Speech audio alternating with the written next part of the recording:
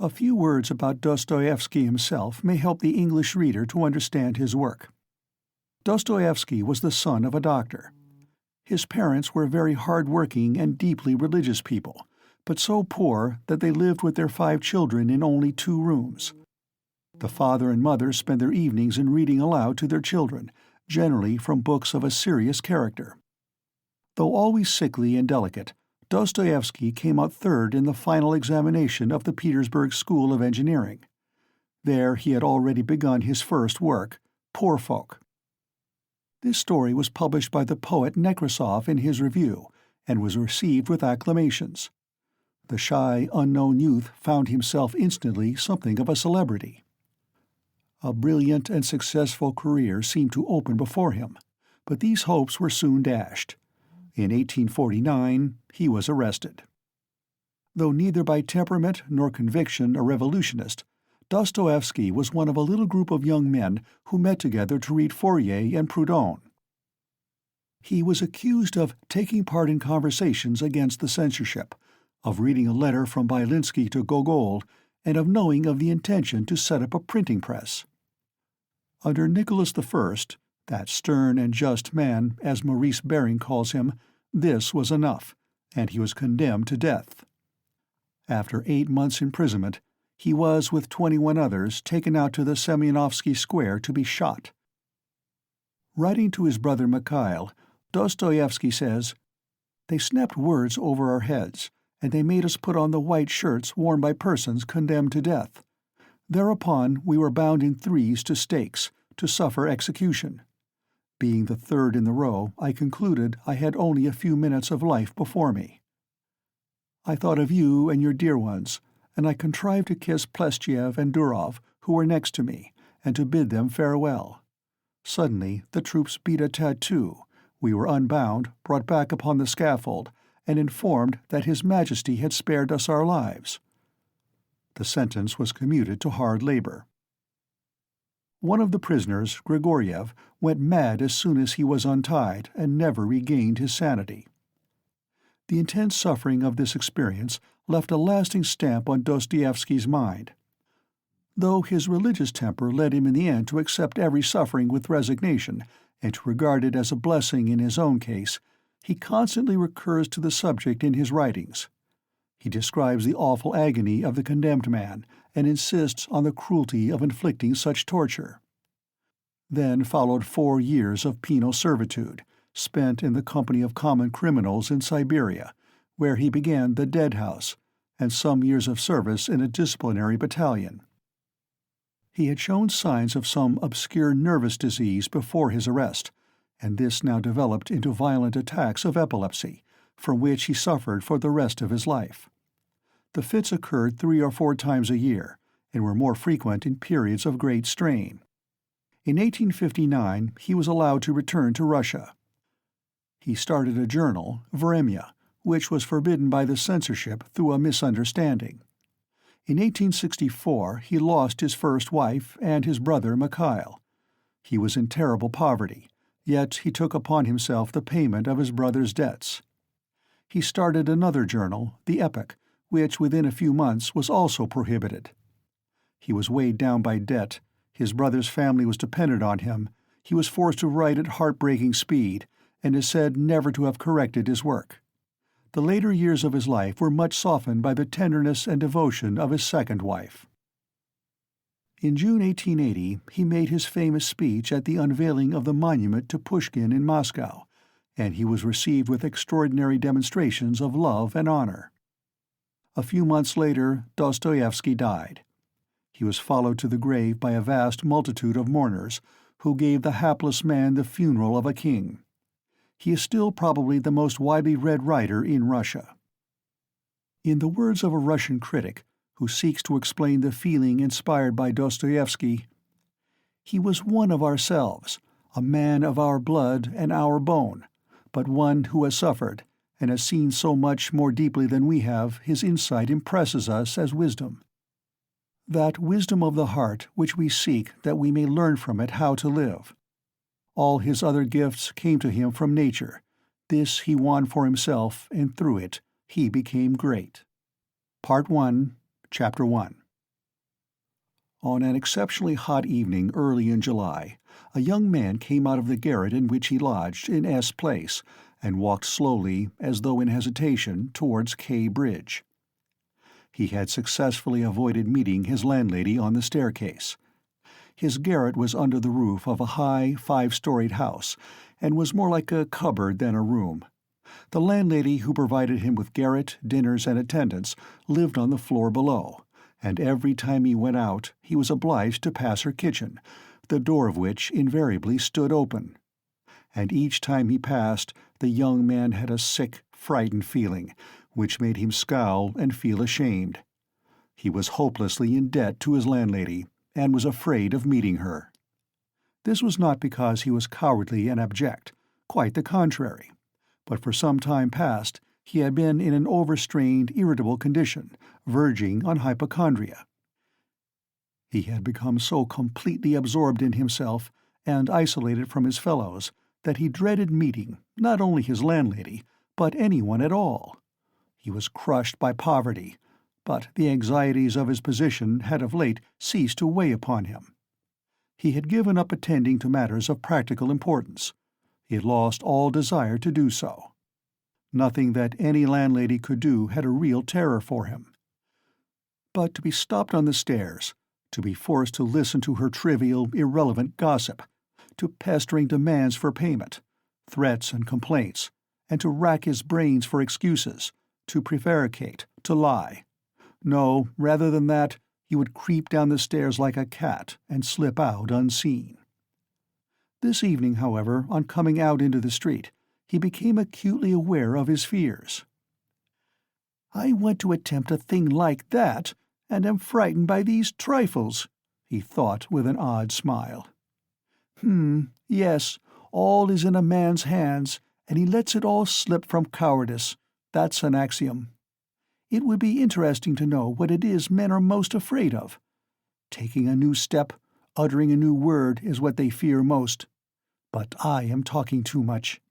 It's because I chatter that I do nothing. Or perhaps it is that I chatter because I do nothing. I've learned to chatter this last month, lying for days together in my den thinking of Jack the Giant Killer. Why am I going there now? Am I capable of that? Is that serious? It is not serious at all. It's simply a fantasy to amuse myself, a plaything. Yes, maybe it is a plaything. The heat in the street was terrible, and the airlessness, the bustle and the plaster, scaffolding, bricks and dust all about him, and that special Petersburg stench, so familiar to all who are unable to get out of town in summer, all worked painfully upon the young man's already overwrought nerves. The insufferable stench from the pothouses, which are particularly numerous in that part of the town, and the drunken men whom he met continually, although it was a working day, completed the revolting misery of the picture. An expression of the profoundest disgust gleamed for a moment in the young man's refined face. He was, by the way, exceptionally handsome, above the average in height, slim, well-built, with beautiful dark eyes and dark brown hair. Soon he sank into deep thought, or more accurately speaking, into a complete blankness of mind. He walked along, not observing what was about him, and not caring to observe it.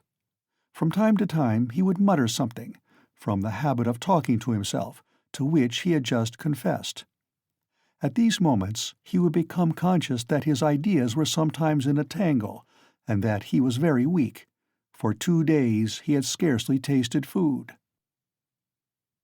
He was so badly dressed that even a man accustomed to shabbiness would have been ashamed to be seen in the street in such rags. In that quarter of the town, however, scarcely any shortcoming in dress would have created surprise. Owing to the proximity of the Haymarket, the number of establishments of bad character, the preponderance of the trading and working-class population crowded in these streets and alleys in the heart of Petersburg, types so various were to be seen in the streets that no figure, however queer, would have caused surprise. But there was such accumulated bitterness and contempt in the young man's heart that, in spite of all the fastidiousness of youth, he minded his rags least of all in the street. It was a different matter when he met with acquaintances or with former fellow students, whom, indeed, he disliked meeting at any time. And yet, when a drunken man, who for some unknown reason was being taken somewhere in a huge wagon dragged by a heavy dray horse, suddenly shouted at him as he drove past, "Hey there, German hatter!" bawling at the top of his voice and pointing at him, the young man stopped suddenly and clutched tremulously at his hat.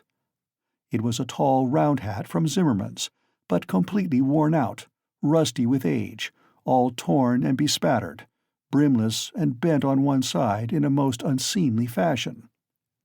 Not shame, however, but quite another feeling akin to terror had overtaken him. "I knew it," he muttered in confusion. "I thought so. That's the worst of all. Why, a stupid thing like this, the most trivial detail might spoil the whole plan. Yes, my hat is too noticeable. It looks absurd, and that makes it noticeable. With my rags I ought to wear a cap, any sort of old pancake, but not this grotesque thing. Nobody wears such a hat. It would be noticed a mile off. It would be remembered. What matters is that people would remember it, and that would give them a clue. For this business, one should be as little conspicuous as possible. Trifles are what matter. Why, it's just such trifles that always ruin everything." He had not far to go. He knew indeed how many steps it was from the gate of his lodging-house, exactly 730. He had counted them once when he had been lost in dreams. At the time he had put no faith in those dreams, and was only tantalizing himself by their hideous but daring recklessness. Now, a month later, he had begun to look upon them differently, and in spite of the monologues in which he jeered at his own impotence and indecision, he had involuntarily come to regard this hideous dream as an exploit to be attempted, although he still did not realize this himself. He was positively going now for a rehearsal of his project, and at every step his excitement grew more and more violent.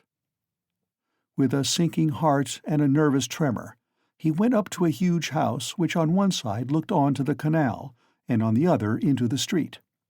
This house was let out in tiny tenements, and was inhabited by working people of all kinds: tailors, locksmiths, cooks, Germans of sorts, girls picking up a living as best they could, petty clerks, etc. There was a continual coming and going through the two gates and in the two courtyards of the house. 3 or 4 doorkeepers were employed on the building. The young man was very glad to meet none of them, and at once slipped unnoticed through the door on the right and up the staircase. It was a back staircase, dark and narrow, but he was familiar with it already and knew his way, and he liked all these surroundings. In such darkness even the most inquisitive eyes were not to be dreaded. "If I am so scared now, what would it be if it somehow came to pass that I were really going to do it?" he could not help asking himself as he reached the 4th story. There his progress was barred by some porters who were engaged in moving furniture out of a flat. He knew that the flat had been occupied by a German clerk in the civil service and his family. This German was moving out then, and so the 4th floor on this staircase would be untenanted except by the old woman. "That's a good thing, anyway," he thought to himself as he rang the bell of the old woman's flat. The bell gave a faint tinkle as though it were made of tin and not of copper. The little flats in such houses always have bells that ring like that. He had forgotten the note of that bell, and now its peculiar tinkle seemed to remind him of something and to bring it clearly before him. He started. His nerves were terribly overstrained by now. In a little while the door was opened a tiny crack. The old woman eyed her visitor with evident distrust through the crack, and nothing could be seen but her little eyes, glittering in the darkness. But seeing a number of people on the landing, she grew bolder, and opened the door wide. The young man stepped into the dark entry, which was partitioned off from the tiny kitchen.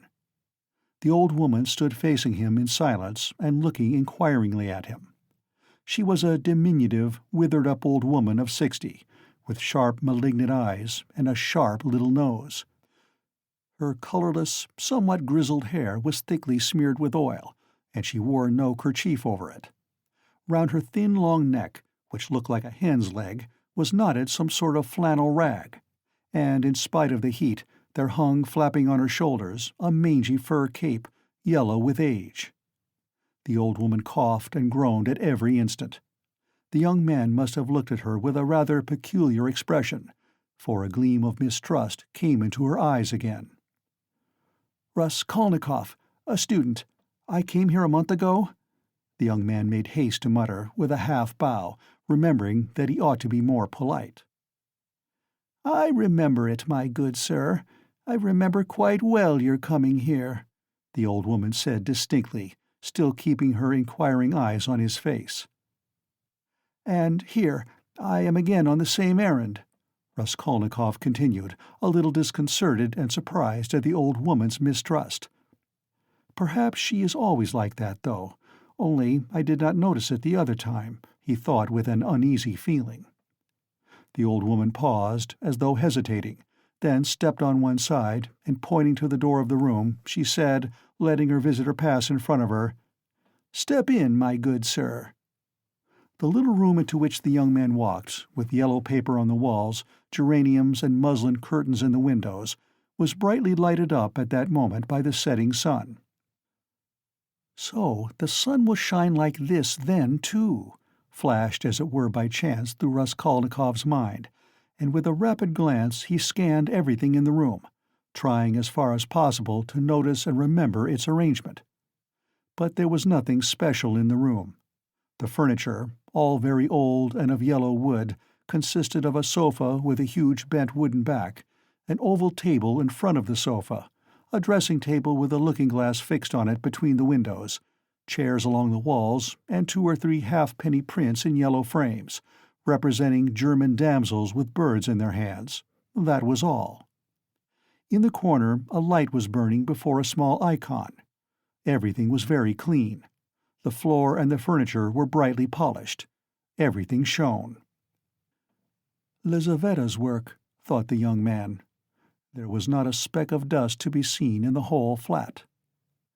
"It's in the houses of spiteful old widows that one finds such cleanliness," Raskolnikov thought again, and he stole a curious glance at the cotton curtain over the door leading into another tiny room, in which stood the old woman's bed and chest of drawers, and into which he had never looked before. These 2 rooms made up the whole flat. "What do you want?" the old woman said severely, coming into the room and, as before, standing in front of him so as to look him straight in the face. "I've brought something to pawn here," and he drew out of his pocket an old-fashioned flat silver watch, on the back of which was engraved a globe. The chain was of steel. "But the time is up for your last pledge. The month was up the day before yesterday." "I will bring you the interest for another month. Wait a little." "But that's for me to do as I please, my good sir, to wait or to sell your pledge at once." "How much will you give me for the watch, Alyona Ivanovna?" "You come with such trifles, my good sir. It's scarcely worth anything. I gave you 2 rubles last time for your ring, and one could buy it quite new at a jeweler's for 1.5 rubles. "Give me 4 rubles for it. I shall redeem it. It was my father's. I shall be getting some money soon." 1.5 rubles, and interest in advance, if you like." 1.5 rubles? Cried the young man. "Please yourself." And the old woman handed him back the watch. The young man took it, and was so angry that he was on the point of going away, but checked himself at once, remembering that there was nowhere else he could go, and that he had had another object also in coming. "Hand it over," he said roughly. The old woman fumbled in her pocket for her keys, and disappeared behind the curtain into the other room. The young man, left standing alone in the middle of the room, listened inquisitively, thinking. He could hear her unlocking the chest of drawers. "It must be the top drawer," he reflected. So she carries the keys in a pocket on the right, all in one bunch on a steel ring. And there's one key there, 3 times as big as all the others, with deep notches. That can't be the key of the chest of drawers. Then there must be some other chest or strong box. That's worth knowing. Strong boxes always have keys like that. But how degrading it all is. The old woman came back. Here, sir, as we say, 10 kopecks the rouble a month. So I must take 15 kopecks from a rouble and a half for the month in advance. But for the 2 roubles I lent you before, you owe me now 20 kopecks on the same reckoning in advance. That makes 35 kopecks altogether. So I must give you a rouble and 15 kopecks for the watch. Here it is. What? Only a rouble and 15 kopecks now? Just so. The young man did not dispute it and took the money. He looked at the old woman and was in no hurry to get away, as though there was still something he wanted to say or to do, but he did not himself quite know what. I may be bringing you something else in a day or two, Alyona Ivanovna, a valuable thing, silver, a cigarette box, as soon as I get it back from a friend. He broke off in confusion. Well, we will talk about it then, sir. Goodbye. Are you always at home alone? Your sister is not here with you? He asked her as casually as possible as he went out into the passage. What business is she of yours, my good sir? Oh, nothing particular. I simply asked. You are too quick. Good day, Alyona Ivanovna. Raskolnikov went out in complete confusion. This confusion became more and more intense. As he went down the stairs, he even stopped short 2 or 3 times, as though suddenly struck by some thought. When he was in the street, he cried out, "Oh, God, how loathsome it all is! And can I possibly? No, it's nonsense. It's rubbish," he added resolutely. And how could such an atrocious thing come into my head? What filthy things my heart is capable of! Yes, filthy above all, disgusting, loathsome, loathsome. And for a whole month I've been— But no words, no exclamations could express his agitation. The feeling of intense repulsion, which had begun to oppress and torture his heart while he was on his way to the old woman, had by now reached such a pitch and had taken such a definite form that he did not know what to do with himself to escape from its wretchedness. He walked along the pavement like a drunken man, regardless of the passers-by, and jostling against them, and only came to his senses when he was in the next street. Looking round, he noticed that he was standing close to a tavern which was entered by steps leading from the pavement to the basement.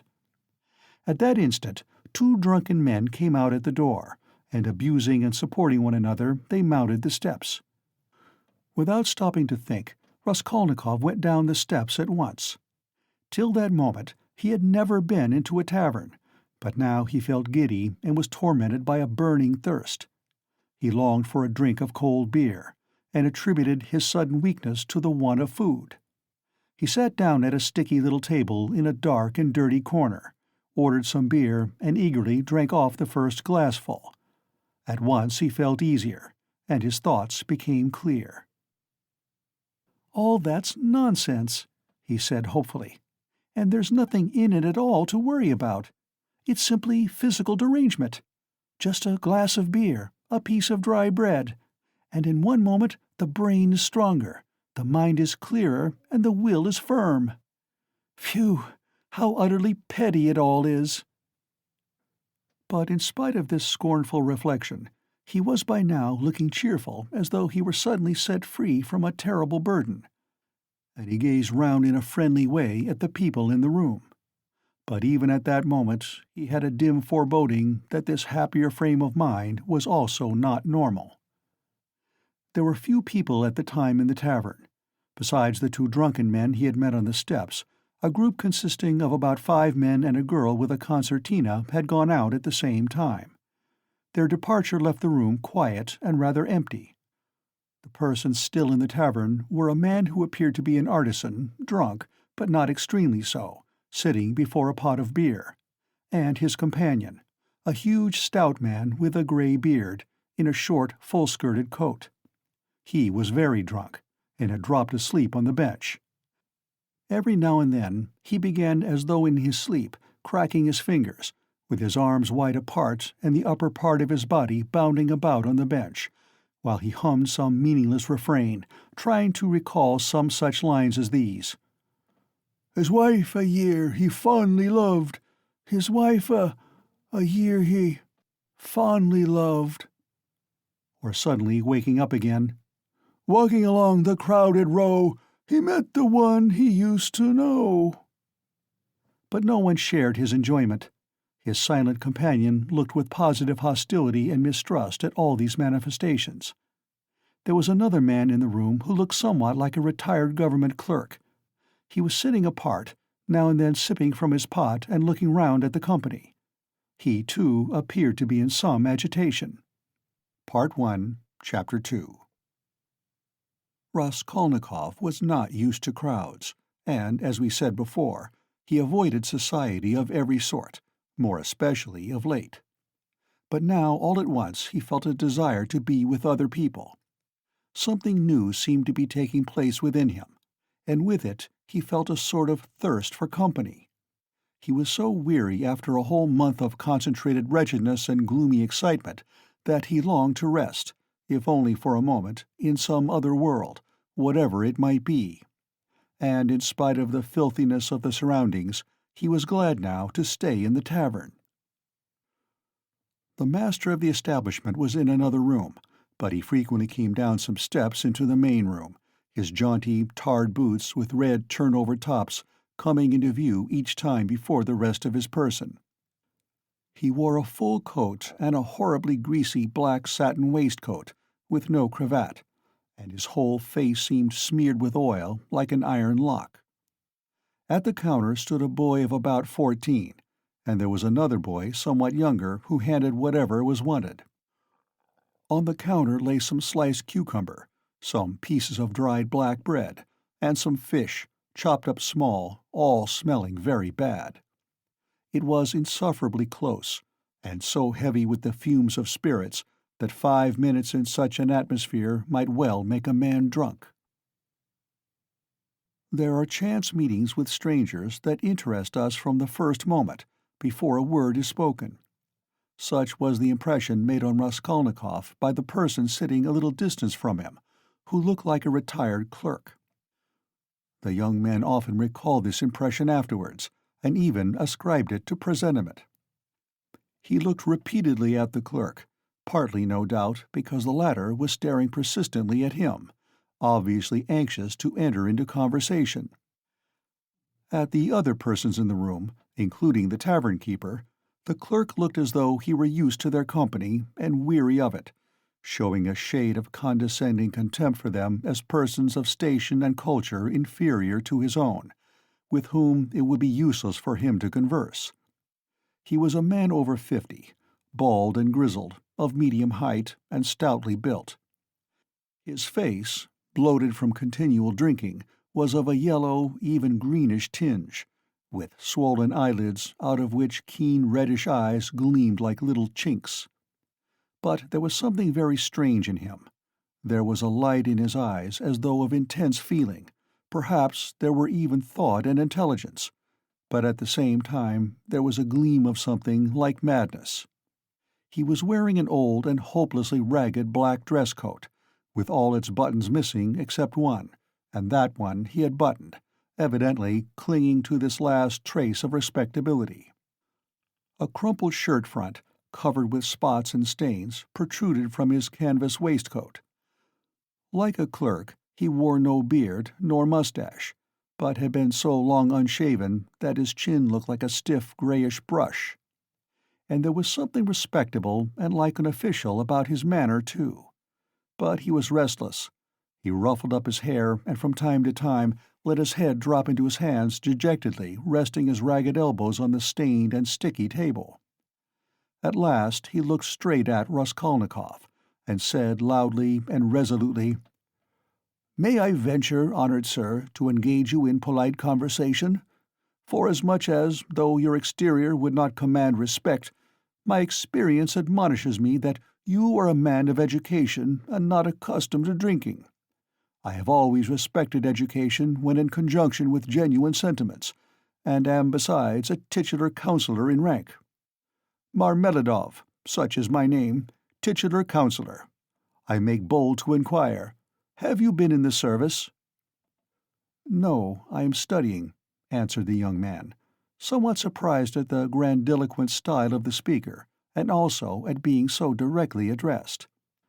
In spite of the momentary desire he had just been feeling for company of any sort, on being actually spoken to, he felt immediately his habitual irritable and uneasy aversion for any stranger who approached or attempted to approach him. "A student, then, or formerly a student," cried the clerk. "Just what I thought. I'm a man of experience, immense experience, sir," and he tapped his forehead with his fingers in self-approval. "You've been a student or have attended some learned institution. But allow me." He got up, staggered, took up his jug and glass, and sat down beside the young man, facing him a little sideways. He was drunk, but spoke fluently and boldly, only occasionally losing the thread of his sentences and drawling his words. He pounced upon Raskolnikov as greedily as though he too had not spoken to a soul for a month. "Honored sir," he began almost with solemnity, "poverty is not a vice. That's a true saying. Yet I know, too, that drunkenness is not a virtue, and that that's even truer.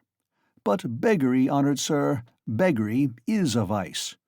In poverty you may still retain your innate nobility of soul, but in beggary, never, no one.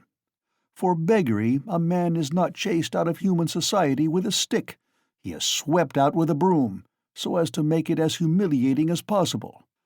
And quite right, too, for as much as in beggary I am ready to be the first to humiliate myself. Hence the pot-house. Honored sir, a month ago Mr. Lebeziatnov gave my wife a beating, and my wife is a very different matter from me. Do you understand? Allow me to ask you another question out of simple curiosity. Have you ever spent a night on a hay barge on the Neva?" "No, I have not happened to," answered Raskolnikov. "What do you mean?" "Well, I've just come from one, and it's the 5th night I've slept so." He filled his glass, emptied it, and paused. Bits of hay were in fact clinging to his clothes and sticking to his hair. It seemed quite probable that he had not undressed or washed for the last 5 days. His hands, particularly, were filthy. They were fat and red, with black nails.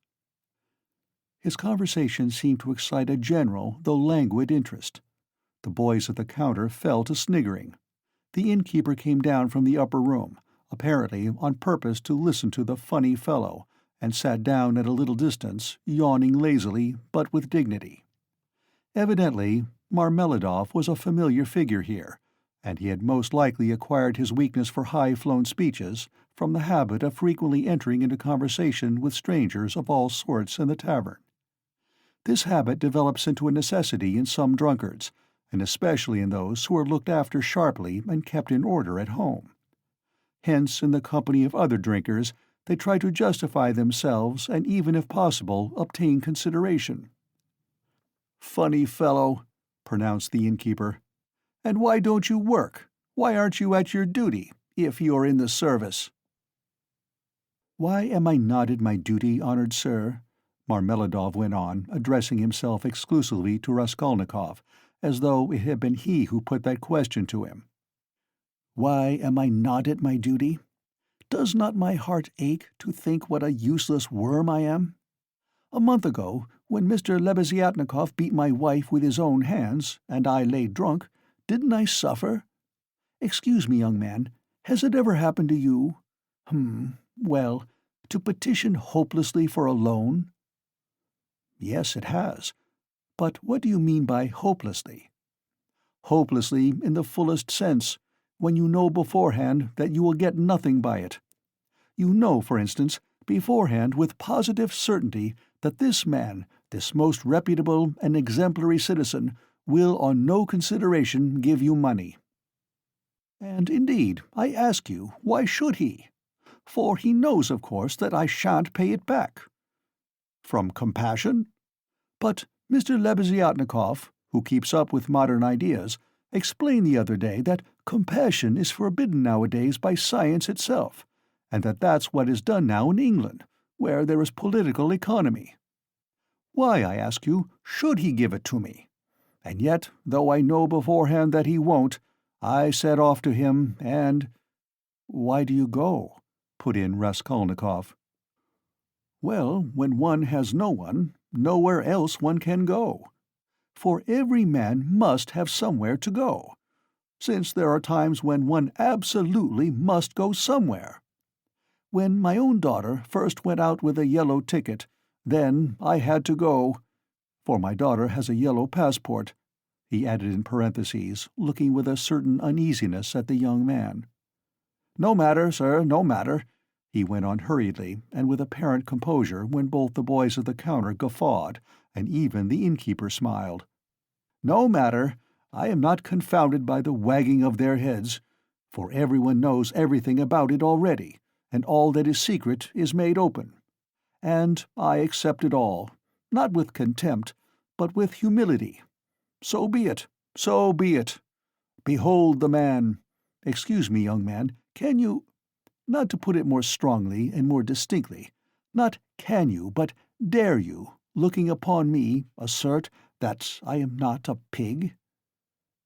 The young man did not answer a word.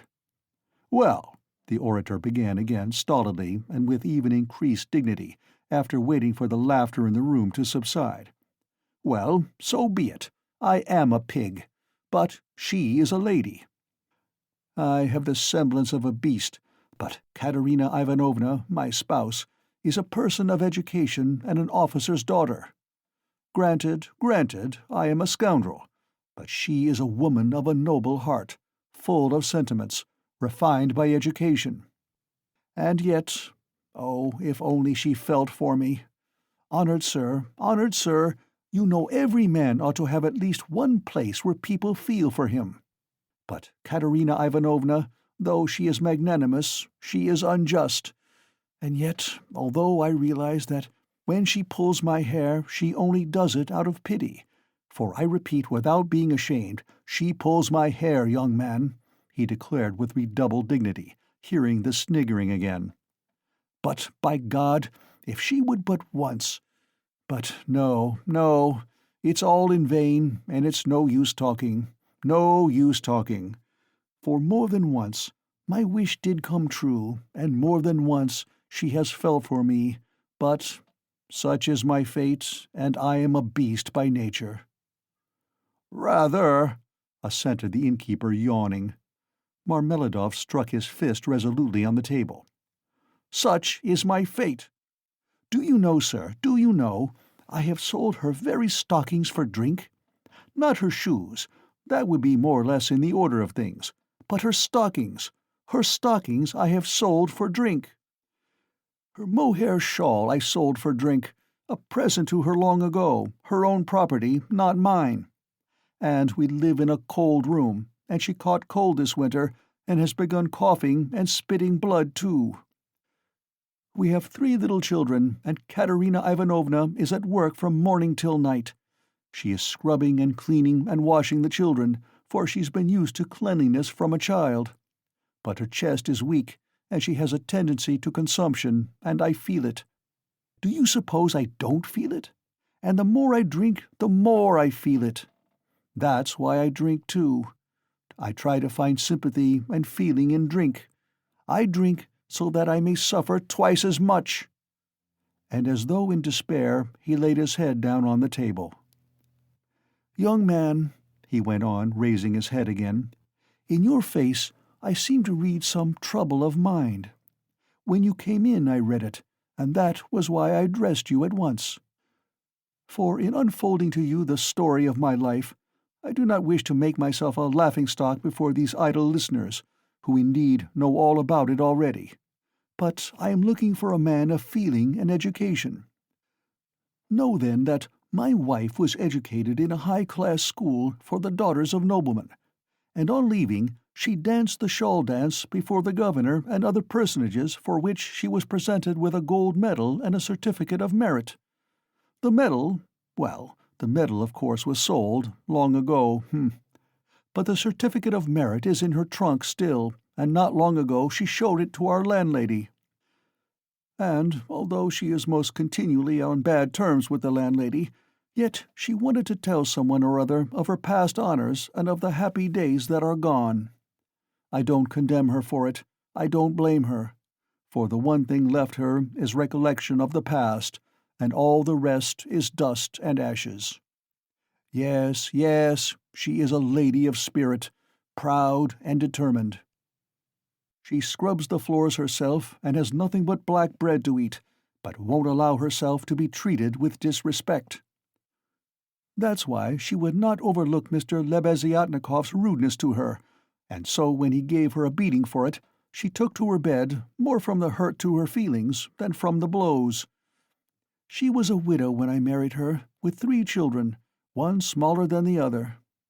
She married her first husband, an infantry officer, for love, and ran away with him from her father's house.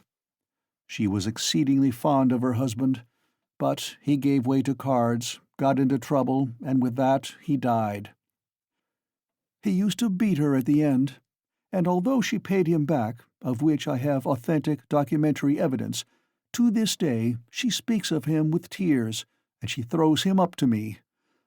And I am glad that, though only in imagination, she should think of herself as having once been happy.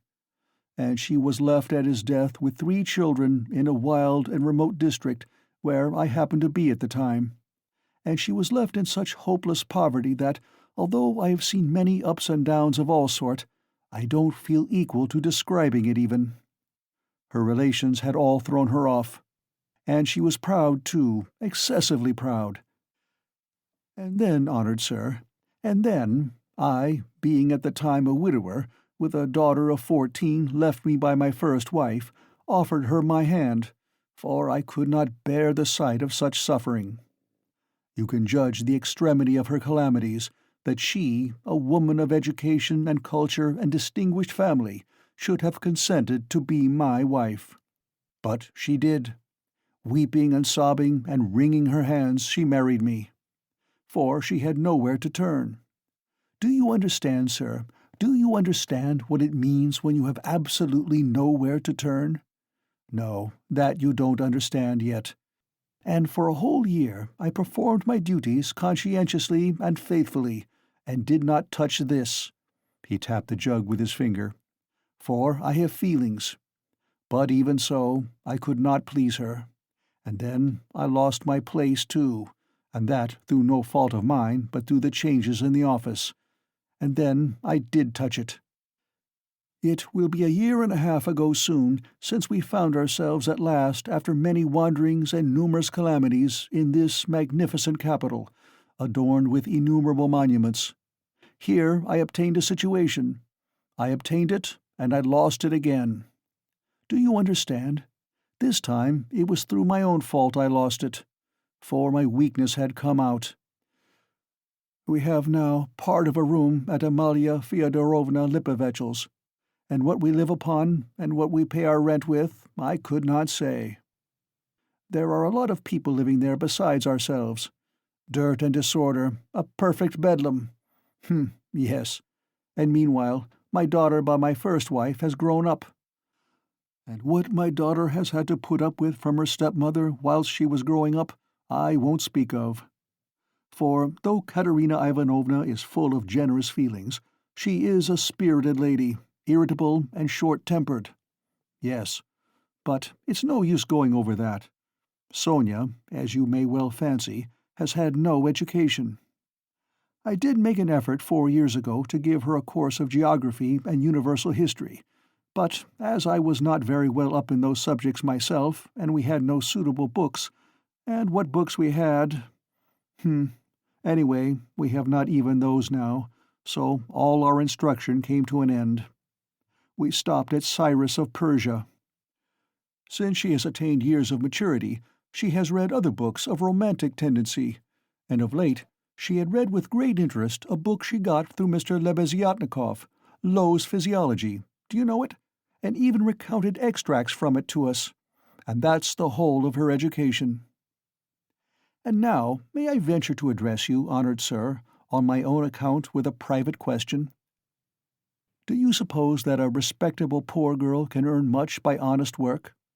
Not 15 farthings a day can she earn, if she is respectable and has no special talent, and that without putting her work down for an instant.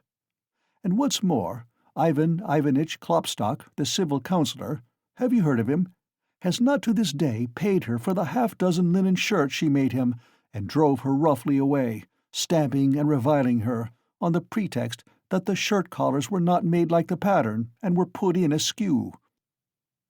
And there are the little ones hungry.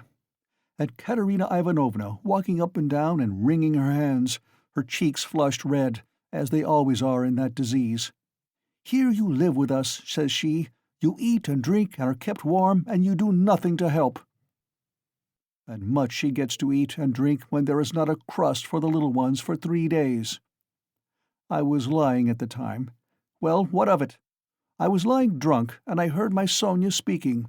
She is a gentle creature with a soft little voice, fair hair, and such a pale, thin little face. She said, "Katerina Ivanovna, am I really to do a thing like that?" And Darya Fransovna, a woman of evil character and very well known to the police, had 2 or 3 times tried to get at her through the landlady. "And why not?" said Katerina Ivanovna with a jeer.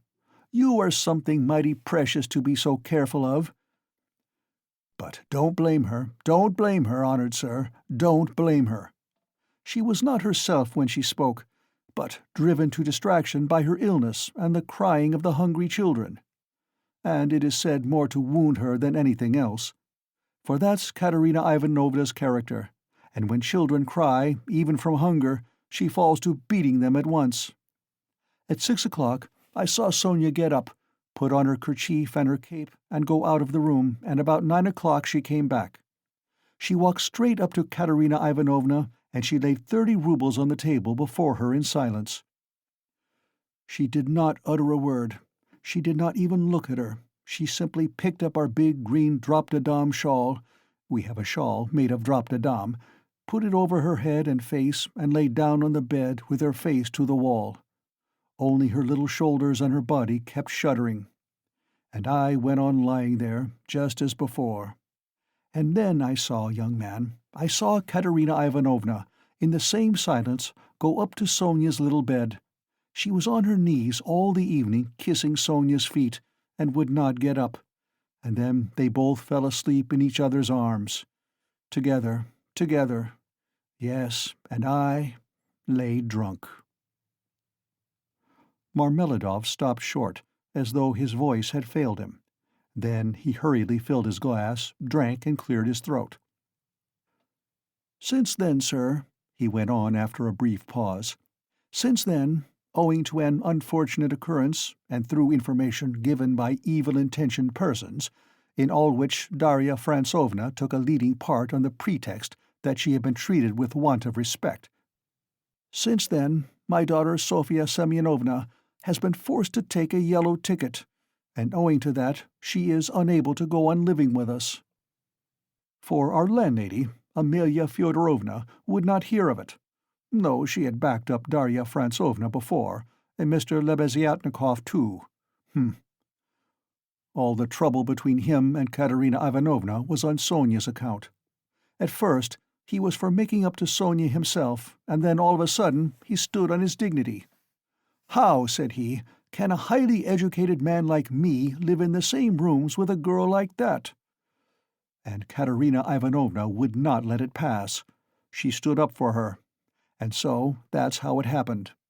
And Sonia comes to us now, mostly after dark. She comforts Katerina Ivanovna and gives her all she can. She has a room at the Kapernamovs, the tailors. She lodges with them. Kapernamov is a lame man with a cleft palate, and all of his numerous family have cleft palates too. And his wife too has a cleft palate. They all live in one room, but Sonia has her own, partitioned off. Yes. Very poor people, and all with cleft palates. Yes. Then I got up in the morning and put on my rags, lifted up my hands to heaven, and set off to His Excellency Ivan Afanasovitch. His Excellency Ivan Afanasovitch, do you know him? No? Well then, it's a man of God, don't you know? He is wax before the face of the Lord, even as wax melteth. His eyes were dim when he heard my story. Marmeladov, once already you have deceived my expectations. I'll take you once more on my own responsibility. That's what he said. Remember, he said, and now you can go. I kissed the dust at his feet, in thought only, for in reality he would not have allowed me to do it, being a statesman and a man of modern political and enlightened ideas. I returned home, and when I announced that I'd been taken back into the service and should receive a salary, heavens, what a to-do there was. Marmeladov stopped again in violent excitement. At that moment, a whole party of revelers already drunk came in from the street, and the sounds of a hired concertina and the cracked piping voice of a child of 7 singing the Hamlet were heard in the entry. The room was filled with noise. The tavern-keeper and the boys were busy with the newcomers.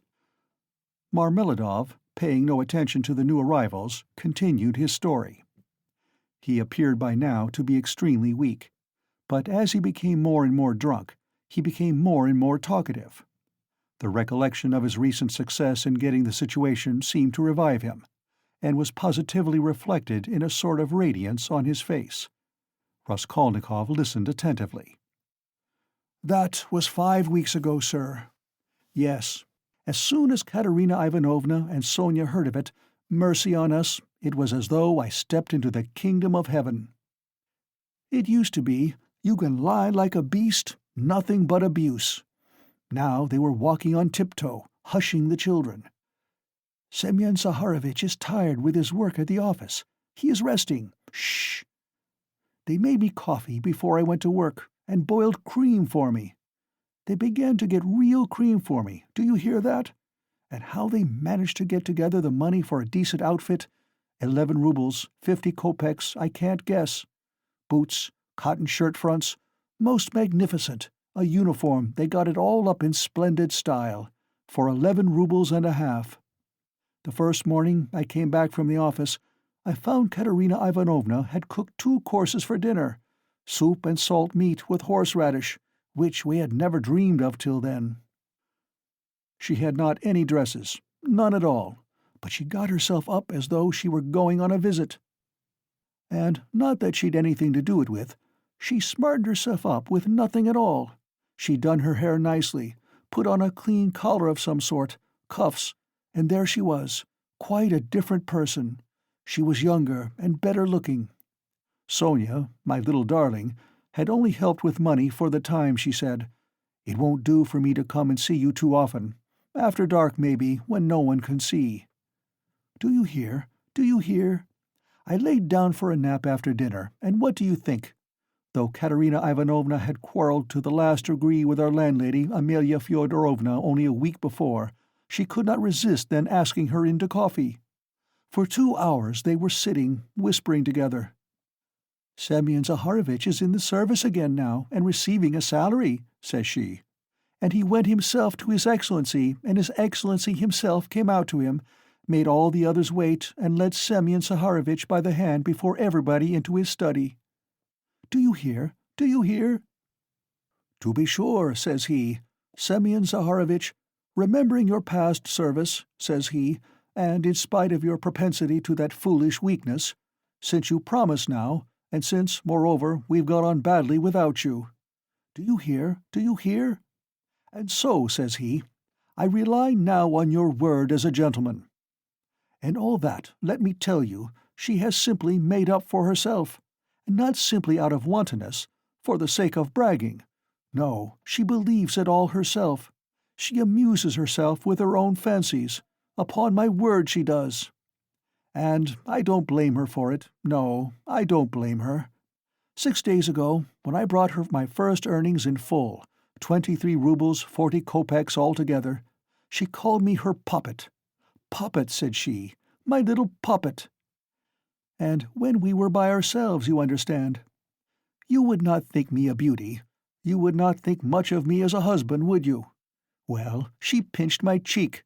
'My little puppet,' said she." Marmeladov broke off, tried to smile, but suddenly his chin began to twitch. He controlled himself, however. The tavern, the degraded appearance of the man, the 5 nights in the hay-barge, and the pot of spirits, and yet this poignant love for his wife and children bewildered his listener.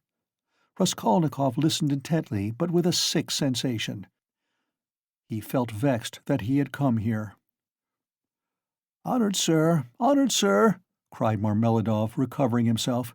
"Oh, sir, perhaps all this seems a laughing matter to you, as it does to others, and perhaps I am only worrying you with the stupidity of all the trivial details of my home life, but it is not a laughing matter to me.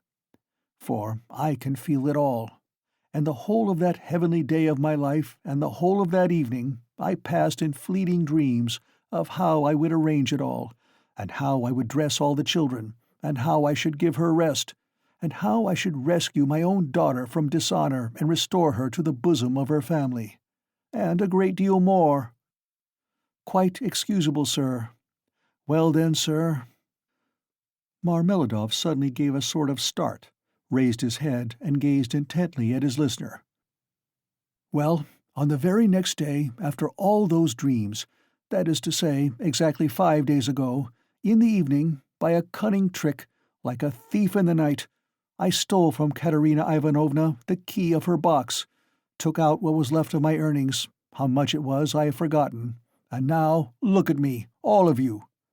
It's the 5th day since I left home, and they are looking for me there, and it's the end of my employment, and my uniform is lying in a tavern on the Egyptian bridge.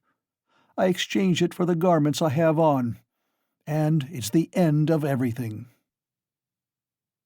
Marmeladov struck his forehead with his fist, clenched his teeth, closed his eyes, and leaned heavily with his elbow on the table. But a minute later his face suddenly changed, and with a certain assumed slyness and affection of bravado he glanced at Raskolnikov, laughed, and said, "This morning I went to see Sonia. I went to ask her for a pick-me-up." "You don't say she gave it to you?" cried one of the newcomers. He shouted the words and went off into a guffaw. "This very quart was bought with her money," Marmeladov declared, addressing himself exclusively to Raskolnikov. 30 kopecks she gave me with her own hands, her last, all she had, as I saw. She said nothing. She only looked at me without a word.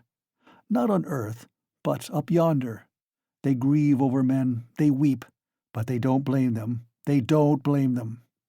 But it hurts more when they don't blame. 30 kopecks, yes, and maybe she needs them now, eh? What do you think, my dear sir? For now she's got to keep up her appearance. It costs money, that smartness, that special smartness, you know. Do you understand? And there's pomatum, too, you see. She must have things. Petticoats, starched ones, shoes, too. Real jaunty ones to show off her foot when she has to step over a puddle. Do you understand, sir? Do you understand what all that smartness means? And here I, her own father, here I took 30 kopecks of that money for a drink. And I am drinking it. And I have already drunk it. Come, who will have pity on a man like me, eh? Are you sorry for me, sir, or not? Tell me, sir, are you sorry or not? Heh. He would have filled his glass, but there was no drink left. The pot was empty. "What are you to be pitied for?" shouted the tavern-keeper, who was again near them. Shouts of laughter and even oaths followed. The laughter and the oaths came from those who were listening, and also from those who had heard nothing, but were simply looking at the figure of the discharged government clerk. "To be pitied! Why am I to be pitied?" Marmeladov suddenly declaimed, standing up with his arm outstretched, as though he had been only waiting for that question. "Why am I to be pitied, you say? Yes, there's nothing to pity me for. I ought to be crucified, crucified on a cross, not pitied. Crucify me, O Judge, crucify me, but pity me. And then I will go of myself to be crucified, for it's not merrymaking I seek, but tears and tribulation. Do you suppose, you that sell, that this pint of yours has been sweet to me? It was tribulation I sought at the bottom of it, tears and tribulation, and have found it, and I have tasted it. But he will pity us who has pity on all men, who has understood all men and all things. He is the one, he too is the judge.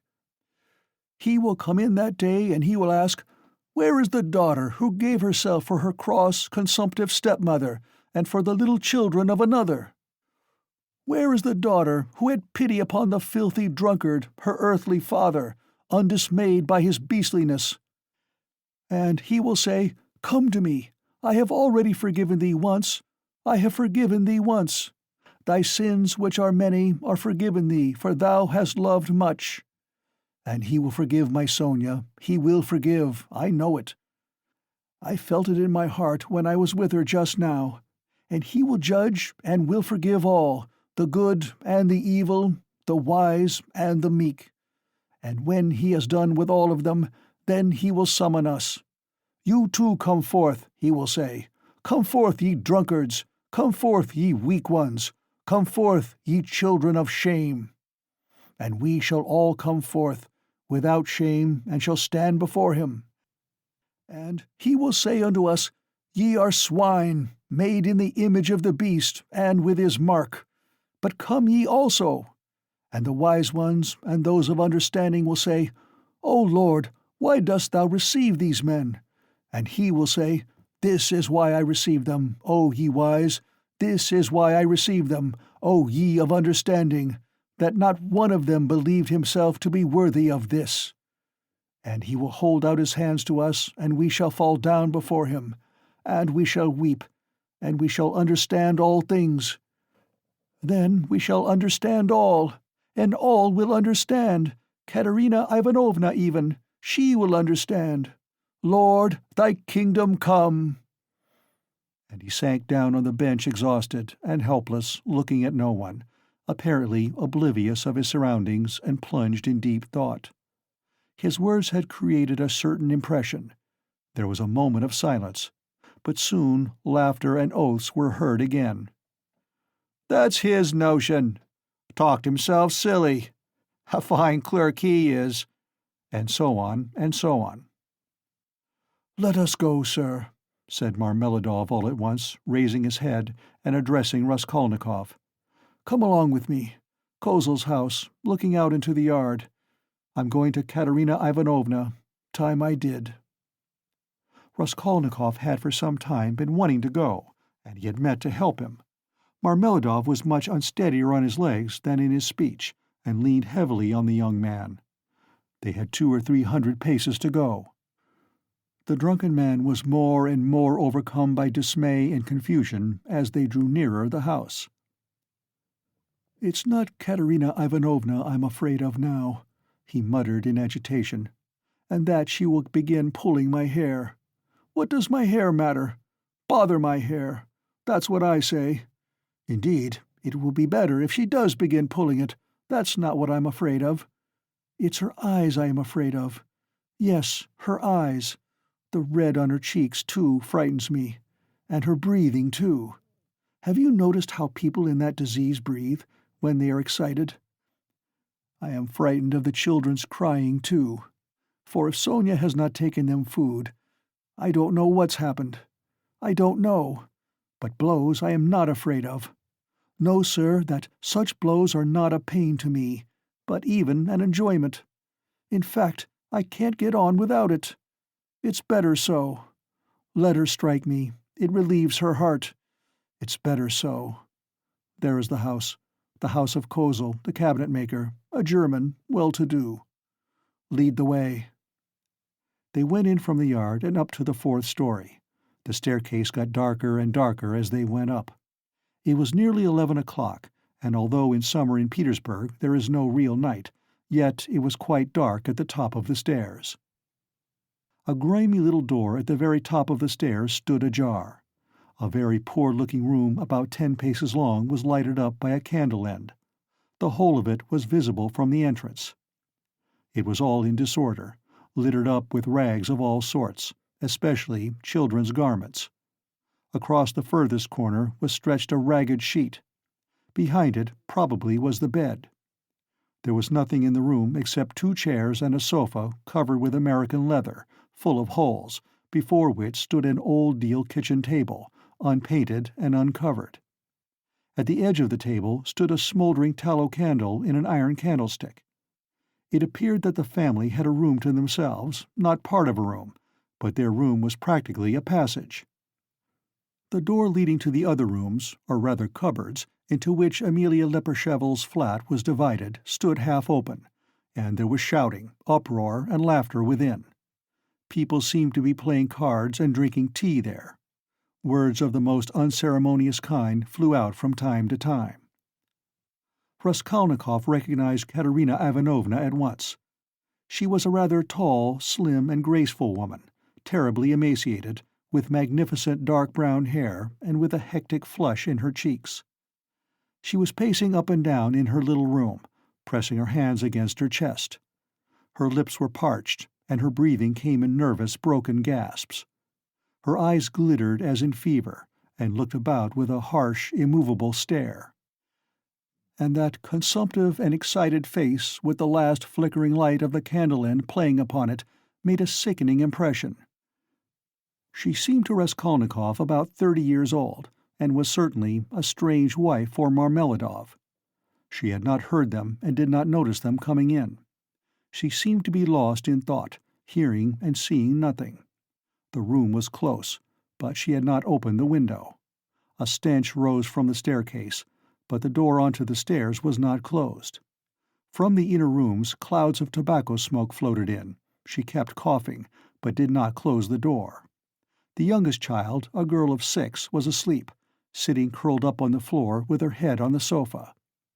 A boy a year older stood crying and shaking in the corner. Probably he had just had a beating. Beside him stood a girl of 9 years old, tall and thin, wearing a thin and ragged chemise with an ancient cashmere pelisse flung over her bare shoulders, long outgrown and barely reaching her knees. Her arm, as thin as a stick, was round her brother's neck. She was trying to comfort him, whispering something to him, and doing all she could to keep him from whimpering again. At the same time, her large dark eyes, which looked larger still from the thinness of her frightened face, were watching her mother with alarm. Marmeladov did not enter the door, but dropped on his knees in the very doorway, pushing Raskolnikov in front of him. The woman, seeing a stranger, stopped indifferently facing him, coming to herself for a moment and apparently wondering what he had come for. But evidently she decided that he was going into the next room, as he had to pass through hers to get there. Taking no further notice of him, she walked towards the outer door to close it, and uttered a sudden scream on seeing her husband on his knees in the doorway. "Ah!" she cried out in a frenzy. "He has come back! The criminal! The monster! And where is the money? What's in your pocket? Show me! And your clothes are all different! Where are your clothes? Where is the money? Speak!" She fell to searching him. Marmeladov submissively and obediently held up both arms to facilitate the search. Not a farthing was there. "Where is the money?" she cried. "Mercy on us! Can he have drunk it all? There were 12 silver roubles left in the chest." And in a fury she seized him by the hair and dragged him into the room. Marmeladov seconded her efforts by meekly crawling along on his knees. "And this is a consolation to me.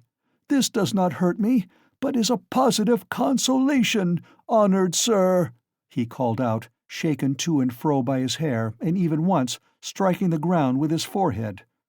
The child asleep on the floor woke up and began to cry. The boy in the corner, losing all control, began trembling and screaming and rushing to his sister in violent terror, almost in a fit. The eldest girl was shaking like a leaf. "He's drunk it! He's drunk it all!" the poor woman screamed in despair. "And his clothes are gone! And they're hungry! Hungry!" and wringing her hands she pointed to the children. "Oh, accursed life! And you, are you not ashamed?" She pounced all at once upon Raskolnikov. "From the tavern! Have you been drinking with him? Have you been drinking with him too? Go away!" The young man was hastening away without uttering a word. The inner door was thrown wide open, and inquisitive faces were peering in at it.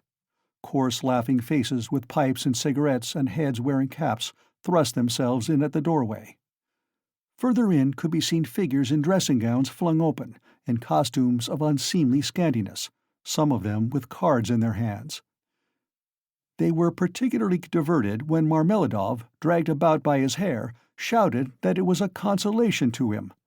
They even began to come into the room. At last a sinister shrill outcry was heard. This came from Amelia Leposhevel herself, pushing her way amongst them and trying to restore order after her own fashion, and for the 100th time to frighten the poor woman by ordering her with coarse abuse to clear out of the room next day. As he went out, Raskolnikov had time to put his hand into his pocket, to snatch up the coppers he had received in exchange for his rouble in the tavern, and to lay them unnoticed on the window. Afterwards, on the stairs, he changed his mind and would have gone back. "What a stupid thing I've done," he thought to himself. "They have Sonia, and I want it myself." But reflecting that it would be impossible to take it back now, and that in any case he would not have taken it, he dismissed it with a wave of his hand and went back to his lodging. "Sonia wants pomatum too," he said as he walked along the street, and he laughed malignantly. "And such smartness costs money. And maybe Sonia herself will be bankrupt today, for there is always a risk, hunting big game, digging for gold. Then they would all be without a crust tomorrow except for my money. Hurrah for Sonia! What a mine they've dug there! And they're making the best of it. Yes, they are making the most of it. They've wept over it and grown used to it. Man grows used to everything, the scoundrel." He sank into thought. "And what if I am wrong?" he cried suddenly, after a moment's thought. "What if man is not really a scoundrel? Man in general, I mean, the whole race of mankind. Then all the rest is prejudice, simply artificial terrors, and there are no barriers, and it's all as it should be."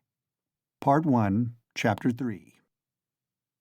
He waked up late next day after a broken sleep. But his sleep had not refreshed him. He waked up bilious, irritable, ill-tempered, and looked with hatred at his room. It was a tiny cupboard of a room about 6 paces in length. It had a poverty-stricken appearance, with its dusty yellow paper peeling off the walls, and it was so low-pitched that a man of more than average height was ill at ease in it and felt every moment that he would knock his head against the ceiling. The furniture was in keeping with the room. There were 3 old chairs, rather rickety, a painted table in the corner on which lay a few manuscripts and books. The dust that lay thick upon them showed that they had been long untouched. A big clumsy sofa occupied almost the whole of one wall and half the floor space of the room. It was once covered with chintz, but was now in rags and served Raskolnikov as a bed.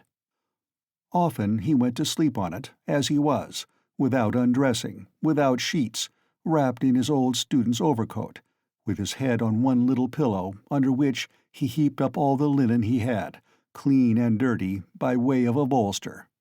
A little table stood in front of the sofa. It would have been difficult to sink to a lower ebb of disorder, but to Raskolnikov in his present state of mind this was positively agreeable. He had got completely away from everyone, like a tortoise in its shell, and even the sight of a servant girl who had to wait upon him and look sometimes into his room made him writhe with nervous irritation. He was in the condition that overtakes some monomaniacs entirely concentrated upon one thing. His landlady had for the last fortnight given up sending him in meals, and he had not yet thought of expostulating with her, though he went without his dinner. Nastasia, the cook and only servant, was rather pleased at the lodger's mood, and had entirely given up sweeping and doing his room. Only once a week or so she would stray into his room with a broom. She waked him up that day. "Get up! Why are you asleep?" she called to him. "It's past 9. I have brought you some tea. Will you have a cup? I should think you're fairly starving." Raskolnikov opened his eyes, started, and recognized Nastasia. "From the landlady, eh?" he asked, slowly and with a sickly face, sitting up on the sofa. "From the landlady, indeed." She set before him her own cracked teapot full of weak and stale tea, and laid 2 yellow lumps of sugar by the side of it. "Here, Nastasia, take it, please," he said, fumbling in his pocket, for he had slept in his clothes, and taking out a handful of coppers. "Run and buy me a loaf, and get me a little sausage, the cheapest at the pork butcher's." "The loaf I'll fetch you this very minute, but wouldn't you rather have some cabbage soup instead of sausage? It's capital soup, yesterday's. I saved it for you yesterday, but you came in late. It's fine soup."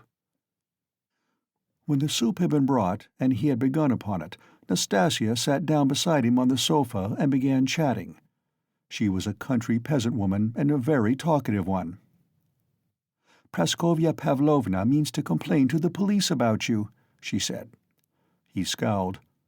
"To the police? What does she want?" "You don't pay her money, and you won't turn out of the room. That's what she wants, to be sure." "The devil, that's the last straw," he muttered, grinding his teeth. "No, that would not suit me, just now. She is a fool," he added aloud. "I'll go and talk to her today." "Fool she is, and no mistake, just as I am. But why, if you are so clever, do you lie here like a sack and have nothing to show for it? One time you used to go out, you say, to teach children. But why is it you do nothing now?"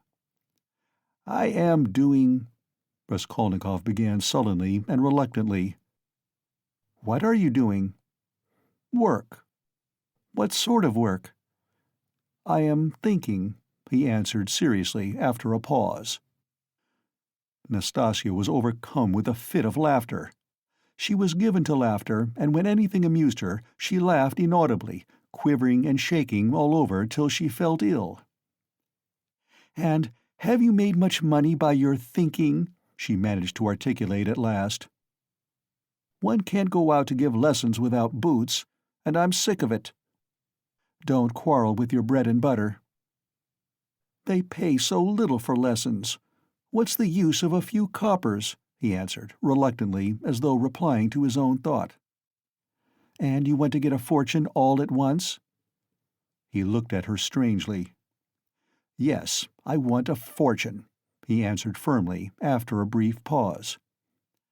"Don't be in such a hurry. You quite frighten me. Shall I get the loaf or not?" "As you please." "Ah, I forgot. A letter came for you yesterday when you were out." "A letter? For me? From whom?" "I can't say.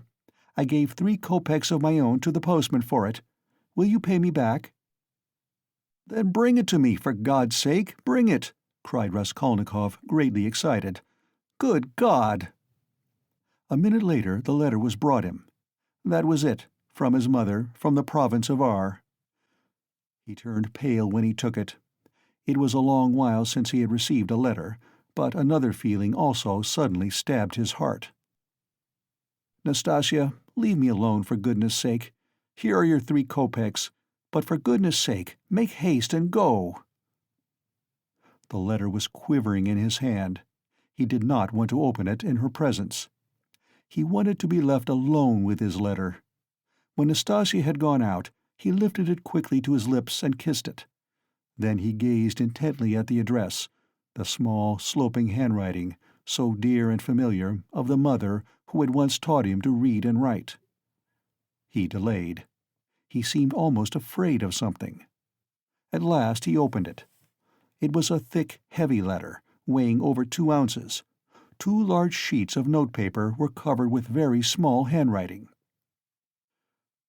"My dear Rodya," wrote his mother, "it's 2 months since I last had a talk with you by letter which has distressed me and even kept me awake at night thinking. But I am sure you will not blame me for my inevitable silence. You know how I love you. You are all we have to look to, Donia and I.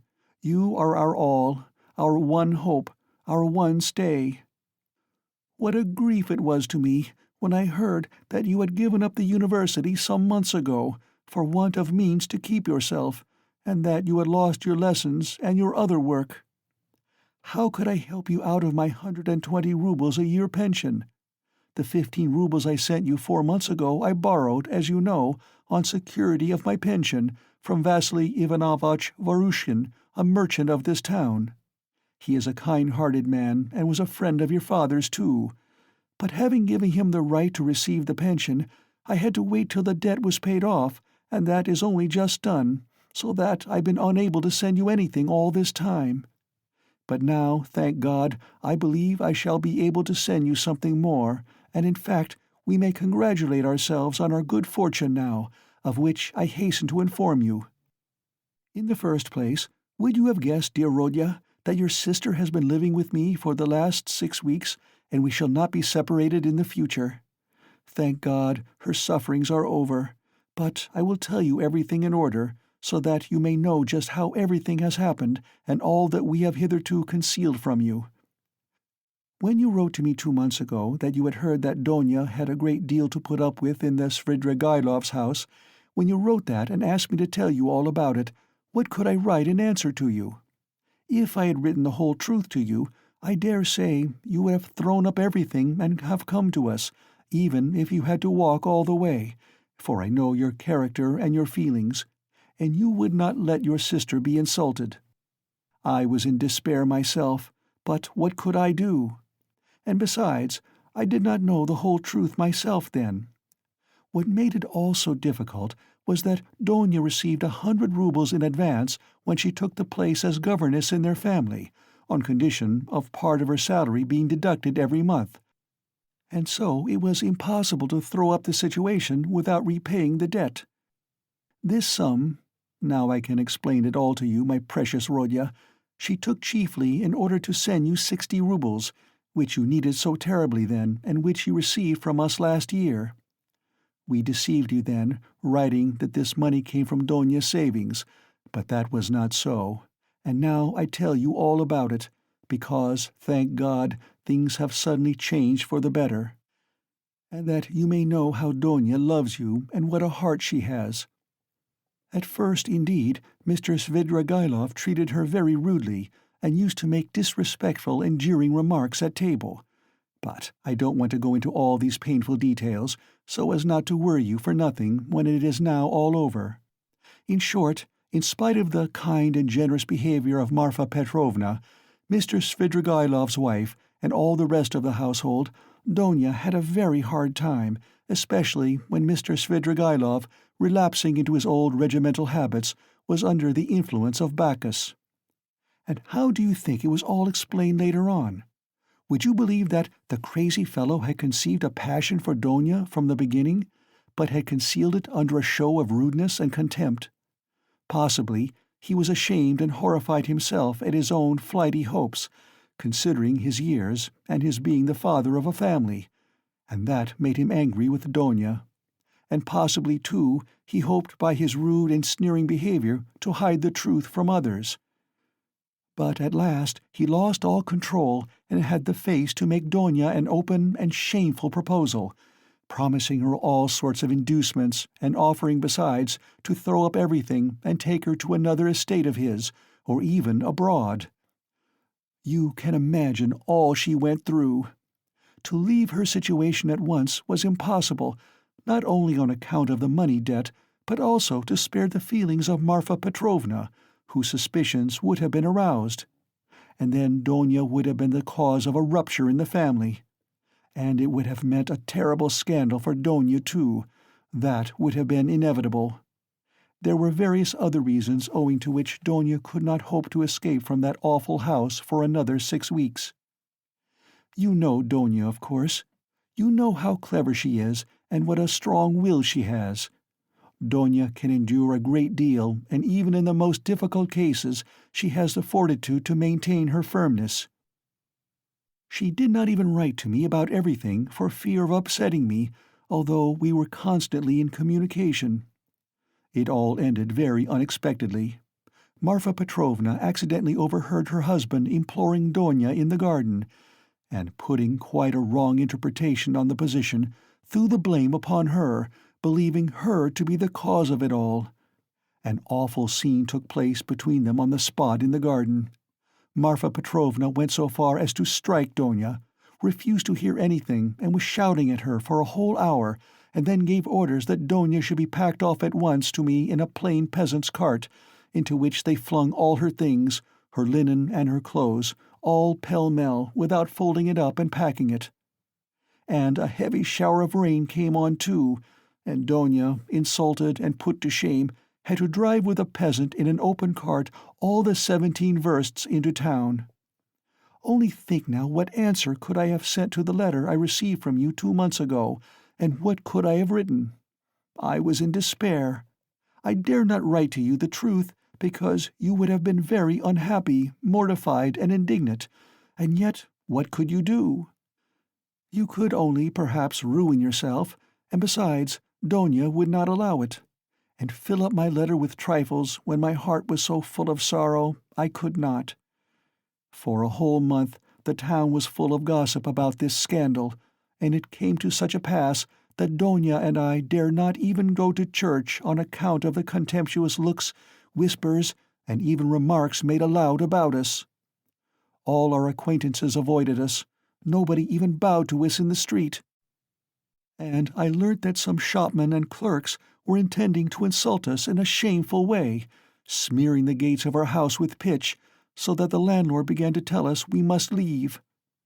All this was set going by Marfa Petrovna, who managed to slander Donya and throw dirt at her in every family. She knows everyone in the neighborhood, and that month she was continually coming into the town, and as she is rather talkative and fond of gossiping about her family affairs, and particularly of complaining to all and each of her husband, which is not at all right, so in a short time she had spread her story not only in the town, but over the whole surrounding district. It made me ill, but Donya bore it better than I did, and if only you could have seen how she endured it all, and tried to comfort me and cheer me up. She is an angel, but by God's mercy our sufferings were cut short. Mr. Svidrigailov returned to his senses and repented, and, probably feeling sorry for Donya, he laid before Marfa Petrovna a complete and unmistakable proof of Donya's innocence, in the form of a letter Donya had been forced to write and give to him, before Marfa Petrovna came upon them in the garden. This letter, which remained in Mr. Svidrigailov's hands after her departure, she had written to refuse personal explanations and secret interviews, for which he was entreating her.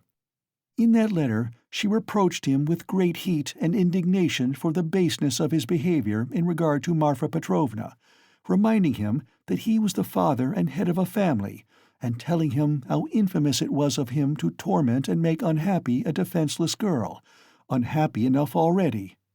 Indeed, dear Rodya, the letter was so nobly and touchingly written that I sobbed when I read it, and to this day I cannot read it without tears.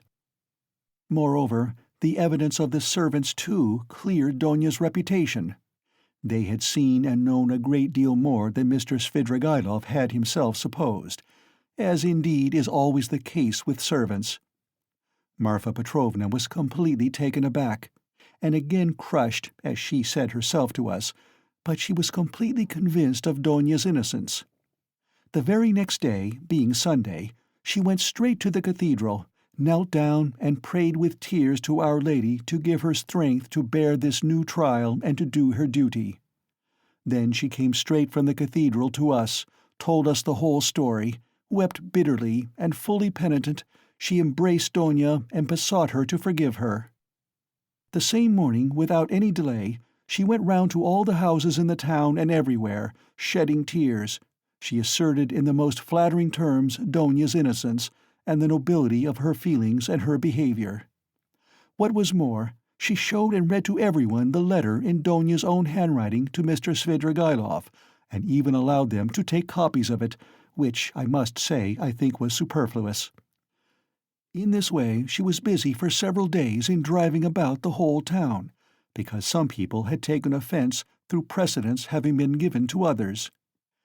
and therefore they had to take turns, so that in every house she was expected before she arrived, and everyone knew that on such and such a day Marfa Petrovna would be reading the letter in such and such a place, and people assembled for every reading of it, even many who had heard it several times already, both in their own houses and in other people's. In my opinion, a very great deal of all this was unnecessary. But that's Marfa Petrovna's character. Anyway, she succeeded in completely re-establishing Donia's reputation, and the whole ignominy of this affair rested as an indelible disgrace upon her husband, as the only person to blame, so that I really began to feel sorry for him. It was really treating the crazy fellow too harshly. Donia was at once asked to give lessons in several families, but she refused. All of a sudden, everyone began to treat her with marked respect, and all this did much to bring about the event by which, one may say, our whole fortunes are now transformed. You must know, dear Rodya, that Donia has a suitor, and that she has already consented to marry him.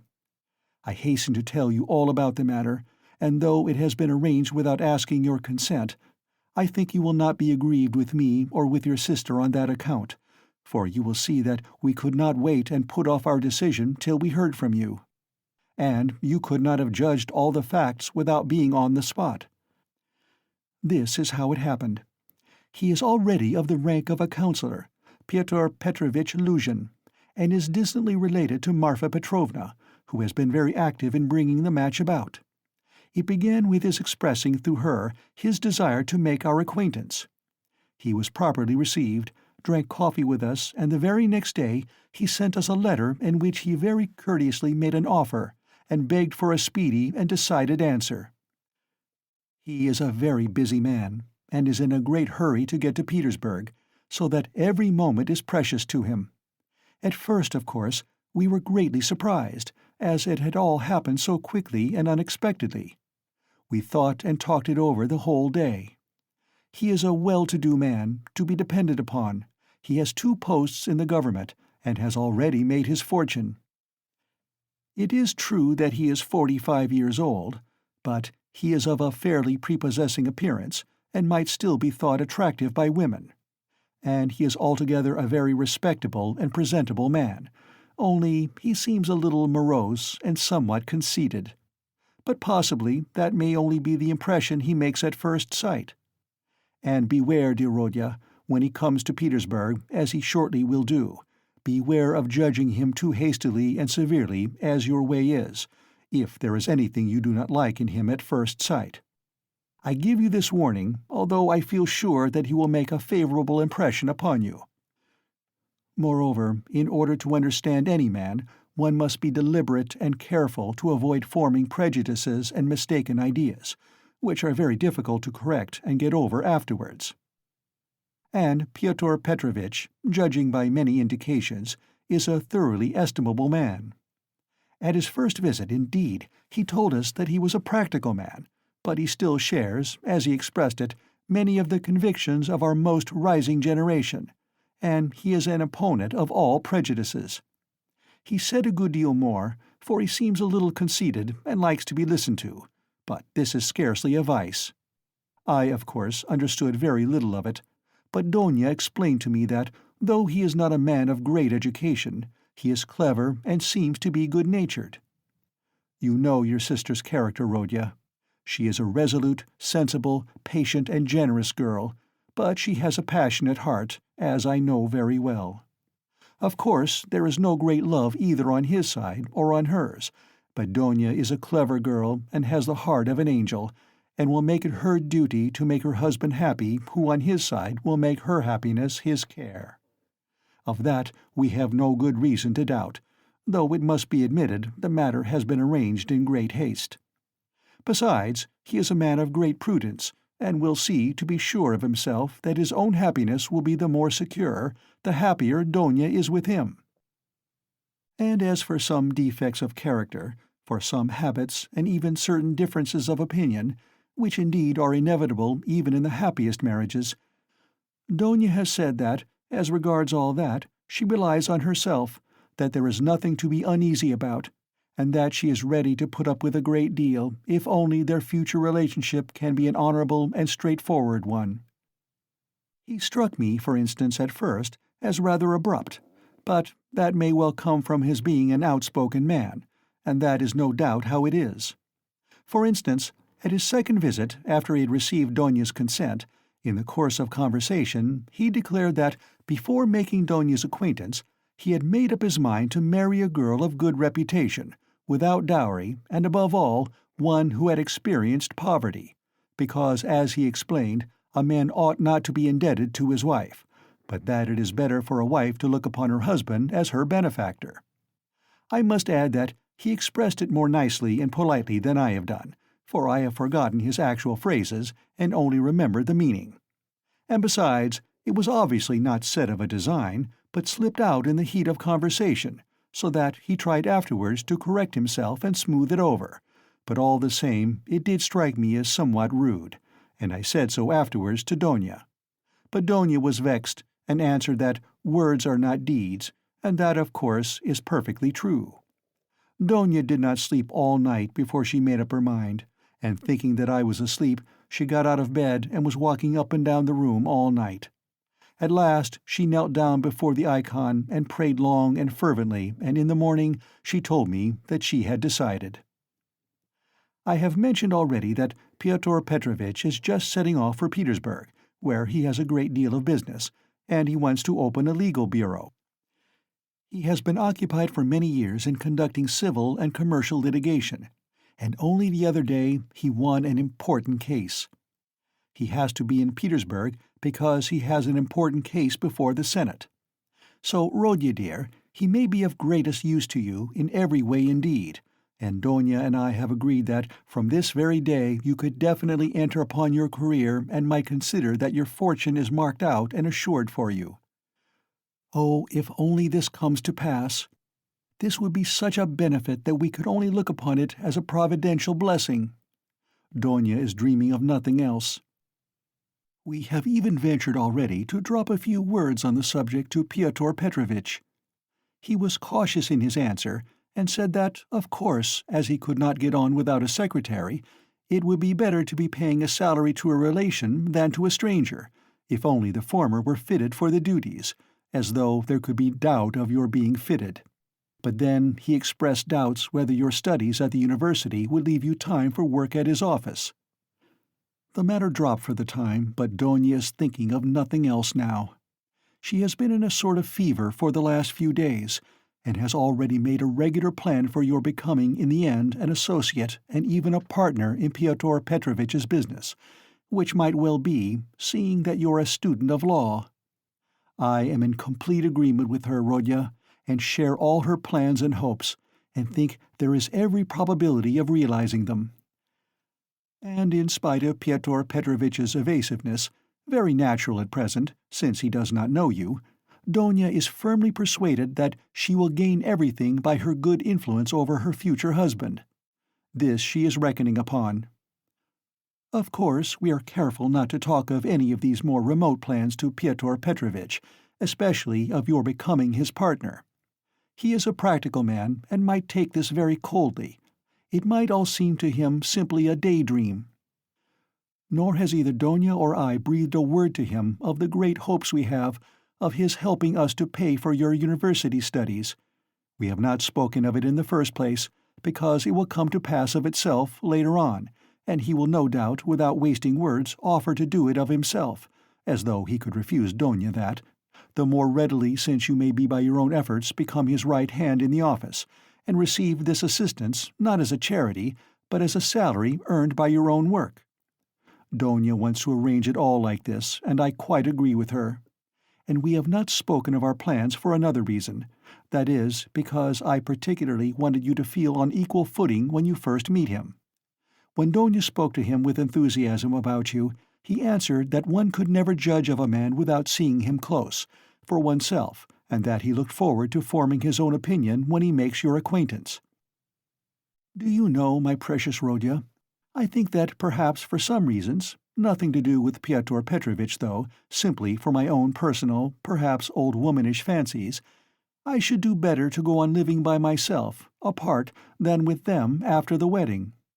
I am convinced that he will be generous and delicate enough to invite me and to urge me to remain with my daughter for the future, and if he has said nothing about it hitherto, it is simply because it has been taken for granted. But I shall refuse. I have noticed more than once in my life that husbands don't quite get on with their mothers-in-law, and I don't want to be the least bit in anyone's way, and for my own sake, too, would rather be quite independent, so long as I have a crust of bread of my own and such children as you and Donia. If possible, I would settle somewhere near you, for the most joyful piece of news, dear Rodya, I have kept for the end of my letter. Know then, my dear boy, that we may perhaps be all together in a very short time, and may embrace one another again after a separation of almost 3 years. It is settled for certain that Donia and I are to set off for Petersburg, exactly when I don't know, but very, very soon, possibly in a week. It all depends on Pyotr Petrovitch, who will let us know when he has had time to look round him in Petersburg. To suit his own arrangements, he is anxious to have his ceremony as soon as possible, even before the fast of Our Lady, if it could be managed, or if that is too soon to be ready, immediately after. Oh, with what happiness I shall press you to my heart! Donia is all excitement at the joyful thought of seeing you. She said one day in joke that she would be ready to marry Pyotr Petrovitch for that alone. She is an angel. She is not writing anything to you now, and has only told me to write that she has so much to tell you that she is not going to take up her pen now, for a few lines that would tell you nothing, and it would only mean upsetting herself. She bids me send you her love and innumerable kisses. But although we shall be meeting so soon, perhaps I shall send you as much money as I can in a day or two. Now that everyone has heard that Donia is to marry Pyotr Petrovitch, my credit has suddenly improved, and I know that Afanasy Ivanovitch will trust me now even to 75 rubles on the security of my pension, so that perhaps I shall be able to send you 25 or even 30 rubles. I would send you more, but I am uneasy about our travelling expenses, for though Pyotr Petrovitch has been so kind as to undertake part of the expenses of the journey, that is to say, he has taken upon himself the conveyance of our bags and big trunk, which will be conveyed through some acquaintances of his, we must reckon upon some expense on our arrival in Petersburg, where we can't be left without a halfpenny, at least for the first few days. But we have calculated it all, Donia and I, to the last penny, and we see that the journey will not cost very much. It is only 90 versts from us to the railway, and we have come to an agreement with a driver we know, so as to be in readiness. And from there Donia and I can travel quite comfortably 3rd class. So that I may very likely be able to send to you not 25, but 30 rubles. But enough. I have covered 2 sheets already, and there is no space left for more. Our whole history, but so many events have happened. And now, my precious Rodya, I embrace you and send you a mother's blessing till we meet. Love Donia, your sister, Rodya. Love her as she loves you, and understand that she loves you beyond everything, more than herself. She is an angel, and you, Rodya, you are everything to us, our one hope, our one consolation. If only you are happy, we shall be happy. Do you still say your prayers, Rodya, and believe in the mercy of our Creator and our Redeemer? I am afraid in my heart that you may have been visited by the new spirit of infidelity that is abroad today. If it is so, I pray for you. Remember, dear boy, how in your childhood, when your father was living, you used to lisp your prayers at my knee, and how happy we all were in those days. Goodbye till we meet then. I embrace you warmly, warmly, with many kisses. Yours till death, Rodion Raskolnikov. Almost from the first, when he read the letter, Raskolnikov's face was wet with tears, but when he finished it, his face was pale and distorted, and a bitter, wrathful, and malignant smile was on his lips. He had laid his head down on his threadbare dirty pillow and pondered a long time. His heart was beating violently, and his brain was in a turmoil. At last he felt cramped and stifled in the little yellow room that was like a cupboard or a box. His eyes and his mind craved for space. He took up his hat and went out, this time without dread of meeting anyone. He had forgotten his dread. He turned in the direction of the Vasilyevsky Ostrov, walking along Vasilyevsky Prospect, as though hastening on some business. But he walked, as his habit was, without noticing his way, muttering and even speaking aloud to himself, to the astonishment of the passers-by. Many of them took him to be drunk. Part 1, Chapter 4. His mother's letter had been a torture to him, but as regards the chief fact in it, he had felt not one moment's hesitation, even whilst he was reading the letter. The essential question was settled, and irrevocably settled in his mind. Never such a marriage while I am alive, and Mr. Luzhin be damned. The thing is perfectly clear, he muttered to himself, with a malignant smile anticipating the triumph of his decision. No, Mother, no, Donia, you won't deceive me. And then they apologize for not asking my advice, and for taking the decision without me. I dare say. They imagine it is arranged now and can't be broken off, but we will see whether it can or not. A magnificent excuse. Pyotr Petrovitch is such a busy man that even his wedding has to be in post-haste, almost by express. No, Donia, I see it all, and I know what you want to say to me, and I know too what you were thinking about when you walked up and down all night, and what your prayers were like before the Holy Mother of Kazan who stands in Mother's bedroom. Bitter is the ascent to Golgotha. So it is finally settled. You have determined to marry a sensible businessman, Avdotya Romanovna, one who has a fortune, has already made his fortune. That is so much more solid and impressive. A man who holds 2 government posts, and who shares the ideas of our more rising generation, as Mother writes, and who seems to be kind, as Donia herself observes. That seems beats everything. And that very Donia for that very seems is marrying him. Splendid, splendid! But I should like to know why Mother has written to me about our most rising generation. Simply as a descriptive touch, or with the idea of prepossessing me in favor of Mr. Luzhin. Oh, the cunning of them! I should like to know one more thing. How far they were open with one another that day and night and all this time since. Was it put into words, or did both understand that they had the same thing at heart and in their minds, so that there was no need to speak of it aloud, and better not to speak of it?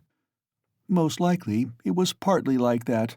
From Mother's letter it's evident.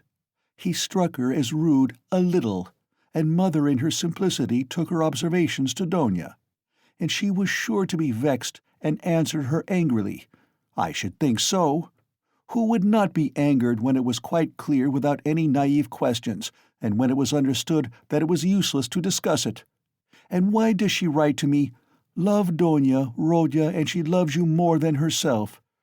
Has she a secret conscience prick at sacrificing her daughter to her son? You are our one comfort, you are everything to us. Oh, Mother! His bitterness grew more and more intense, and if he happened to meet Mr. Luzhin at the moment, he might have murdered him. Yes, that's true, he continued, pursuing the whirling ideas that chased each other in his brain. It is true that it needs time and care to get to know a man, but there is no mistake about Mr. Luzhin. The chief thing is he is a man of business and seems kind. That was something, wasn't it, to send the bags and big box for them? A kind man, no doubt, after that. But his bride and her mother are to drive in a peasant's cart covered with sacking. I know, I have been driven in it. No matter. It is only 90 versts, and then they can travel very comfortably third class, for 1,000 versts. Quite right, too. One must cut one's coat according to one's cloth. But what about you, Mr. Luzhin? She is your bride, and you must be aware that her mother has to raise money on her pension for the journey. To be sure, it's a matter of business, a partnership for mutual benefit, with equal shares and expenses. Food and drink provided, but pay for your tobacco. The businessman has got the better of them, too. The luggage will cost less than their fares and very likely go for nothing. How is it that they don't both see all that? Or is it that they don't want to see? And they are pleased, pleased. And to think that this is only the first blossoming, and that the real fruits are to come. But what really matters is not the stinginess, is not the meanness, but the tone of the whole thing. For that will be the tone after marriage. It's a foretaste of it. And Mother, too, why should she be so lavish? What will she have by the time she gets to Petersburg? 3 silver roubles or 2 paper ones, as she says? That old woman. What does she expect to live upon in Petersburg afterwards? She has her reasons already for guessing that she could not live with Donia after the marriage, even for the first few months. The good man has no doubt let slip something on that subject also, though Mother would deny it. "I shall refuse," says she. On whom is she reckoning, then? Is she counting on what is left of her 120 roubles of pension when Afanasy Ivanovitch's debt is paid? She knits woolen shawls and embroiders cuffs, ruining her old eyes. And all her shawls don't add more than 20 roubles a year to her 120, I know that. So she is building all her hopes all the time on Mr. Luzhin's generosity. He will offer it of himself, he will press it on me. You may wait a long time for that. That's how it always is with these Schilleresque noble hearts. Till the last moment every goose is a swan with them. Till the last moment they hope for the best and will see nothing wrong, and although they have an inkling of the other side of the picture, yet they won't face the truth till they are forced to. The very thought of it makes them shiver.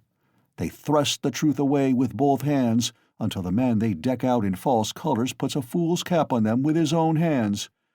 I should like to know whether Mr. Luzhin has any orders of merit. I bet he has the Anna in his buttonhole, and that he puts it on when he goes to dine with contractors or merchants. He will be sure to have it for his wedding, too. Enough of him, confound him.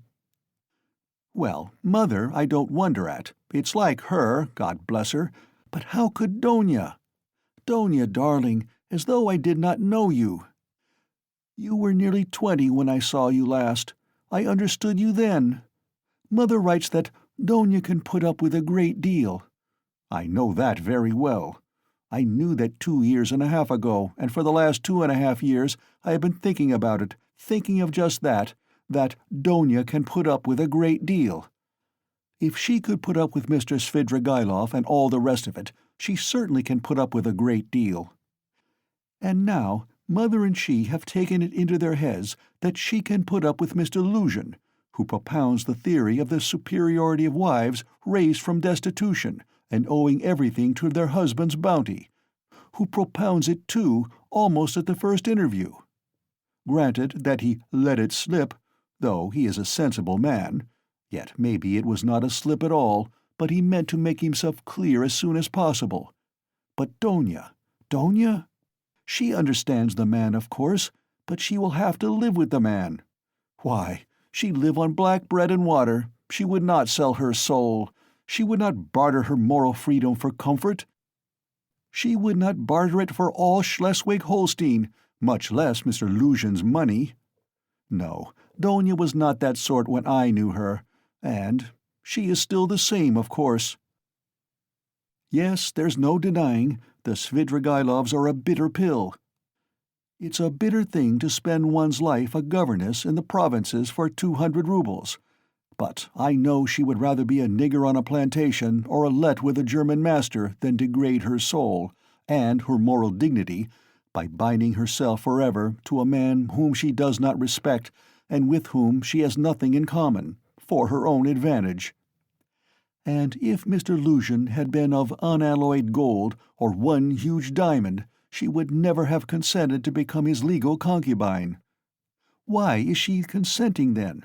What's the point of it? What's the answer? It's clear enough.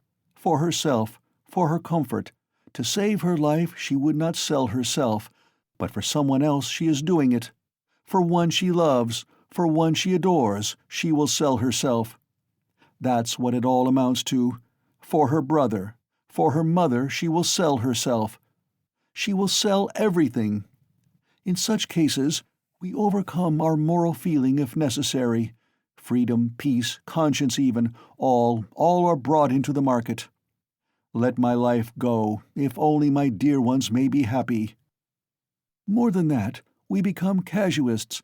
We learn to be Jesuitical, and for a time, maybe, we can soothe ourselves. We can persuade ourselves that it is one's duty for a good object. That's just like us. It's as clear as daylight. It's clear that Rodion Raskolnikov is the central figure in the business, and no one else. Oh yes, she can ensure his happiness, keep him in the university, make him a partner in the office, make his whole future secure. Perhaps he may even be a rich man later on, prosperous, respected, and may even end his life a famous man. But my mother?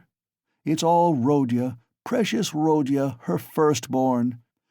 For such a son, who would not sacrifice such a daughter? Oh, loving, over-partial hearts! Why, for his sake, we would not shrink even from Sonia's fate. Sonia Marmeladov, the eternal victim so long as the world lasts. Have you taken the measure of your sacrifice, both of you? Is it right? Can you bear it? Is it any use? Is there sense in it? And let me tell you, Donya, Sonia's life is no worse than life with Mr. Luzhin. There can be no question of love, Mother writes. And what if there can be no respect either? If, on the contrary, there is aversion, contempt, repulsion, what then? So you will have to keep up your appearance, too. Is not that so? Do you understand what that smartness means? Do you understand that the Luzhin smartness is just the same thing as Sonia's, and maybe worse, viler, baser, because in your case, Donya, it's a bargain for luxuries, after all, but with Sonia it's simply a question of starvation. It has to be paid for. It has to be paid for, Donya, this smartness. And what if it's more than you can bear afterwards, if you regret it? The bitterness, the misery, the curses, the tears hidden from all the world, for you are not a Marfa Petrovna. And how will your mother feel then? Even now she is uneasy, she is worried, but then when she sees it all clearly, and I? Yes, indeed, what have you taken me for? I won't have your sacrifice, Donya. I won't have it, Mother.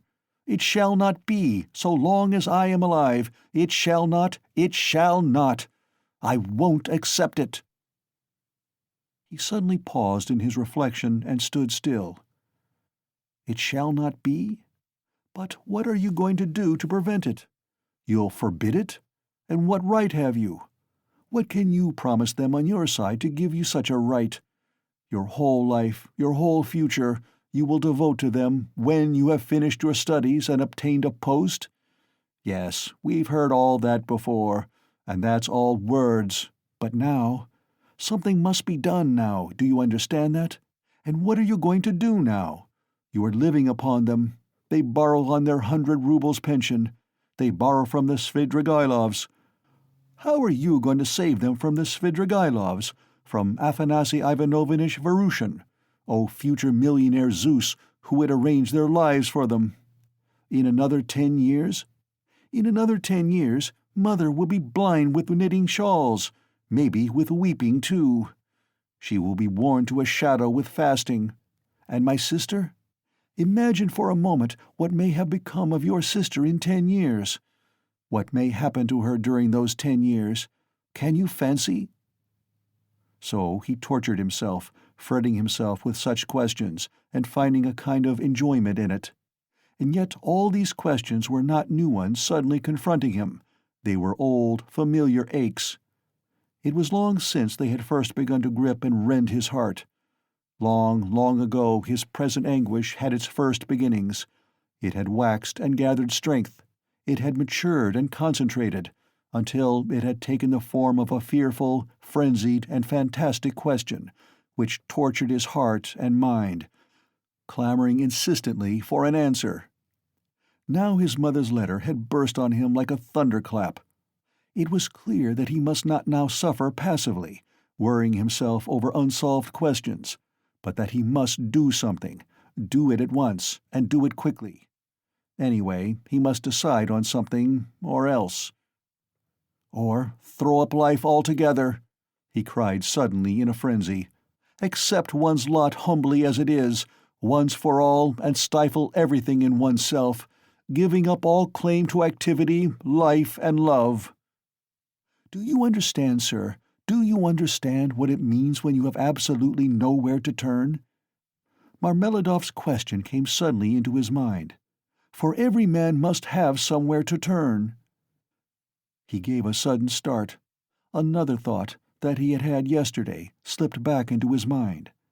But he did not start at the thought recurring to him, for he knew, he had felt beforehand, that it must come back. He was expecting it. Besides, it was not only yesterday's thought. The difference was that a month ago, yesterday even, the thought was a mere dream. But now it appeared not a dream at all. It had taken a new, menacing, and quite unfamiliar shape, and he suddenly became aware of this himself. He felt a hammering in his head, and there was a darkness before his eyes. He looked round hurriedly. He was searching for something. He wanted to sit down, and he was looking for a seat. He was walking along the Quai Boulevard. There was a seat about 100 paces in front of him. He walked towards it as fast as he could, but on the way he met with a little adventure which absorbed all his attention. Looking for the seat, he had noticed a woman walking some 20 paces in front of him, but at first he took no more notice of her than of other objects that crossed his path. It had happened to him many times going home not to notice the road by which he was going, and he was accustomed to walk like that. But there was at first sight something so strange about the woman in front of him that gradually his attention was riveted upon her, at first reluctantly and, as it were, resentfully, and then more and more intently. He felt a sudden desire to find out what it was that was so strange about the woman. In the first place, she appeared to be a girl quite young, and she was walking in the great heat bareheaded and with no parasol or gloves, waving her arms about in an absurd way. She had on a dress of some light silky material, but put on strangely awry, not properly hooked up, and torn open at the top of the skirt, close to the waist. A great piece was rent and hanging loose. A little kerchief was flung about her bare throat, but lay slanting on one side. The girl was walking unsteadily, too, stumbling and staggering from side to side. She drew Raskolnikov's whole attention at last. He overtook the girl at the seat, but on reaching it she dropped down on it in the corner. She let her head sink on the back of the seat and closed her eyes, apparently in extreme exhaustion. Looking at her closely, he saw at once that she was completely drunk. It was a strange and shocking sight. He could hardly believe that he was not mistaken. He saw before him the face of a quite young, fair-haired girl, 16, perhaps not more than 15 years old. Pretty little face, but flushed and heavy-looking, and, as it were, swollen. The girl seemed hardly to know what she was doing.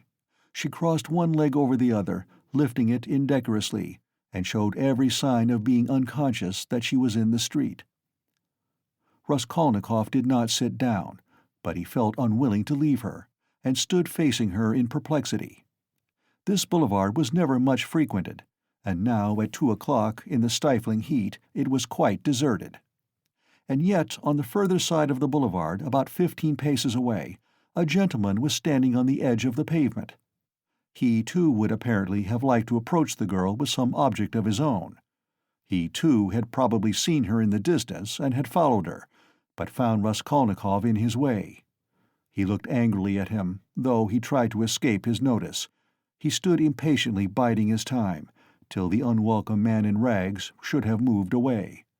His intentions were unmistakable. The gentleman was a plump, thickly set man, about 30, fashionably dressed, with a high color, red lips, and mustaches.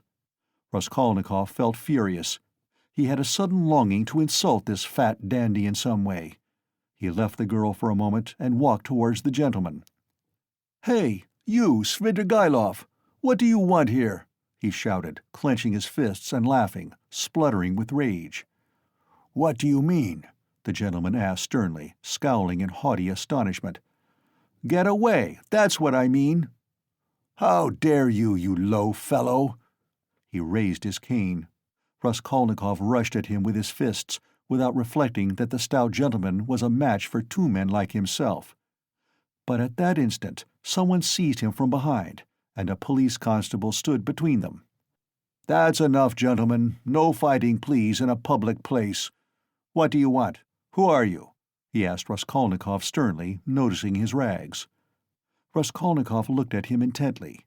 He had a straightforward, sensible, soldierly face, with grey mustaches and whiskers.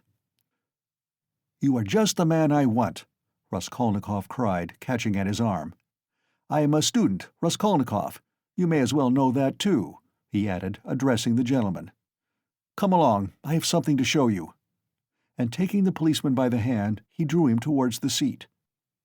"Look here, hopelessly drunk, and she has just come down the boulevard. There is no telling who and what she is. She does not look like a professional.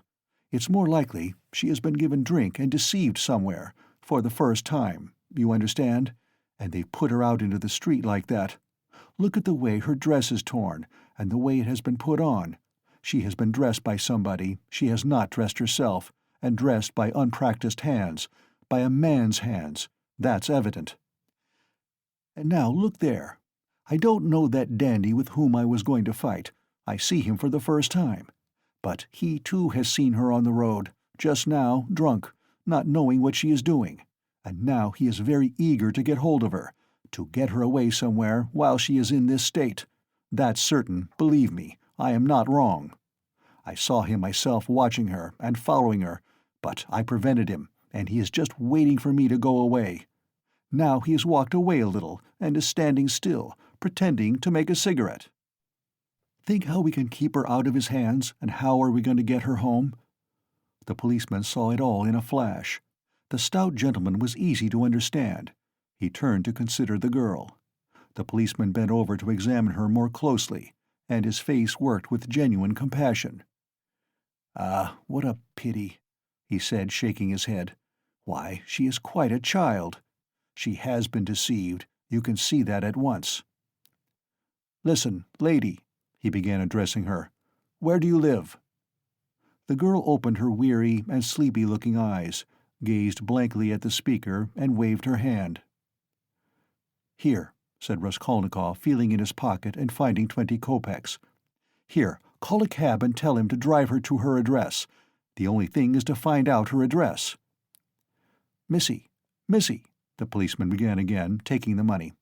"I'll fetch you a cab and take you home myself. Where shall I take you, eh? Where do you live?" "Go away. They won't let me alone," the girl muttered, and once more waved her hand. Ach, how shocking. It's shameful, Missy, it's a shame." He shook his head again, shocked, sympathetic, and indignant. "It's a difficult job," the policeman said to Raskolnikov, and as he did so, he looked him up and down in a rapid glance. He, too, must have seemed a strange figure to him, dressed in rags and handing him money. "Did you meet her far from here?" he asked him.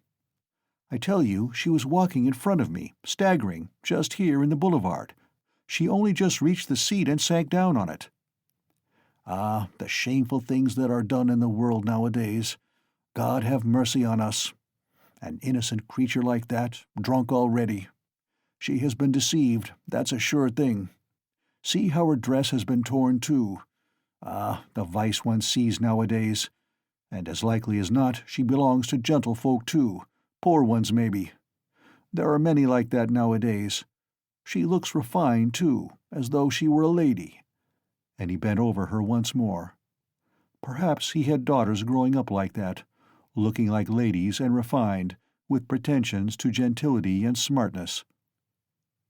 "The chief thing is," Raskolnikov persisted, "to keep her out of this scoundrel's hands. Why should he outrage her? It's as clear as day what he is after. Ah, the brute, he is not moving off." Raskolnikov spoke aloud and pointed to him. The gentleman heard him and seemed about to fly into a rage again, but thought better of it and confined himself to a contemptuous look. He then walked slowly another 10 paces away and again halted. "Keep her out of his hands we can," said the constable thoughtfully, "if only she'd tell us where to take her. But as it is— Missy! Hey! Missy!" He bent over her once more. She opened her eyes fully all of a sudden, looked at him intently, as though realizing something, got up from the seat and walked away in the direction from which she had come. "Oh, shameful wretches! They won't let me alone," she said, waving her hand again. She walked quickly, though staggering as before. The dandy followed her, but along another avenue, keeping his eye on her. "Don't be anxious. I won't let him have her," the policeman said resolutely, and he set off after them. "Ah, the vice one sees nowadays," he repeated aloud, sighing. At that moment something seemed to sting Raskolnikov. In an instant a complete revulsion of feeling came over him. "Hey, here!" he shouted after the policeman. The latter turned round. "Let them be! What is it to do with you? Let her go! Let him amuse himself!" He pointed at the dandy. "What is it to do with you?" The policeman was bewildered and stared at him open-eyed. Raskolnikov laughed. "Well," ejaculated the policeman with a gesture of contempt, and he walked after the dandy and the girl, probably taking Raskolnikov for a madman or something even worse. "He has carried off my 20 kopecks," Raskolnikov murmured angrily when he was left alone. "Well, let him take as much from the other fellow to allow him to have the girl, and so let it end. And why did I want to interfere? Is it for me to help? Have I any right to help? Let them devour each other alive. What is it to me? How did I dare to give him 20 kopecks? Were they mine?" In spite of those strange words, he felt very wretched. He sat down on the deserted seat. His thoughts strayed aimlessly. He found it hard to fix his mind on anything at that moment. He longed to forget himself altogether, to forget everything, and then to wake up and begin life anew. "Poor girl," he said, looking at the empty corner where she had sat. "She will come to herself and weep, and then her mother will find out. She will give her a beating, a horrible, shameful beating, and then maybe turn her out of doors. And even if she does not, the Darya Francovnas will get wind of it, and the girl will soon be slipping out on the sly here and there. Then there will be the hospital directly. That's always the luck of those girls with respectable mothers who go wrong on the sly. And then, again the hospital. Drink, the taverns, and more hospital. In 2 or 3 years, a wreck, and her life over at 18 or 19. Have I not seen cases like that? And how have they been brought to it? Why, they've all come to it like that. Ugh! But what does it matter? That's as it should be, they tell us. A certain percentage, they tell us, must every year go, that way, to the devil, I suppose, so that the rest may remain chaste and not be interfered with. A percentage! What splendid words they have! They are so scientific, so consolatory. Once you've said percentage, there's nothing more to worry about. If we had any other word, maybe we might feel more uneasy. But what if Donia were one of the percentage? If another one, if not that one? But where am I going? He thought suddenly. Strange, I came out for something. As soon as I had read the letter, I came out. I was going to Vasilyevsky Ostrov, to Razumian. That's what it was. Now I remember. What for, though? And what put the idea of going to Razumian into my head just now? That's curious. He wondered at himself. Razumian was one of his old comrades at the university. It was remarkable that Raskolnikov had hardly any friends at the university. He had kept aloof from everyone, went to see no one, and did not welcome anyone who came to see him, and indeed everyone soon gave him up. He took no part in the students' gatherings, amusements, or conversations. He worked with great intensity without sparing himself, and he was respected for this, but no one liked him. He was very poor, and there was a sort of haughty pride and reserve about him, as though he were keeping something to himself. He seemed to some of his comrades to look down upon them all as children, as though he were superior in development, knowledge, and convictions, as though their beliefs and interests were beneath him. With Razumian he had got on, or at least he was more unreserved and communicative with him. Indeed, it was impossible to be on any other terms with Razumian. He was an exceptionally good-humored and candid youth, good-natured to the point of simplicity, though both depth and dignity lay concealed under that simplicity. The better of his comrades understood this, and all were fond of him. He was extremely intelligent, though he was certainly rather a simpleton at times. He was of striking appearance, tall, thin, black-haired, and always badly shaved. He was sometimes uproarious, and was reputed to be of great physical strength. One night, when out in a festive company, he had with one blow laid a gigantic policeman on his back. There was no limit to his drinking powers, but he could abstain from drink altogether. He sometimes went too far in his pranks, but he could do without pranks altogether. Another thing striking about Razumian, no failure distressed him, and it seemed as though no unfavorable circumstances could crush him. He could lodge anywhere, and bear the extremes of cold and hunger. He was very poor, and kept himself entirely on what he could earn by work of one sort or another. He knew of no end of resources by which to earn money. He spent one whole winter without lighting his stove, and used to declare that he liked it better, because one slept more soundly in the cold. For the present he too had been obliged to give up the university, but it was only for a time, and he was working with all his might to save enough to return to his studies again. Raskolnikov had not been able to see him for the last 4 months, and Razumian did not even know his address.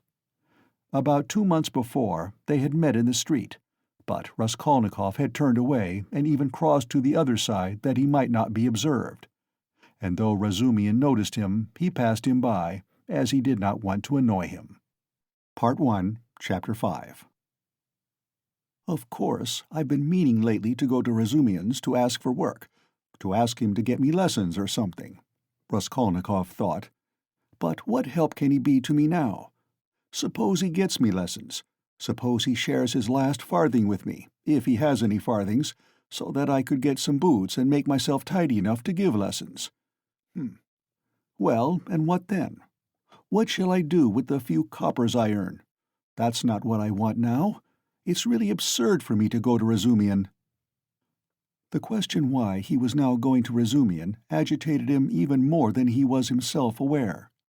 He kept uneasily seeking for some sinister significance in this apparently ordinary action. Could I have expected to set it all straight, and to find a way out by means of Razumian alone? He asked himself in perplexity. He pondered and rubbed his forehead, and, strange to say, after long musing, suddenly, as if it were spontaneously and by chance, a fantastic thought came into his head. To Razumian's, he said all at once, calmly, as though he had reached a final determination. I shall go to Razumian's, of course, but not now. I shall go to him on the next day after it, when it will be over and everything will begin afresh. And suddenly he realized what he was thinking. After it, he shouted, jumping up from the seat. But is it really going to happen? Is it possible it really will happen? He left the seat and went off almost at a run. He meant to turn back, homewards, but the thought of going home suddenly filled him with intense loathing. In that hole, in that awful little cupboard of his, all this had for a month past been growing up in him, and he walked on at random. His nervous shudder had passed into a fever that made him feel shivering. In spite of the heat he felt cold. With a kind of effort he began almost unconsciously, from some inner craving, to stare at all the objects before him, as though looking for something to distract his attention. But he did not succeed, and kept dropping every moment into brooding. When with a start he lifted his head again and looked round, he forgot at once what he had just been thinking about, and even where he was going. In this way he walked right across Vasilyevsky Ostrov, came out onto the Lesser Neva, crossed the bridge, and turned towards the islands. The greenness and freshness were at first restful to his weary eyes after the dust of the town and the huge houses that hemmed him in and weighed upon him. Here there were no taverns, no stifling closeness, no stench. But soon these new pleasant sensations passed into morbid irritability. Sometimes he stood still before a brightly painted summer villa standing among green foliage. He gazed through the fence. He saw in the distance smartly dressed women on the verandas and balconies, and children running in the gardens. The flowers especially caught his attention. He gazed at them longer than at anything. He was met too by luxurious carriages and by men and women on horseback. He watched them with curious eyes and forgot about them before they had vanished from his sight. Once he stood still and counted his money. He found he had 30 kopecks. 20 to the policeman, 3 to Nastasia for the letter. So I must have given 47 or 50 to the Marmeladovs yesterday, he thought, reckoning it up for some unknown reason, but he soon forgot with what object he had taken the money out of his pocket. He recalled it on passing an eating-house or tavern, and felt that he was hungry. Going into the tavern, he drank a glass of vodka and ate a pie of some sort. He finished eating it as he walked away. It was a long while since he had taken vodka, and it had an effect upon him at once, though he only drank a wineglassful. His legs felt suddenly heavy, and a great drowsiness came upon him. He turned homewards, but reaching Petrovsky Ostrov, he stopped, completely exhausted, turned off the road into the bushes, sank down upon the grass, and instantly fell asleep. In a morbid condition of the brain, dreams often have a singular actuality, vividness, and extraordinary semblance of reality. At times, monstrous images are created, but the setting and the whole picture are so truthlike and filled with details so delicate, so unexpectedly but so artistically consistent, that the dreamer, were he an artist like Pushkin or Turgenev even, could never have invented them in the waking state. Such sick dreams always remain long in the memory and make a powerful impression on the overwrought and deranged nervous system. Raskolnikov had a fearful dream. He dreamt he was back in his childhood in the little town of his birth. He was a child about 7 years old, walking into the country with his father on the evening of a holiday.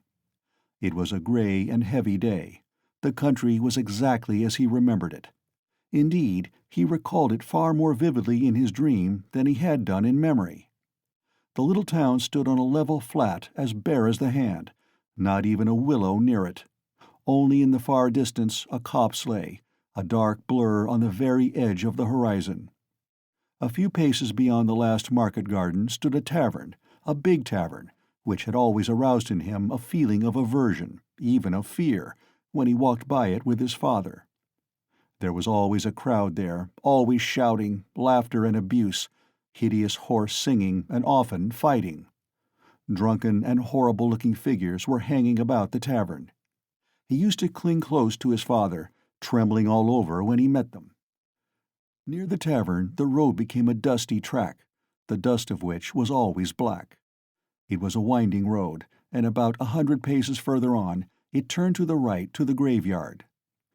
In the middle of the graveyard stood a stone church with a green cupola, where he used to go to Mass 2 or 3 times a year with his father and mother, when a service was held in memory of his grandmother, who had long been dead and whom he had never seen. On these occasions they used to take on a white dish tied up in a table napkin a special sort of rice pudding, with raisins stuck in it in the shape of a cross. He loved that church, the old-fashioned, unadorned icons, and the old priest with the shaking head. Near his grandmother's grave, which was marked by a stone, was the little grave of his younger brother, who had died at 6 months old. He did not remember him at all, but he had been told about his little brother, and whenever he visited the graveyard, he used religiously and reverently to cross himself and to bow down and kiss the little grave. And now he dreamt that he was walking with his father past the tavern on the way to the graveyard. He was holding his father's hand and looking with dread at the tavern. A peculiar circumstance attracted his attention. There seemed to be some kind of festivity going on. There were crowds of gaily dressed townspeople, peasant women, their husbands, and riffraff of all sorts, all singing and all more or less drunk. Near the entrance of the tavern stood a cart, but a strange cart. It was one of those big carts usually drawn by heavy cart horses and laden with casks of wine or other heavy goods. He always liked looking at those great cart horses with their long manes, thick legs, and slow, even pace, drawing along a perfect mountain with no appearance of effort, as though it were easier going with a load than without it. But now, strange to say, in the shafts of such a cart he saw a thin little sorrel beast, one of those peasant nags which he had often seen straining their utmost under a heavy load of wood or hay, especially when the wheels were stuck in the mud or in a rut. And the peasants would beat them so cruelly, sometimes even about the nose and eyes, and he felt so sorry for them that he almost cried, and his mother always used to take him away from the window. All of a sudden there was a great uproar of shouting, singing, and the balalaika, and from the tavern a number of big and very drunken peasants came out, wearing red and blue shirts and coats thrown over their shoulders. "Get in! Get in!" shouted one of them, a young, thick-necked peasant, with a fleshy face red as a carrot. "I'll take you all! Get in!" But at once there was an outbreak of laughter and exclamations in the crowd. "Take us all with a beast like that? Why, Mikolka, are you crazy to put a nag like that in such a cart? And this mare is 20 if she is a day, mates." "Get in! I'll take you all!" Mikolka shouted again, leaping first into the cart, seizing the reins and standing straight up in front. "The bay has gone with Matvey," he shouted from the cart. "And this brute, mates, is just breaking my heart. I feel as if I could kill her. She's just eating her head off. Get in, I tell you. I'll make her gallop.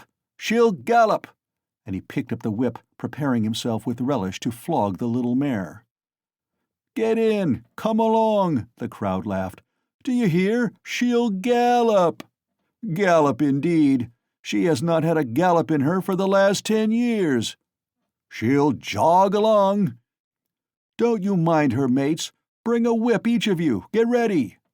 "All right. Give it to her." They all clambered into Mikolka's cart, laughing and making jokes. 6 men got in, and there was still room for more. They hauled in a fat, rosy-cheeked woman. She was dressed in red cotton, in a pointed, beaded headdress, and thick leather shoes. She was cracking nuts and laughing. The crowd round them was laughing too, and indeed, how could they help laughing? That wretched nag was to drag all the cartload of them at a gallop.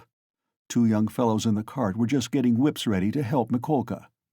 With the cry of "Now!" the mare tugged with all her might, but far from galloping, could scarcely move forward. She struggled with her legs, gasping and shrinking from the blows of the 3 whips which were showered upon her like hail. The laughter in the cart and in the crowd was redoubled, but Mikolka flew into a rage and furiously thrashed the mare, as though he supposed she really could gallop. "Let me get in too, mates," shouted a young man in the crowd whose appetite was aroused. "Get in! All get in!" cried Mikolka. "She will draw you all! I'll beat her to death!" And he thrashed and thrashed at the mare, beside himself with fury. "Father! Father!" he cried. "Father, what are they doing? Father, they are beating the poor horse." Come along," said his father. "They are drunken and foolish. They are in fun. Come away, don't look." And he tried to draw him away, but he tore himself away from his hand, and, beside himself with horror, ran to the horse. The poor beast was in a bad way. She was gasping, standing still, then tugging again and almost falling. "Beat her to death!" cried Mikolka. "It's come to that. I'll do for her." "What are you about? Are you a Christian, you devil?" shouted an old man in the crowd. "Did anyone ever see the like? A wretched nag like that pulling such a cartload," said another. "You'll kill her," shouted the third. "Don't meddle. It's my property. I'll do what I choose. Get in, more of you. Get in, all of you. I will have her go at a gallop." All at once, laughter broke into a roar and covered everything. The mare, roused by the shower of blows, began feebly kicking. Even the old man could not help smiling. To think of a wretched little beast like that trying to kick! Two lads in the crowd snatched up whips and ran to the mare to beat her about the ribs. One ran each side. "Hit her in the face! In the eyes! In the eyes!" cried Mikolka. "Give us a song, mates!" shouted someone in the cart, and everyone in the cart joined in a riotous song, jingling a tambourine and whistling. The woman went on cracking nuts and laughing. He ran beside the mare, ran in front of her, saw her being whipped across the eyes, right in the eyes. He was crying, he felt choking, his tears were streaming. One of the men gave him a cut with the whip across the face. He did not feel it. Wringing his hands and screaming, he rushed up to the gray-headed old man with the gray beard, who was shaking his head in disapproval. One woman seized him by the hand and would have taken him away, but he tore himself from her and ran back to the mare. She was almost at the last gasp, but began kicking once more. "I'll teach you to kick!" Mikolka shouted ferociously. He threw down the whip, bent forward and picked up from the bottom of the cart a long, thick shaft.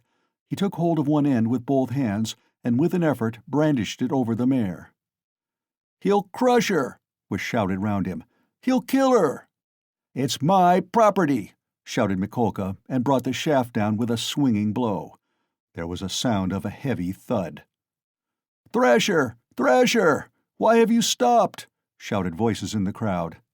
And Mikolka swung the shaft a second time, and it fell a second time on the spine of the luckless mare. She sank back on her haunches, but lurched forward and tugged forward with all her force, tugged first on one side and then on the other, trying to move the cart. But the 6 whips were attacking her in all directions, and the shaft was raised again and fell upon her a third time, then a fourth, with heavy measured blows. Mikolka was in a fury that he could not kill her at one blow. "She's a tough one," was shouted in the crowd.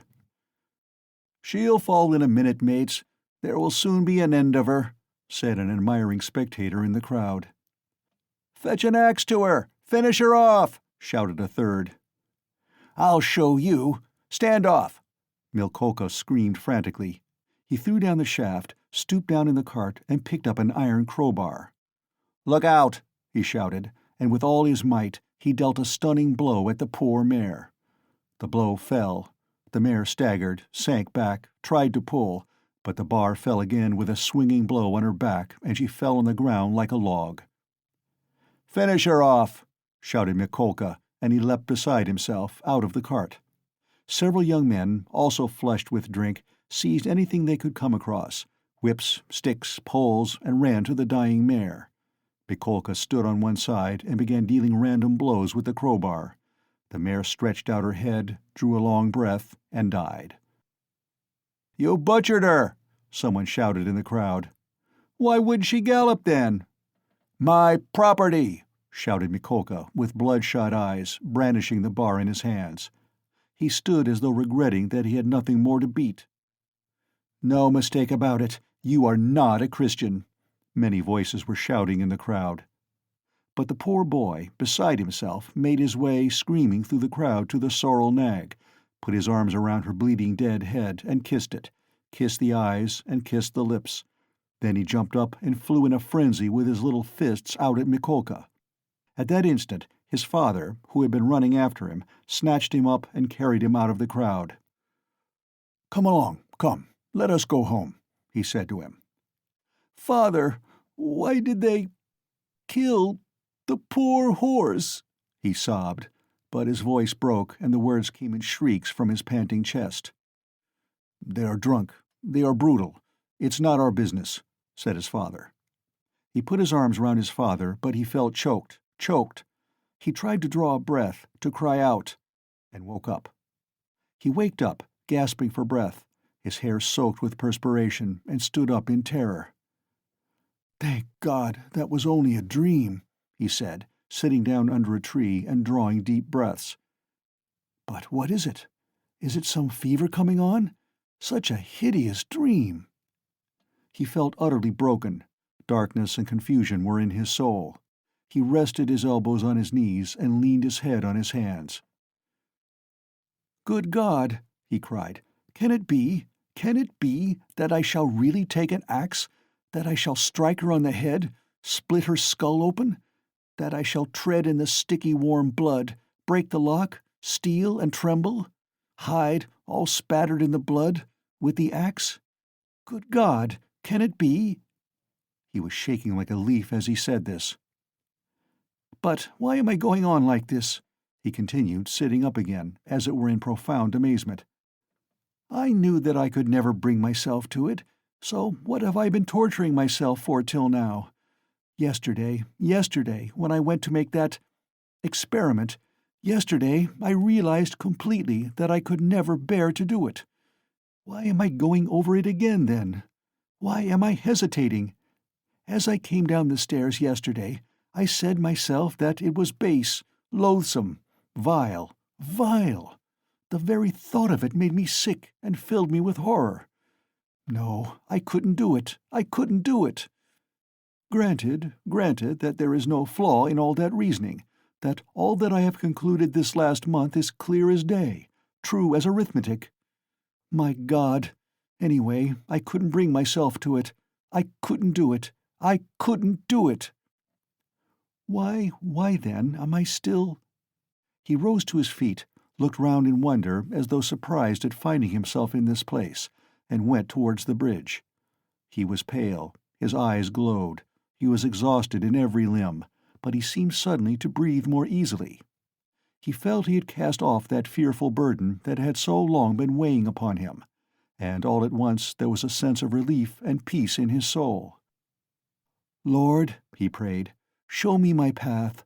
I renounce that accursed dream of mine." Crossing the bridge, he gazed quietly and calmly at the Neva, at the glowing red sun setting in the glowing sky. In spite of his weakness, he was not conscious of fatigue. It was as though an abscess that had been forming for a month past in his heart had suddenly broken. Freedom, freedom! He was free from that spell, that sorcery, that obsession. Later on, when he recalled that time and all that happened to him during those days, minute by minute, point by point, he was superstitiously impressed by one circumstance, which, though in itself not very exceptional, always seemed to him afterwards the predestined turning point of his fate. He could never understand and explain to himself why, when he was tired and worn out, when it would have been more convenient for him to go home by the shortest and most direct way, he had returned by the Haymarket where he had no need to go. It was obviously and quite unnecessarily out of his way, though not much so. It is true that it happened to him dozens of times to return home without noticing what streets he passed through. But why, he was always asking himself, why had such an important, such a decisive, and at the same time such an absolutely chance meeting happened in the Haymarket, where he had, moreover, no reason to go, at the very hour, the very minute of his life, when he was just in the very mood and in the very circumstances in which that meeting was able to exert the gravest and most decisive influence on his whole destiny, as though it had been lying in wait for him on purpose. It was about 9 o'clock when he crossed the Haymarket. At the tables and the barrows, at the booths and the shops, all the market people were closing their establishments or clearing away and packing up their wares, and, like their customers, were going home. Rag-pickers and costermongers of all kinds were crowding round the taverns in the dirty and stinking courtyards of the Haymarket. Raskolnikov particularly liked this place and the neighboring alleys, when he wandered aimlessly in the streets. Here his rags did not attract contemptuous attention, and one could walk about in any attire without scandalizing people. At the corner of an alley, a huckster and his wife had 2 tables set out with tapes, thread, cotton handkerchiefs, etc. They too had got up to go home, but were lingering in conversation with a friend, who had just come up to them. This friend was Lizavetna Ivanovna, or, as everyone called her, Lizavetna, the younger sister of the old pawnbroker Alyona Ivanovna, whom Raskolnikov had visited the previous day to pawn his watch and make his experiment. He already knew all about Lizavetna, and she knew him a little too. She was a single woman of about 35, tall, clumsy, timid, submissive, and almost idiotic. She was a complete slave and went in fear and trembling of her sister, who made her work day and night and even beat her. She was standing with a bundle before the huckster and his wife, listening earnestly and doubtfully. They were talking of something with special warmth. The moment Raskolnikov caught sight of her, he was overcome by a strange sensation, as it were, of intense astonishment, though there was nothing astonishing about this meeting. "You could make up your mind for yourself, Lizaveta Ivanovna," the huckster was saying aloud. "Come round tomorrow about 7. They will be here too." "Tomorrow?" said Lizaveta slowly and thoughtfully, as though unable to make up her mind. "Upon my word, what a fright you are of Alyona Ivanovna," gabbled the huckster's wife, a lively little woman. "I look at you, you are like some little babe, and she is not your own sister either, nothing but a stepsister, and what a hand she keeps over you." "But this time don't say a word to Alyona Ivanovna," her husband interrupted. "That's my advice, but come round to us without asking. It will be worth your while. Later on, your sister herself may have a notion." "Am I to come?" "About 7 o'clock tomorrow, and they will be here. You will be able to decide for yourself. And we'll have a cup of tea," added his wife. "All right, I'll come," said Lizaveta, still pondering, and she began slowly moving away. Raskolnikov had just passed and heard no more. He passed softly, unnoticed, trying not to miss a word. His first amazement was followed by a thrill of horror, like a shiver running down his spine. He had suddenly, quite unexpectedly learnt, that the next day at 7 o'clock, Lizaveta, the old woman's sister and only companion, would be away from home, and that therefore at 7 o'clock precisely the old woman would be left alone. He was only a few steps from his lodging. He went in like a man condemned to death. He thought of nothing and was incapable of thinking, but he felt suddenly in his whole being that he had no more freedom of thought, no will, and that everything was suddenly and irrevocably decided. Certainly, if he had to wait whole years for a suitable opportunity, he could not reckon on a more certain step towards the success of the plan than that which had just presented itself. In any case, it would have been difficult to find out beforehand and with certainty, and with greater exactness and less risk, and without dangerous inquiries and investigations, that next day at a certain time an old woman, on whose life an attempt was contemplated, would be at home and entirely alone. Part 1, Chapter 6. Later on, Raskolnikov happened to find out why the huckster and his wife had invited Lizaveta. It was a very ordinary matter, and there was nothing exceptional about it. A family who had come to the town and been reduced to poverty were selling their household goods and clothes, all women's things. As the things would have fetched little in the market, they were looking for a dealer. This was Lizaveta's business. She undertook such jobs and was frequently employed, as she was very honest and always fixed a fair price and stuck to it. She spoke as a rule little, and, as we have said already, she was very submissive and timid. But Raskolnikov had become superstitious of late. The traces of superstition remained in him long after, and were almost ineradicable. And in all this he was always afterwards disposed to see something strange and mysterious, as it were, the presence of some peculiar influences and coincidences. In the previous winter, a student he knew called Pokorev, who had left for Kharkov, had chanced in conversation to give him the address of Alyona Ivanovna, the old pawnbroker, in case he might want to pawn anything. For a long while he did not go to her, for he had lessons and managed to get along somehow. 6 weeks ago he had remembered the address. He had 2 articles that could be pawned: his father's old silver watch and a little gold ring with 3 red stones, a present from his sister at parting. He decided to take the ring. When he found the old woman, he had felt an insurmountable repulsion for her at the first glance, though he knew nothing special about her. He got 2 rubles from her and went into a miserable little tavern on his way home. He asked for tea, sat down, and sank into deep thought. A strange idea was pecking at his brain like a chicken in the egg, and very, very much absorbed him. Almost beside him at the next table there was sitting a student, whom he did not know and had never seen, and with him a young officer. They had played a game of billiards and began drinking tea. All at once he heard the student mention to the officer the pawnbroker Alyona Ivanovna, and gave him her address. This of itself seemed strange to Raskolnikov. He had just come from her, and here at once he heard her name.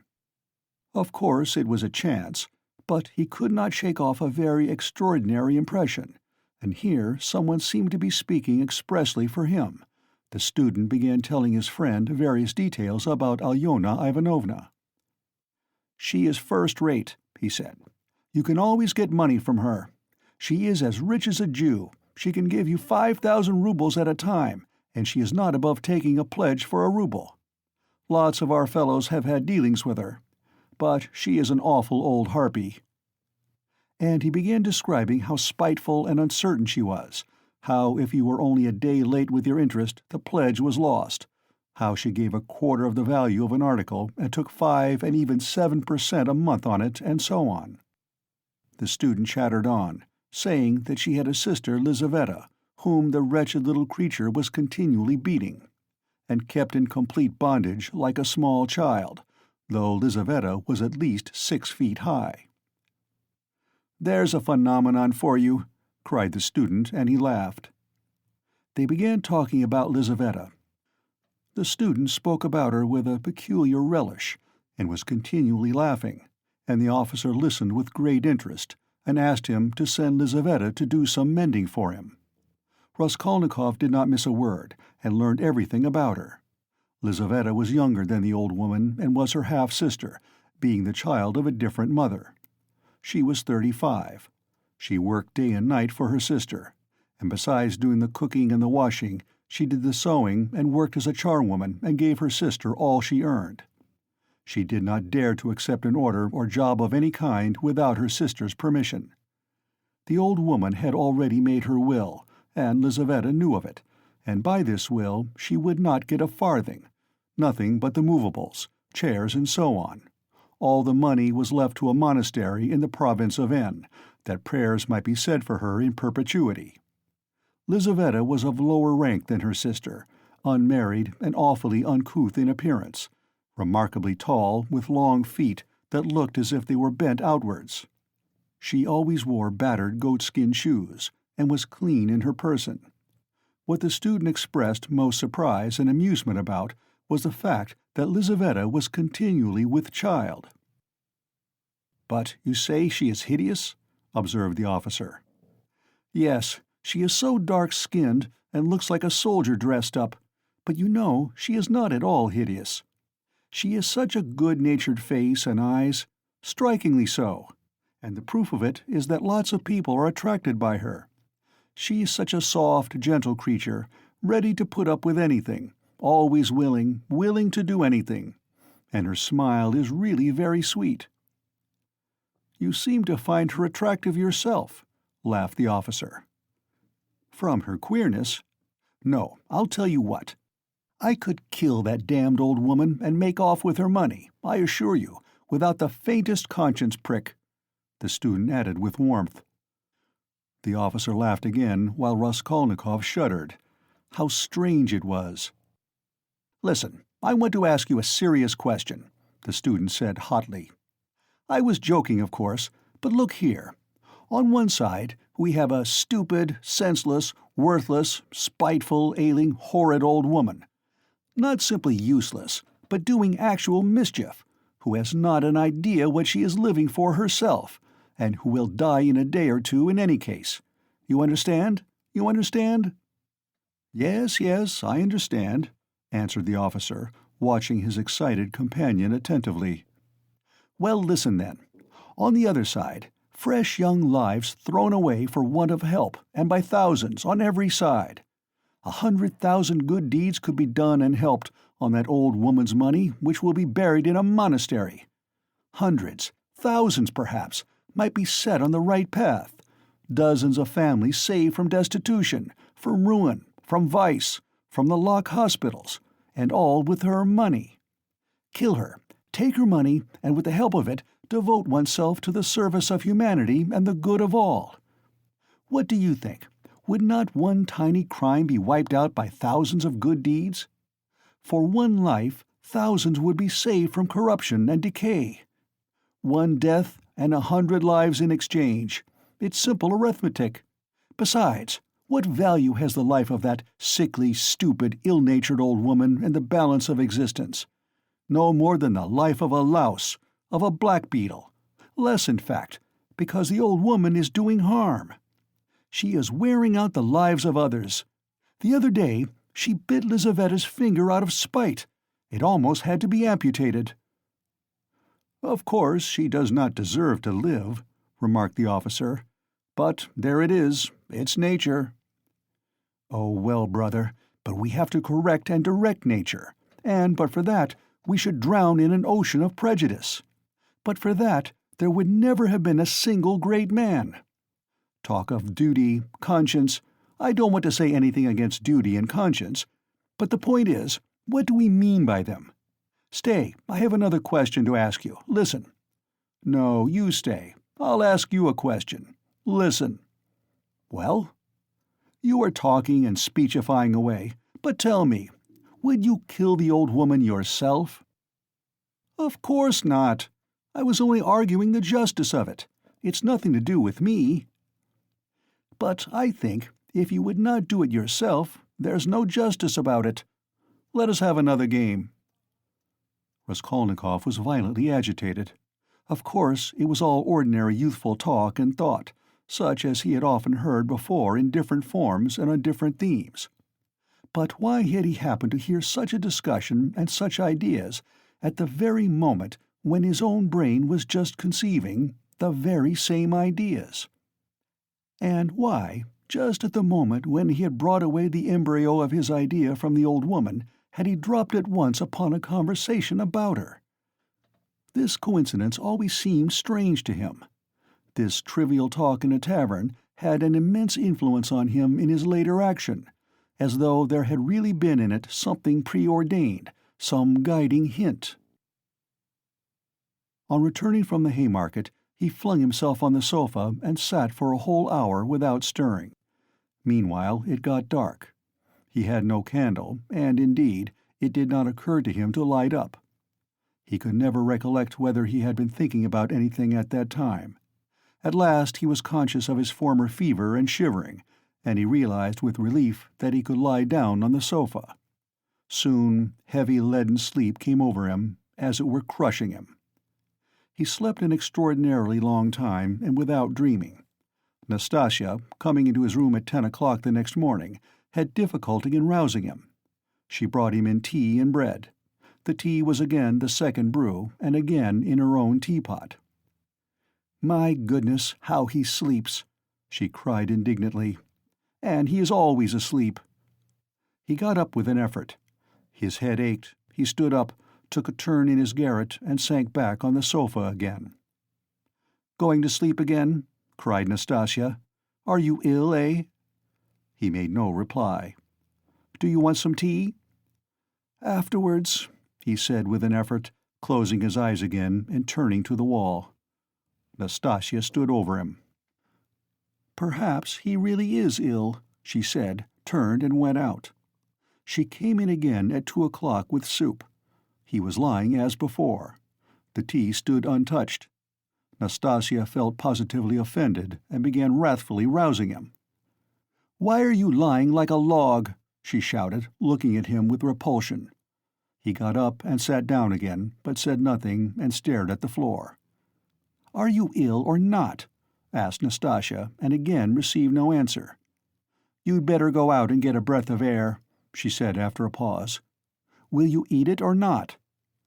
"Afterwards," he said weakly. "You can go." And he motioned her out. She remained a little longer, looked at him with compassion, and went out. A few minutes afterwards, he raised his eyes and looked for a long while at the tea and the soup. Then he took up the bread, took up a spoon, and began to eat. He ate a little, 3 or 4 spoonfuls without appetite, as it were, mechanically. His head ached less. After his meal, he stretched himself on the sofa again, but now he could not sleep. He lay without stirring, with his face in the pillow. He was haunted by daydreams, and such strange daydreams. In one that kept recurring, he fancied that he was in Africa, in Egypt, in some sort of oasis. The caravan was resting, the camels were peacefully lying down. The palms stood all around in a complete circle. All the party were at dinner. But he was drinking water from a spring which flowed gurgling close by. And it was so cool, it was wonderful, wonderful, blue, cold water running among the party-colored stones and over the clean sand which glistened here and there like gold. Suddenly he heard a clock strike. He started, roused himself, raised his head, looked out of the window, and seeing how late it was, suddenly jumped up wide awake as though someone had pulled him off the sofa. He crept on tiptoe to the door, stealthily opened it, and began listening on the staircase. His heart beat terribly, but all was quiet on the stairs, as if everyone was asleep.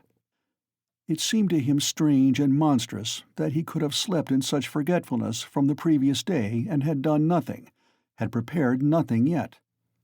And meanwhile, perhaps it had struck 6, and his drowsiness and stupefaction were followed by an extraordinary, feverish, as it were, distracted haste. But the preparations to be made were few. He concentrated all his energies on thinking of everything and forgetting nothing, and his heart kept beating and thumping so that he could hardly breathe. First, he had to make a noose and sew it into his overcoat, a work of a moment. He rummaged under his pillow and picked out amongst the linen stuffed away under it a worn-out, old, unwashed shirt.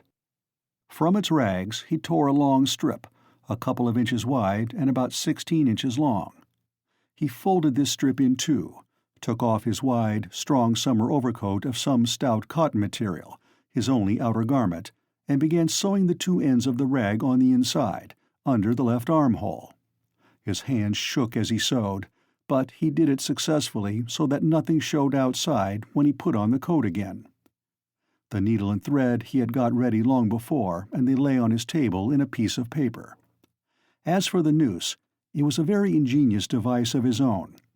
The noose was intended for the axe. It was impossible for him to carry the axe through the street in his hands, and if hidden under his coat, he would still have had to support it with his hand, which would have been noticeable.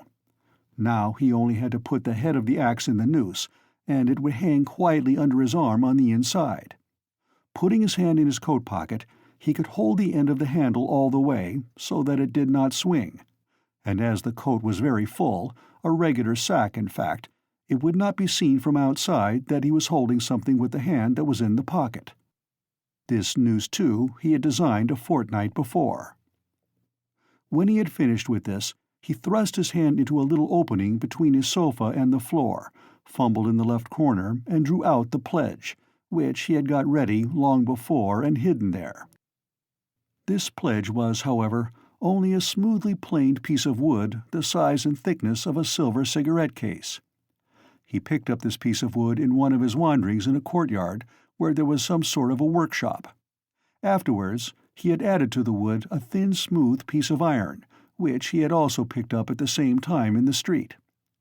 Putting the iron, which was a little the smaller, on the piece of wood, he fastened them very firmly, crossing and recrossing the thread round them, then wrapped them carefully and daintily in clean white paper, and tied up the parcel so that it would be very difficult to untie it.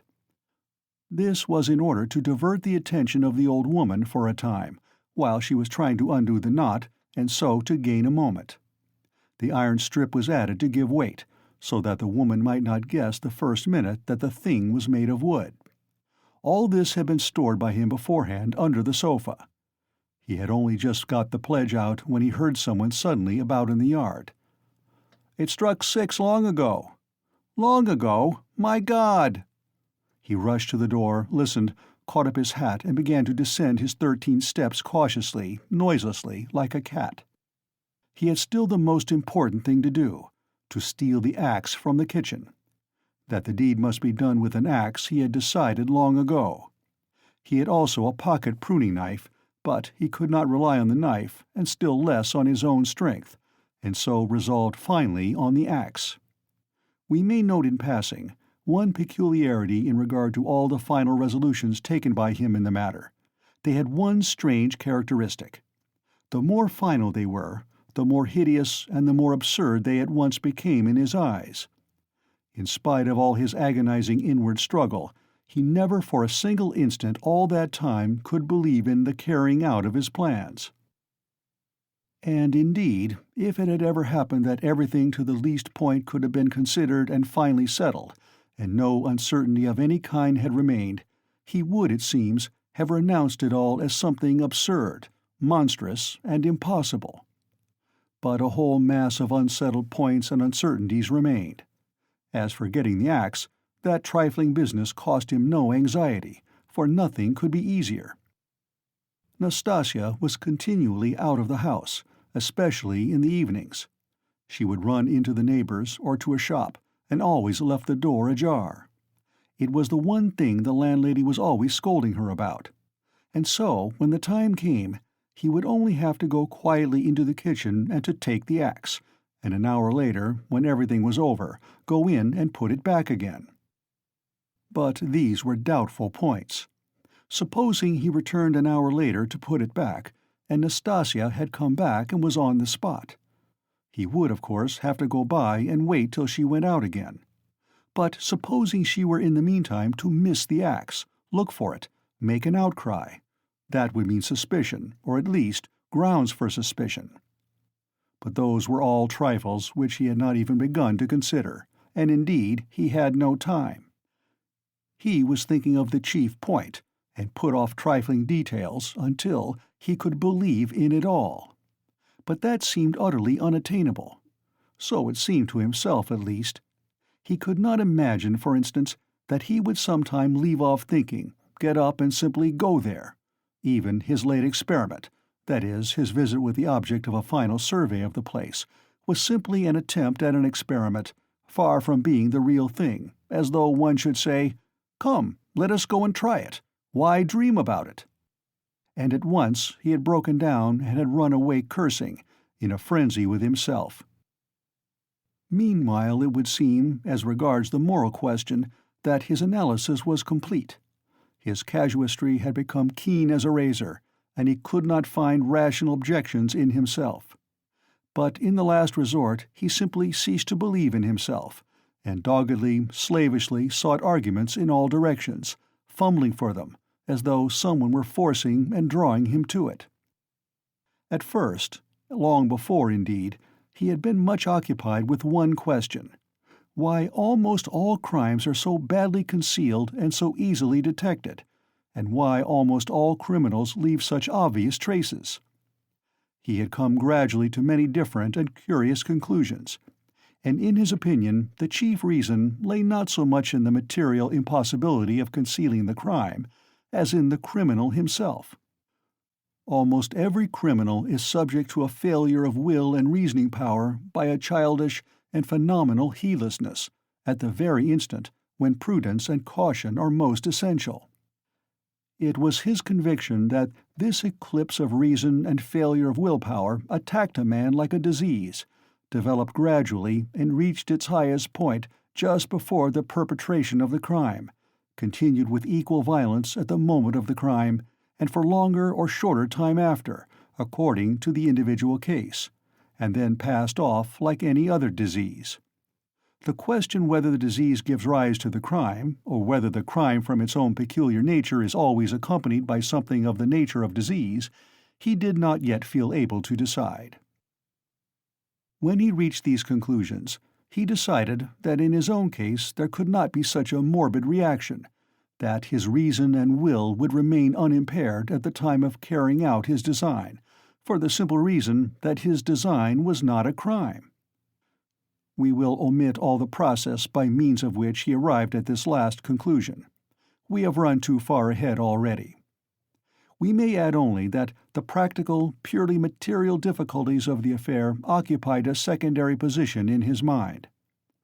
One has but to keep all one's willpower and reason to deal with them, and they will all be overcome at the time when once one has familiarized oneself with the minutest details of the business. But this preparation had never been begun. His final decisions were what he came to trust least, and when the hour struck, it all came to pass quite differently, as it were accidentally and unexpectedly. One trifling circumstance upset his calculations, before he had even left the staircase. When he reached the landlady's kitchen, the door of which was open as usual, he glanced cautiously in to see whether, in Nastasia's absence, the landlady herself was there, or if not, whether the door to her own room was closed, so that she might not peep out when he went in for the axe. But what was his amazement when he suddenly saw that Nastasia was not only at home in the kitchen, but was occupied there, taking linen out of a basket and hanging it on a line. Seeing him, she left off hanging the clothes, turned to him and stared at him all the time he was passing. He turned away his eyes and walked past as though he noticed nothing. But it was the end of everything. He had not the axe. He was overwhelmed. "What made me think," he reflected, as he went under the gateway, "what made me think that she would be sure not to be at home at that moment? Why did I assume this so certainly?" He was crushed and even humiliated. He could have laughed at himself in his anger. A dull animal rage boiled within him. He stood hesitating in the gateway. To go into the street, to go a walk for appearance sake, was revolting. To go back to his room, even more revolting. "And what a chance I have lost forever," he muttered, standing aimlessly in the gateway, just opposite the porter's little dark room, which was also open. Suddenly he started. From the porter's room, 2 paces away from him, something shining under the bench to the right caught his eye. He looked about him, nobody. He approached the room on tiptoe, went down 2 steps into it, and in a faint voice called the porter. "Yes, not at home. Somewhere near, though, in the yard, for the door is wide open." He dashed to the axe. It was an axe, and pulled it out from under the bench, where it lay between 2 chunks of wood. At once, before going out, he made it fast in the noose. He thrust both hands into his pockets and went out of the room. No one had noticed him. "When reason fails, the devil helps," he thought with a strange grin. This chance raised his spirits extraordinarily. He walked along quietly and sedately, without hurry, to avoid awakening suspicion. He scarcely looked at the passers-by, tried to escape looking at their faces at all, and to be as little noticeable as possible. Suddenly he thought of his hat. "Good heavens! I had the money the day before yesterday and did not get a cap to wear instead." A curse rose from the bottom of his soul. Glancing out of the corner of his eye into a shop, he saw by a clock on the wall that it was 10 minutes past 7. He had to make haste and at the same time go some way round, so as to approach the house from the other side. When he had happened to imagine all this beforehand, he had sometimes thought that he would be very much afraid. But he was not very much afraid now, was not afraid at all, indeed. His mind was even occupied by irrelevant matters, but by nothing for long. As he passed the Yusupov garden, he was deeply absorbed in considering the building of great fountains, and of their refreshing effect on the atmosphere in all the squares.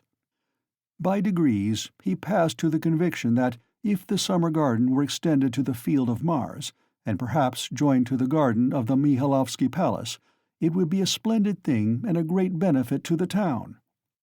Then he was interested by the question why in all great towns men are not simply driven by necessity, but in some peculiar way inclined to live in those parts of the town where there are no gardens nor fountains, where there is most dirt and smell and all sorts of nastiness. Then his own walks through the Haymarket came back to his mind, and for a moment he waked up to reality. "What nonsense," he thought. "Better think of nothing at all." So probably men led to execution clutch mentally at every object that meets them on the way, flashed through his mind, but simply flashed, like lightning. He made haste to dismiss this thought, and by now he was near. Here was the house. Here was the gate. Suddenly, a clock somewhere struck once. "What? Can it be 7:30? Impossible! It must be fast!" Luckily for him, everything went well again at the gates.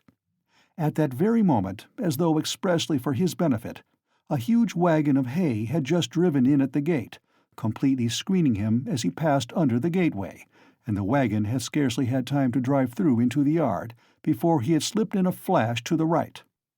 On the other side of the wagon he could hear shouting and quarreling, but no one noticed him and no one met him.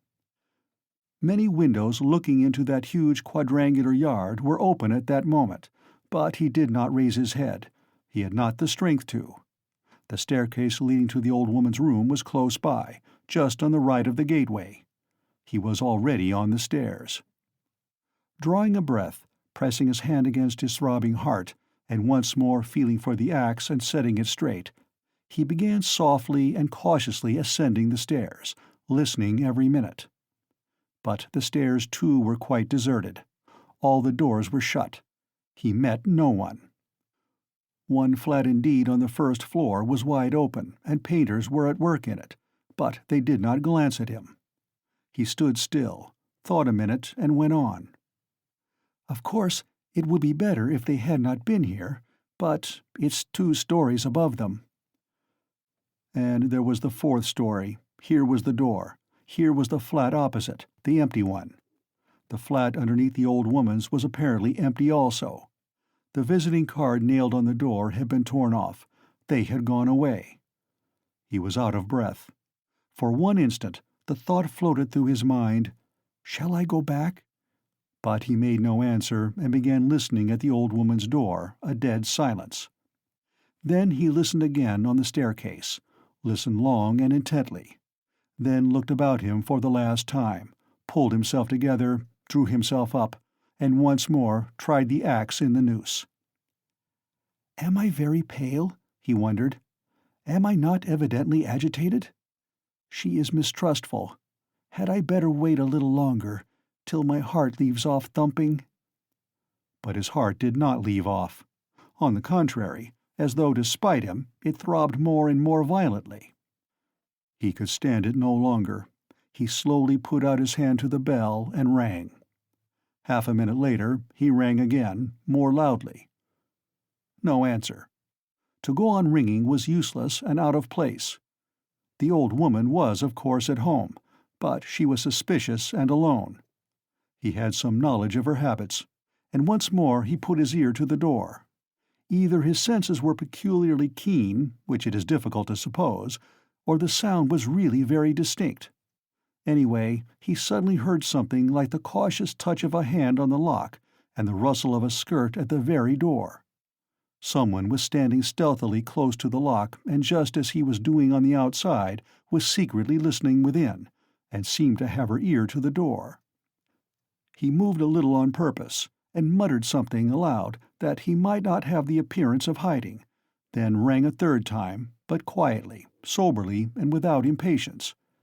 Recalling it afterwards, that moment stood out in his mind vividly, distinctly forever. He could not make out how he had had such cunning, for his mind was, as it were, clouded at moments, and he was almost unconscious of his body. An instant later he heard the latch unfastened. Part 1, Chapter 7. The door was, as before, opened a tiny crack, and again 2 sharp and suspicious eyes stared at him out of the darkness. Then Raskolnikov lost his head and nearly made a great mistake. Fearing the old woman would be frightened by their being alone, and not hoping that the sight of him would disarm her suspicions, he took hold of the door and drew it towards him to prevent the old woman from attempting to shut it again. Seeing this, she did not pull the door back, but she did not let go the handle, so that he almost dragged her out with it onto the stairs. Seeing that she was standing in the doorway, not allowing him to pass, he advanced straight upon her. She stepped back in alarm, tried to say something, but seemed unable to speak and stared with open eyes at him. "Good evening, Alyona Ivanovna," he began, trying to speak easily, but his voice would not obey him. It broke and shook. "I have come. I have brought something. But we'd better come in. To the light." And leaving her, he passed straight into the room uninvited. The old woman ran after him. Her tongue was unloosed. "Good heavens! What is it? Who is it? What do you want?" "Why, Alyona Ivanovna, you know me, Raskolnikov.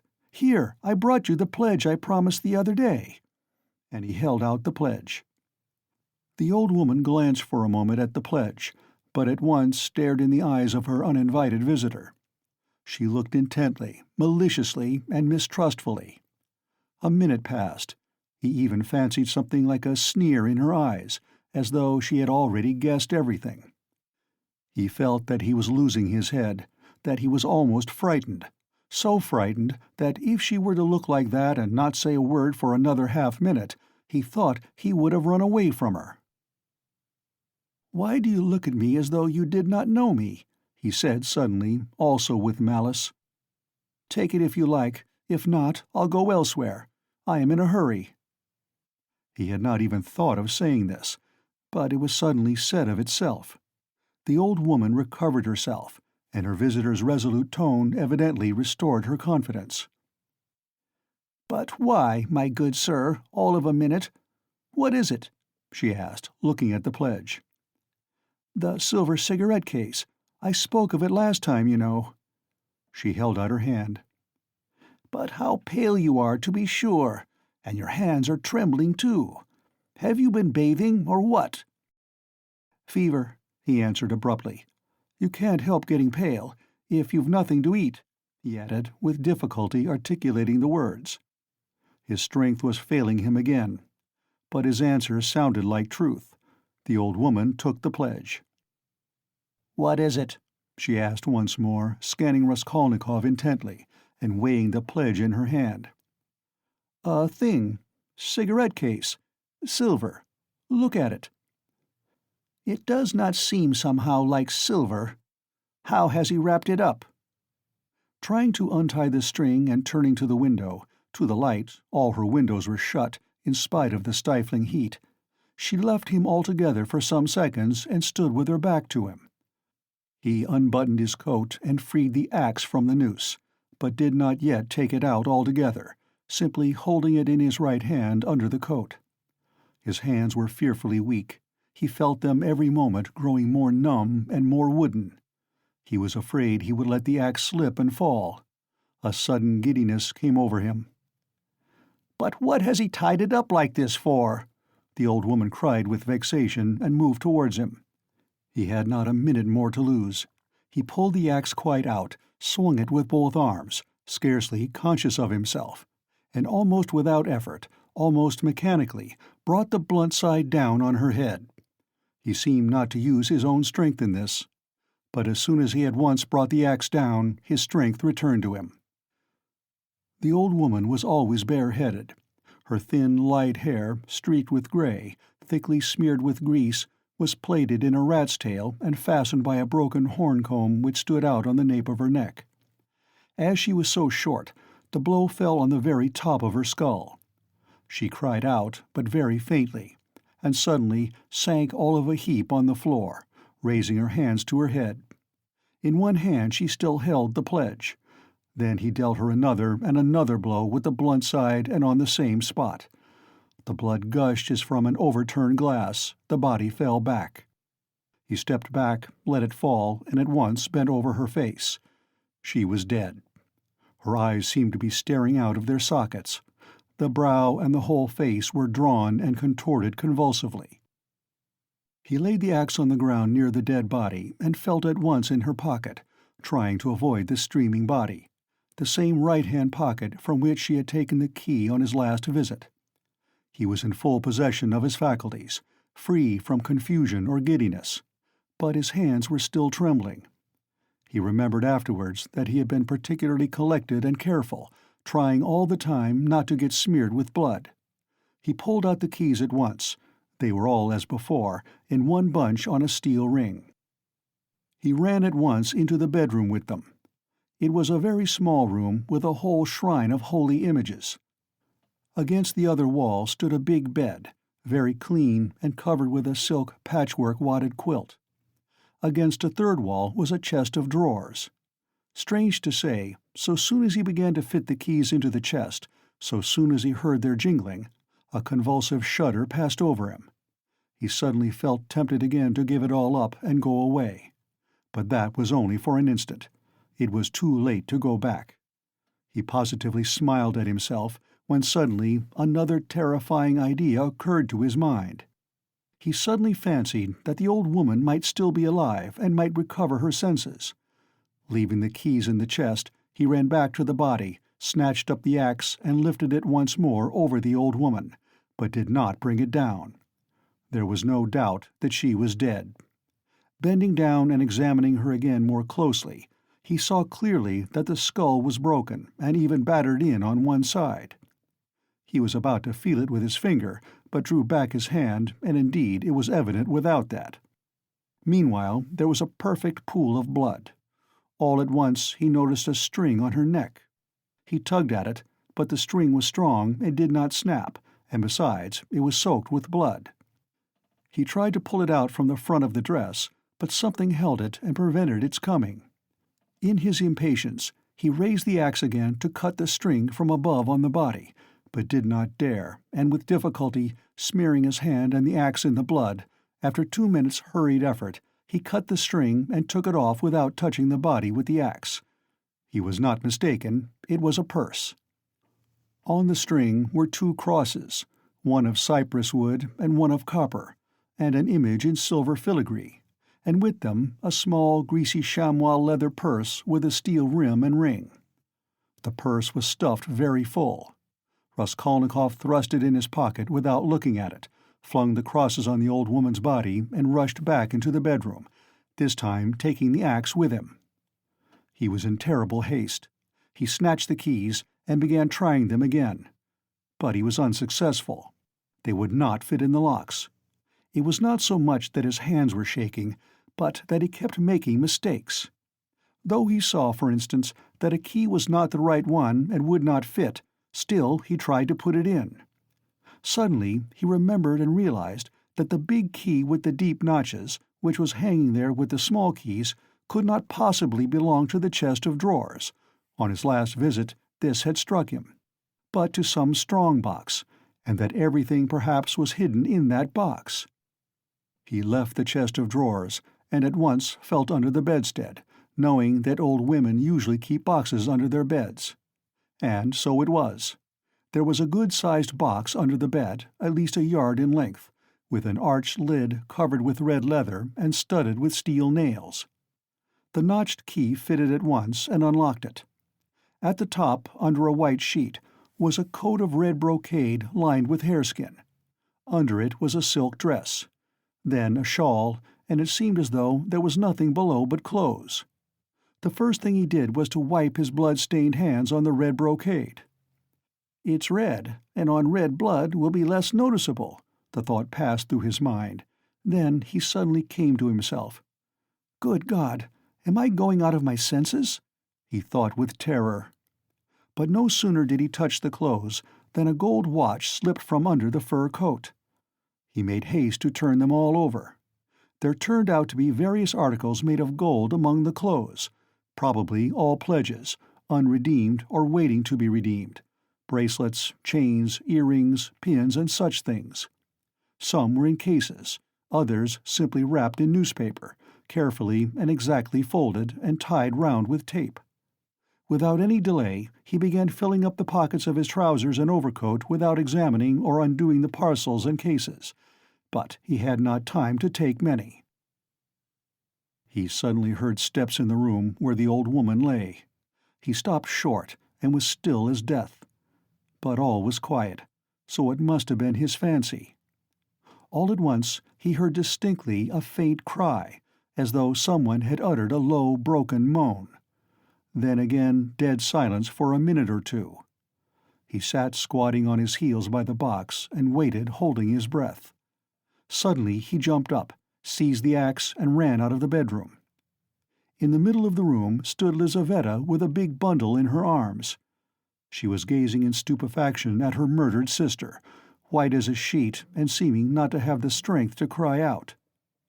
Seeing him run out of the bedroom, she began faintly quivering all over like a leaf. A shudder ran down her face. She lifted her hand, opened her mouth, but still did not scream. She began slowly backing away from him into the corner, staring intently, persistently at him, but still uttered no sound, as though she could not get breath to scream. He rushed at her with the axe. Her mouth twitched piteously, as one sees babies' mouths, when they begin to be frightened, stare intently at what frightens them and are on the point of screaming.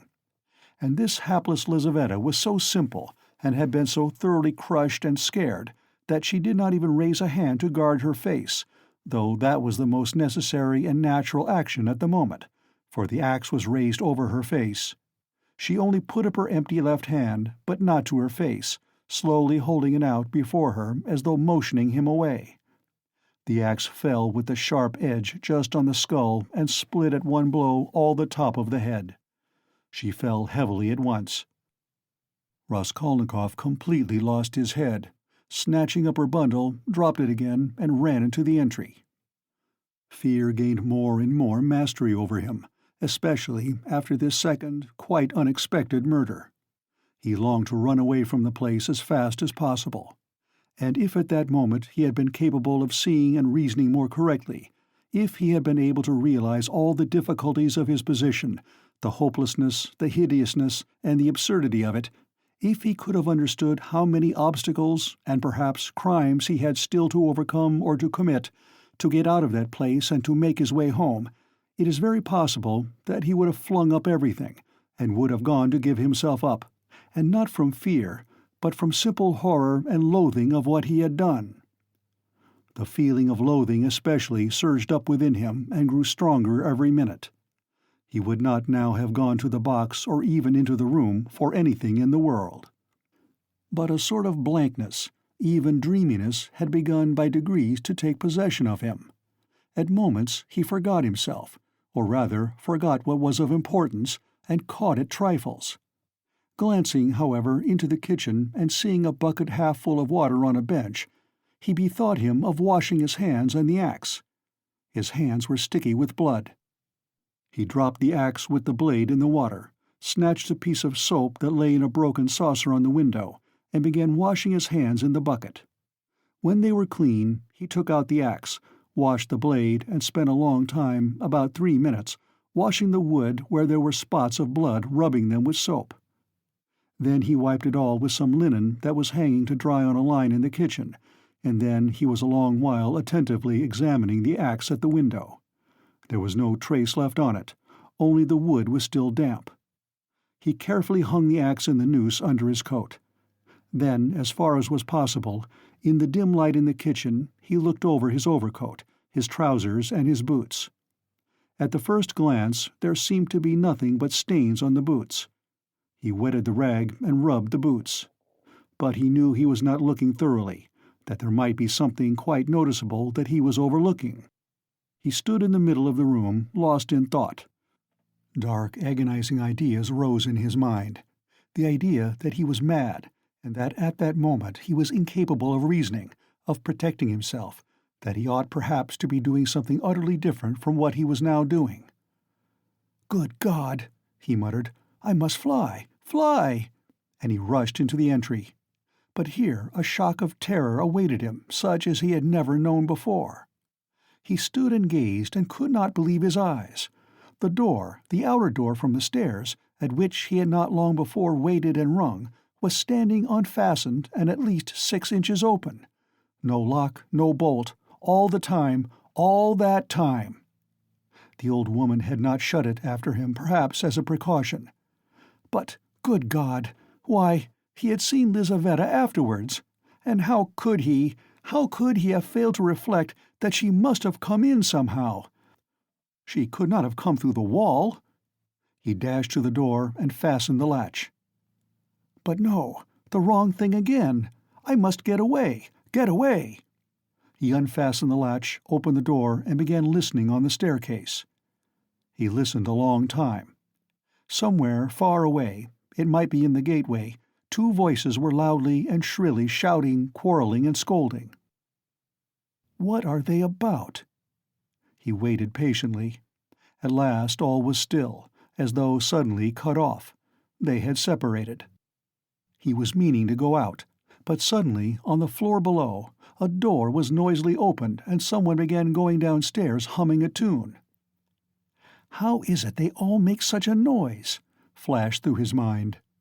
Once more he closed the door and waited. At last all was still, not a soul stirring. He was just taking a step towards the stairs when he heard fresh footsteps. The steps sounded very far off, at the very bottom of the stairs, but he remembered quite clearly and distinctly that from the first sound he began for some reason to suspect that this was someone coming there, to the fourth floor, to the old woman. Why? Were the sounds somehow peculiar, significant? The steps were heavy, even and unhurried. Now he had passed the first floor, now he was mounting higher. It was growing more and more distinct. He could hear his heavy breathing. And now the third story had been reached. Coming here. And it seemed to him all at once that he was turned to stone, that it was like a dream in which one was being pursued, nearly caught and will be killed, and is rooted to the spot and cannot even move one's arms. At last, when the unknown was mounting to the fourth floor, he suddenly started, and succeeded in slipping neatly and quickly back into the flat and closing the door behind him. Then he took the hook and softly, noiselessly fixed it in the catch. Instinct helped him. When he had done this, he crouched holding his breath by the door. The unknown visitor was by now also at the door. They were now standing opposite one another, as he had just before been standing with the old woman, when the door divided them and he was listening. The visitor panted several times. "He must be a big fat man," thought Raskolnikov, squeezing the axe in his hand. It seemed like a dream indeed. The visitor took hold of the bell and rang it loudly. As soon as the tin bell tinkled, Raskolnikov seemed to be aware of something moving in the room. For some seconds he listened quite seriously. The unknown rang again, waited, and suddenly tugged violently and impatiently at the handle of the door. Raskolnikov gazed in horror at the hook shaking in its fastening, and in blank terror expected every minute that the fastening would be pulled out. It certainly did seem possible, so violently was he shaking it. He was tempted to hold the fastening, but he might be aware of it. A giddiness came over him again. "I shall fall down," flashed through his mind, but the unknown began to speak, and he recovered himself at once. "What's up? Are they asleep or murdered? Damn them!" he bawled in a thick voice. "Hey, Alyona Ivanovna, old witch! Lizaveta Ivanovna, hey, my beauty, open the door! Oh, damn them! Are they asleep or what?" And again enraged, he tugged with all his might a dozen times at the bell. He must certainly be a man of authority and an intimate acquaintance. At this moment, light hurried steps were heard not far off on the stairs. Someone else was approaching. Raskolnikov had not heard them at first. "You don't say there's no one at home?" the newcomer cried in a cheerful, ringing voice, addressing the first visitor, who still went on pulling the bell. "Good evening, Coke." From his voice he must be quite young, thought Raskolnikov. "Who the devil can tell? I've almost broken the lock," answered Coke. "But how do you come to know me?" "Why, the day before yesterday I beat you 3 times running at billiards at Gambrinus." "Oh. So they are not at home? That's queer. It's awfully stupid, though. Where could the old woman have gone? I've come on business." "Yes, and I have business with her, too." "Well, what can we do? Go back, I suppose." Aye, and I was hoping to get some money," cried the young man. "We must give it up, of course, but what did she fix this time for? The old witch fixed the time for me to come myself. It's out of my way. And where the devil she can have got to, I can't make out. She sits here from year's end to year's end, the old hag. Her legs are bad, and yet here all of a sudden she's out for a walk." "Hadn't we better ask the porter?" "What?" "Where she's gone and when she'll come back." Damn it all. we might ask, but you know she never does go anywhere." And he once more tugged at the door handle. "Damn it all, there's nothing to be done. We must go." "Stay," cried the young man suddenly. "Do you see how the door shakes if you pull it?" "Well?" "That shows it's not locked, but fastened with the hook. Do you hear how the hook clanks?" "Well?" "Why, don't you see? That proves that one of them is at home. If they were all out, they would have locked the door from the outside with the key and not with the hook from the inside. There, do you hear how the hook is clanking? To fasten the hook on the inside, they must be at home, don't you see? So there they are sitting inside and don't open the door." "Well, and so they must be," cried Coke, astonished. "What are they about in there?" And he began furiously shaking the door. "Stay!" cried the young man again. "Don't pull at it. There must be something wrong here. Here you've been ringing and pulling at the door, and still they don't open. So either they both fainted, or—" "What?" "I tell you what. Let's go fetch the porter. Let him wake them up." "All right." Both were going down. "Stay. You stop here while I run down for the porter." "What for?" "Well, you'd better." "All right." "I'm studying the law, you see. It's evident there's something wrong here," the young man cried hotly, and he ran downstairs. Coke remained. Once more he softly touched the bell, which gave one tinkle, then gently, as though reflecting and looking about him, began touching the door handle, pulling it and letting it go to make sure once more that it was only fastened by the hook. Then, puffing and panting, he bent down and began looking at the keyhole. But the key was in the lock on the inside, and so nothing could be seen. Raskolnikov stood keeping tight hold of the axe. He was in a sort of delirium. He was even making ready to fight when they should come in. While they were knocking and talking together, the idea several times occurred to him to end it all at once and shout to them through the door. Now and then he was tempted to swear at them, to jeer at them, while they could not open the door. "Only make haste," was the thought that flashed through his mind. But what the devil is he about? Time was passing, 1 minute and another. No one came. Coke began to be restless. "What the devil?" he cried suddenly, and in impatience, deserting his sentry duty, he too went down, hurrying and thumping with his heavy boots on the stairs. The steps died away. "Good heavens! What am I to do?" Raskolnikov unfastened the hook, opened the door. There was no sound. Abruptly, without any thought at all, he went out, closing the door as thoroughly as he could, and went downstairs. He had gone down 3 flights when he suddenly heard a loud voice below. Where could he go? There was nowhere to hide. He was just going back to the flat. "Hey there! Catch the brute!" Somebody dashed out of a flat below, shouting, and rather fell than ran down the stairs, bawling at the top of his voice. "Mitka! Mitka! Mitka! Mitka! Mitka! Blast him!"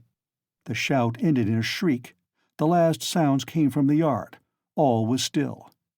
But at the same instant several men talking loud and fast began noisily mounting the stairs. There were 3 or 4 of them. He distinguished the ringing voice of the young man. "Hey!" Filled with despair, he went straight to meet them, feeling, come what must. If they stopped him, all was lost. If they let him pass, all was lost too. They would remember him. They were approaching. They were only a flight from him, and suddenly deliverance. A few steps from him on the right, there was an empty flat with the door wide open, the flat on the 2nd floor, where the painters had been at work, and which, as though for his benefit, they had just left. It was they, no doubt, who had just run down, shouting. The floor had only just been painted. In the middle of the room stood a pail and a broken pot with paint and brushes. In one instant he had whizzed in at the open door and hidden behind the wall, and only in the nick of time. They had already reached the landing. Then they turned and went on up to the 4th floor, talking loudly. He waited, went out on tiptoe, and ran down the stairs. No one was on the stairs, nor in the gateway. He passed quickly through the gateway and turned to the left in the street. He knew perfectly well that at that moment they were at the flat, that they were greatly astonished at finding it unlocked, as the door had just been fastened, that by now they were looking at the bodies, that before another minute had passed they would guess and completely realize that the murderer had just been there, and had succeeded in hiding somewhere, slipping by them and escaping. They would guess, most likely, that he had been in the empty flat while they were going downstairs. And meanwhile he dared not quicken his pace much, though the next turning was still nearly 100 yards away. Should he slip through some gateway and wait somewhere in an unknown street? No, hopeless. Should he fling away the axe? Should he take a cab? Hopeless, hopeless! At last he reached the turning. He turned down it more dead than alive. Here he was halfway to safety, and he understood it. It was less risky because there was a great crowd of people, and he was lost in it like a grain of sand. But all he had suffered had so weakened him that he could scarcely move. Perspiration ran down him in drops. His neck was all wet. "My word, he has been going it!" someone shouted at him when he came out on the canal bank. He was only dimly conscious of himself now, and the farther he went the worse it was. He remembered, however, that on coming out onto the canal bank he was alarmed at finding few people there, and so being more conspicuous, and he had the thought of turning back.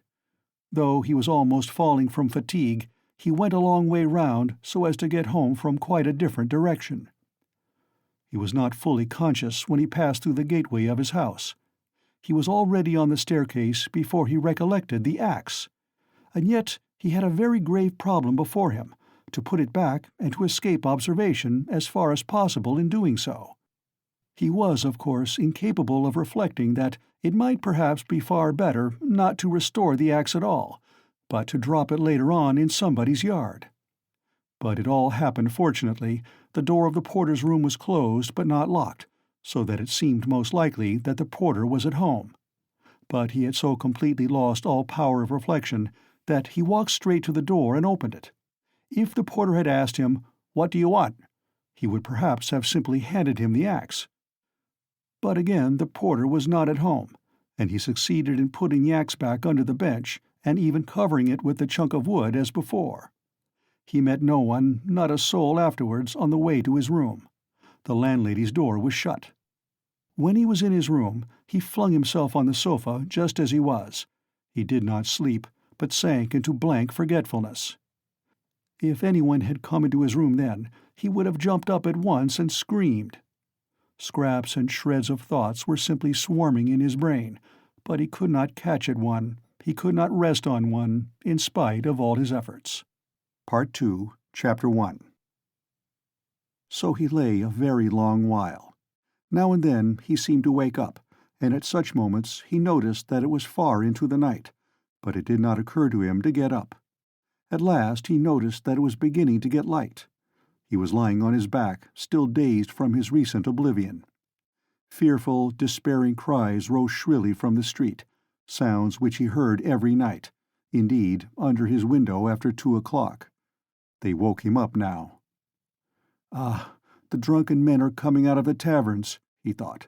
"It's past 2 o'clock." And at once he leaped up, as though someone had pulled him from the sofa. "What? Past 2 o'clock?" He sat down on the sofa, and instantly recollected everything. All at once, in one flash, he recollected everything. For the first moment he thought he was going mad. A dreadful chill came over him, but the chill was from the fever that had begun long before in his sleep. Now he was suddenly taken with violent shivering, so that his teeth chattered and all his limbs were shaking. He opened the door and began listening. Everything in the house was asleep. With amazement he gazed at himself and everything in the room around him, wondering how he could have come in the night before without fastening the door, and have flung himself on the sofa without undressing, without even taking his hat off. It had fallen off and was lying on the floor near his pillow. If anyone had come in, what would he have thought? that I'm drunk, but—" He rushed to the window. There was light enough, and he began hurriedly looking himself all over from head to foot, all his clothes. Were there no traces? But there was no doing it like that. Shivering with the cold, he began taking off everything and looking over again. He turned everything over to the last threads and rags, and, mistrusting himself, went through his search 3 times. But there seemed to be nothing, no trace, except in one place, where some thick drops of congealed blood were clinging to the frayed edge of his trousers. He picked up a big clasp knife and cut off the frayed threads. There seemed to be nothing more. Suddenly, he remembered that the purse and the things he had taken out of the old woman's box were still in his pockets. He had not thought till then of taking them out and hiding them. He had not even thought of them while he was examining his clothes. What next? Instantly, he rushed to take them out and fling them on the table. When he had pulled out everything, and turned the pocket inside out to be sure there was nothing left, he carried the whole heap to the corner. The paper had come off the bottom of the wall and hung there in tatters. He began stuffing all the things into the hole under the paper. "They're in, all out of sight, and the purse too," he thought gleefully, getting up and gazing blankly at the hole which bulged out more than ever. Suddenly he shuddered all over with horror. "My God," he whispered in despair, "what's the matter with me? Is that hidden? Is that the way to hide things?" He had not reckoned on having trinkets to hide. He had only thought of money, and so had not prepared a hiding place. "But now what am I glad of?" he thought. "Is that hiding things? My reason's deserting me, simply." He sat down on the sofa in exhaustion, and was at once shaken by another unbearable fit of shivering. Mechanically he drew from a chair beside him his old student's winter coat, which was still warm though almost in rags, covered himself up with it, and once more sank into drowsiness and delirium. He lost consciousness. Not more than 5 minutes had passed when he jumped up a second time, and at once pounced in a frenzy on his clothes again. How could I go to sleep again with nothing done? Yes, I have not taken the loop off the armhole. I forgot a thing like that. Such a piece of evidence. He pulled off the noose, hurriedly cut it to pieces, and threw the bits among his linen under the pillow. Pieces of torn linen couldn't rouse suspicion, whatever happened. I think not, anyway, he repeated, standing in the middle of the room, and with painful concentration he fell to gazing about him again, at the floor and everywhere, trying to make sure he had not forgotten anything. The conviction that all his faculties, even memory and the simplest power of reflection, were failing him began to be an insufferable torture. Surely it isn't beginning already. Surely it isn't my punishment coming upon me. It is. The frayed rags he had cut off his trousers were actually lying on the floor in the middle of the room, where anyone coming in would see them. "What is the matter with me?" he cried again, like one distraught. Then a strange idea entered his head. That perhaps all his clothes were covered with blood, that perhaps there were a great many stains, but that he did not see them, did not notice them because his perceptions were failing, were going to pieces. His reason was clouded. Suddenly he remembered that there had been blood on the purse too. "Ah, then there must be blood on the pocket too, for I put the wet purse in my pocket." In a flash he had turned the pocket inside out, and yes, there were traces, stains on the lining of the pocket. "So my reason has not quite deserted me, so I still have some sense and memory, since I guessed it of myself," he thought triumphantly, with a deep sigh of relief. "It's simply the weakness of fever, a moment's delirium." And he tore the whole lining out of the left pocket of his trousers. At that instant the sunlight fell on his left boot. On the sock which poked out from the boot he fancied there were traces. He flung off his boots. Traces indeed! The tip of the sock was soaked with blood.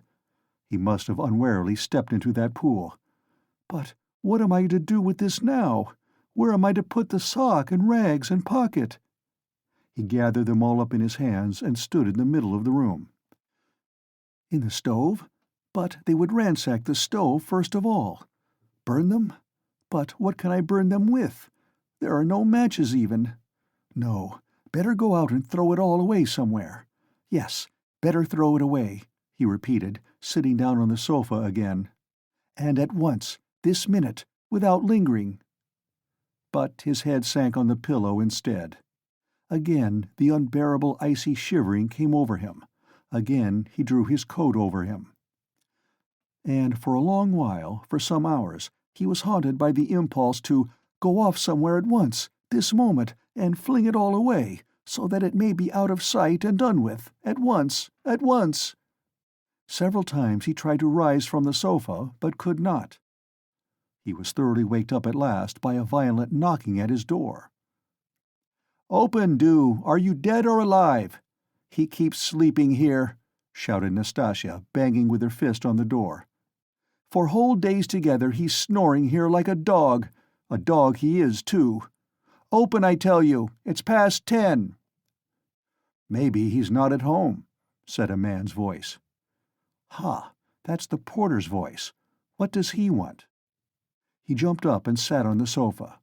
The beating of his heart was a positive pain. "Then who can have latched the door?" retorted Nastasia. "He's taken to bolting himself in. As if he were worth stealing. Open, you stupid! Wake up!" What do they want? Why the porter? All's discovered. Resist or open? Come what may. He half rose, stooped forward, and unlatched the door. His room was so small that he could undo the latch without leaving the bed. Yes, the porter and Nastasia were standing there. Nastasia stared at him in a strange way. He glanced with defiant and desperate air at the porter, who, without a word, held out a grey folded paper sealed with bottle wax. "A notice from the office," he announced, as he gave him the paper. "From what office?" "A summons to the police office, of course. You know which office." "To the police? What for?" "How can I tell? You're sent for, so you go." The man looked at him attentively, looked round the room, and turned to go away. "He's downright ill," observed Nastasia, not taking her eyes off him. The porter turned his head for a moment. "He's been in a fever since yesterday," she added. Raskolnikov made no response and held the paper in his hands, without opening it. "Don't you get up, then," Nastasia went on compassionately, seeing that he was letting his feet down from the sofa. "You're ill, so don't go. There's no such hurry. What have you got there?" He looked. In his right hand he held the shreds he had cut from his trousers, the sock and the rags of the pocket. So he had been asleep with them in his hand.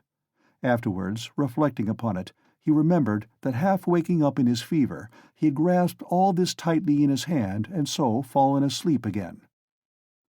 "Look at the rags he's collected, and sleeps with them, as though he has got hold of a treasure." And Nastasia went off into her hysterical giggle. Instantly he thrust them all under his greatcoat, and fixed his eyes intently upon her. Far as he was from being capable of rational reflection at that moment, he felt that no one would behave like that with a person who was going to be arrested. But the police? "You'd better have some tea. Yes? I'll bring it. There's some left." "No, I'm going. I'll go at once," he muttered, getting to his feet. "Why, you'll never get downstairs." "Yes, I'll go." "As you please." She followed the porter out. At once he rushed to the light to examine the sock and rags. There are stains, but not very noticeable, all covered with dirt, and rubbed and already discolored. No one who had no suspicion could distinguish anything. Nastasia, from a distance, could not have noticed, thank God. Then, with a tremor, he broke the seal of the notice and began reading. He was a long while reading, before he understood. It was an ordinary summons from the district police station to appear that day at 9:30 at the office of the district superintendent. But when has such a thing happened? I never have anything to do with the police. And why just today? He thought in agonizing bewilderment. Good God, only get it over soon. He was flinging himself on his knees to pray, but broke into laughter, not at the idea of prayer, but at himself. He began hurriedly dressing. If I'm lost, I am lost. I don't care. Shall I put the sock on? He suddenly wondered. It will get dustier still, and the traces will be gone. But no sooner had he put it on than he pulled it off again in loathing and horror. He pulled it off, but reflecting that he had no other socks, he picked it up and put it on again. And again he laughed. That's all conventional. That's all relative, merely a way of looking at it, he thought in a flash, but only on the top surface of his mind, while he was shuddering all over. There, I've got it on. I finished by getting it on. But his laughter was quickly followed by despair. No, it's too much for me, he thought. His legs shook. From fear, he muttered. His head swam and ached with fever. It's a trick. They want to decoy me there and confound me over everything, he mused as he went out onto the stairs. The worst of it is, I'm almost light-headed. I may blurt out something stupid. On the stairs, he remembered that he was leaving all the things just as they were in the hole in the wall. And very likely it's on purpose to search when I'm out, he thought, and stopped short. But he was possessed by such despair, such cynicism of misery, if one might so call it, that with a wave of his hand he went on. Only to get it over. In the street, the heat was insufferable again. Not a drop of rain had fallen all those days. Again dust, bricks and mortar. Again the stench from the shops and pothouses. Again the drunken men, the Finnish peddlers and half-broken-down cabs. The sun shone straight in his eyes, so that it hurt him to look out of them, and he felt his head going round, as a man in fever is apt to feel when he comes out into the street on a bright sunny day. When he reached the turning into the street, in an agony of trepidation he looked down it, at the house, and at once averted his eyes. If they question me, perhaps I'll simply tell, he thought, as he drew near the police station. The police station was about a quarter of a mile off. It had lately been moved to new rooms on the 4th floor of a new house. He had been once for a moment in the old office, but long ago. Turning in at the gateway, he saw on the right a flight of stairs which a peasant was mounting with a book in his hand. A house porter, no doubt. So then the office is here. And he began ascending the stairs on the chance. He did not want to ask questions of anyone. I'll go in, fall on my knees, and confess everything, he thought as he reached the 4th floor. The staircase was steep, narrow, and all sloppy with dirty water. The kitchens of the flats opened onto the stairs and stood open almost the whole day. So there was a fearful smell and heat. The staircase was crowded with porters going up and down with their books under their arms, policemen and persons of all sorts and both sexes. The door of the office, too, stood wide open. Peasants stood waiting within. There, too, the heat was stifling, and there was a sickening smell of fresh paint and stale oil from the newly decorated rooms. After a little while he decided to move forward into the next room. All the rooms were small and low-pitched. A fearful impatience drew him on and on. No one paid attention to him. In the second room some clerks sat writing, dressed hardly better than he was, and rather a queer-looking set. He went up to one of them. "What is it?" He showed the notice he had received. "You are a student?" the man asked, glancing at the notice. "Yes, formerly a student." The clerk looked at him, but without the slightest interest. He was a particularly unkempt person, with the look of a fixed idea in his eye. There would be no getting anything out of him, because he has no interest in anything, thought Raskolnikov. "Go in there to the head clerk," said the clerk, pointing towards the furthest room. He went into that room, the 4th in order. It was a small room and packed full of people, rather better dressed than in the outer rooms. Among them were two ladies. One, poorly dressed in mourning, sat at the table opposite the chief clerk, writing something at his dictation.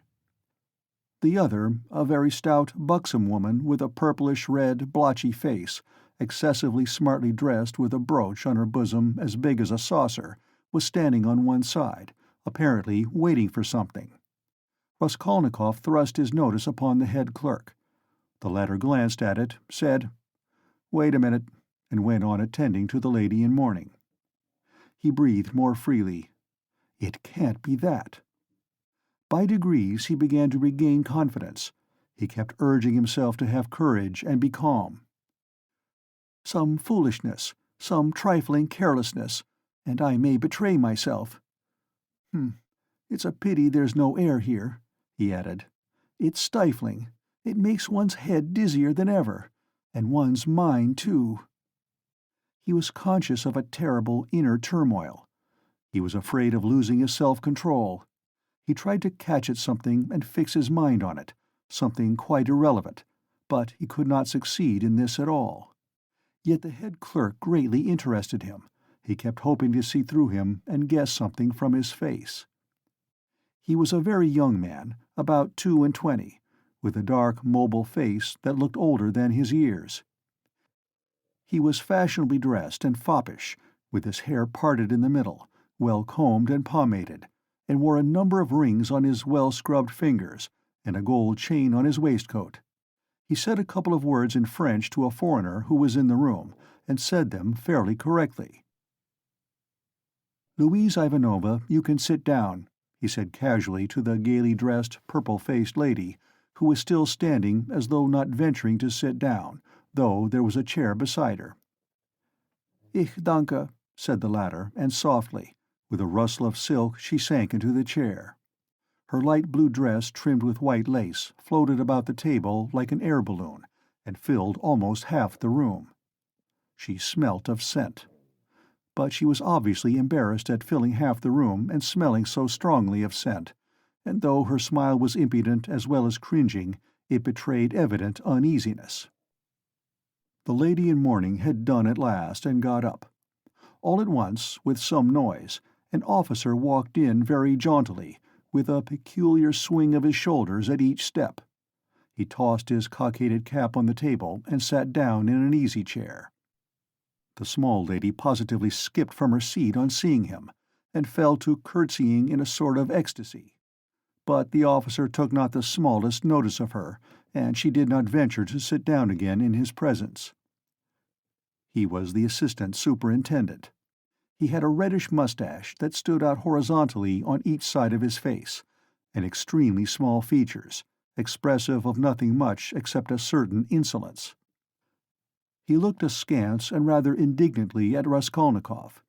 He was so very badly dressed, and in spite of his humiliating position, his bearing was by no means in keeping with his clothes.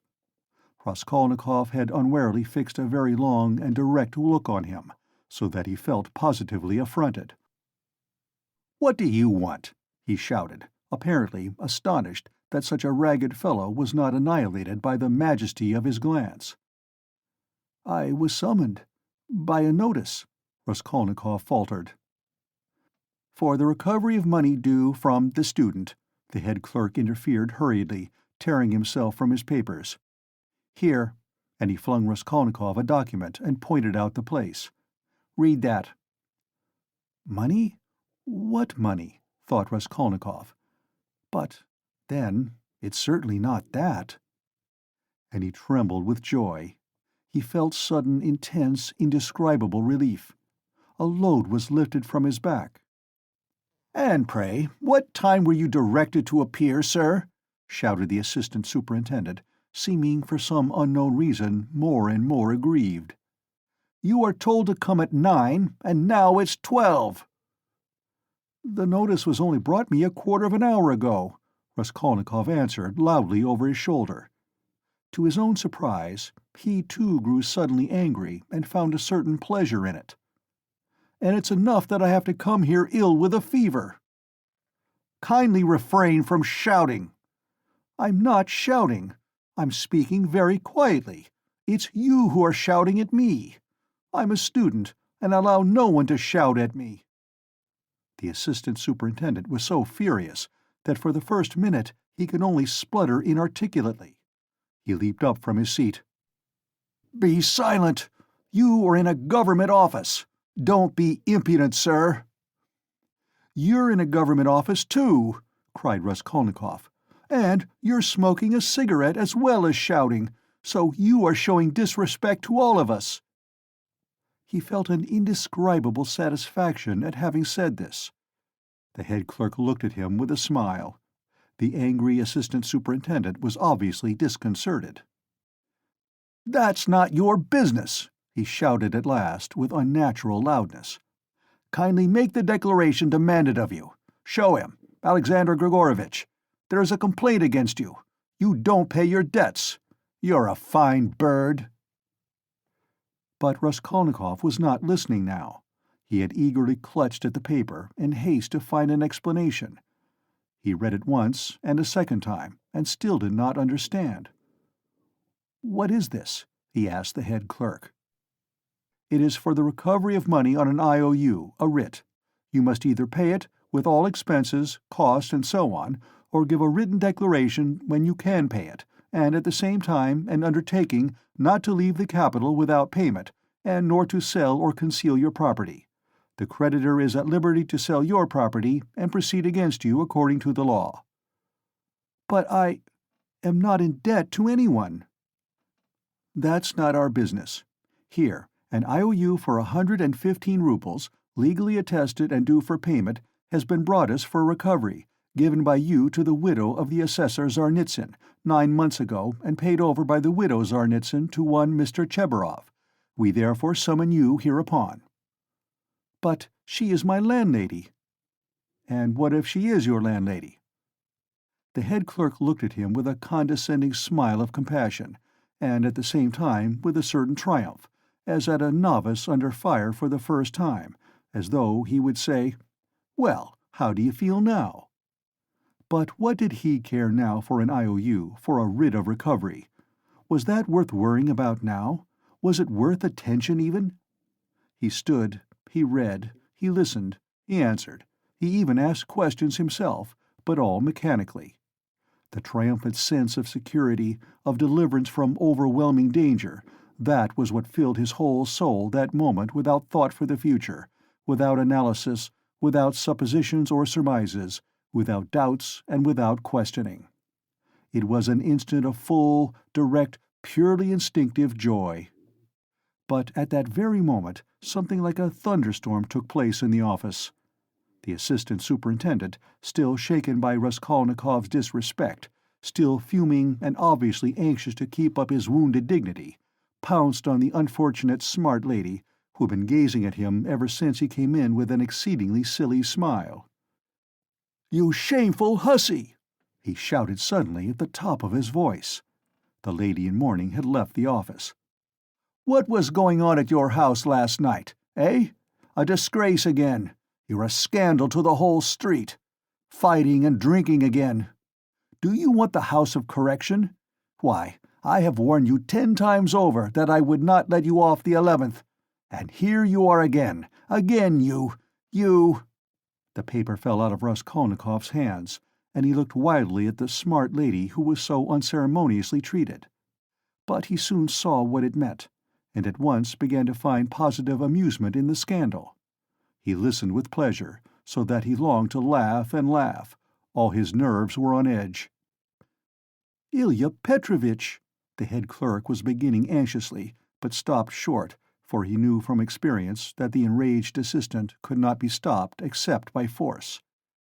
As for the smart lady, at first she positively trembled before the storm. But, strange to say, the more numerous and violent the terms of abuse became, the more amiable she looked, and the more seductive the smile she lavished on the terrible assistant. She moved uneasily and curtsied incessantly, waiting impatiently for a chance of putting in her word, and at last she found it.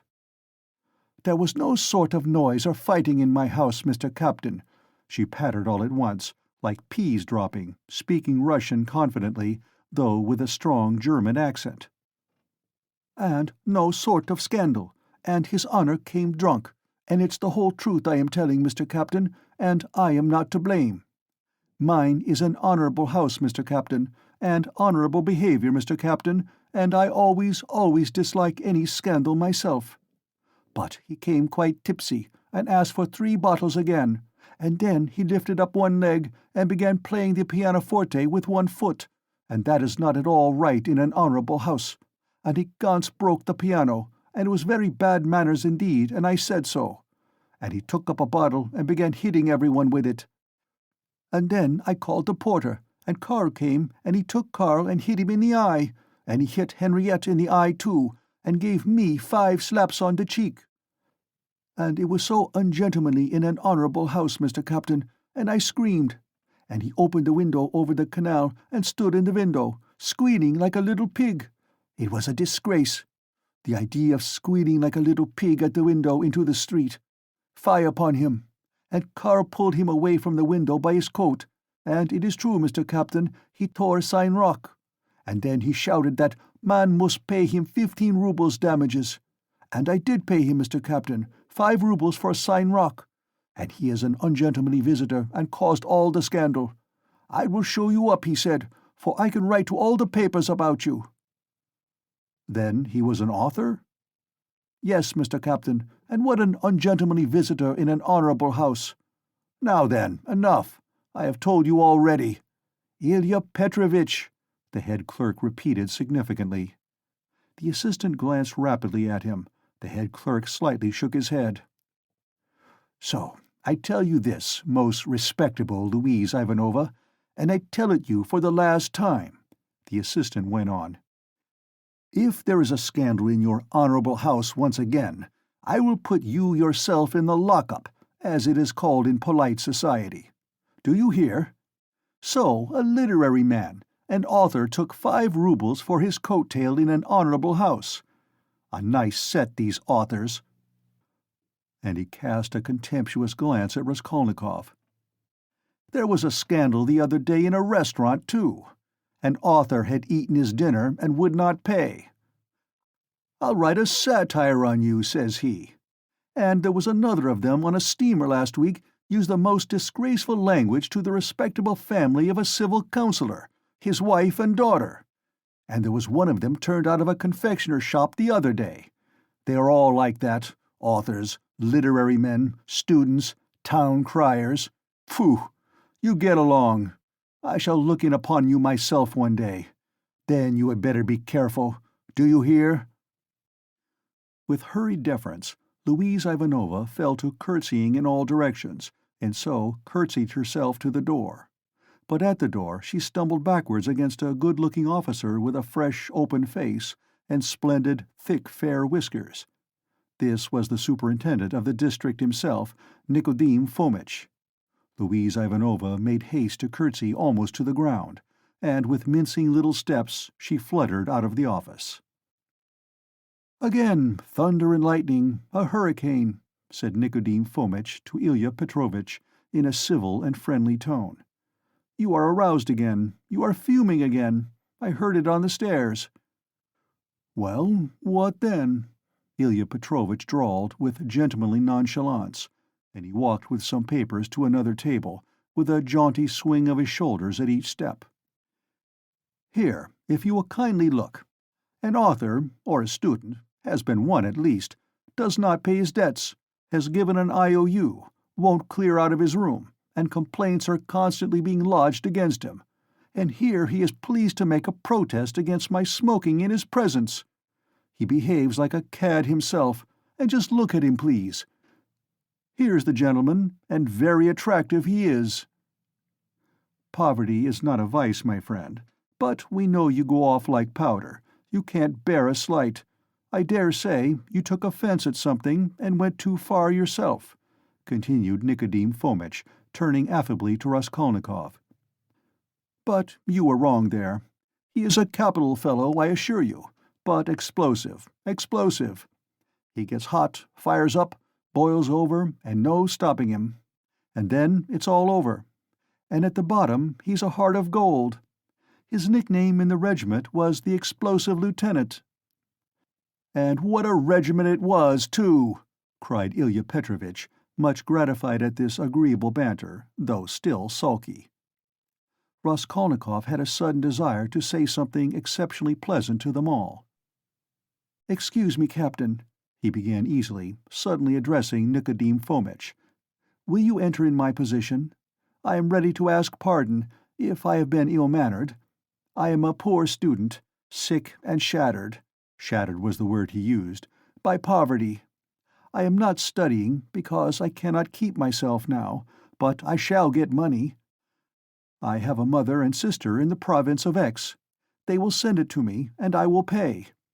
My landlady is a good-hearted woman, but she is so exasperated at my having lost my lessons, and not paying her for the last 4 months, that she does not even send up my dinner. And I don't understand this IOU at all. She is asking me to pay her on this IOU. How am I to pay her? Judge for yourselves." "But that is not our business, you know," the head clerk was observing. "Yes, yes, I perfectly agree with you. But allow me to explain." Raskolnikov put in again, still addressing Nikodim Fomitch, but trying his best to address Ilya Petrovitch also, though the latter persistently appeared to be rummaging among his papers and to be contemptuously oblivious of him. "Allow me to explain that I have been living with her for nearly 3 years, and at first, for why should I not confess it? At the very beginning I promised to marry her daughter. It was a verbal promise, freely given. She was a girl. Indeed, I liked her, though I was not in love with her. A youthful affair, in fact. That is, I mean to say that my landlady gave me credit freely in those days, and I led a life I was very heedless." "Nobody asks you for these personal details, sir. We've no time to waste," Ilya Petrovitch interposed roughly and with a note of triumph. But Raskolnikov stopped him hotly, though he suddenly found it exceedingly difficult to speak. "But excuse me, it is for me to explain how it all happened. In my turn. Though I agree with you, it is unnecessary. But a year ago, the girl died of typhus. I remained lodging there as before, and when my landlady moved into her present quarters, she said to me, and in a friendly way, that she had complete trust in me, but still, would I not give her an IOU for 115 roubles, all the debt I owed her? She said if only I gave her that, she would trust me again, as much as I liked, and that she would never, never, those were her own words, make use of that IOU till I could pay of myself. And now, when I have lost my lessons and have nothing to eat, she takes action against me. What am I to say to that?" "All these affecting details are no business of ours," Ilya Petrovitch interrupted rudely. "You must give a written undertaking, but as for your love affairs and all these tragic events, we have nothing to do with that." "Come now, you are harsh," muttered Nikodim Fomitch, sitting down at the table and also beginning to write. He looked a little ashamed. "Write," said the head clerk to Raskolnikov. "Write what?" the latter asked gruffly. "I will dictate to you." Raskolnikov fancied that the head clerk treated him more casually and contemptuously after his speech, but strange to say, he suddenly felt completely indifferent to anyone's opinion, and this revulsion took place in a flash, in one instant. If he had cared to think a little, he would have been amazed indeed that he could have talked to them like that a minute before, forcing his feelings upon them. And where had those feelings come from? Now, if the whole room had been filled, not with police officers, but with those nearest and dearest to him, he would not have found one human word for them, so empty was his heart. A gloomy sensation of agonizing, everlasting solitude and remoteness took conscious form in his soul. It was not the meanness of his sentimental effusions before Ilya Petrovitch, nor the meanness of the latter's triumph over him that had caused this sudden revulsion in his heart. Oh, what had he to do now with his own baseness, with all these petty vanities, officers, German women, debts, police offices? If he had been sentenced to be burnt at that moment, he would not have stirred, would hardly have heard the sentence to the end. Something was happening to him entirely new, sudden and unknown. It was not that he understood, but he felt clearly, with all the intensity of sensation, that he could never more appeal to these people in the police office with sentimental effusions like his recent outburst, or with anything whatever, and that if they had been his own brothers and sisters, and not police officers, it would have been utterly out of the question to appeal to them in any circumstance of life. He had never experienced such a strange and awful sensation. And what was most agonizing, it was more a sensation than a conception or idea, a direct sensation, the most agonizing of all the sensations he had known in his life. The head clerk began dictating to him the usual form of declaration, that he could not pay, that he undertook to do so at a future date, that he would not leave the town, nor sell his property, and so on. "But you can't write. You can hardly hold the pen," observed the head clerk, looking with a curiosity at Raskolnikov. "Are you ill?" "Yes, I am giddy." "Go on." "That's all. Sign it." The head clerk took the paper and turned to attend to others. Raskolnikov gave back the pen, but instead of getting up and going away, he put his elbows on the table and pressed his head in his hands. He felt as if a nail were being driven into his skull. A strange idea suddenly occurred to him, to get up at once, to go to Nicodim Fomitch and tell him everything that had happened yesterday, and then to go with him to his lodgings and to show him the things in the hole in the corner. The impulse was so strong that he got up from his seat to carry it out. "Hadn't I better think a minute?" flashed through his mind. "No, better cast off the burden without thinking." But all at once he stood still, rooted to the spot. Nicodim Fomitch was talking eagerly with Ilya Petrovitch, and the words reached him. "It's impossible. They'll both be released. To begin with, the whole story contradicts itself. Why should they have called the porter, if it had been their doing? To inform against themselves? Or as a blind? No, that would be too cunning. Besides, Pestryakov, the student, was seen at the gate by both the porters and a woman as he went in. He was walking with 3 friends, who left him only at the gate, and he asked the porters to direct him in the presence of the friends. Now, would he have asked his way if he had been going with such an object? As for Coke, he spent half an hour at the silversmith's below, before he went up to the old woman and left him at exactly 7:45. Now just consider. But, excuse me, how do you explain this contradiction? They state themselves that they knocked and the door was locked. Yet, 3 minutes later, when they went up with the porter, it turned out the door was unfastened. That's just it. The murderer must have been there and bolted himself in, and they'd have caught him for certainty if Coke had not been an ass and gone to look for the porter too. He must have seized the interval to get downstairs and slip by them somehow. Cope keeps crossing himself and saying, if I had been there, he would have jumped out and killed me with his axe. He is going to have a Thanksgiving service. Ha ha! And no one saw the murderer? They might well not see him.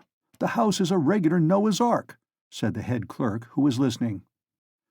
It's clear, quite clear, Nicodim Fomitch repeated warmly.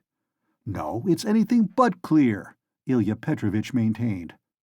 Raskolnikov picked up his hat and walked towards the door, but he did not reach it.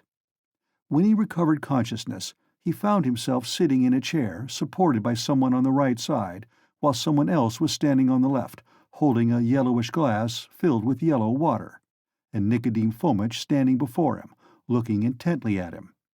He got up from the chair. "What's this? Are you ill?" Nicodim Fomitch asked, rather sharply. "He could hardly hold his pen when he was signing," said the head clerk, settling back in his place and taking up his work again. "Have you been ill long?" cried Ilya Petrovitch from his place, where he, too, was looking through papers.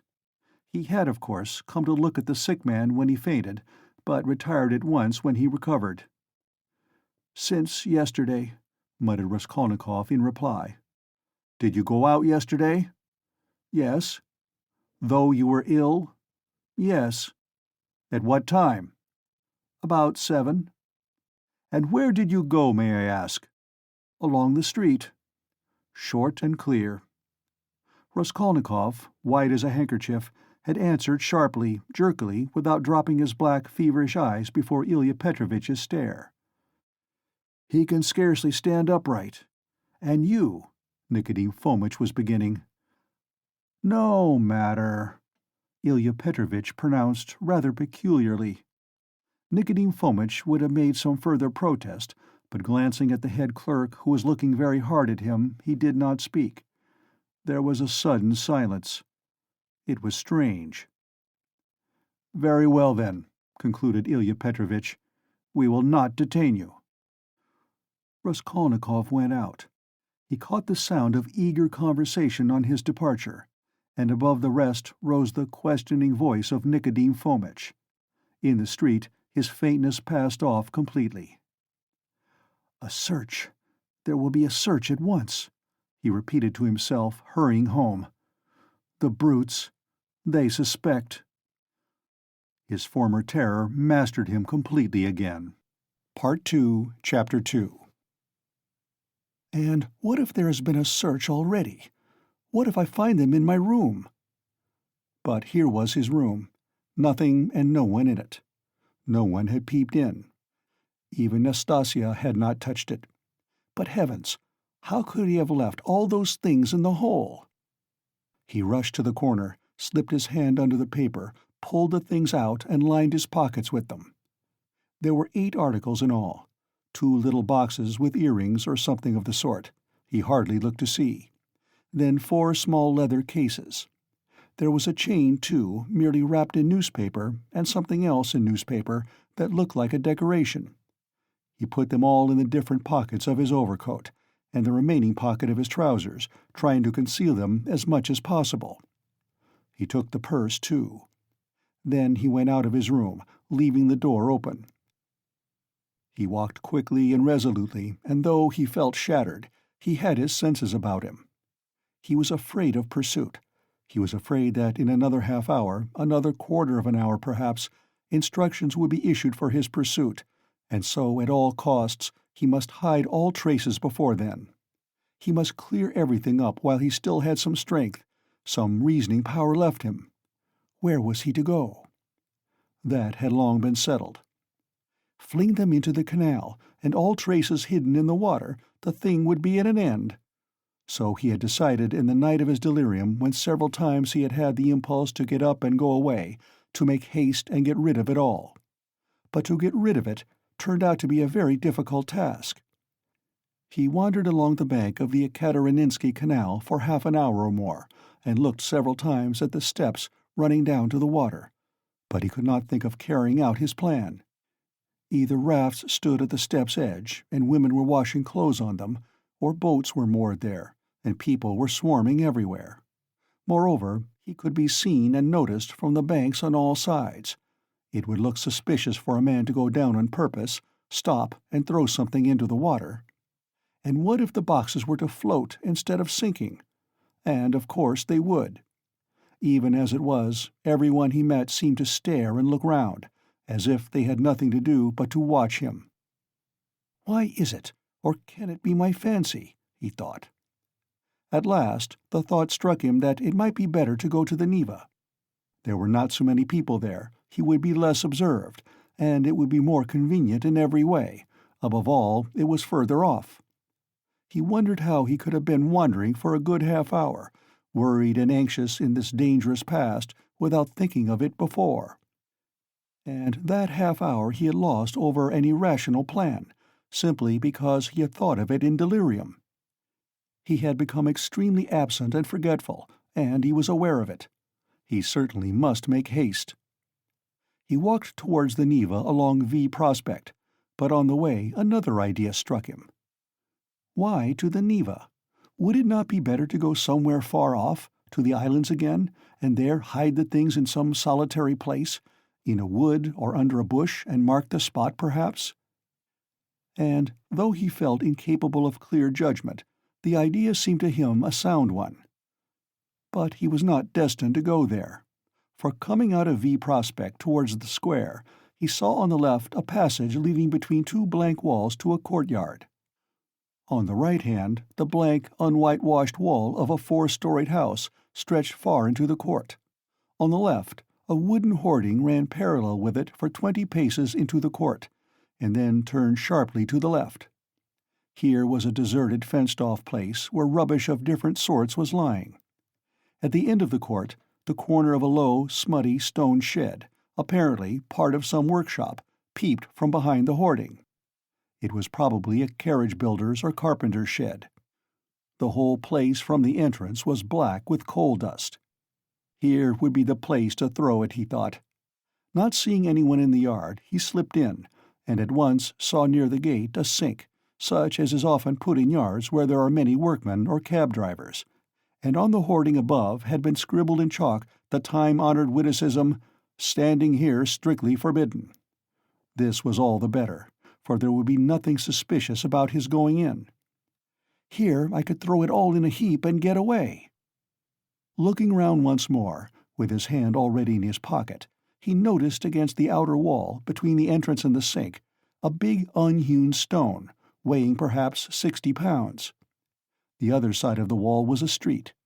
He could hear passers-by, always numerous in that part, but he could not be seen from the entrance, unless someone came in from the street, which might well happen indeed, so there was need of haste.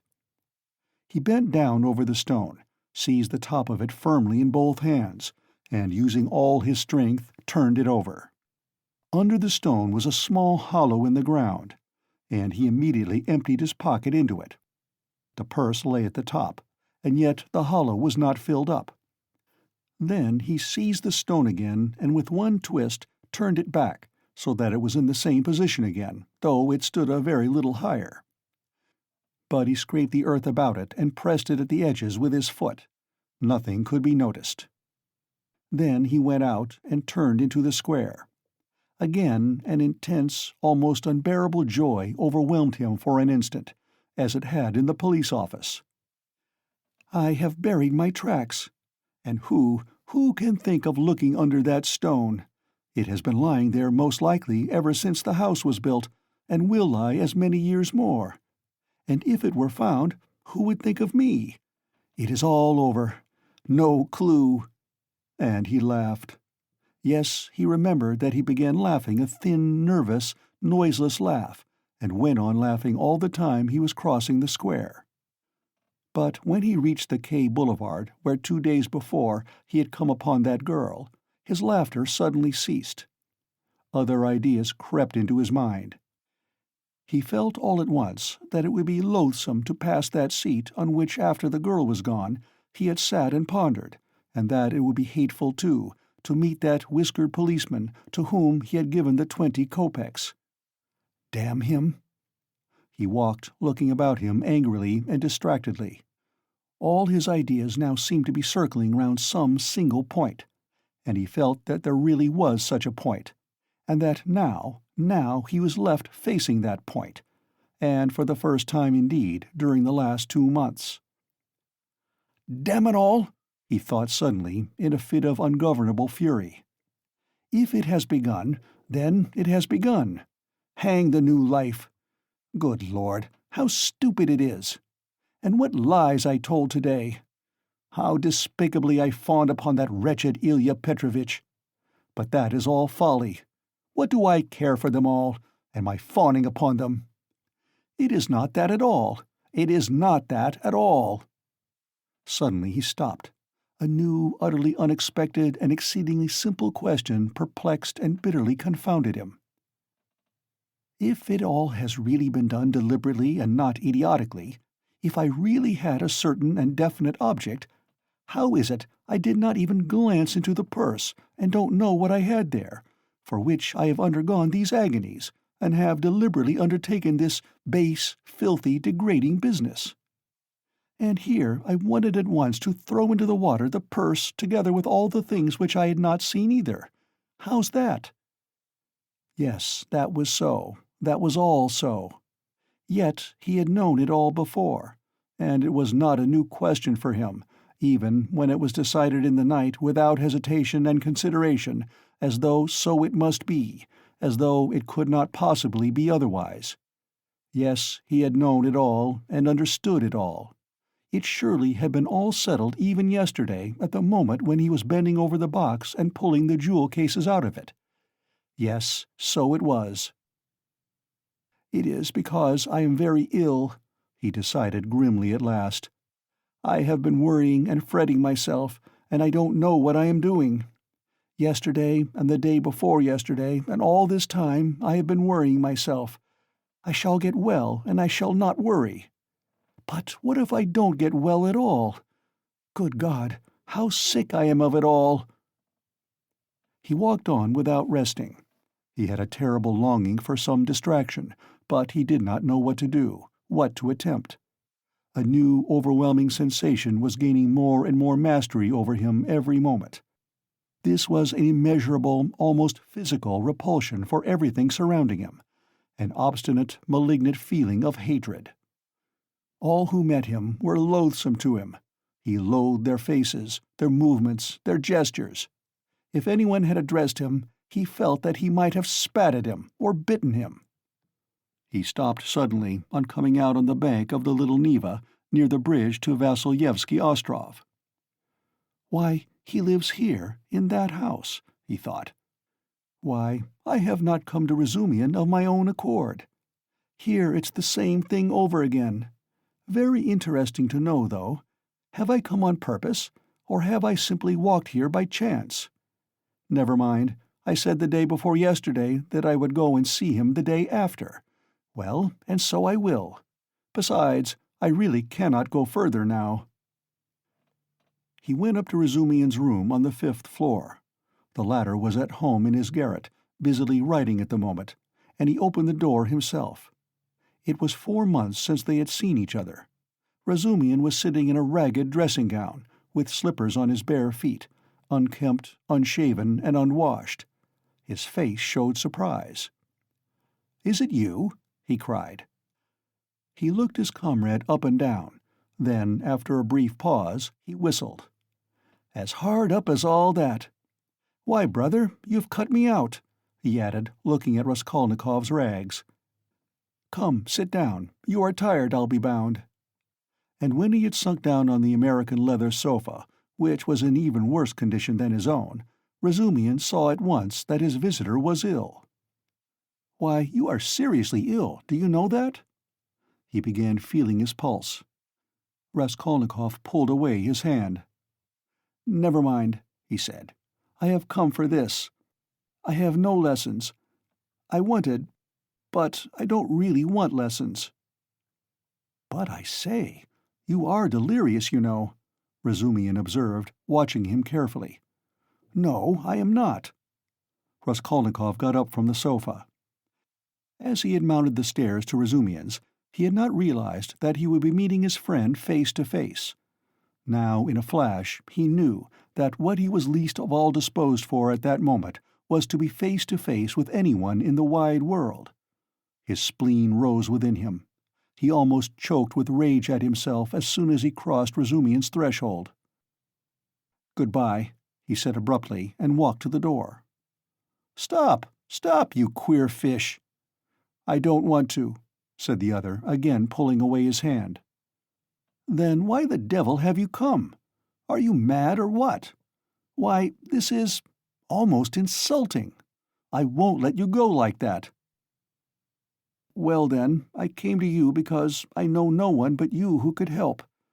To begin, because you are kinder than anyone, cleverer, I mean, and can judge. And now I see that I want nothing. Do you hear? Nothing at all. No one's services, no one's sympathy. I am by myself, alone. Come, that's enough. Leave me alone." "Stay a minute, you sweep. You are a perfect madman. As you like, for all I care. I have no lessons, do you see, and I don't care about that. But there's a bookseller, Heruvimov, and he takes the place of a lesson. I would not exchange him for 5 lessons. He's doing publishing of a kind, and issuing natural science manuals, and what a circulation they have. The very titles are worth the money. You always maintained that I was a fool, but, by Jove, my boy, there are greater fools than I am. Now he is setting up for being advanced, not that he has an inkling of anything, but, of course, I encourage him. Here are 2 signatures of the German text, in my opinion the crudest charlatanism. It discusses the question, is woman a human being? And, of course, triumphantly proves that she is. Hruvimov is going to bring out this work as a contribution to the woman question. I am translating it. He will expand these 2.5 signatures into 6. We shall make up a gorgeous title half a page long and bring it out at half a ruble. It will do. He pays me 6 rubles the signature. It works out to about 15 rubles for the job, and I've had 6 already in advance. When we have finished this, we are going to begin a translation about whales, and then some of the dullest scandals out of the second part of Les Confessions we have marked for translation. Somebody has told Hruvimov that Rousseau was a kind of Radishev. You may be sure I don't contradict him, hang him. Well, would you like to do the second signature of Is Woman a Human Being? If you would, take the German and pens and paper, all those are provided, and take 3 rubles, for as I have had 6 rubles in advance on the whole thing, 3 rubles come to you for your share. And when you have finished the signature, there will be another 3 rubles for you. And please don't think I'm doing you a service. Quite the contrary. As soon as you came in, I saw how you could help me.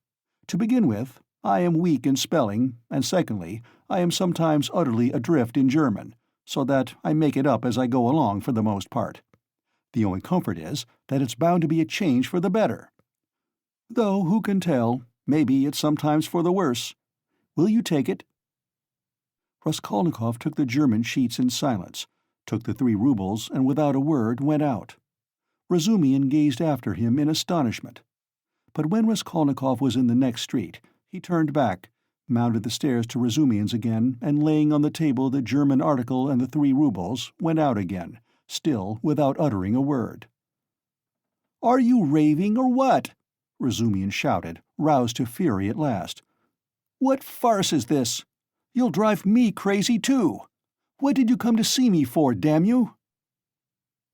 "I don't want translation," muttered Raskolnikov from the stairs. "Then what the devil do you want?" shouted Razumihin from above. Raskolnikov continued descending the staircase in silence. "Hey there! Where are you living?" No answer. "Well, confound you then!"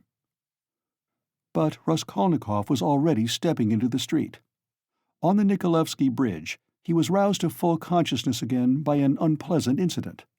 A coachman, after shouting at him 2 or 3 times, gave him a violent lash on the back with his whip for having almost fallen under the horse's hoofs. The lash so infuriated him that he dashed away to the railing. For some unknown reason, he had been walking in the very middle of the bridge in the traffic. He angrily clenched and ground his teeth. He heard laughter, of course. "Serves him right. A pickpocket, I dare say. Pretending to be drunk for sure, and getting under the wheels on purpose. And you have to answer for him. It's a regular profession, that's what it is." But while he stood at the railing, still looking angry and bewildered after the retreating carriage, and rubbing his back, he suddenly felt someone thrust money into his hand. He looked. It was an elderly woman in a kerchief and goatskin shoes, with a girl, probably her daughter, wearing a hat and carrying a green parasol. "Take it, my good man, in Christ's name." He took it, and they passed on. It was a piece of 20 kopecks. From his dress and appearance, they might well have taken him for a beggar asking alms in the streets, and the gift of 20 kopecks he doubtless owed to the blow, which made them feel sorry for him. He closed his hand on the 20 kopecks, walked on for 10 paces, and turned, facing the Neva, looking towards the palace. The sky was without a cloud, and the water was almost bright blue, which is so rare in the Neva. The cupola of the cathedral, which is seen at its best from the bridge about 20 paces from the chapel, glittered in the sunlight, and in the pure air every ornament on it could be clearly distinguished. The pain from the lash went off, and Raskolnikov forgot about it. One uneasy and not quite definite idea occupied him now completely. He stood still, and gazed long and intently into the distance. This spot was especially familiar to him. When he was attending the university, he had hundreds of times, generally on his way home, stood still on this spot, gazed at this truly magnificent spectacle, and almost always marveled at a vague and mysterious emotion it roused in him. It left him strangely cold. This gorgeous picture was for him blank and lifeless. He wondered every time at his somber and enigmatic impression, and, mistrusting himself, put off finding the explanation of it. He vividly recalled those old doubts and perplexities, and it seemed to him that it was no mere chance that he recalled them now. It struck him as strange and grotesque that he should have stopped at the same spot as before, as though he actually imagined he could think the same thoughts, be interested in the same theories and pictures that had interested him so short a time ago. He felt it almost amusing, and yet it wrung his heart. Deep down, hidden far away out of sight, all that seemed to him now, all his old past, his old thoughts, his old problems and theories, his old impressions, and that picture and himself and all. He felt as though he were flying upwards, and everything were vanishing from his sight. Making an unconscious movement with his hand, he suddenly became aware of the piece of money in his fist. He opened his hand, stared at the coin, and with a sweep of his arm flung it into the water. Then he turned and went home. It seemed to him he had cut himself off from everyone and from everything at that moment. Evening was coming on when he reached home, so that he must have been walking about 6 hours. How and where he came back he did not remember. Undressing and quivering like an overdriven horse, he lay down on the sofa, drew his greatcoat over him, and at once sank into oblivion. It was dusk when he was waked up by a fearful scream. Good God, what a scream! Such unnatural sounds, such howling, wailing, grinding, tears, blows, and curses he had never heard. He could never have imagined such brutality, such frenzy. In terror he sat up in bed, almost swooning with agony. But the fighting, wailing, and cursing grew louder and louder. And then, to his intense amazement, he caught the voice of his landlady.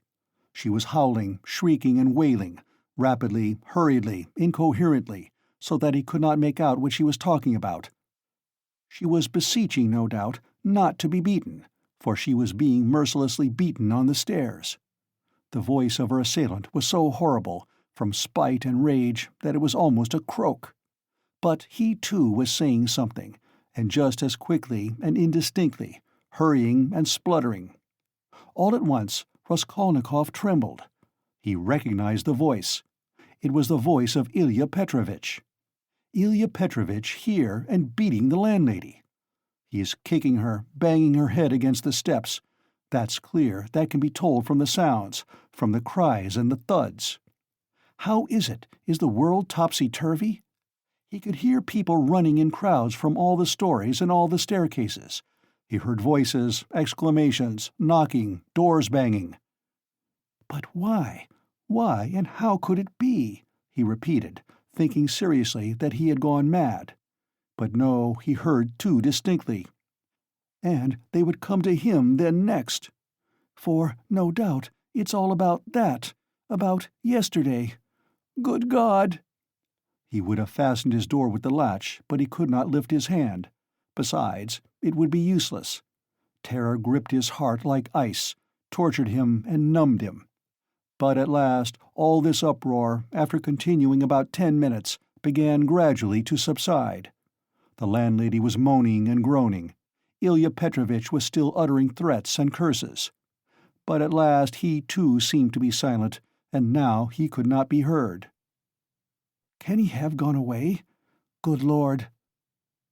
Yes, and now the landlady was going too, still weeping and moaning, and then her door slammed. Now the crowd was going from the stairs to their rooms, exclaiming, disputing, calling to one another, raising their voices to a shout, dropping them to a whisper. There must have been numbers of them, almost all the inmates of the block. But, good God, how could it be? And why had he come here? Raskolnikov sank worn out on the sofa, but could not close his eyes. He lay for half an hour in such anguish, such an intolerable sensation of infinite terror as he had never experienced before. Suddenly a bright light flashed into his room. Nastasia came in with a candle and a plate of soup. Looking at him carefully and ascertaining that he was not asleep, she set the candle on the table and began to lay out what she had brought: bread, salt, a plate, a spoon. "You've eaten nothing since yesterday, I warrant.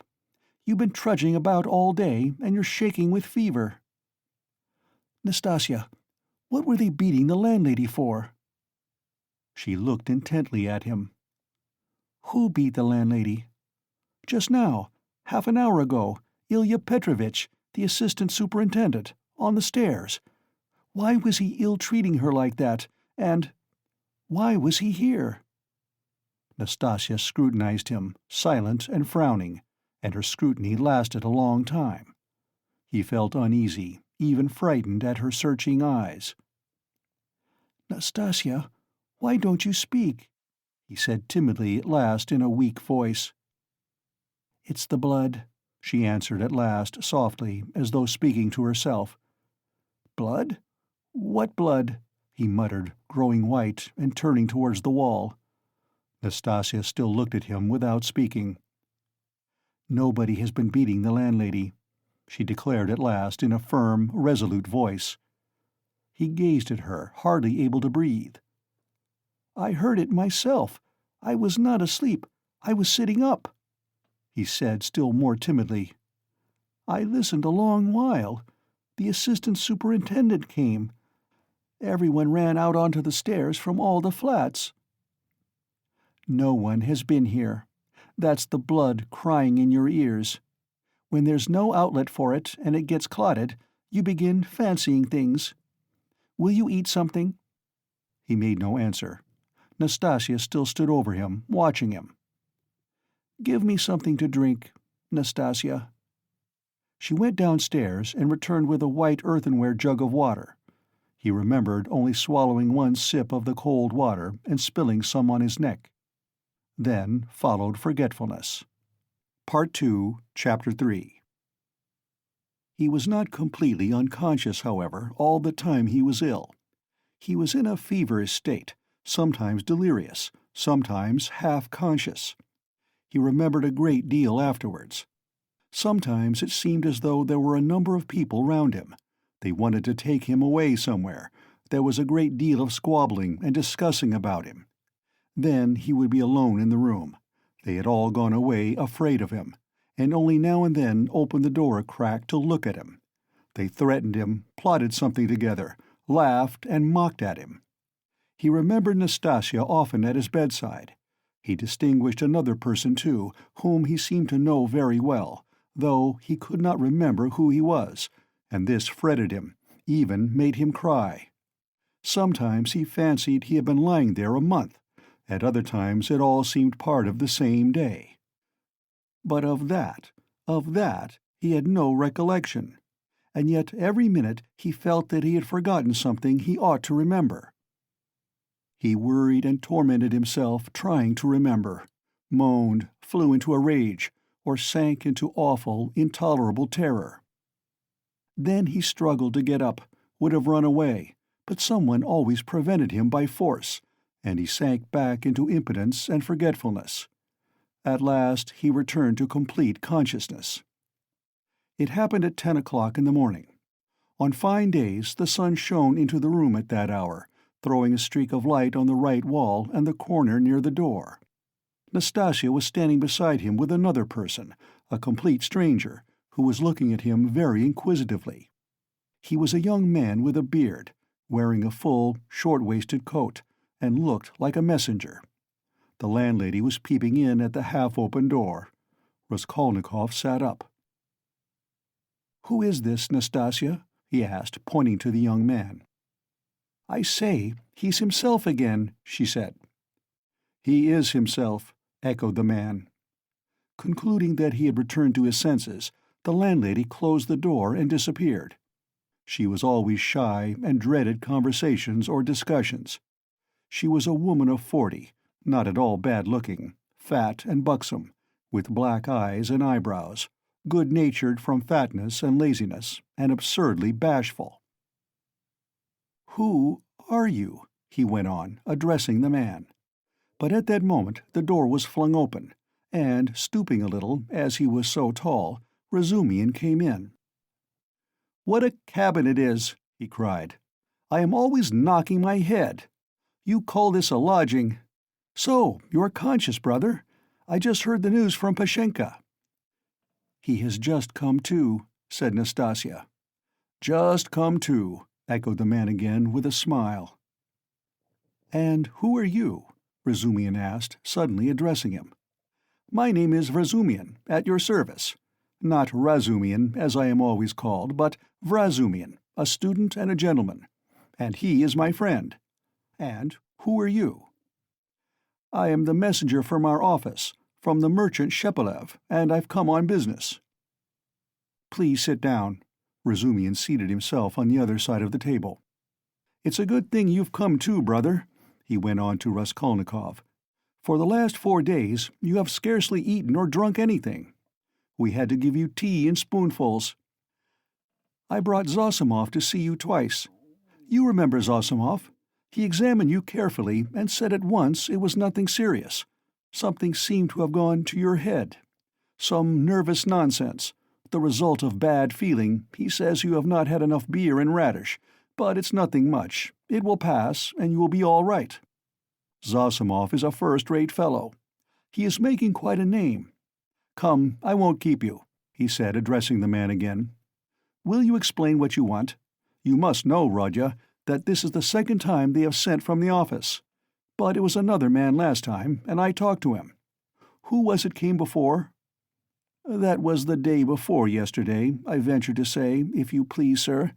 That was Alexei Semyonovitch. He is in our office, too." "He was more intelligent than you, don't you think so?" "Yes, indeed, sir. He is of more weight than I am." "Quite so. Go on." "At your mamma's request, through Afanasy Ivanovitch Varushin, of whom I presume you have heard more than once, a remittance is sent to you from our office," the man began, addressing Raskolnikov.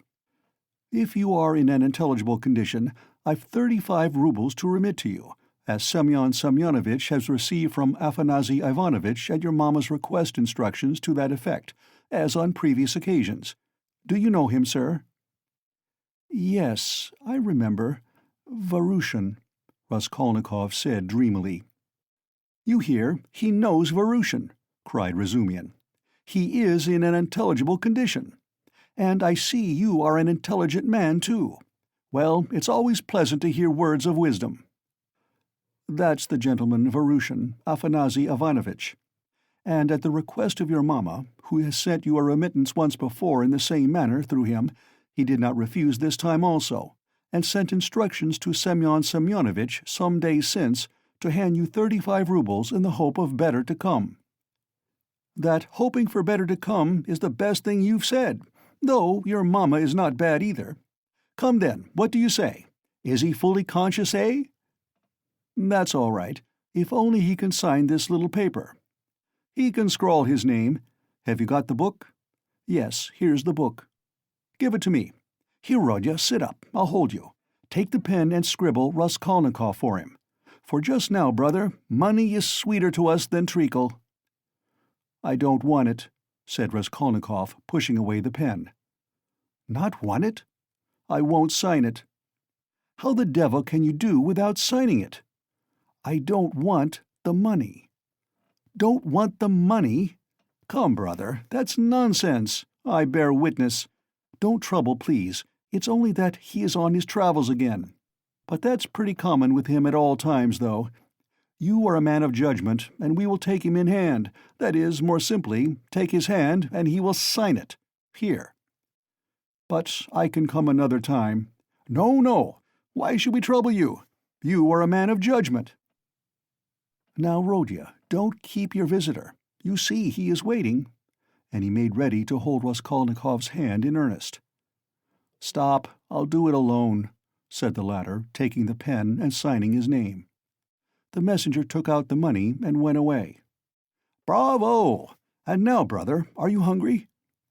"Yes," answered Raskolnikov. "Is there any soup?"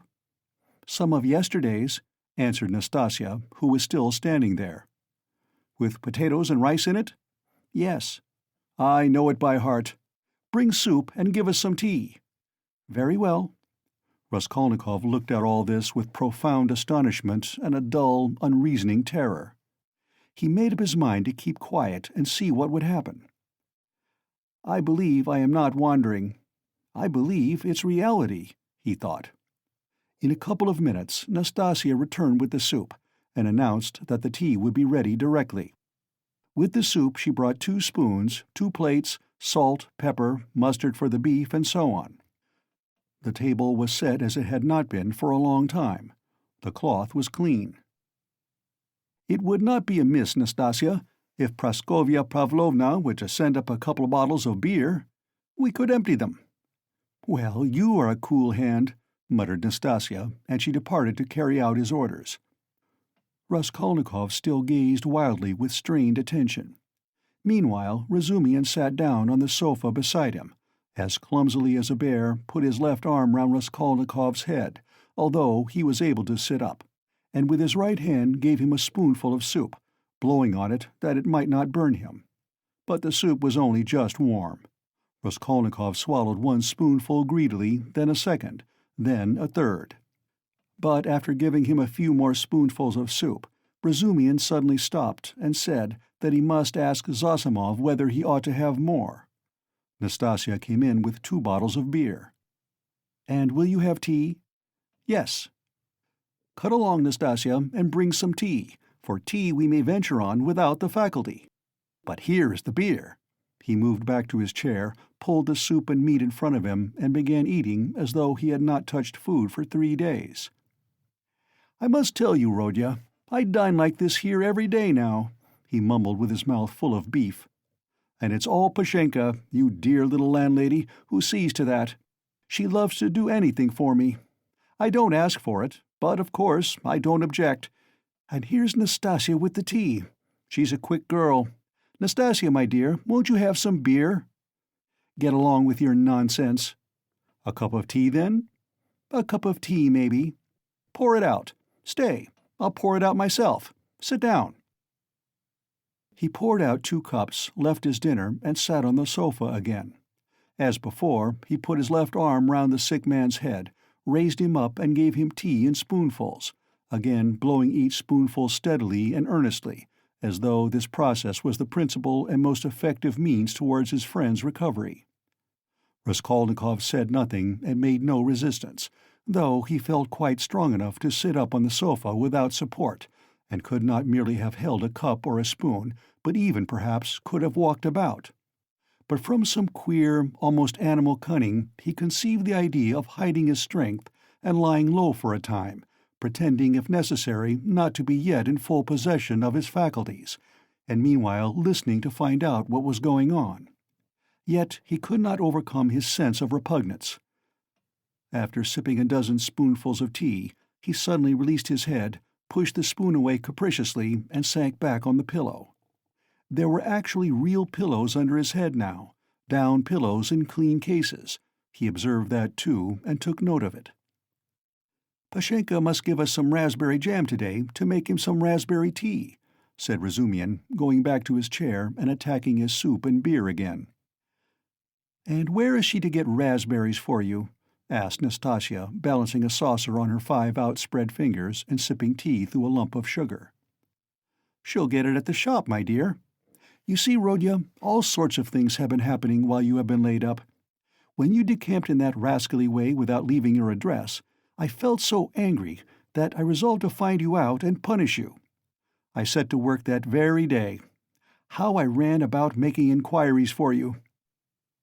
This lodging of yours I had forgotten, though I never remembered it, indeed, because I did not know it. And as for your old lodgings, I could only remember it was at the 5 Corners, Harlamov's house. I kept trying to find that Harlamov's house, and afterwards it turned out that it was not Harlamov's, but Book's. How one muddles up sounds sometimes. So I lost my temper, and I went on the chance to the address bureau next day, and only fancy, in 2 minutes they looked you up. Your name is down there." "My name?" "I should think so. And yet a General Kobylev they could not find while I was there. Well, it's a long story. But as soon as I did land on this place, I soon got to know all your affairs. All, brother, I know everything. Nastasia here will tell you. I made the acquaintance of Nikodim Fomitch and Ilya Petrovitch, and the house porter, and Mr. Zemetov, Alexander Grigorovitch, the head clerk in the police office, and last but not least of Pashenka. Nastasia here knows." "He's got rounder," Nastasia murmured, smiling slyly. "Why don't you put the sugar in your tea, Nastasia Nikiforovna?" "You are a one," Nastasia cried suddenly, going off into a giggle. "I am not Nikiforovna, but Petrovna," she said suddenly, recovering from her mirth. "I'll make a note of it. Well, brother, to make a long story short, I was going in for a regular explosion here to uproot all malignant influences in the locality, but Pashenka won the day. I had not expected, brother, to find her so prepossessing. Eh, what do you think?" Raskolnikov did not speak, but he still kept his eyes fixed upon him, full of alarm. "And all that could be wished indeed in every respect," Razumihin went on, not at all embarrassed by his silence. "Ah, the sly dog!" Nastasia shrieked again. This conversation afforded her unspeakable delight. "It's a pity, brother, that you did not set to work in the right way at first. You ought to have approached her differently. She is, so to speak, a most unaccountable character. But we will talk about her character later. How could you let things come to such a pass that she gave up sending you your dinner? And that IOU! You must have been mad to sign an IOU. And that promise of marriage when her daughter, Natalia Yegorovna, was alive? I know all about it.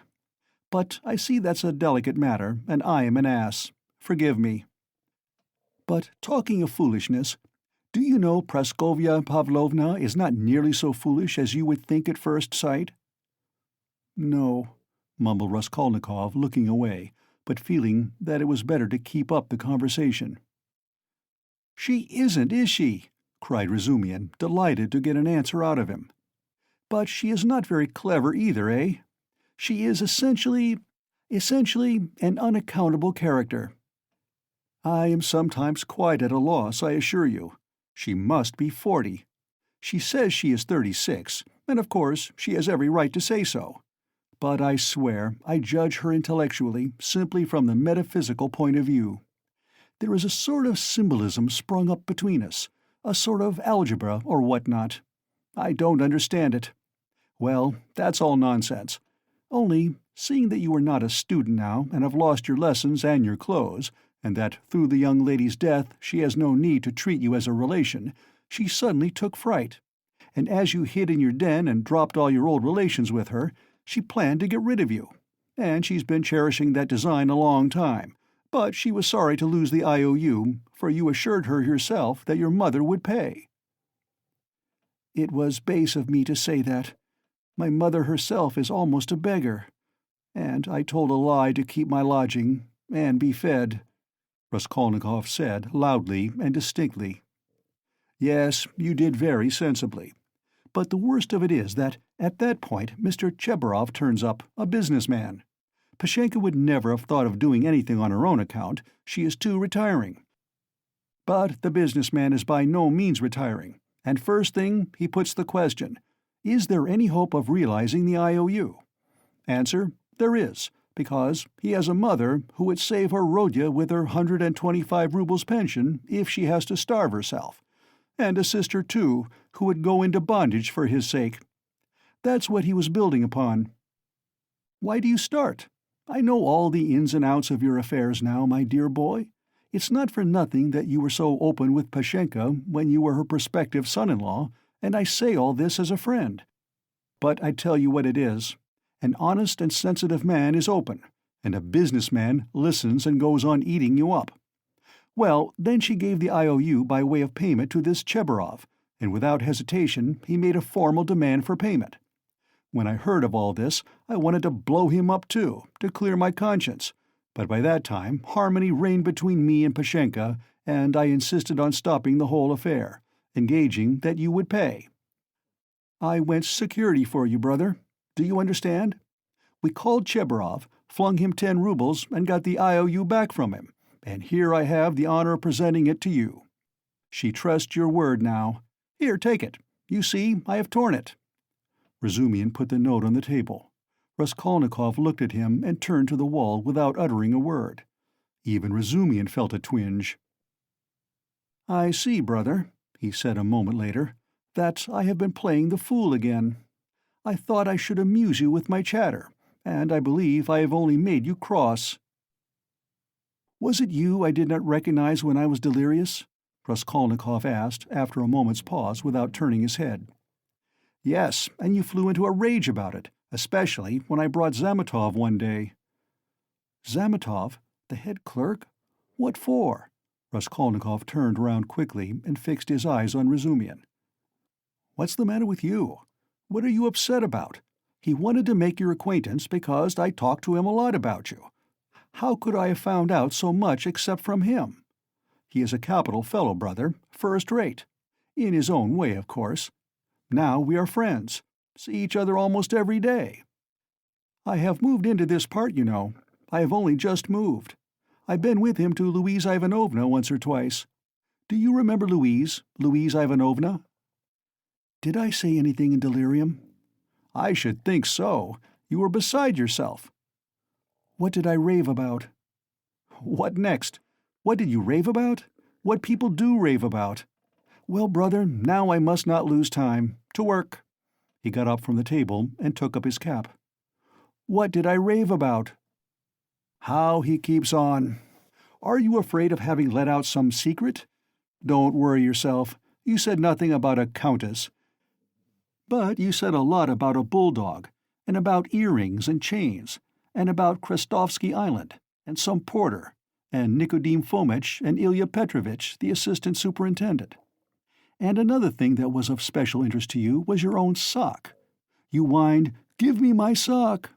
Zametov hunted all about your room for your socks, and with his own scented, ring-bedecked fingers he gave you the rag. And only then were you comforted, and for the next 24 hours you held the wretched thing in your hand. We could not get it from you. It is most likely somewhere under your quilt at this moment. And then you asked so piteously for fringe for your trousers. We tried to find out what sort of fringe, but we could not make it out. Now to business. Here are 35 rubles. I take 10 of them, and shall give you an account of them in an hour or two. I will let Zosimov know at the same time, though he ought to have been here long ago, for it is nearly 12. And you, Nastasia, look in pretty often while I am away, to see whether he wants a drink or anything else. And I will tell Pashenka what is wanted myself. Goodbye."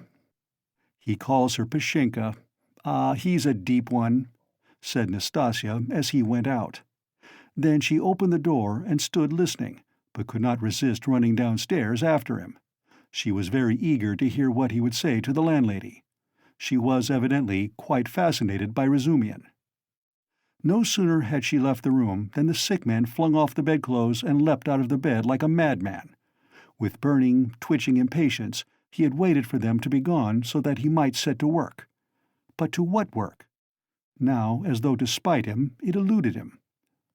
"Good God, only tell me one thing. Do they know of it yet or not? What if they know it and are only pretending, mocking me while I am laid up, and then they will come in and tell me that it's been discovered long ago, and that they have only— What am I to do now? That's what I've forgotten, as though on purpose. Forgotten it all at once, I remembered a minute ago."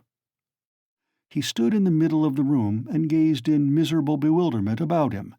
He walked to the door, opened it, listened. But that was not what he wanted. Suddenly, as though recalling something, he rushed to the corner where there was a hole under the paper, began examining it, put his hand into the hole, fumbled, but that was not it. He went to the stove, opened it, and began rummaging in the ashes. The frayed edges of his trousers and the rags cut off his pocket were lying there just as he had thrown them. No one had looked then. Then he remembered the sock about which Razumian had just been telling him. Yes, there it lay on the sofa under the quilt, but it was so covered with dust and grime that Zametov could not have seen anything on it. Bah, Zametov, the police office. And why am I sent for to the police office? Where's the notice? Bah, I am mixing it up. That was then. I looked at my sock then, too, but now I have been ill. But what did Zametov come for? Why did Razumian bring him? He muttered, helplessly sitting on the sofa again. What does it mean? Am I still in delirium, or is it real? I believe it is real. Ah, I remember. I must escape. Make haste to escape. Yes, I must escape. Yes. But where? And where are my clothes? I've no boots. They've taken them away. They've hidden them.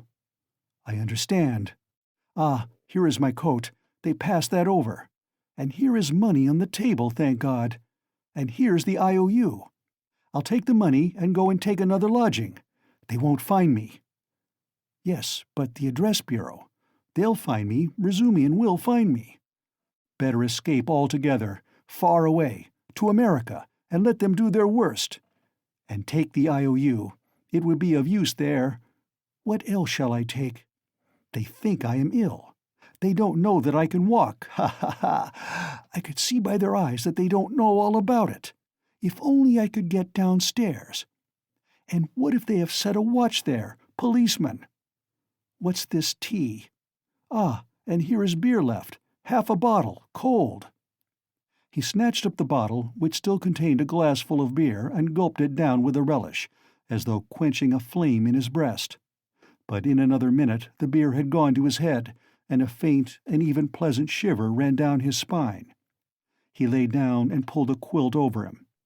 His sick and incoherent thoughts grew more and more disconnected, and soon a light, pleasant drowsiness came upon him.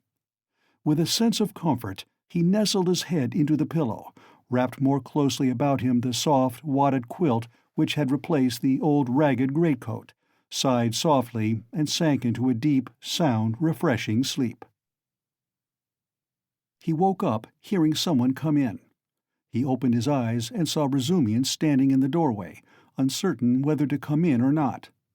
Raskolnikov sat up quickly on the sofa and gazed at him, as though trying to recall something. "Ah, you are not asleep. Here I am. Nastasia, bring in the parcel," Razumian shouted down the stairs. "You shall have the account directly." "What time is it?" asked Raskolnikov, looking round uneasily. "Yes, you had a fine sleep, brother. It's almost evening. It will be 6 o'clock directly. You have slept more than 6 hours." "Good heavens, have I?" "And why not? It will do you good. What's the hurry? A tryst, is it? We've all the time before us. I've been waiting for the last 3 hours for you. I've been up twice and found you asleep. I've called on Zosimov twice.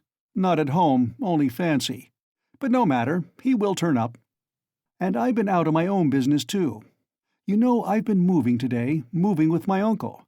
I have an uncle living with me now. But that's no matter. To business. Give me the parcel, Nastasia. We will open it directly. And how do you feel now, brother?" "I am quite well. I am not ill. Razumian, have you been here long?" "I tell you, I've been waiting for the last 3 hours." "No, before." "How do you mean? How long have you been coming here?" "Why, I told you all about it this morning. Don't you remember?" Raskolnikov pondered. The morning seemed like a dream to him. He could not remember alone, and looked inquiringly at Razumian. Said the latter. "He has forgotten. I fancied then that you were not quite yourself. Now you are better for your sleep. You really look much better. First rate. Well, to business.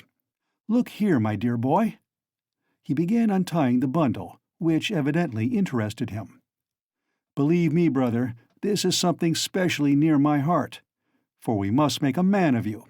Let's begin from the top. Do you see this cap?" he said, taking out of the bundle a fairly good, though cheap and ordinary cap. Let me try it on." "Presently, afterwards," said Raskolnikov, waving it off pettishly. "Come, Rodya, my boy, don't oppose it. Afterwards will be too late, and I shan't sleep all night, for I bought it by guess, without measure." "Just right," he cried triumphantly, fitting it on. "Just your size."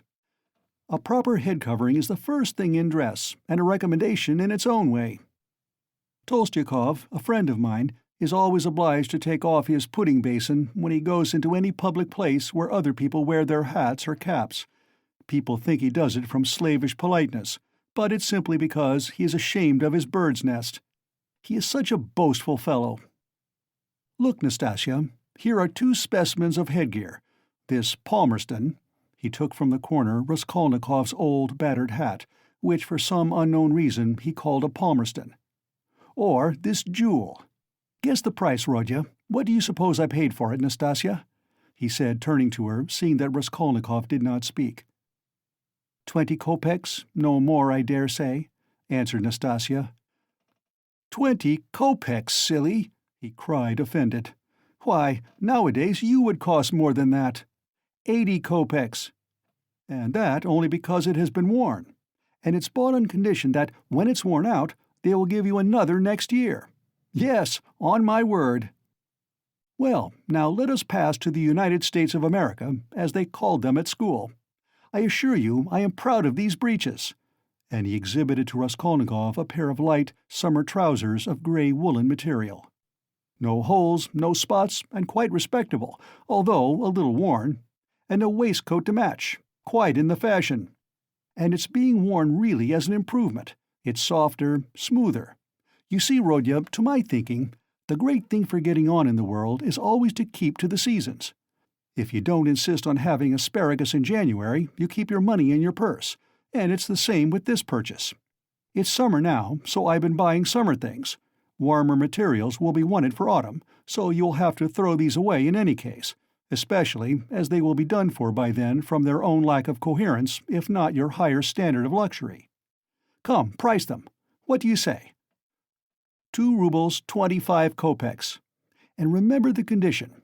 If you wear these out, you will have another suit for nothing. They only do business on that system at Fadyev's.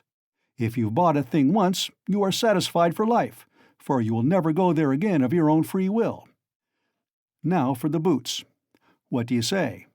You see that they are a bit worn, but they'll last a couple of months, for it's foreign work and foreign leather. The secretary of the English embassy sold them last week. He had only worn them 6 days, but he was very short of cash. Price, 1.5 rubles. A bargain?"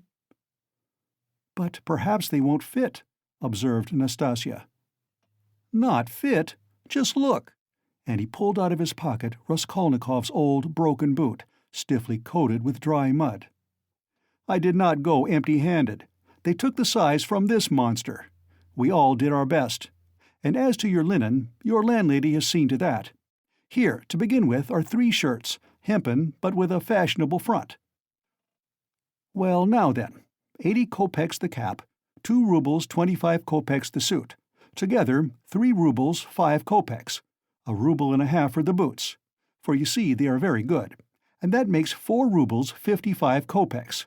5 rubles for the underclothes. They were bought in the low, which makes exactly 9 rubles 55 kopecks. 55 kopecks change in coppers. Will you take it? And so, Rodya, you are set up with a complete new rig-out, for your overcoat will serve, and even has a style of its own. That comes from getting one's clothes from Sharmer's. As for your socks and other things, I leave them to you. We've 25 rubles left. And as for Pashenka and paying for your lodging, don't you worry. I tell you, she'll trust you for anything. And now, brother, let me change your linen, for I dare say you will throw off your illness with your shirt." "Let me be. I don't want to." Raskolnikov waved him off. He had listened with disgust to Razumian's efforts to be playful about his purchases. "Come, brother, don't tell me I've been trudging around for nothing," Razumian insisted. "Nastasia, don't be bashful, but help me. That's it." And in spite of Raskolnikov's resistance, he changed his linen.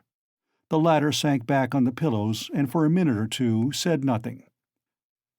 It will be long before I get rid of them, he thought. What money was all that bought with? He asked at last, gazing at the wall. Money? Why, your own, what the messenger brought from Varusian. Your mother sent it. Have you forgotten that too? I remember now, said Raskolnikov after a long, sullen silence. Razumihin looked at him, frowning and uneasy. The door opened, and a tall, stout man, whose appearance seemed familiar to Raskolnikov, came in. Part 2, Chapter 4. Zosimov was a tall, fat man, with a puffy, colorless, clean-shaven face and straight, flaxen hair. He wore spectacles, and a big gold ring on his fat finger. He was 27. He had on a light gray fashionable loose coat, light summer trousers, and everything about him loose, fashionable, and spick and span. His linen was irreproachable. His watch chain was massive. In manner he was slow and, as it were, nonchalant, and at the same time studiously free and easy. He made efforts to conceal his self-importance, but it was apparent at every instant. All his acquaintances found him tedious, but said he was clever at his work. "I've been to see you twice today, brother. You see, he's come to himself," cried Razumihin. I see. And how do we feel now, eh?" said Zosimov to Raskolnikov, watching him carefully, and sitting down at the foot of the sofa, he settled himself as comfortably as he could. "He is still depressed," Razumihin went on. "We've just changed his linen, and he almost cried." "That's very natural. You might have put it off if he did not wish it. His pulse is first-rate. Is your head still aching, eh?" "I am well. I am perfectly well," Raskolnikov declared positively and irritably. He raised himself on the sofa and looked at them with glittering eyes, but sank back to the pillow at once and turned to the wall. Zosimov watched him intently. "Very good. Going on all right," he said lazily. "Has he eaten anything?" They told him and asked what he might have. "He may have anything. Soup, tea. Mushrooms and cucumbers, of course, you must not give him. He'd better not have meat either, but no need to tell you that." Razumihin and he looked at each other. "No more medicine or anything. I'll look at him again tomorrow. Perhaps today even. But never mind." "Tomorrow evening I shall take him for a walk," said Razumihin. "We are going to the Yusupov garden and then to the Palais de Cristal." "I would not disturb him tomorrow at all, but I don't know. A little maybe, but we'll see." "Ach, what a nuisance! I've got a housewarming party tonight. It's only a step from here. Couldn't he come? He could lie on the sofa." "You are coming," Razumihin said to Zosimov. "Don't forget, you promised." "All right, only rather later. What are you going to do?" "Oh, nothing. Tea, vodka, herrings. There will be a pie. Just our friends." "And who?" "All neighbors here. Almost all new friends, except my old uncle, and he is new too. He only arrived in Petersburg yesterday to see to some business of his. We meet once in 5 years." "What is he?" "He's been stagnating all his life as a district postmaster. Gets a little pension. He is 65. Not worth talking about. But I am fond of him. Porfiri Petrovitch, the head of the investigation department here. But you know him." "Is he a relation of yours too?" "A very distant one. But why are you scowling? Because you quarreled once, won't you come then?" "I don't care a damn for him." "So much the better. Well, there will be some students, a teacher, a government clerk, a musician, an officer, and Zametov." "Do tell me, please, what you or he," Zosimov nodded at Raskolnikov, "can have in common with this Zametov." "Oh, you particular gentleman! Principles. You are worked by principles, as it were, by springs. You won't venture to turn round on your own account. If a man is a nice fellow, that's the only principle I go upon.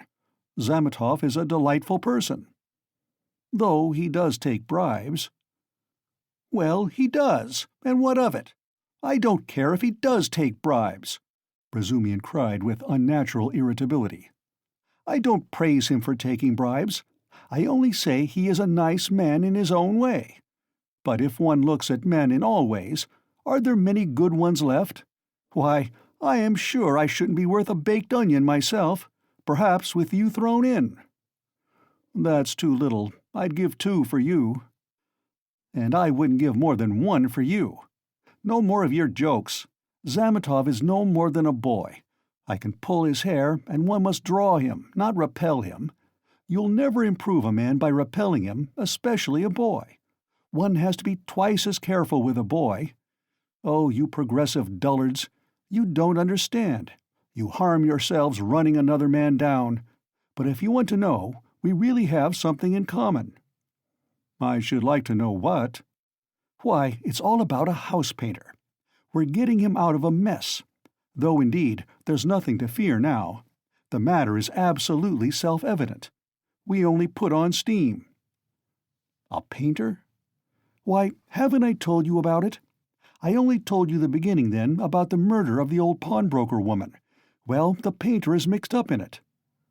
Oh, I heard about that murder before and was rather interested in it. Partly, for one reason, I read about it in the papers, too. Lizaveta was murdered, too, Nastasia blurted out, suddenly addressing Raskolnikov. She remained in the room all the time, standing by the door listening. Lizaveta, murmured Raskolnikov hardly audibly. Lizaveta, who sold old clothes. Didn't you know her? She used to come here. She mended a shirt for you, too. Raskolnikov turned to the wall where in the dirty yellow paper he picked out one clumsy, white flower with brown lines on it and began examining how many petals there were in it, how many scallops in the petals, and how many lines on them. He felt his arms and legs as lifeless as though they had been cut off. He did not attempt to move, but stared obstinately at the flower. But what about the painter? Zosimov interrupted Nastasia's chatter with marked displeasure. She sighed and was silent. Why, he was accused of the murder, Razumian went on hotly. Was there evidence against him, then? Evidence indeed. Evidence that was no evidence, and that's what we have to prove. It was just as they pitched on those fellows Koch and Pestrikov at first. Phoo, how stupidly it's all done. It makes one sick, though it's not one's business. Pestrikov may be coming tonight. By the way, Rodya, you've heard about the business already. It happened before you were ill, the day before you fainted at the police office while they were talking about it. Zosimov looked curiously at Raskolnikov. He did not stir. But I say, Razumian, I wonder at you. What a busybody you are, Zosimov observed. Maybe I am, but we will get him off anyway, shouted Razumian, bringing his fist down on the table. What's the most offensive is not their lying. One can always forgive lying. Lying is a delightful thing, for it leads to the truth. What is offensive is that they lie and worship their own lying. I respect Porphyry, but what threw them out at first? The door was locked, and when they came back with the porter, it was open. So it followed that Koch and Pestrikov were the murderers. That was their logic. But don't excite yourself. They simply detained them. They could not help that. And by the way, I've met with that man Koch. He used to buy unredeemed pledges from the old woman, eh? Yes, he is a swindler. He buys up bad debts, too. He makes a profession of it. But enough of him. Do you know what makes me angry? It's their sickening, rotten, petrified routine. And this case might be the means of introducing a new method. One can show from the psychological data alone how to get on the track of the real man. We have the facts, they say. But facts are not everything. At least half the business lies in how you interpret them. Can you interpret them, then? Anyway, one can't hold one's tongue when one has a feeling, a tangible feeling, that one might be a help, if only— do you know the details of the case? I am waiting to hear about the painter. Oh, yes. Well, here's the story. Early on the third day after the murder, when they were still dandling Coke and Pestrikov, though they accounted for every step they took and it was plain as a pikestaff, an unexpected fact turned up. A peasant called Dushkin, who keeps a dram shop facing the house, brought to the police office a jeweler's case containing some gold earrings and told him a long rigmarole. The day before yesterday, just after 8 o'clock, mark the day and the hour, a journeyman house painter, Nikolai, who had been in to see me already that day, brought me this box of gold earrings and stones, and asked me to give him 2 rubles for them. When I asked him where he got them, he said that he picked them up in the street. I did not ask him anything more. I am telling you Dushkin's story. I gave him a note, a ruble that is, for I thought if he did not pawn it with me, he would with another. It would all come to the same thing. He'd spent it on drink, so the thing had better be with me. The further you hide it, the quicker you will find it, and if anything turns up, if I hear any rumors, I'll take it to the police. Of course, that's all taradiddle. He lies like a horse, for I know this Dushkin. He is a pawnbroker and a receiver of stolen goods, and he did not cheat Nikolai out of a 30-ruble trinket in order to give it to the police. He was simply afraid. But no matter. To return to Dushkin's story.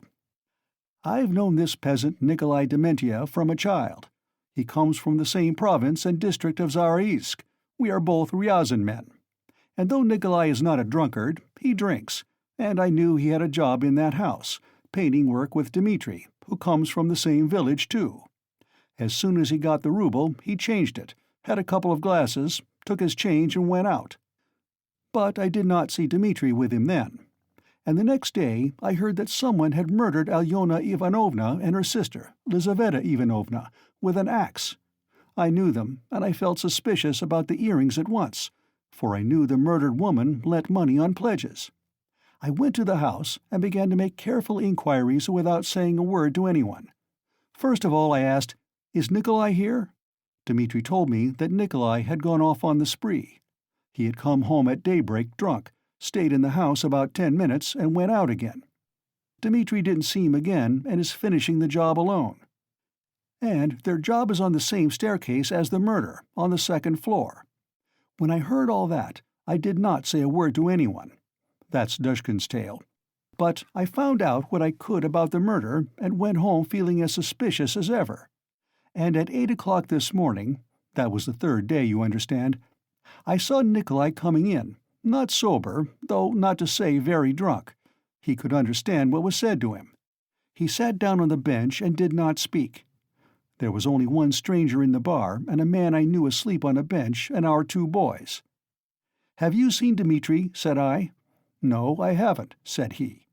"And you've not been here either?" "Not since the day before yesterday," said he.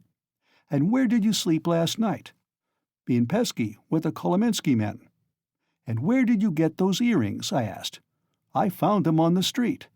And the way he said it was a bit queer. He did not look at me. "Did you hear what happened that very evening, at that very hour, on that same staircase?" said I. "No," said he. "I had not heard." And all the while he was listening, his eyes were staring out of his head, and he turned as white as chalk. I told him all about it, and he took his hat and began getting up. I wanted to keep him. "Wait a bit, Nikolai," said I. "Won't you have a drink?" And I signed to the boy to hold the door, and I came out from behind the bar. But he darted out and down the street to the turning at a run. I have not seen him since. Then my doubts were at an end. It was his doing, as clear as could be. "I should think so," said Zosimov. "Wait, hear the end. Of course they sought high and low for Nikolai. They detained Dushkin and searched his house. Dmitri, too, was arrested. The Kolomensky men also were turned inside out. And the day before yesterday they arrested Nikolai in a tavern at the end of town. He had gone there, taken the silver cross off his neck, and asked for a dram for it. They gave it to him. A few minutes afterwards, the woman went to the cowshed, and through a crack in the wall she saw in the stable adjoining he had made a noose of his sash from the beam, stood on a block of wood, and was trying to put his neck in the noose.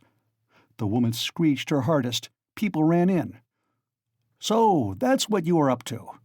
'Take me,' he says, 'to such and such a police officer. I'll confess everything.' Well, they took him to that police station, that is here, with a suitable escort. So they asked him this and that, how old he is, 22, and so on. At the question, when you were working with Dmitri, did you see anyone on the staircase at such and such a time? Answer, to be sure, folks may have gone up and down, but I did not notice them. And didn't you hear anything, any noise, and so on? We heard nothing special.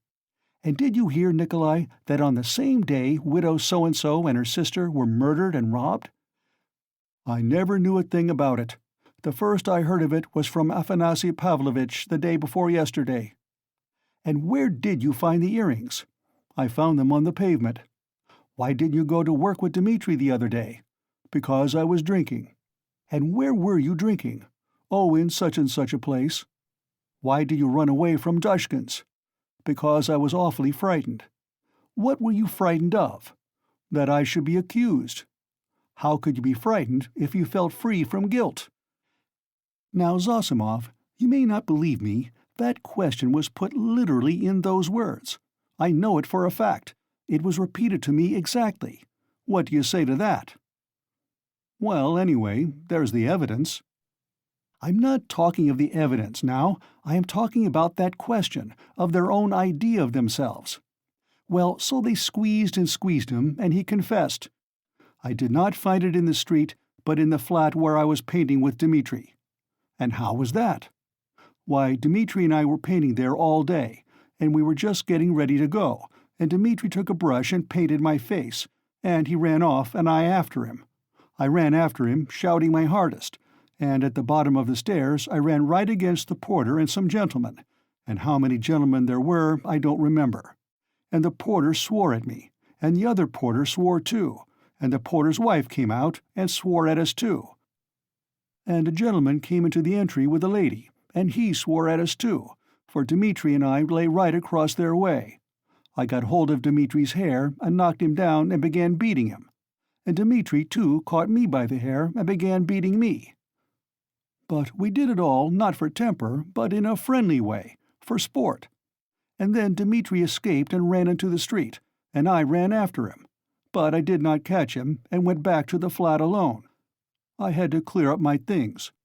I began putting them together, expecting Dmitri to come, and there in the passage, in the corner by the door, I stepped on the box. I saw it lying there wrapped up in paper. I took off the paper, saw some little hooks, undid them, and in the box were the earrings. Behind the door? Lying behind the door? Behind the door? Raskolnikov cried suddenly, staring with a blank look of terror at Razumian, and he slowly sat up on the sofa, leaning on his hand. Yes, why? What's the matter? What's wrong? Razumian, too, got up from his seat. Nothing, Raskolnikov answered faintly, turning to the wall. All were silent for a while. He must have waked from a dream, Razumian said at last, looking inquiringly at Zosimov. The latter slightly shook his head. Well, go on, said Zosimov. What next? What next? As soon as he saw the earrings, forgetting Dmitri and everything, he took up his cap and ran to Dushkin, and, as we know, got a rouble from him. He told a lie, saying he found them in the street and went off drinking. He keeps repeating his old story about the murder. I know nothing of it, never heard of it till the day before yesterday. And why didn't you come to the police till now? I was frightened. And why did you try to hang yourself? From anxiety. What anxiety? That I should be accused of it. Well, that's the whole story. And now what do you suppose they deduce from that? Why, there's no supposing. There's a clue, such as it is, a fact. You wouldn't have your painter set free. Now they've simply taken him for the murderer. They haven't a shadow of doubt. That's nonsense. You are excited. But what about the earrings? You must admit that, if on the very same day and hour earrings from the old woman's box have come into Nikolai's hands, they must have come there somehow. That's a good deal in such a case. How did they get there? How did they get there? Cried Razumian. How can you, a doctor, whose duty it is to study man and who has more opportunity than anyone else for studying human nature, How can you fail to see the character of the man in the whole story? Don't you see at once that the answer he has given in the examination are the holy truth? They came into his hand precisely as he has told us. He stepped on the box and picked it up. The holy truth. But didn't he own himself that he told a lie at first? Listen to me. Listen attentively. The porter, and Koch, and Pestryakov, and the other porter, and the wife of the first porter, and the woman who was sitting in the porter's lodge, and the man Krukov, who had just got out of a cab at that minute and went in at the entry with a lady on his arm, that is 8 or 10 witnesses agree that Nikolai had Dmitri on the ground, was lying on him, beating him, while Dmitri hung on to his hair, beating him too. They lay right across the way, blocking the thoroughfare. They were sworn at on all sides, while they, like children, the very words of the witnesses, were falling over one another, squealing, fighting, and laughing with the funniest faces, and chasing one another like children, they ran into the street. Now take careful note. The bodies upstairs were warm, you understand, warm when they found them. If they, or Nikolai alone, had murdered them and broken open the boxes, or simply taken part in the robbery, allow me to ask you one question. Do their state of mind, their squeals and giggles and childish scuffling at the gate, fit in with axes, bloodshed, fiendish cunning, robbery? They just killed them, not 5 or 10 minutes before, for the bodies were still warm, and at once, leaving the flat open, knowing that people would go there at once, flinging away their booty, they rolled about like children, laughing and attracting general attention. And there are a dozen witnesses to swear to that. Of course, it is strange. It's impossible indeed, but— No, brother, no buts. And if the earrings being found in Nikolai's hands at the very day and hour of the murder constitutes an important piece of circumstantial evidence against him, although the explanation given by him accounts for it, and therefore it does not tell seriously against him, one must take into consideration the facts which prove him innocent, especially as they are facts that cannot be denied. And do you suppose, from the character of our legal system, that they will accept, or that they are in the position to accept, this fact, resting simply on a psychological impossibility, as irrefutable and conclusively breaking down the circumstantial evidence for the prosecution? No, they won't accept it. They certainly won't, because they found the jewel case and the man tried to hang himself, which he could not have done if he hadn't felt guilty. That's the point. That's what excites me, you must understand. Oh, I see you're excited. Wait a bit. I forgot to ask you. What proof is there that the box came from the old woman? That's been proved, said Razumian with apparent reluctance, frowning. Koch recognized the jewel case and gave the name of the owner, who proved conclusively that it was his. That's bad. Now, another point. Did anyone see Nikolai at the time that Koch and Pestryakov were going upstairs at first, and is there no evidence about that? Nobody did see him, Razumian answered with vexation. That's the worst of it. Even Koch and Pestryakov did not notice them on their way upstairs, though indeed their evidence could not have been worth much. They said they saw the flat was open and that there must be work going on in it, but they took no special notice and could not remember whether there actually were men at work in it. So the only evidence for the defense is that they were beating one another and laughing. That constitutes a strong presumption, but how do you explain the facts yourself? How do I explain them? What is there to explain? It's clear. At any rate, the direction in which explanation is to be sought is clear, and the jewel case points to it. The real murderer dropped those earrings. The murderer was upstairs, locked in, when Koch and Pestryakov knocked at the door. Koch, like an ass, did not stay at the door, so the murderer popped out and ran down too, for he had no other way of escape. He hid from Koch, Pestryakov, and the porter in the flat when Nikolai and Dmitri had just run out of it. He stopped there while the porter and the others were going upstairs, waited till they were out of hearing, and then went calmly downstairs at the very minute when Dmitri and Nikolai ran out into the street and there was no one in the entry. Possibly he was seen, but not noticed. There are lots of people going in and out. He must have dropped the earrings out of his pocket when he stood behind the door, and did not notice he dropped them, because he had other things to think of. The jewel case is a conclusive proof that he did stand there. That's how I explain it." "Too clever. No, my boy, you're too clever. That beats everything." "But why? Why?" "Why? Because everything fits too well. It's too melodramatic." "Ah!"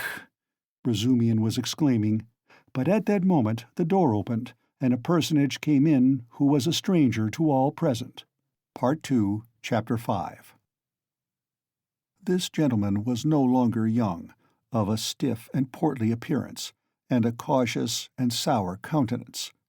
He began by stopping short in the doorway, staring about him with offensive and undisguised astonishment, as though asking himself what sort of place he had come to. Mistrustfully, and with an affectation of being alarmed and almost affronted, he scanned Raskolnikov's low and narrow cabin. With the same amazement he stared at Raskolnikov, who lay undressed, disheveled, unwashed, on his miserable dirty sofa, looking fixedly at him. Then, with the same deliberation, he scrutinized the uncouth, unkempt figure and unshaven face of Razumian, who looked him boldly and inquiringly in the face without rising from his seat. A constrained silence lasted for a couple of minutes, and then, as might be expected, some scene-shifting took place. Reflecting, probably from certain fairly unmistakable signs, that he would get nothing in this cabin by attempting to overawe them, the gentleman softened somewhat, and civilly, though with some severity, emphasizing every syllable of his question, addressed Zosimov.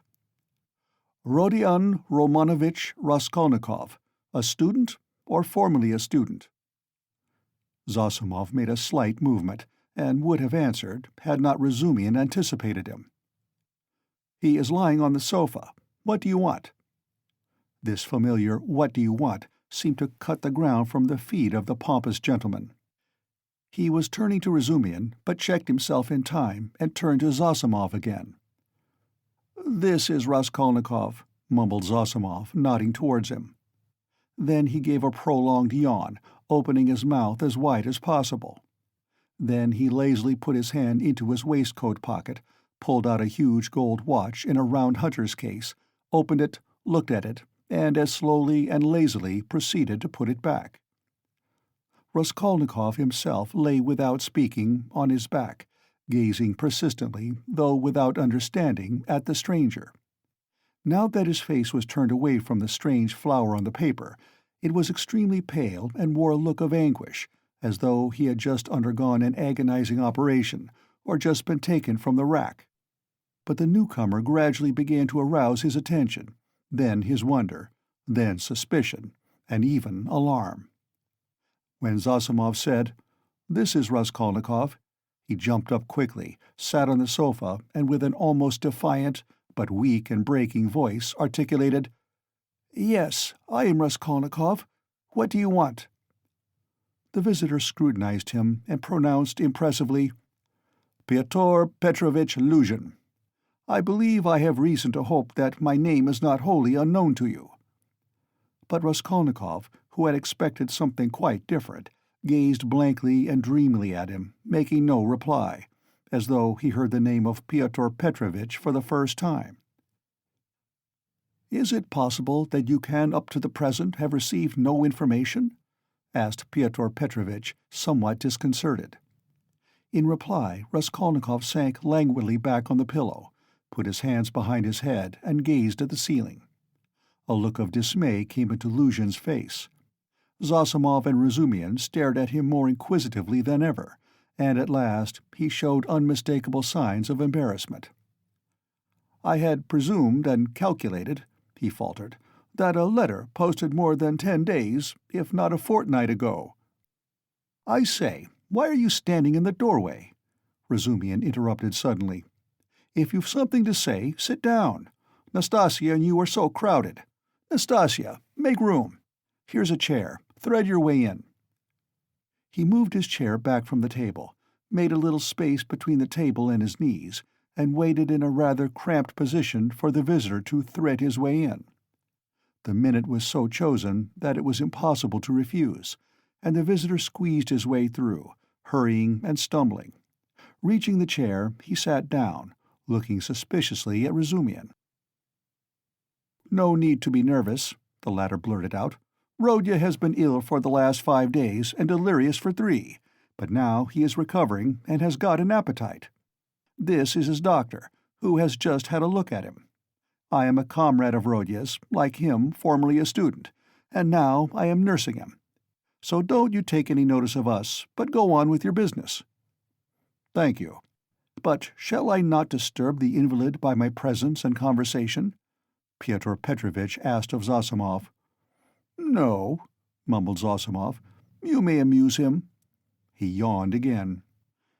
"He has been conscious a long time, since the morning," went on Razumian, whose familiarity seemed so much like unaffected good nature that Pyotr Petrovitch began to be more cheerful, partly, perhaps, because the shabby and impudent person had introduced himself as a student. "Your mamma," began Luzhin. Razumian cleared his throat loudly. Luzhin looked at him inquiringly. "That's all right. Go on." Luzhin shrugged his shoulders. "Your mamma had commenced a letter to you while I was sojourning in her neighborhood. On my arrival here, I purposely allowed a few days to elapse before coming to see you, in order that I might be fully assured that you were in full possession of the tidings. But now, to my astonishment—" I know," Raskolnikov cried suddenly with impatient vexation. "So you are the fiancé. I know, and that's enough." There was no doubt about Pyotr Petrovitch's being offended this time, but he said nothing. He made a violent effort to understand what it all meant. There was a moment's silence. Meanwhile, Raskolnikov, who had turned a little towards him when he answered, began suddenly staring at him again with marked curiosity, as though he had not had a good look at him yet, or as though something new had struck him. He rose from his pillow on purpose to stare at him. There certainly was something peculiar in Pyotr Petrovitch's whole appearance, something which seemed to justify the title of fiancé so unceremoniously applied to him. In the first place, it was evident, far too much so indeed, that Pyotr Petrovitch had made eager use of his few days in the capital to get himself up and rig himself out in expectation of his betrothed, a perfectly innocent and permissible proceeding indeed. Even his own, perhaps too complacent, consciousness of the agreeable improvement in his appearance might have been forgiven in such circumstances, seeing that Pyotr Petrovitch had taken up the role of fiancé. All his clothes were fresh from the tailor's, and were all right, except for being too new and too distinctly appropriate. Even the stylish new round hat had the same significance. Pyotr Petrovitch treated it too respectfully and held it too carefully in his hands. The exquisite pair of lavender gloves, real Louvain, told the same tale, if only from the fact of his not wearing them, but carrying them in his hand for show. Light and youthful colors predominated in Pyotr Petrovitch's attire. He wore a charming summer jacket of a fawn shade, light thin trousers, a waistcoat of the same, new and fine linen, a cravat of the lightest cambric with pink stripes on it, and the best of it was, this all suited Pyotr Petrovitch. His very fresh and even handsome face looked younger than his 45 years at all times. His dark mutton-chop whiskers made an agreeable setting on both sides, growing thickly upon his shining, clean-shaven chin. Even his hair, touched here and there with grey, though it had been combed and curled at a hairdresser's, did not give him a stupid appearance, as curled hair usually does, by inevitably suggesting a German on his wedding day. If there really was something unpleasing and repulsive in his rather good-looking and imposing countenance, it was due to quite other causes. After scanning Mr. Luzhin unceremoniously, Raskolnikov smiled malignantly, sank back on the pillow, and stared at the ceiling as before. But Mr. Luzhin hardened his heart and seemed to determine to take no notice of their oddities. "I feel the greatest regret at finding you in this situation," he began, again breaking the silence with an effort. "If I had been aware of your illness, I should have come earlier. But you know what business is. I have, too, a very important legal affair in the Senate, not to mention other preoccupations which you may well conjecture. I am expecting your mamma and sister any minute." Raskolnikov made a movement and seemed about to speak. His face showed some excitement. Pyotr Petrovitch paused, waited, but as nothing followed, he went on. "Any minute. I have found a lodging for them on their arrival." "Where?" asked Raskolnikov weakly. "Very near here, in Bakaleyev's house." "That's in Voskresensky," put in Razumian. "There are 2 stories of rooms, let by a merchant called Yushin. I've been there." "Yes, rooms. A disgusting place, filthy, stinking, and what's more, of doubtful character. Things have happened there, and there are all sorts of queer people living there. And I went there about a scandalous business. It's cheap, though. I could not, of course, find out so much about it, for I am a stranger in Petersburg myself," Pyotr Petrovitch replied huffily. "However, the 2 rooms are exceedingly clean, and as it is for so short a time, I have already taken a permanent, that is, our future flat," he said, addressing Raskolnikov, "and I am having it done up. And meanwhile, I am myself cramped for room in a lodging with my friend Andrei Semyonovitch Lebeziatnikov, in the flat of Madame Lebevezhel. It was he who told me of Bakaleyev's house, too." "Lebeziatnikov?" said Raskolnikov slowly, as if recalling something. "Yes, Andrei Semyonovitch Lebeziatnikov, a clerk in the ministry. Do you know him?" "Yes, no," Raskolnikov answered. "Excuse me, I fancied so from your inquiry. I was once his guardian, a very nice young man and advanced. I like to meet young people. One learns new things from them." Luzhin looked round hopefully at them all. "How do you mean?" asked Razumian. "In the most serious and essential matters," Pyotr Petrovitch replied, as though delighted at the question. "You see, it's 10 years since I visited Petersburg. All the novelties, reforms, ideas have reached us in the provinces, but to see it all more clearly one must be in Petersburg. And it's my notion that you observe and learn most by watching the younger generation. And I confess I am delighted." "At what?" "Your question is a wide one. I may be mistaken, but I fancy I find clearer views, more, so to say, criticism, more practicality." "That's true," Zosimov let drop. "Nonsense! There's no practicality," Razumian flew at him. "Practicality is a difficult thing to find. It does not drop down from heaven. And for the last 200 years we have been divorced from all practical life. Ideas, if you like, are fermenting," he said to Pyotr Petrovitch. "And desire for good exists, though it's in a childish form, and honesty you may find, although there are crowds of brigands. Anyway, there's no practicality. Practicality goes well shod." "I don't agree with you," Pyotr Petrovitch replied, with evident enjoyment. "Of course, people do get carried away and make mistakes, but one must have indulgence. Those mistakes are merely evidence of enthusiasm for the cause, and of abnormal external environment. If little has been done, the time has been but short. Of means I will not speak. It's my personal view, if you care to know, that something has been accomplished already. New valuable ideas, new valuable works are circulating in the place of our old dreamy and romantic authors. Literature is taking a maturer form. Many injurious prejudices have been rooted up and turned into ridicule. In a word, we have cut ourselves off irrevocably from the past, and that, to my thinking, is a great thing." "He's learned it by heart to show off," Raskolnikov pronounced suddenly. "What?"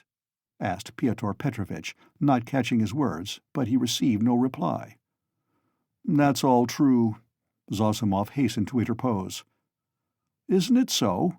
Pyotr Petrovitch went on, glancing affably at Zosimov. "You must admit," he went on, addressing Razumian with a shade of triumph and superciliousness, he almost added, "young man," that there is an advance, or as they say now, progress, in the name of science and economic truth. A commonplace. No, not a commonplace. Hitherto, for instance, if I were told, "Love thy neighbor," what came of it? Pyotr Petrovitch went on, perhaps with excessive haste. It came to my tearing my coat in half to share with my neighbor, and we both were left half naked. As a Russian proverb has it, catch several hares and you won't catch one. Science now tells us, love yourself before all men, for everything in the world rests on self-interest. You love yourself and manage your own affairs properly, and your coat remains whole. Economic truth adds that the better private affairs are organized in society, the more whole coats, so to say, the firmer are its foundations, and the better is the common welfare organized too. Therefore, in acquiring wealth solely and exclusively for myself, I am acquiring, so to speak, for all, and helping to bring to pass my neighbor's getting a little more than a torn coat, and that not from private, personal liberality, but as a consequence of the general advance. The idea is simple, but unhappily it has been a long time reaching us, being hindered by idealism and sentimentality, and yet it would seem to want very little wit to perceive it. "Excuse me, I've very little wit myself," Razumian cut in sharply, "and so let us drop it. I began this discussion with an object, but I've grown so sick during the last 3 years of this chattering to amuse oneself, of this incessant flow of commonplaces, always the same, that, by Jove, I blush even when other people talk like that. You are in a hurry, no doubt, to exhibit your requirements, and I don't blame you. That's quite pardonable.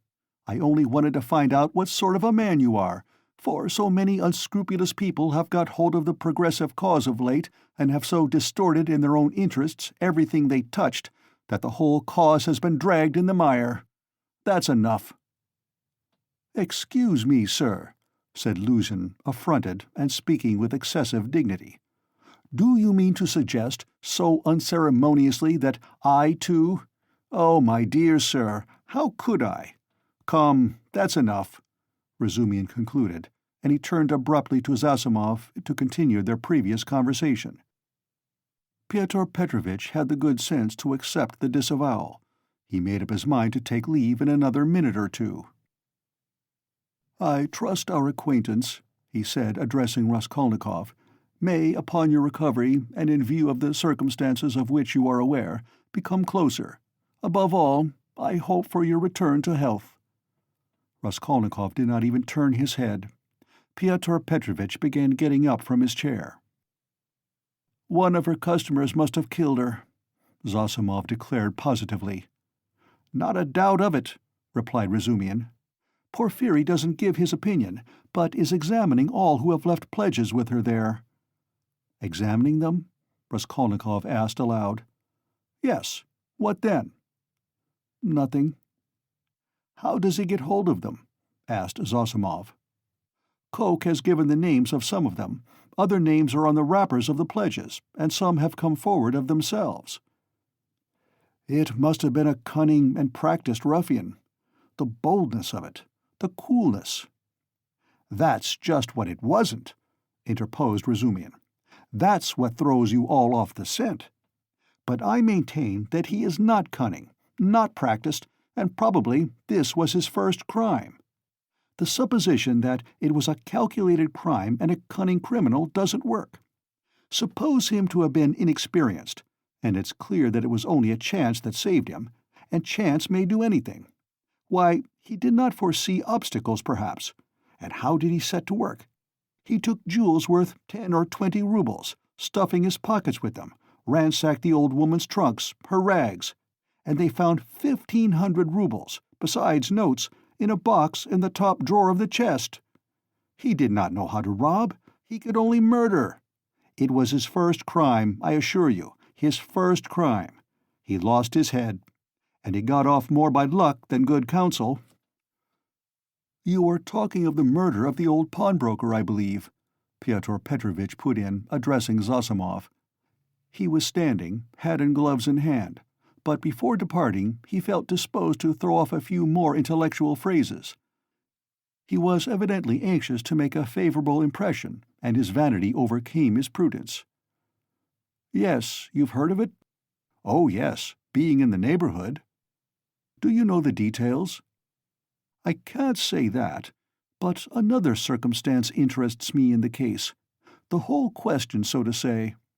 Not to speak of the fact that crime has been greatly on the increase among the lower classes during the last 5 years, not to speak of the cases of robbery and arson everywhere, what strikes me as the strangest thing is that in the higher classes, too, crime is increasing proportionately. In one place one hears of a student's robbing the mail on the high road. In another place people of good social position forge false banknotes. In Moscow of late a whole gang has been captured who used to forge lottery tickets, and one of the ringleaders was a lecturer in universal history. Then our secretary abroad was murdered from some obscure motive of gain. And if this old woman, the pawnbroker, has been murdered by someone of a higher class in society, for peasants don't pawn gold trinkets, how are we to explain this demoralization of the civilized part of our society?" "There are many economic changes," put in Zosimov. "How are we to explain it?" Razumian caught him up. "It might be explained by our inveterate impracticality." "How do you mean?" "What answer had your lecturer in Moscow to make to the question why he was forging notes? Everybody is getting rich one way or another, so I want to make haste to get rich too. I don't remember the exact words, but the upshot was that he wants money for nothing, without waiting or working. We've grown used to having everything ready-made, to walking on crutches, to having our food chewed for us. Then the great hour struck. The emancipation of the serfs in 1861 is meant, and every man showed himself in his true colors." "But morality, and, so to speak, principles?" "But why do you worry about it?" Raskolnikov interposed suddenly. "It's in accordance with your theory." "In accordance with my theory?" "Why, carry out logically the theory you are advocating just now, and it follows that people may be killed." "Upon my word!" cried Luzhin. "No, that's not so," put in Zosimov. Raskolnikov lay with a white face and twitching upper lip, breathing painfully. "There's a measure in all things," Luzhin went on superciliously. "Economic ideas are not an incitement to murder, and one has but to suppose—" "And is it true," Raskolnikov interposed once more suddenly, again in a voice quivering with fury and delight in insulting him, "is it true that you told your fiancée, within an hour of her acceptance, that what pleased you most was that she was a beggar, because it was better to raise a wife from poverty, so that you may have complete control over her and reproach her with your being her benefactor?" "Upon my word," Luzhin cried wrathfully and irritably, crimson with confusion, "to distort my words in this way— Excuse me, allow me to assure you that the report which has reached you, or rather, let me say, has been conveyed to you, has no foundation in truth, and I suspect who— in a word, this arrow— in a word, your mamma. She seemed to me, in other things, with all her excellent qualities, of a somewhat high-flown and romantic way of thinking. But I was 1,000 miles from supposing that she would misunderstand and misrepresent things in so fanciful a way. And indeed— I tell you what," cried Raskolnikov, raising himself on his pillow and fixing his piercing, glittering eyes upon him, "I tell you what." "What?" Luzhin stood still, waiting with a defiant and offended face. Silence lasted for some seconds. "Why, if ever again you dare to mention a single word about my mother, I shall send you flying downstairs." "What's the matter with you?" cried Razumian. "So, that's how it is?" Luzhin turned pale and bit his lip. "Let me tell you, sir," he began deliberately, doing his utmost to restrain himself, but breathing hard. "At the first moment I saw you, you were ill-disposed to me, but I remained here on purpose to find out more. I could forgive a great deal in a sick man and a connection, but you— never after this." "I am not ill," cried Raskolnikov. "So much the worse. Go to hell." But Luzhin was already leaving without finishing his speech, squeezing between the table and the chair. Razumihin got up this time to let him pass. Without glancing at anyone, and not even nodding to Zossimov, who had for some time been making signs to him to let the sick man alone, he went out, lifting his hat to the level of his shoulders to avoid crushing it as he stooped to go out of the door. And even the curve of his spine was expressive of the horrible insult he had received. "How could you? How could you?" Razumihin said, shaking his head in perplexity. "Let me alone! Let me alone, all of you!" Raskolnikov cried in a frenzy. "Will you ever leave off tormenting me? I am not afraid of you. I am not afraid of anyone now. Get away from me. I want to be alone, alone, alone." "Come along," said Zossimov, nodding to Razumihin. "But we can't leave him like this." "Come along," Zossimov repeated insistently, and he went out. Razumihin thought a minute and ran to overtake him. "It might be worse not to obey him," said Zossimov on the stairs. "He mustn't be irritated." "What's the matter with him?" "If only he could get some favorable shock, that's what would do it. At first he was better. You know he has got something on his mind, some fixed idea weighing on him. I am very much afraid so. He must have. Perhaps it's that gentleman, Pyotr Petrovitch. From his conversation, I gather he is going to marry his sister, and that he had received a letter about it just before his illness. Yes, confound the man. He may have upset the case altogether. But have you noticed, he takes no interest in anything. He does not respond to anything except one point on which he seems excited. That's the murder?" "Yes, yes," Razumihin agreed. "I noticed that too. He is interested, frightened. It gave him a shock on the day he was ill in the police office. He fainted. Tell me more about that this evening, and I'll tell you something afterwards. He interests me very much. In half an hour I'll go and see him again. There'll be no inflammation, though." "Thanks. And I'll wait with Pashenka meantime, and we'll keep watching him through Nastasia." Raskolnikov, left alone, looked with impatience and misery at Nastasia, but she still lingered. "Won't you have some tea now?" she asked. "Later. I am sleepy. Leave me." He turned abruptly to the wall. Nastasia went out. Part 2, Chapter 6. But as soon as she went out, he got up, latched the door, undid the parcel which Razumihin had brought in that evening and had tied up again, and began dressing. Strange to say, he seemed immediately to have become perfectly calm, not a trace of his recent delirium nor of the panic fear that had haunted him of late. It was the first moment of a strange, sudden calm. His movements were precise and definite. A firm purpose was evident in them. Today, he muttered to himself. He understood that he was still weak, but his intense spiritual concentration gave him strength and self-confidence. He hoped, moreover, that he would not fall down in the street.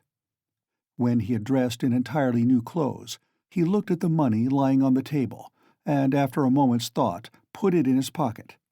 It was 25 rubles. He took also all the copper change from the 10 rubles spent by Razumihin on the clothes. Then he softly unlatched the door, went out, slipped downstairs, and glanced in at the open kitchen door. Nastasia was standing with her back to him, blowing up the landlady's samovar. She heard nothing. Who would have dreamed of his going out, indeed? A minute later he was in the street. It was nearly 8 o'clock. The sun was setting. It was as stifling as before, but he eagerly drank in the stinking, dusty town air. His head felt rather dizzy. A sort of savage energy gleamed suddenly in his feverish eyes and his wasted, pale and yellow face. He did not know and did not think where he was going.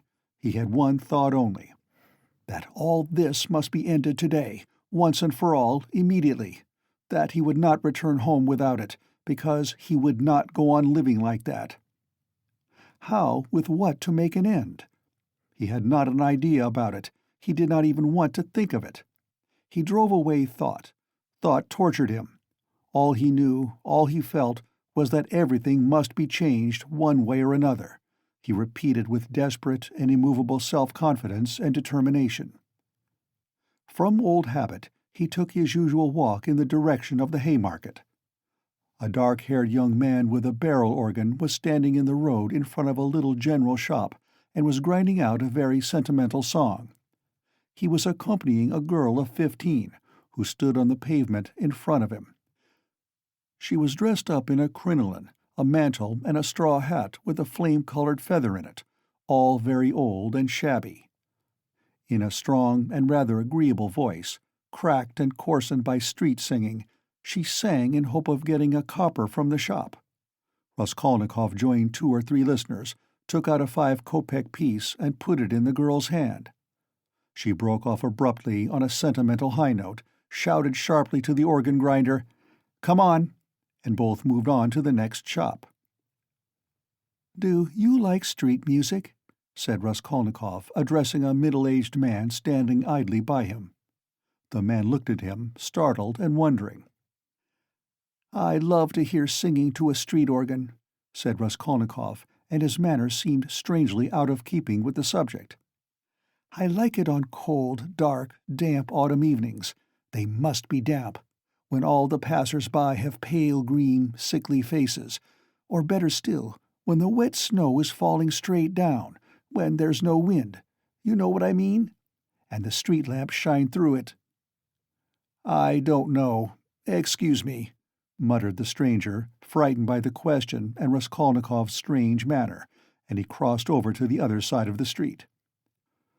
Raskolnikov walked straight on and came out at the corner of the Haymarket, where the huckster and his wife had talked with Lizaveta.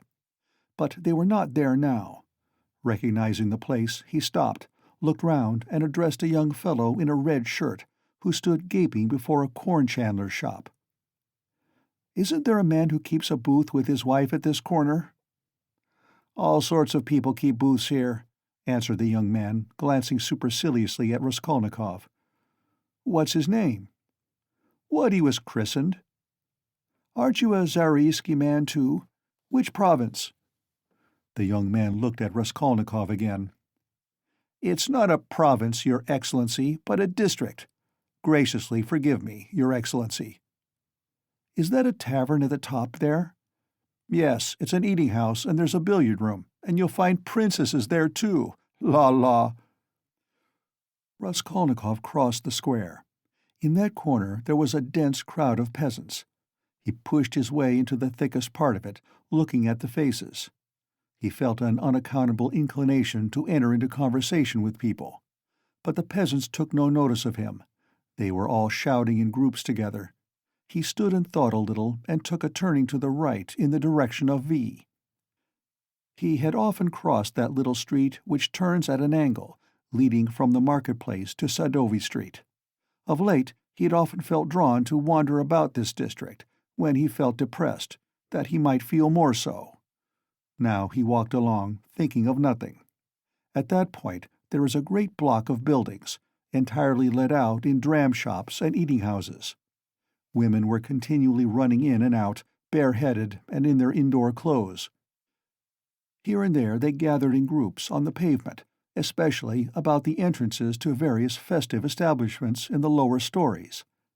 From one of these a loud din, sounds of singing, the tinkling of a guitar, and shouts of merriment floated into the street. A crowd of women were thronging round the door.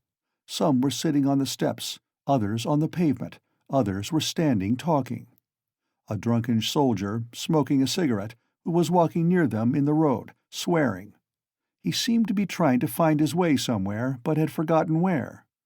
One beggar was quarreling with another, and a man dead drunk was lying right across the road. Raskolnikov joined the throng of women, who were talking in husky voices. They were bareheaded and wore cotton dresses and goatskin shoes. There were women of 40, and some not more than 17. Almost all had blackened eyes. He felt strangely attracted by the singing and all the noise and uproar in the saloon below, Someone could be heard within dancing frantically, marking time with his heels to the sounds of the guitar and of a thin falsetto voice singing a jaunty air.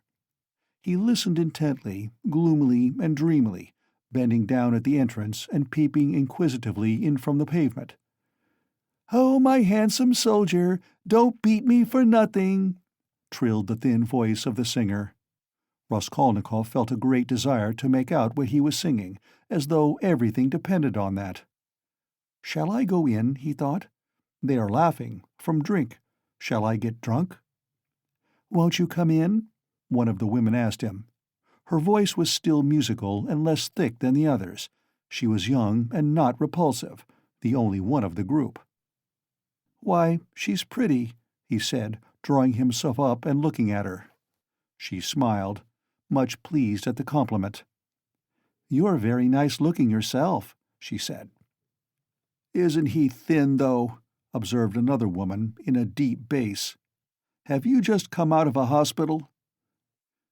"They're all generals' daughters, it seems, but they have all snub noses," interposed a tipsy peasant with a sly smile on his face, wearing a loose coat. "See how jolly they are. Go along with you. I'll go, sweetie." And he darted down into the saloon below. Raskolnikov moved on. "I say, sir," the girl shouted after him. "What is it?" She hesitated. "I'll always be pleased to spend an hour with you, kind gentleman, but now I feel shy. Give me 6 kopecks for a drink, there's a nice young man." Raskolnikov gave her what came first, 15 kopecks. "Ah, what a good-natured gentleman." "What's your name?" "Ask for Duclida." "Well, that's too much," one of the women observed, shaking her head at Duclida. "I don't know how you can ask like that.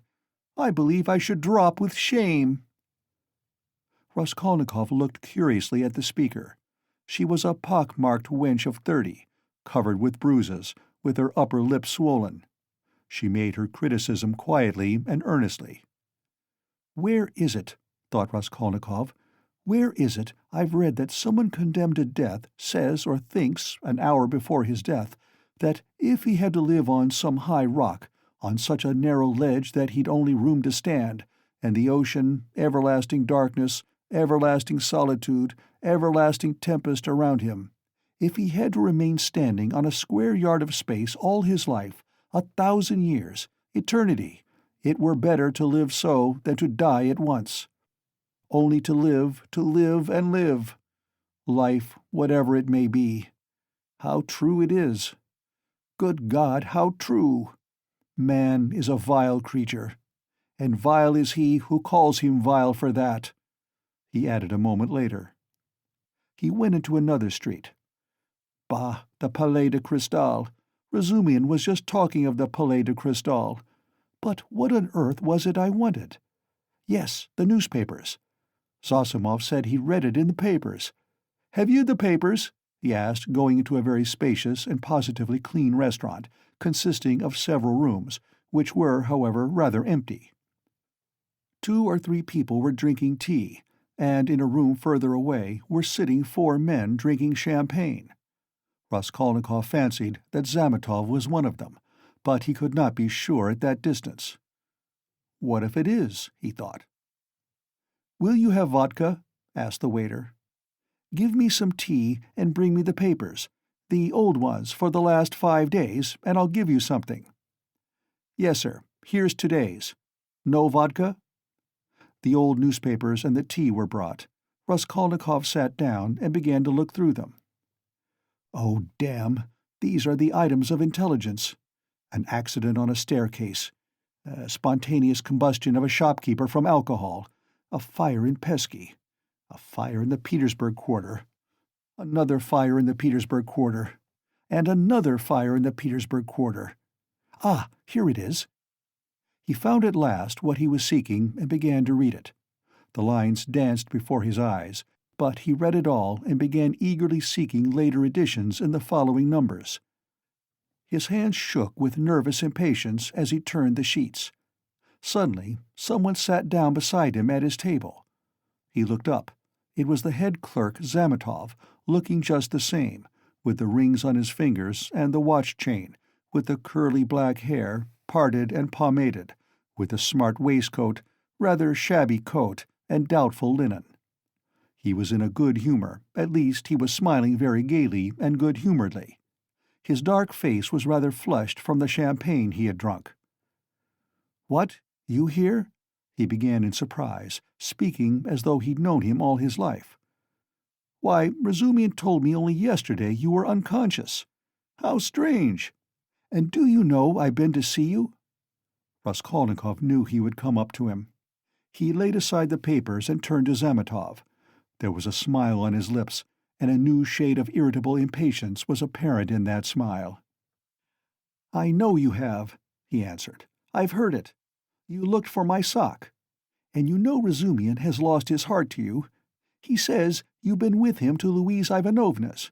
You know, the woman you tried to befriend, for whom you winked to the explosive lieutenant, and he would not understand. Do you remember? How could he fail to understand? It was quite clear, wasn't it? What a hothead he is." "The explosive one?" "No, your friend Razumian." "You must have a jolly life, Mr. Zametov. Entrance fee to the most agreeable places. Who's been pouring champagne into you just now?" "We've just been having a drink together. You talk about pouring it into me." "By way of a fee. You profit by everything." Raskolnikov laughed. "It's all right, my dear boy," he added, slapping Zametov on the shoulder. "I am not speaking from temper, but in a friendly way. For sport, as that workman of yours said when he was scuffling with Dmitri, in the case of the old woman." "How do you know about it?" "Perhaps I know more about it than you do." "How strange you are. I am sure you are still very unwell. You oughtn't to have come out." "Oh, do I seem strange to you?" "Yes. What are you doing, reading the papers?" "Yes." "There's a lot about the fires." "No, I am not reading about the fires." Here he looked mysteriously at Zametov. His lips were twisted again in a mocking smile. "No, I am not reading about the fires," he went on, winking at Zametov. "But confess now, my dear fellow, you're awfully anxious to know what I am reading about." "I am not in the least. Mayn't I ask a question? Why do you keep on?" "Listen, you are a man of culture and education." "I was in the 6th class at the gymnasium," said Zametov with some dignity. "6th class? Ah, my cock-sparrow! With your parting and your rings, you are a gentleman of fortune. Phoo, what a charming boy!" Here Raskolnikov broke into a nervous laugh right in Zametov's face. The latter drew back, more amazed than offended. "Phoo, how strange you are!" Zametov repeated very seriously. "I can't helping you are still delirious." "I am delirious? You are fibbing, my cock-sparrow. So I am strange? You find me curious, do you?" "Yes, curious." "Shall I tell you what I was reading about? What I was looking for? See what a lot of papers I've made them bring me. Suspicious, eh?" "Well, what is it?" "You prick up your ears?" "How do you mean, prick up my ears?" "I'll explain that afterwards. But now, my boy, I declare to you— No, better, I confess— No, that's not right either. I make a deposition, and you take it. I depose that I was reading, that I was looking and searching." He screwed up his eyes and paused. "I was searching, and came here on purpose to do it, for news of the murder of the old pawnbroker woman," he articulated at last, almost in a whisper, bringing his face exceedingly close to the face of Zametov.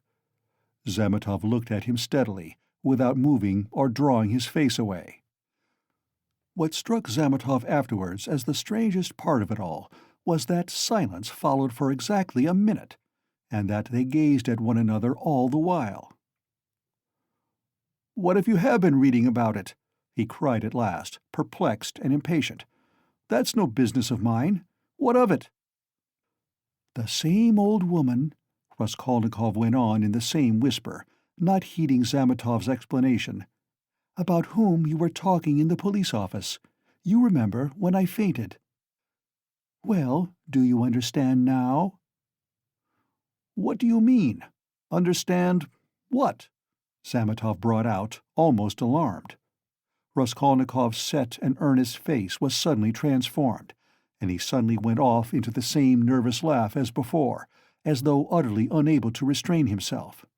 And in one flash he recalled with extraordinary vividness of sensation a moment in the recent past, that moment when he stood with the axe behind the door, while the latch trembled and the men outside swore and shook it, and he had a sudden desire to shout at them, to swear at them, to put out his tongue at them, to mock them, to laugh and laugh and laugh. "You are either mad, or—" began Zamatov, and he broke off, as though stunned by the idea that had suddenly flashed into his mind. "Or what? What? Come, tell me." "Nothing," said Zamatov, getting angry. "It's all nonsense." Both were silent.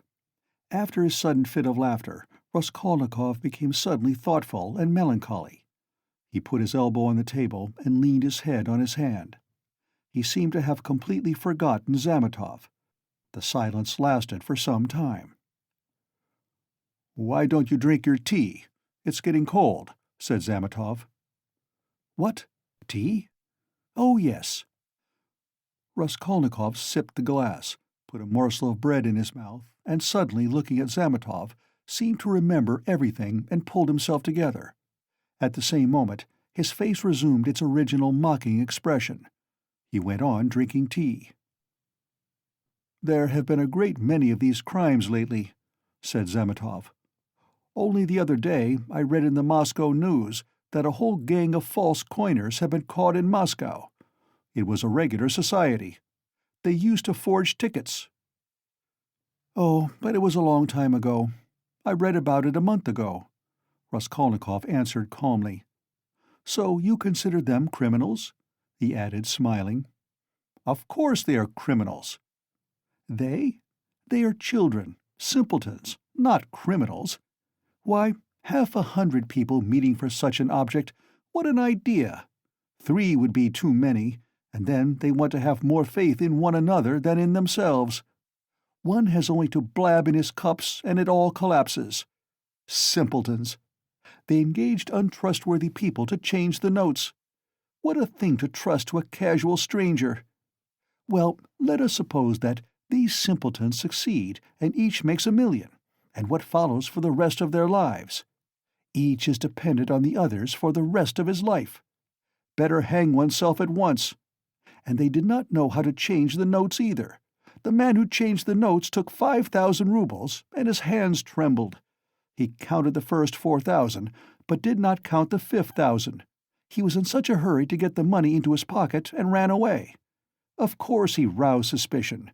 And the whole thing came to a crash through one fool. Is it possible?"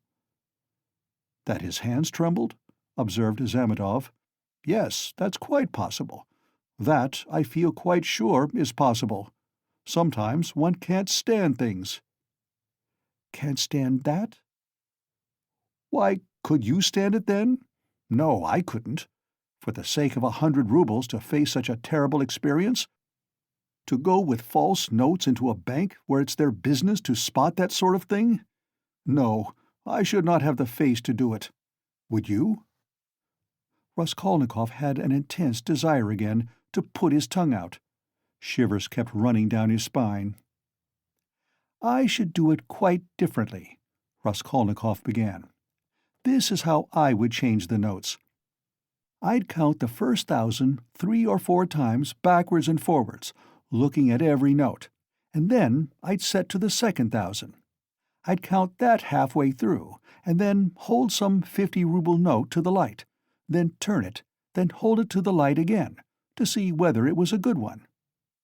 'I am afraid,' I would say, 'a relation of mine lost 25 rubles the other day through a false note,' and then I'd tell them the whole story.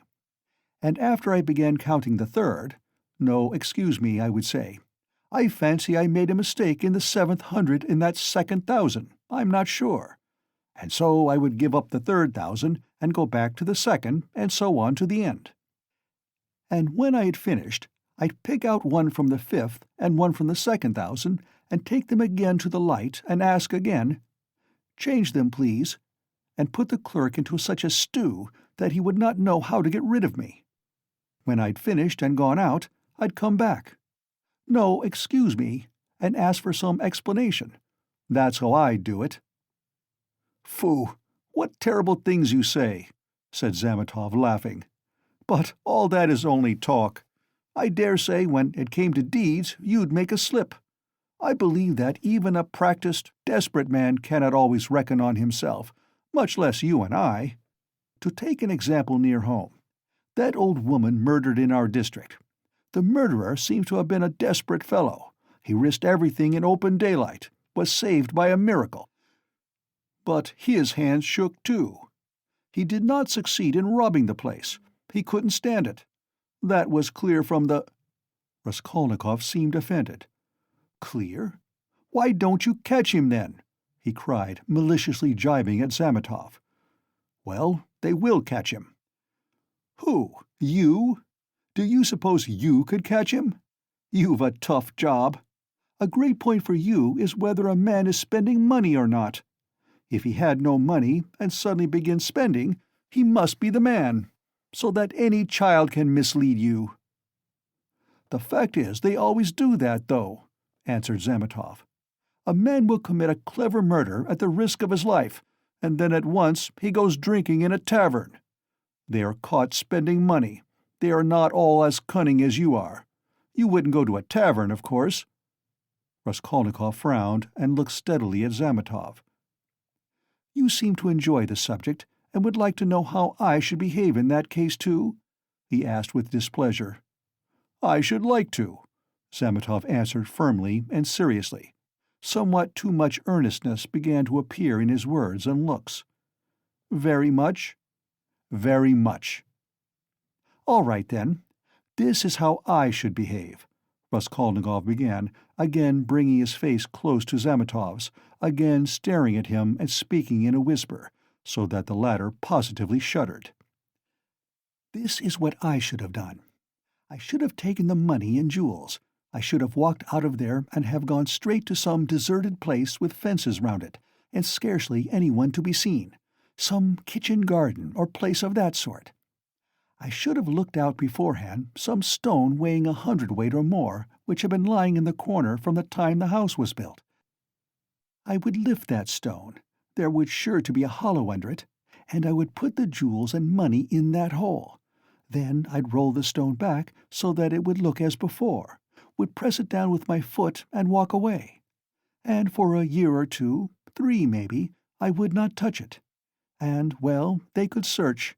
There'd be no trace."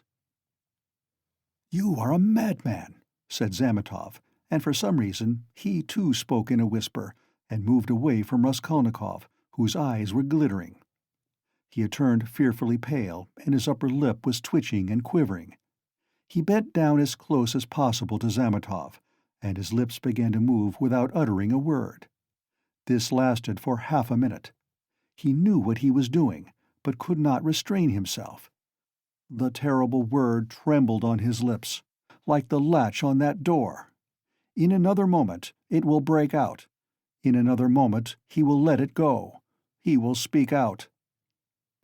"And what if it was I who murdered the old woman and Lizaveta?" he said suddenly, and realized what he had done. Zametov looked wildly at him and turned white as the tablecloth. His face wore a contorted smile. "But is it possible?" he brought out faintly. Raskolnikov looked wrathfully at him. "Own up that you believed it. Yes, you did?" "Not a bit of it. I believe it less than ever now," Zametov cried hastily. "I've caught my cock-sparrow. So you did believe it before, if now you believe it less than ever." "Not at all," cried Zametov, obviously embarrassed. "Have you been frightening me so as to lead up to this?" "You don't believe it, then? What were you talking about behind my back when I went out of the police office? And why did the explosive lieutenant question me after I fainted?" "Hey there," he shouted to the waiter, getting up and taking his cap. "How much?" 30 kopecks, the latter replied, running up. "And there is 20 kopecks for vodka. See what a lot of money!" He held out his shaking hand to Zametov with notes in it. "Red notes and blue, 25 rubles. Where did I get them? And where did my new clothes come from? You know I had not a kopeck. You've cross-examined my landlady, I'll be bound. Well, that's enough, as it goes, till we meet again." He went out, trembling all over from a sort of wild hysterical sensation, in which there was an element of insufferable rapture. Yet he was gloomy and terribly tired. His face was twisted as after a fit. His fatigue increased rapidly. Any shock, any irritating sensation stimulated and revived his energies at once, but his strength failed as quickly when the stimulus was removed. Zametov, left alone, sat for a long time in the same place, plunged in thought. Raskolnikov had unwittingly worked a revolution in his brain on a certain point, and had made up his mind for him conclusively. "Ilya Petrovitch is a blockhead," he decided. Raskolnikov had hardly opened the door of the restaurant when he stumbled against Razumian on the steps. They did not see each other till they almost knocked against each other. For a moment they stood looking each other up and down. Razumian was greatly astounded. Then anger, real anger, gleamed fiercely in his eyes. "So here you are!" he shouted at the top of his voice. "You ran away from your bed! And here I've been looking for you under the sofa! We went up to the garret. I almost beat Nastasia on your account. And here he is after all. Rodya, what is the meaning of it? Tell me the whole truth. Confess. Do you hear?" "It means that I'm sick to death of you all and I want to be alone," Raskolnikov answered calmly. "Alone? When you are not able to walk? When your face is as white as a sheet and you are gasping for breath? Idiot! What have you been doing in the Palais de Cristal? Own up at once." "Let me go," said Raskolnikov, and tried to pass him. This was too much for Razumian. He gripped him firmly by the shoulder. "Let you go? You dare tell me to let you go? Do you know what I'll do with you directly? I'll pick you up, tie you in a bundle, carry you home under my arm, and lock you up." "Listen, Razumian," Raskolnikov began quietly, apparently calm. "Can't you see that I don't want your benevolence? A strange desire you have to shower benefits on a man who curses them, who feels them a burden, in fact. Why did you seek me out at the beginning of my illness? Maybe I was very glad to die. Didn't I tell you plainly enough today that you were torturing me, that I was sick of you? You seem to want to torture people. I assure you that all that is seriously hindering my recovery, because it's continually irritating me. You saw Zosimov went away just now to avoid irritating me. You leave me alone too, for goodness sake. What right have you indeed to keep me by force? Don't you see that I am in possession of all my faculties now? How can I persuade you not to persecute me with your kindness? I may be ungrateful, I may be mean. Only let me be. For God's sake, let me be. Let me be, let me be." He began calmly, gloating beforehand over the venomous phrases he was about to utter, but finished, panting for breath, in a frenzy, as he had been with Luzhin. Razumian stood a moment, thought, and let his hand drop. "Well, go to hell, then," he said gently and thoughtfully. "Stay!" he roared, as Raskolnikov was about to move. "Listen to me. Let me tell you that you are all a set of babbling, posing idiots. If you've any little trouble, you brood over it like a hen over an egg. And you're plagiarists even at that. There isn't a sign of independent life in you. You are made of spermaceti ointment, and you've lymph in your veins instead of blood. I don't believe in any one of you. In any circumstances, the first thing for all of you is to be unlike a human being. Stop! he cried with redoubled fury, noticing that Raskolnikov was again making a movement. "Hear me out! You know I'm having a housewarming this evening. I dare say they've arrived by now, but I left my uncle there. I just ran in to receive the guests. And if you weren't a fool, a common fool, a perfect fool, if you were an original instead of a translation— You see, Rodya, I recognize you're a clever fellow, but you're a fool. And if you weren't a fool, you'd come round to me this evening instead of wearing out your boots in the street. Since you have gone out, there's no help for it. I'd give you a snug easy-chair, my landlady has one, a cup of tea, company, or you could lie on the sofa. Any way you would be with us. Zosimov will be there too. Will you come?" "No." "Rubbish!" Razumian shouted, out of patience. "How do you know? You can't answer for yourself. You don't know anything about it. Thousands of times I've fought tooth and nail with people and run back to them afterwards. One feels ashamed and goes back to a man.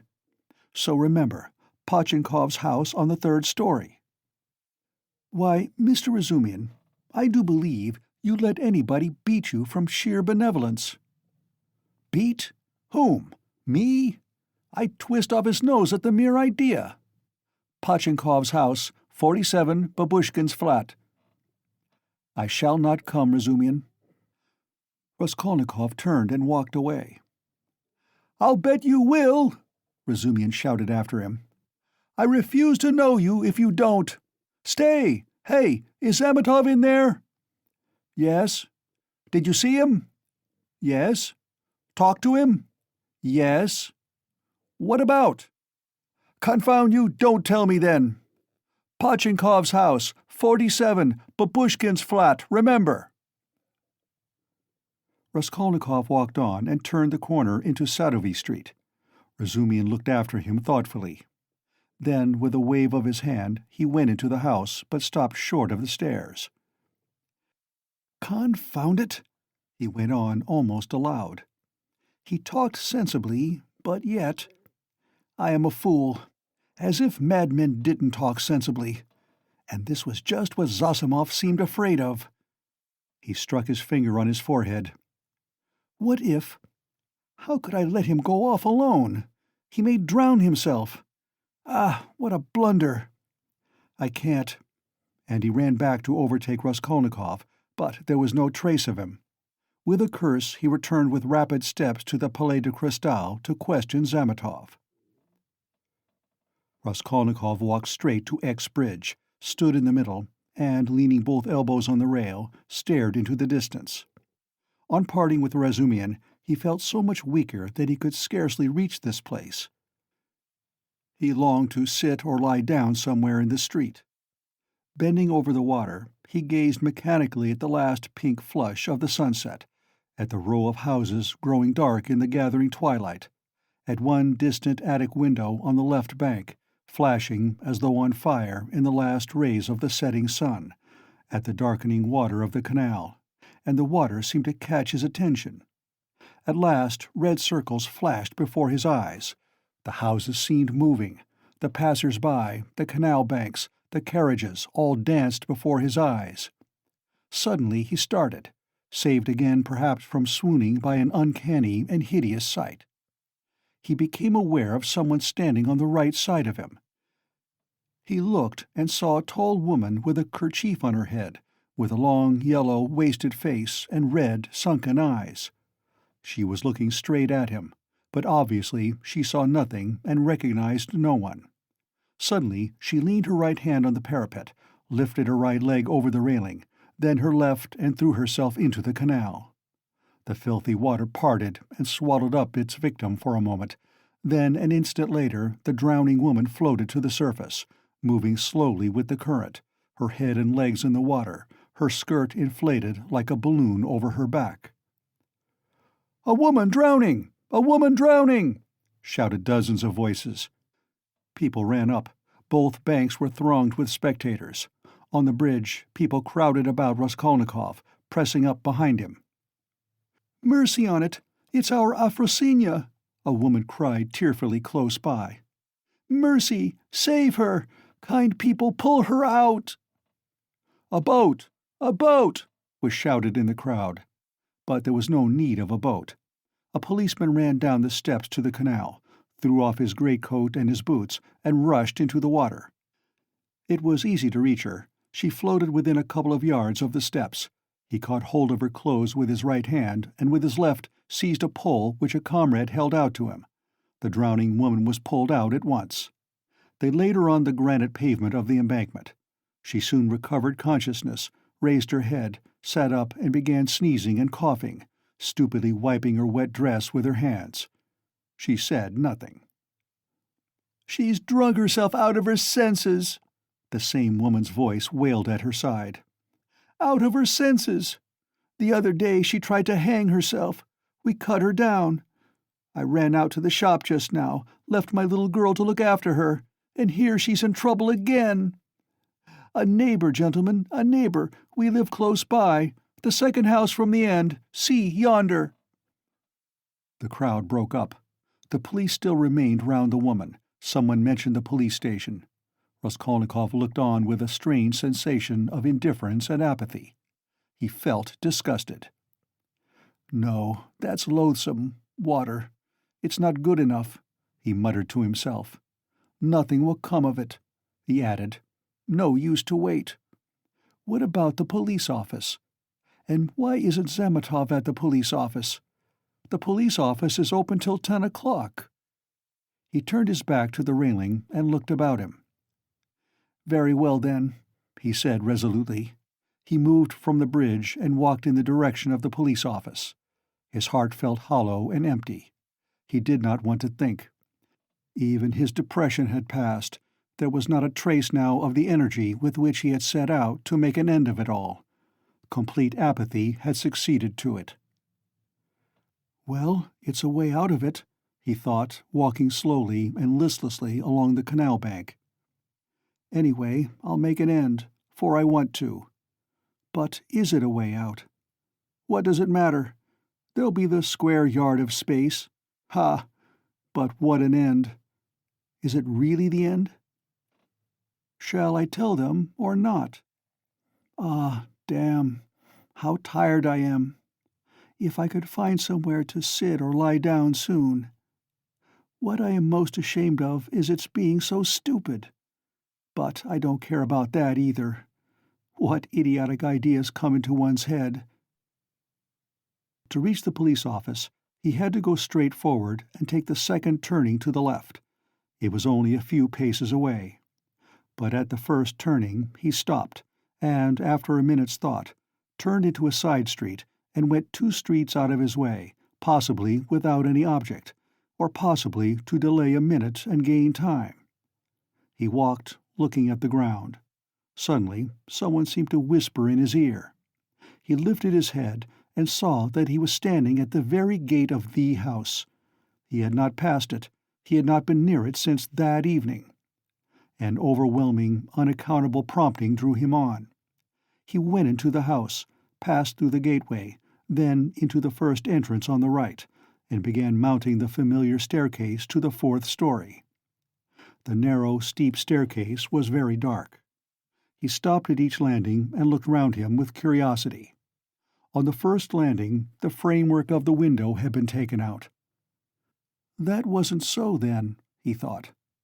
Here was the flat on the 2nd story where Nikolai and Dmitri had been working. It's shut up, and the door newly painted. So it's to let. Then the 3rd story and the 4th. Here. He was perplexed to find the door of the flat wide open. There were men there. He could hear voices. He had not expected that. After brief hesitation, he mounted the last stairs and went into the flat. It, too, was being done up. There were workmen in it. This seemed to amaze him. He somehow fancied that he would find everything as he had left it, even, perhaps, the corpses in the same places on the floor. And now, bare walls, no furniture. It seemed strange. He walked to the window and sat down on the window-sill. There were 2 workmen, both young fellows, but one much younger than the other. They were papering the walls with a new white paper covered with lilac flowers, instead of the old, dirty yellow one. Raskolnikov, for some reason, felt horribly annoyed by this. He looked at the new paper with dislike, as though he felt sorry to have it all so changed. The workmen had obviously stayed beyond their time, and now they were hurriedly rolling up their paper and getting ready to go home. They took no notice of Raskolnikov's coming in. They were talking. Raskolnikov folded his arms and listened. "She comes to me in the morning," said the elder to the younger, "very early, all dressed up. 'Why are you preening and prinking?' says I. 'I am ready to do anything to please you, Tit Vassilitch.' That's a way of going on, and she dressed up like a regular fashion book." "And what is a fashion book?" the younger one asked. He obviously regarded the other as an authority. "A fashion book is a lot of pictures, colored, and they come to the tailors here every Saturday, by post from abroad, to show folks how to dress, the male sex as well as the female. They're pictures. The gentlemen are generally wearing fur coats, and for the ladies' fluffles, they're beyond anything you can fancy." "There's nothing you can't find in Petersburg," the younger cried enthusiastically. "Except father and mother, there's everything." "Except them, there's everything to be found, my boy," the elder declared sententiously. Raskolnikov got up and walked into the other room, where the strong box, the bed, and the chest of drawers had been. The room seemed to him very tiny without furniture in it. The paper was the same. The paper in the corner showed where the case of icons had stood. He looked at it and went to the window. The elder workman looked at him askance. "What do you want?" he asked suddenly. Instead of answering, Raskolnikov went into the passage and pulled the bell. The same cracked note. He rang it a second and a third time. He listened and remembered. The hideous and agonizingly fearful sensation he had felt then began to come back more and more vividly. He shuddered at every ring, and it gave him more and more satisfaction. "Well, what do you want? Who are you?" the workman shouted, going out to him. Raskolnikov went inside again. "I want to take a flat," he said. "I am looking round." "It's not the time to look at rooms at night, and you ought to come up with the porter." "The floors have been washed. Will they be painted?" Raskolnikov went on. "Is there no blood?" "What blood?" "Why, the old woman and her sister were murdered here. There was a perfect pool there." "But who are you?" the workman cried, uneasy. "Who am I?" "Yes." "You want to know? Come to the police station. I'll tell you." The workman looked at him in amazement. "It's time for us to go. We are late. Come along, Alyoshka. We must lock up," said the elder workman. "Very well, come along," said Raskolnikov indifferently, and, going out first, he went slowly downstairs. "Hey, porter!" he cried in the gateway. At the entrance several people were standing, staring at the passers-by. The two porters, a peasant woman, a man in a long coat, and a few others. Raskolnikov went straight up to them. "What do you want?" asked one of the porters. "Have you been to the police office?" "I've just been there. What do you want?" "Is it open?" "Of course." "Is the assistant there?" "He was there for a time. What do you want?" Raskolnikov made no reply, but stood beside them, lost in thought. "He's been to look at the flat," said the elder workman, coming forward. "Which flat?" "Where we are at work. 'Why have you washed away the blood?' says he. 'There has been a murder here,' says he, 'and I've come to take it.' And he began ringing at the bell, all but broke it. 'Come to the police station,' says he. 'I'll tell you everything there.' He wouldn't leave us." The porter looked at Raskolnikov, frowning and perplexed. "Who are you?" he shouted as impressively as he could. "I am Rodion Romanovitch Raskolnikov, formerly a student. I live in Shiel's house, not far from here, flat number 14. Ask the porter, he knows me." Raskolnikov said all this in a lazy, dreamy voice, not turning round but looking intently into the darkening street. "Why have you been to the flat?" "To look at it." "What is there to look at?" "Take him straight to the police station." The man in the long coat jerked in abruptly. Raskolnikov looked intently at him over his shoulder, and said in the same slow, lazy tones, "Come along." "Yes, take him," the man went on more confidently. "Why was he going into that? What's in his mind, eh?" "He's not drunk, but God knows what's the matter with him," muttered the workman. "But what do you want?" the porter shouted again, beginning to get angry in earnest. "Why are you hanging about?" "You funked the police station, then?" said Raskolnikov jeeringly. "How funk it? Why are you hanging about?" "He's a rogue," shouted the peasant woman. "Why waste time talking to him?" cried the other porter, a huge peasant in a full open coat and with keys on his belt. "Get along! He is a rogue, and no mistake! Get along!" And seizing Raskolnikov by the shoulder, he flung him into the street. He lurched forward, but recovered his footing, looked at the spectators in silence, and walked away. "Strange man," observed the workman. "There are strange folks about nowadays," said the woman. "You should have taken him to the police station all the same," said the man in the long coat. "Better have nothing to do with him," decided the big porter. "A regular rogue. Just what he wants, you may be sure, but once you take him up, you won't get rid of him. We know the sort." "Shall I go there or not?" thought Raskolnikov, standing in the middle of the thoroughfare at the crossroads, and he looked about him as though expecting from someone a decisive word. But no sound came, all was dead and silent like the stones on which he walked, dead to him alone. All at once, at the end of the street, 200 yards away, in the gathering dusk, he saw a crowd and heard talk and shouts. In the middle of the crowd stood a carriage. A light gleamed in the middle of the street. "What is it?" Raskolnikov turned to the right and went up to the crowd.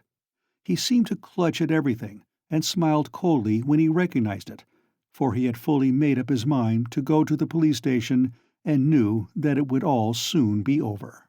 Part 2, Chapter 7. An elegant carriage stood in the middle of the road, with a pair of spirited grey horses. There was no one in it, and the coachman had got off his box and stood by. The horses were being held by the bridle. A mass of people had gathered round, the police standing in front. One of them held a lighted lantern, which he was turning on something lying close to the wheels. Everyone was talking, shouting, exclaiming. The coachman seemed at a loss and kept repeating, "What a misfortune! Good Lord, what a misfortune!" Raskolnikov pushed his way in as far as he could, and succeeded at last in seeing the object of the commotion and interest. On the ground a man who had been run over lay apparently unconscious, and covered with blood. He was very badly dressed, but not like a workman. Blood was flowing from his head and face. His face was crushed, mutilated, and disfigured. He was evidently badly injured. "Merciful heaven!" wailed the coachman. "What more could I do? If I had been driving fast or had not shouted to him, but I was going quietly, not in a hurry. Everyone could see I was going along just like everybody else. A drunken man can't walk straight, we all know. I saw him crossing the street, staggering and almost falling. I shouted again, and a second and a third time. Then I held the horses in, but he fell straight under their feet. Either he did it on purpose, or he was very tipsy. The horses are young and ready to take fright. They started. He screamed. That made them worse. That's how it happened." "That's just how it was," a voice in the crowd confirmed.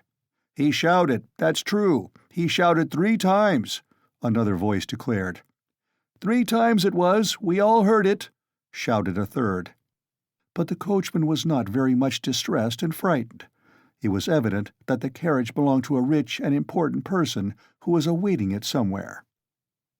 The police, of course, were in no little anxiety to avoid upsetting his arrangements. All they had to do was to take the injured man to the police station and the hospital. No one knew his name. Meanwhile, Raskolnikov had squeezed in and stooped closer over him. The lantern suddenly lighted up the unfortunate man's face. He recognized him. "I know him! I know him!" he shouted, pushing to the front.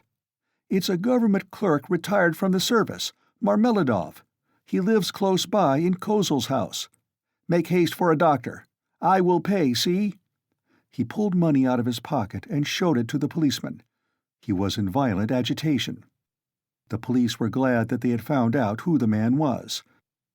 Raskolnikov gave his own name and address, and, as earnestly as if it had been his father, he besought the police to carry the unconscious Marmeladov to his lodging at once. "Just here, 3 houses away," he said eagerly. "The house belongs to Kozel, a rich German. He was going home, no doubt drunk. I know him. He is a drunkard. He has a family there, a wife, children. He has 1 daughter. It will take time to take him to the hospital, and there is sure to be a doctor in the house. I'll pay. I'll pay. At least he will be looked after at home. They will help him at once. But he'll die before you get him to the hospital." He managed to slip something unseen into the policeman's hand. But the thing was straightforward and legitimate, and in any case, help was closer here. They raised the injured man. People volunteered to help. Kozel's house was 30 yards away. Raskolnikov walked behind, carefully holding Marmeladov's head and showing the way. "This way, this way. We must take him upstairs head foremost.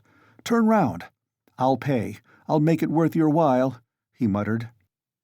Katerina Ivanovna had just begun, as she always did at every free moment, walking to and fro in her little room from window to stove and back again, with her arms folded across her chest, talking to herself and coughing.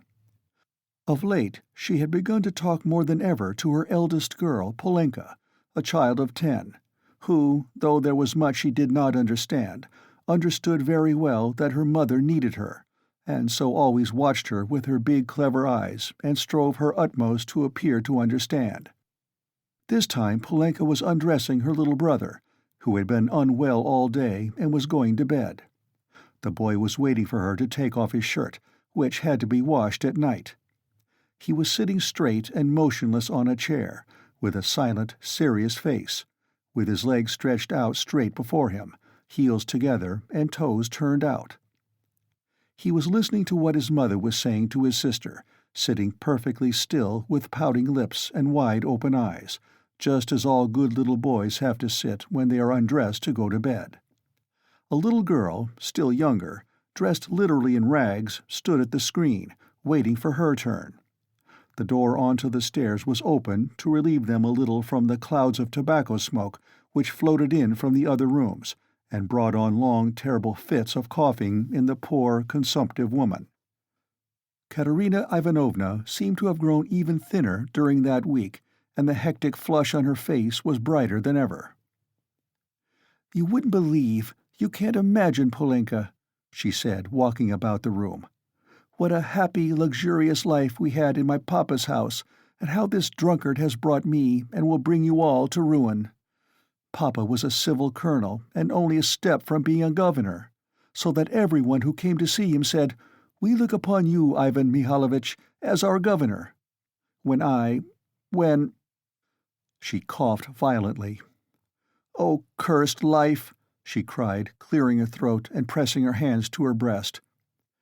When at the last ball, at the Marshal's, Princess Bezmelny saw me, who gave me the blessing when your father and I were married, Polenka.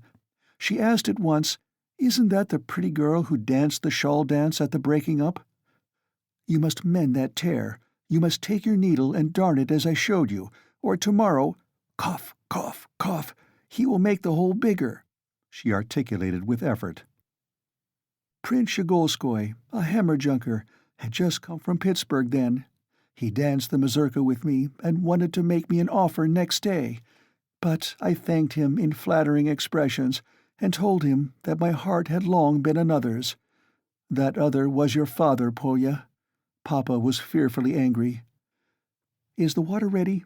Give me the shirt and the stockings. Lida," said she to the youngest one, "you must manage without your chemise tonight, and lay your stockings out with it. I'll wash them together. How is it that drunken vagabond doesn't come in? He has worn his shirt till it looks like a dishclout. He has torn it to rags. I do it all together, so as to not have to work 2 nights running. Oh, dear. Cough, cough, cough, cough. Again. What's this? She cried, noticing a crowd in the passage, and the men who were pushing into her room, carrying a burden. What is it? What are they bringing? Mercy on us!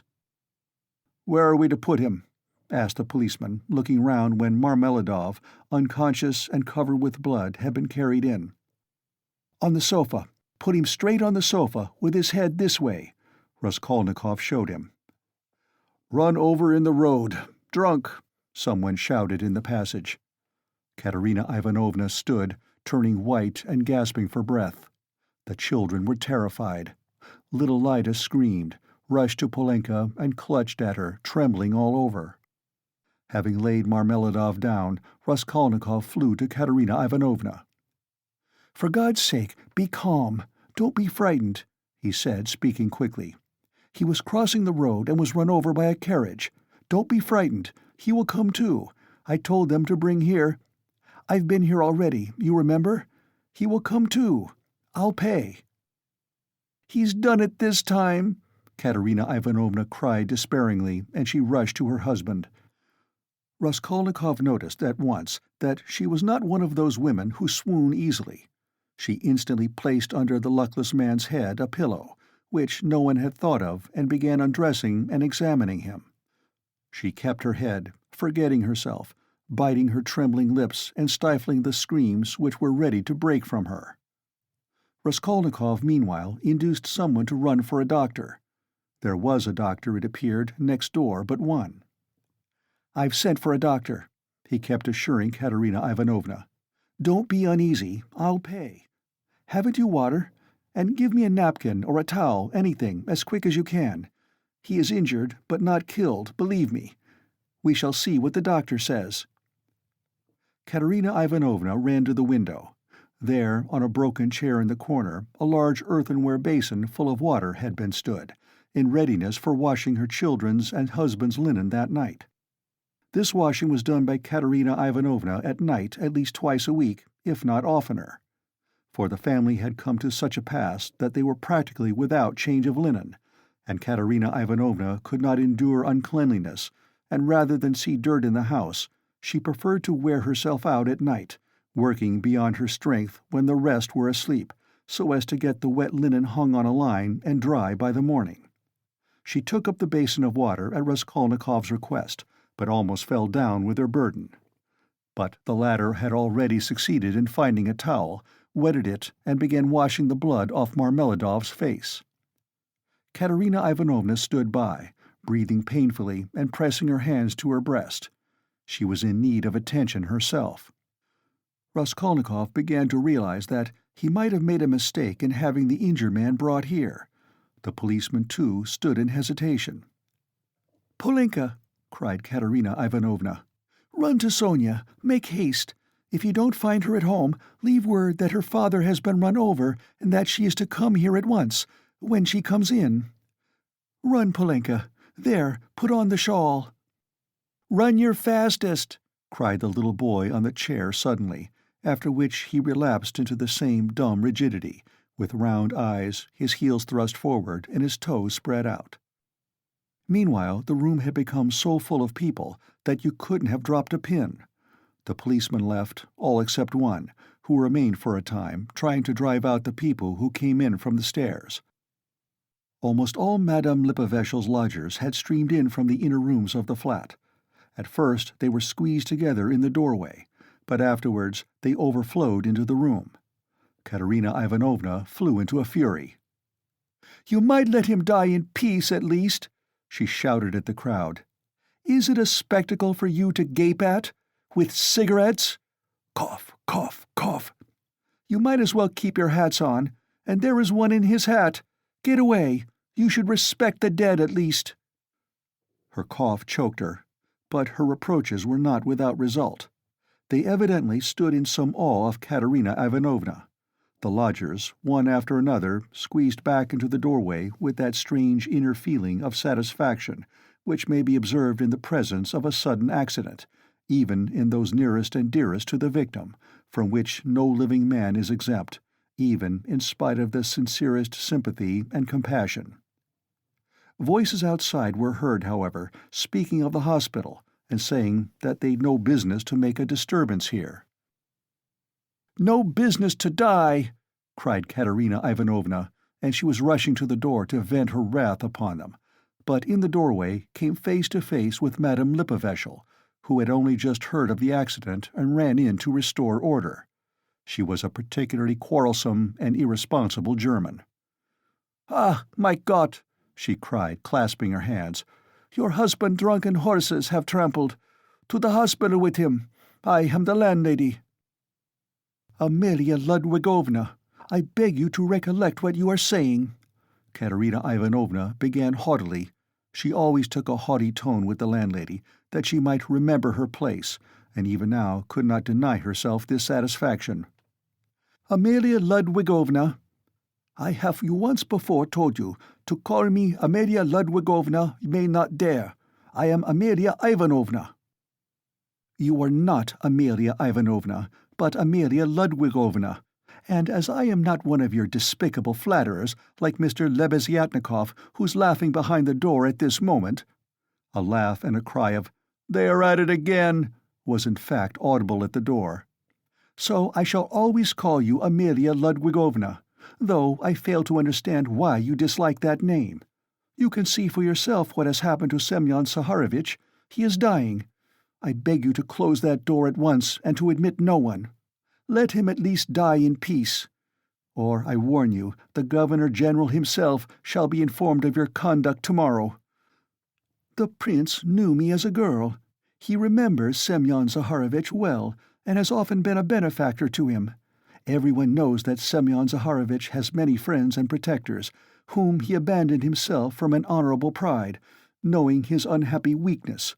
But now," she pointed to Raskolnikov, "a generous young man has come to our assistance, who has wealth and connections and whom Semyon Saharovich has known from a child. You may rest assured, Amelia Ludwigovna." All this was uttered with extreme rapidity, getting quicker and quicker, but a cough suddenly cut short Katerina Ivanovna's eloquence. At that instant the dying man recovered consciousness and uttered a groan. She ran to him. The injured man opened his eyes, and without recognition or understanding, gazed at Raskolnikov, who was bending over him. He drew deep, slow, painful breaths. Blood oozed at the corners of his mouth, and drops of perspiration came out on his forehead. Not recognizing Raskolnikov, he began looking round uneasily. Katerina Ivanovna looked at him with a sad but stern face, and tears trickled from her eyes. "My God, his whole chest is crushed. How he is bleeding," she said in despair. "We must take off his clothes. Turn a little, Semyon Zaharovich, if you can," she cried to him. Marmeladov recognized her. "A priest," he articulated huskily. Katerina Ivanovna walked to the window, laid her head against the window frame, and exclaimed in despair, "Oh, cursed life!" "A priest," the dying man said again after a moment's silence.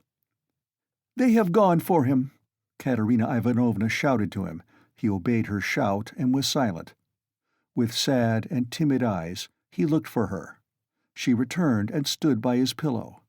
He seemed a little easier, but not for long. Soon his eyes rested on little Lida, his favorite, who was shaking in the corner, as though she were in a fit, and staring at him with her wondering, childish eyes. "Ah!" He signed towards her uneasily. He wanted to say something. "What now?" cried Katerina Ivanovna. "Barefoot, barefoot," he muttered, indicating with frenzied eyes the child's bare feet. "Be silent!" Katerina Ivanovna cried irritably. "You know why she is barefooted." "Thank God, the doctor!" exclaimed Raskolnikov, relieved. The doctor came in, a precise little old man, a German, looking about him mistrustfully. He went up to the sick man, took his pulse, carefully felt his head, and with the help of Katerina Ivanovna he unbuttoned the blood-stained shirt, and bared the injured man's chest. It was gashed, crushed, and fractured. Several ribs on the right side were broken. On the left side, just over the heart, was a large, sinister-looking yellowish-black bruise, a cruel kick from the horse's hoof. The doctor frowned. The policeman told him that he was caught in the wheel and turned round with it for 30 yards on the road. "It's wonderful that he has recovered consciousness," the doctor whispered softly to Raskolnikov. "What do you think of him?" he asked. "He will die immediately." "Is there really no hope?" "Not the faintest. He is at the last gasp. His head is badly injured, too. I could bleed him if you like, but it would be useless. He is bound to die within the next 5 or 10 minutes. "Better bleed him, then." "If you like, but I warn you it will be perfectly useless." At that moment, other steps were heard. The crowd in the passage parted, and the priest, a little grey old man, appeared in the doorway bearing the sacrament. A policeman had gone for him at the time of the accident. The doctor changed places with him, exchanging glances with him. Raskolnikov begged the doctor to remain a little while. He shrugged his shoulders and remained. All stepped back. The confession was soon over. The dying man probably understood little. He could only utter indistinct, broken sounds. Katerina Ivanovna took little Lida, lifted the boy from the chair, knelt down in the corner by the stove, and made the children kneel in front of her. The little girl was still trembling, but the boy, kneeling on his little bare knees, lifted his hand rhythmically, crossing himself with precision, and bowed down, touching the floor with his forehead, which seemed to afford him especial satisfaction. Katerina Ivanovna bit her lips and held back her tears. She prayed too now, and then, pulling straight the boy's shirt, and managed to cover the girl's bare shoulders with a kerchief, which she took from the chest without rising from her knees or ceasing to pray. Meanwhile, the door from the inner rooms was opened inquisitively again. In the passage, the crowd of spectators from all the flats on the staircase grew denser and denser, but they did not venture beyond the threshold. A single candle end lighted up the scene. At that moment, Polenka forced her way through the crowd at the door. She came in panting from running so fast, took off her kerchief, looked for her mother, went up to her and said, "She is coming. I met her in the street." Her mother made her kneel beside her. Timidly and noiselessly, a young girl made her way through the crowd, and strange was her appearance in that room, in the midst of want, rags, death, and despair. She, too, was in rags. Her attire was all of the cheapest, but decked out in gutter finery of a special stamp, unmistakably betraying its shameful purpose. Sonia stopped short in the doorway and looked about her bewildered, unconscious of everything. She forgot her fourth-hand, gaudy silk dress, so unseemly here with its ridiculous long train, and her immense crinoline that filled up the whole doorway, and her light-colored shoes, and the parasol she brought with her, though it was no use at night, and the absurd round straw hat with its flaring, flame-colored feather.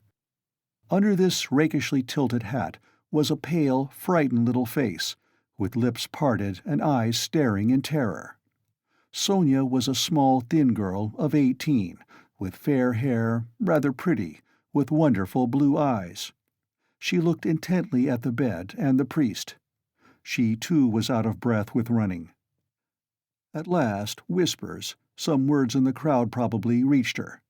She looked down and took a step forward into the room, still keeping close to the door.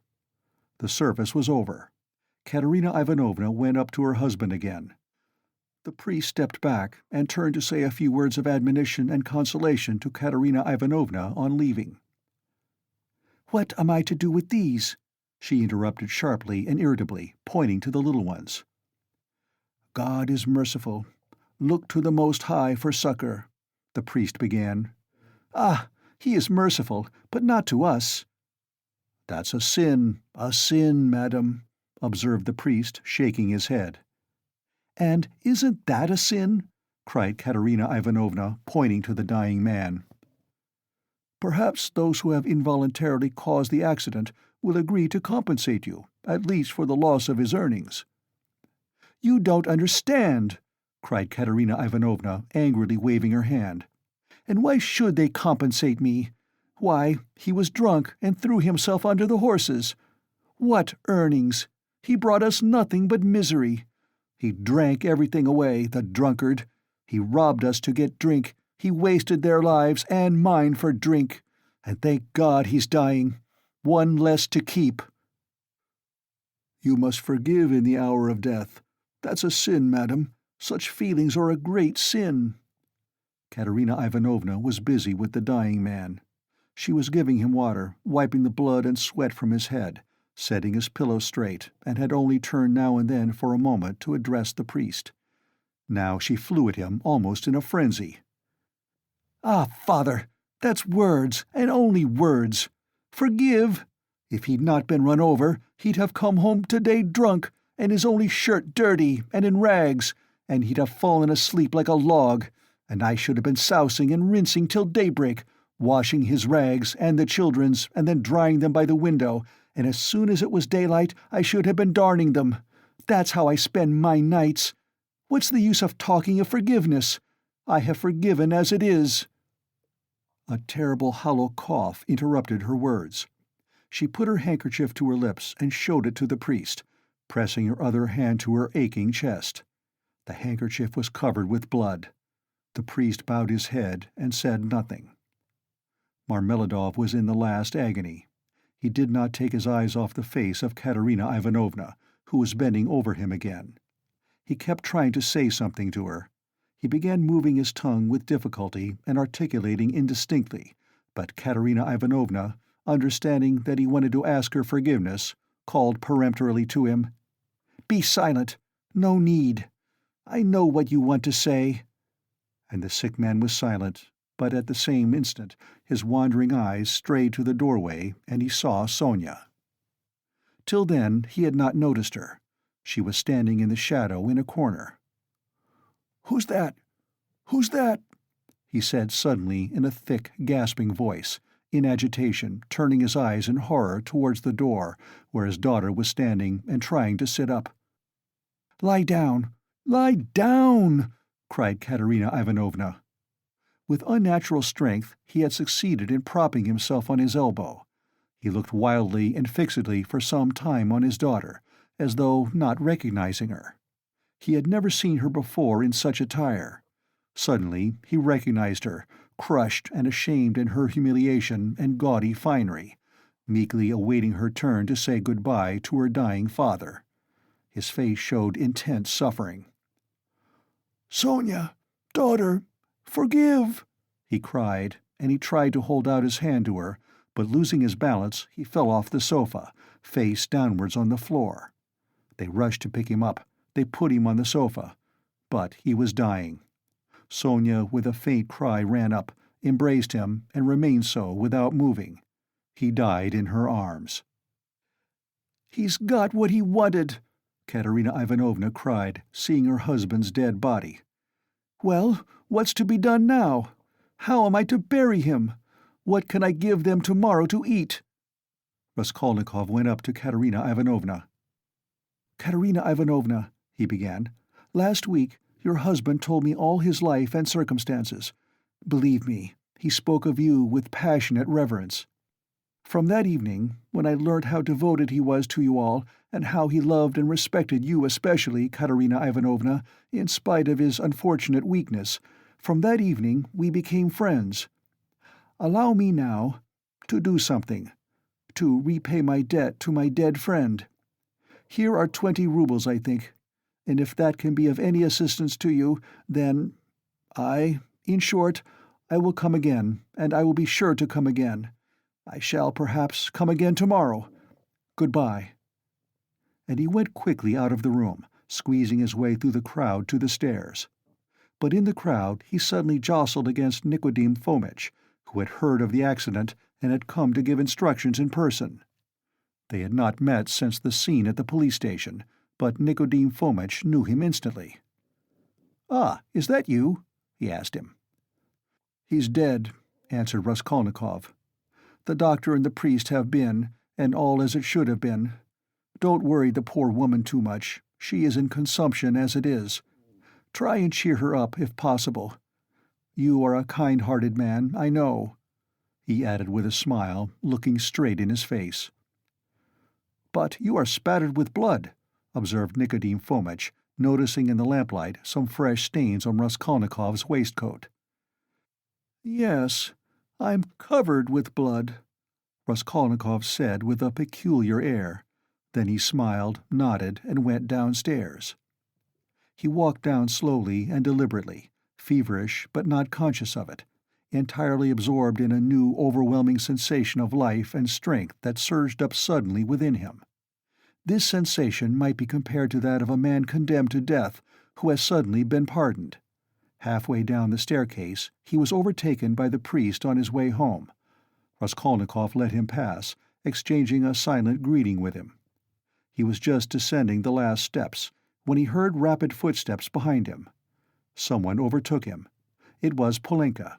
She was running after him, calling, "Wait! Wait!" He turned round. She was at the bottom of the staircase and stopped short a step above him. A dim light came in from the yard. Raskolnikov could distinguish the child's thin but pretty little face, looking at him with a bright, childish smile. She had run after him with a message which she was evidently glad to give. "Tell me, what is your name, and where do you live?" she said hurriedly in a breathless voice. He laid both hands on her shoulders and looked at her with a sort of rapture. It was such a joy to him to look at her, he could not have said why. "Who sent you?" "Sister Sonia sent me," answered the girl, smiling still more brightly. "I knew it was Sister Sonia sent you." "Mama sent me too. When Sister Sonia was sending me, Mama came up too and said, 'Run fast, Polenka.'" "Do you love Sister Sonia?" "I love her more than anyone," Polenka answered with a peculiar earnestness, and her smile became graver. "And will you love me?" By way of answer, he saw the little girl's face approaching him, her full lips naively held out to kiss him. Suddenly, her arms as thin as sticks held him tightly, her head rested on his shoulder, and the little girl wept softly, pressing her face against him. "I am sorry for Father," she said a moment later, raising her tear-stained face and brushing away the tears with her hands. "It's nothing but misfortunes now," she added suddenly, with that peculiarly sedate air which children try hard to assume when they try to speak like grown-up people. "Did your father love you?" "He loved Lyda most," she went on very seriously, without a smile, exactly like grown-up people. "He loved her because she is little and because she is ill, too. And he always used to bring her presents. But he taught us to read, and me grammar and scripture, too," she added with dignity. "And Mother never used to say anything, but we knew that she liked it, and Father knew it, too. And Mother wants to teach me French, for it's time my education began." "And do you know your prayers?" "Of course we do. We knew them long ago. I say my prayers to myself, as I am a big girl now, but Kolya and Lyda say them aloud with Mother. First they repeat the Ave Maria, and then another prayer. 'Lord, forgive and bless Sister Sonia,' and then another, 'Lord, forgive and bless our second father.' For our elder father is dead, and this is another one, but we do pray for the other as well." "Polenka, my name is Rodion. Pray sometimes for me, too. And thy servant Rodion, nothing more." "I'll pray for you all the rest of my life," the little girl declared hotly, and suddenly smiling again, she rushed at him and hugged him warmly once more. Raskolnikov told her his name and address, and promised to be sure to come next day. The child went away quite enchanted with him. It was past 10 when he came out into the street. In 5 minutes he was standing on the bridge at the spot where the woman had jumped in. "Enough," he pronounced resolutely and triumphantly. "I've done with fancies, imaginary terrors and phantoms. Life is real. Haven't I lived just now? My life has not yet died with that old woman. The kingdom of heaven to her, and now enough, madam, leave me in peace. Now for the reign of reason and light, and of will and of strength, and now we will see. We will try our strength.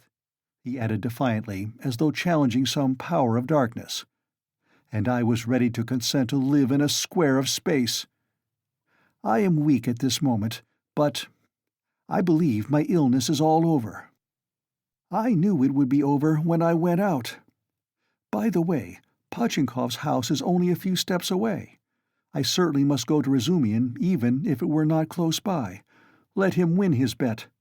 Let us give him some satisfaction, too. No matter. Strength is what one wants.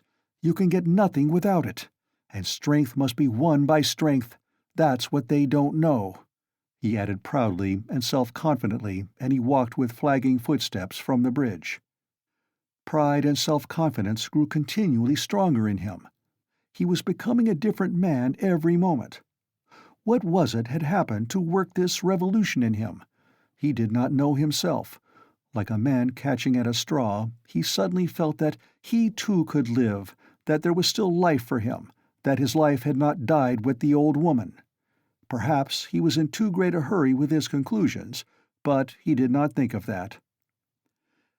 "But I did ask her to remember thy servant Rodion in her prayers," the idea struck him. "Well, that was in case of emergency," he added, and laughed himself at his boyish sally. He was in the best of spirits. He easily found Razumian. The new lodger was already known at Pochinkov's, and the porter at once showed him the way. Halfway upstairs, he could hear the noise and animated conversation of a big gathering of people. The door was wide open on the stairs. He could hear exclamations and discussion. Razumian's room was fairly large. The company consisted of 15 people. Raskolnikov stopped in the entry, where 2 of the landlady's servants were busy behind a screen with 2 samovars, bottles, plates, and dishes of pie and savories, brought up from the landlady's kitchen. Raskolnikov sent in for Razumian. He ran out delighted. At the first glance it was apparent that he had had a great deal to drink, and, though no amount of liquor made Razumian quite drunk, this time he was perceptibly affected by it. "Listen," Raskolnikov hastened to say. "I've only just come to tell you you've won your bet, and that no one really knows what may not happen to him. I can't come in. I am so weak that I shall fall down directly. And so, good evening and good-bye. Come and see me tomorrow." "Do you know what? I'll see you home. If you say you're weak yourself, you must." "And your visitors? Who is the curly-headed one who has just peeped out?" "He? Goodness only knows. Some friend of Uncle's, I expect, or perhaps he has come without being invited. I'll leave Uncle with them. He is an invaluable person. Pity I can't introduce you to him now. But confound them all now. They won't notice me, and I need a little fresh air, for you've come just in the nick of time. Another 2 minutes, and I should have come to blows. They are talking such a lot of wild stuff. You simply can't imagine what men will say. Though, why shouldn't you imagine? Don't we talk nonsense ourselves? And let them. That's the way to learn not to. Wait a minute, I'll fetch Zosimov." Zosimov pounced upon Raskolnikov almost greedily. He showed a special interest in him. Soon his face brightened. "You must go to bed at once," he pronounced, examining the patient as far as he could. "And take something for the night. Will you take it? I've got it ready some time ago. A powder." "2, if you like," answered Raskolnikov. The powder was taken at once. "It's a good thing you are taking him home," observed Zosimov to Razumian. "We shall see how he is tomorrow. Today he's not at all amiss. A considerable change since the afternoon. Live and learn." "Do you know what Zosimov whispered to me when we were coming out?" Razumian blurted out as soon as they were in the street. "I won't tell you everything, brother, because they are such fools. Zosimov told me to talk freely to you on the way, and get you to talk freely to me, and afterwards I am to tell him about it, for he's got a notion in his head that you are mad or close on it. Only fancy, in the first place, you've 3 times the brains he has. In the second, if you are not mad, you needn't care a hang that he has got such a wild idea. And thirdly, that piece of beef whose specialty is surgery has gone mad on mental diseases, And what's brought him to this conclusion about you was your conversation today with Zametov." "Zametov told you all about it?" "Yes, and he did well. Now, I understand what it all means, and so does Zametov. Well, the fact is, Rodya, the point is, I'm a little drunk now, but that's no matter. The point is that this idea, you understand, was just being hatched in their brains, you understand? That is, no one ventured to say it aloud, because the idea is too absurd, and especially since the arrest of that painter, that bubble's burst and gone forever. But why are they such fools?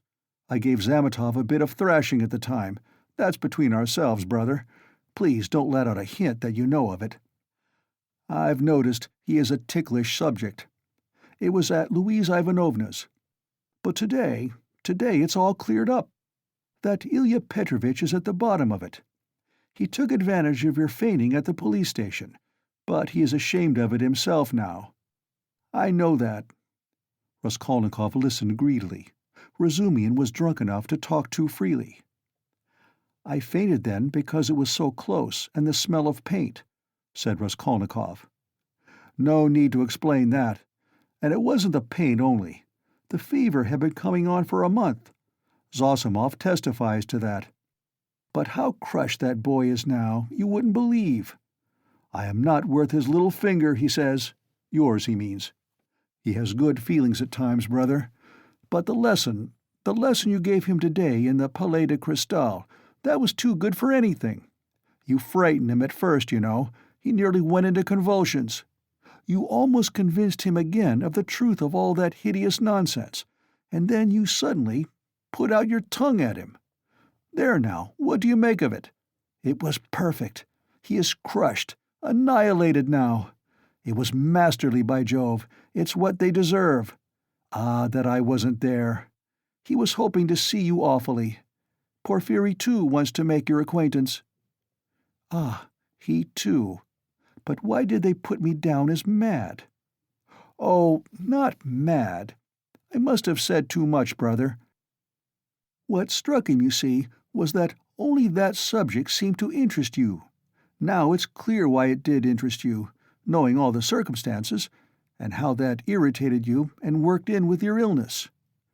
I am a little drunk, brother, only, confound him, he has some idea of his own.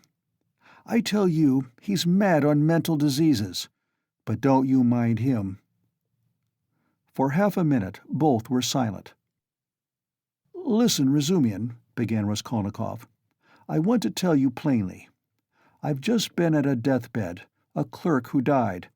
I gave him all my money, and besides, I've just been kissed by someone who, if I had killed anyone, would just the same. In fact, I saw someone else there, with a flame-colored feather. But I am talking nonsense. I am very weak. Support me. We shall be at the stairs directly." "What's the matter? What's the matter with you?" Razumian asked anxiously. "I am a little giddy, but that's not the point. I am so sad, like a woman. Look, what's that? Look, look!" "What is it?" "Don't you see? A light in my room, you see. Through the crack." They were already at the foot of the last flight of stairs, at the level of the landlady's door, and they could, as a fact, see from below that there was a light in Raskolnikov's garret. "Queer. Nastasia, perhaps," observed Razumian. "She is never in my room at this time, and she must be in bed long ago. But I don't care. Goodbye." "What do you mean? I am coming with you. We'll come in together." "I know we are going in together, but I want to shake hands here and say goodbye to you here. So give me your hand. Goodbye." "What's the matter with you, Rodya?" "Nothing. Come along. You shall be witness." They began mounting the stairs, and the idea struck Razumian that perhaps Zosimov might be right after all. "Ah, I've upset him with my chatter," he muttered to himself. When they reached the door, they heard voices in the room. "What is it?" cried Razumian. Raskolnikov was the first to open the door. He flung it wide and stood still in the doorway, dumbfoundered. His mother and sister were sitting on his sofa, and had been waiting an hour and a half for him. Why had he never expected, never thought of them, though the news that they had started, were on their way and would arrive immediately, had been repeated to him only that day? They had spent that hour and a half plying Nastasia with questions. She was standing before them and had told them everything by now. They were beside themselves with alarm when they heard of his running away today, ill and, as they understood from her story, delirious. Good heavens, what had become of him?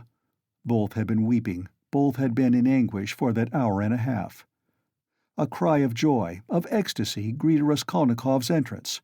Both rushed to him. But he stood like one dead. A sudden, intolerable sensation struck him like a thunderbolt. He did not lift his arms to embrace them. He could not. His mother and sister clasped him in their arms, kissed him, laughed, and cried. He took a step, tottered, and fell to the ground, fainting. Anxiety, cries of horror, moans. Razumian, who was standing in the doorway, flew into the room, seized the sick man in his strong arms, and in a moment had laid him on the sofa. "It's nothing, nothing," he cried to the mother and sister. "It's only a faint, a mere trifle. Only just now the doctor said he was much better, that he is perfectly well. Water. See, he is coming to himself. He is all right again." And, seizing Donia by the arm so that he almost dislocated it, he made her bend down to see that he is all right again. The mother and sister looked on him with emotion and gratitude as their providence. They had heard already from Nastasia all that had been done for their Rodya during his illness, by this very competent young man, as Pulcheria Alexandrovna Raskolnikov called him that evening in conversation with Donia. Part 3, Chapter 1. Raskolnikov got up and sat down on the sofa. He waved his hand weakly to Razumian to cut short the flow of warm and incoherent consolations he was addressing to his mother and sister, took them both by the hand, and for a minute or two gazed from one to the other without speaking. His mother was alarmed by his expression. It revealed an emotion agonizingly poignant, and at the same time something immovable, almost insane. Pulcheria Alexandrovna began to cry. Avdotya Romanovna was pale. Her hand trembled in her brother's. "Go home, with him," he said in a broken voice, pointing to Razumian.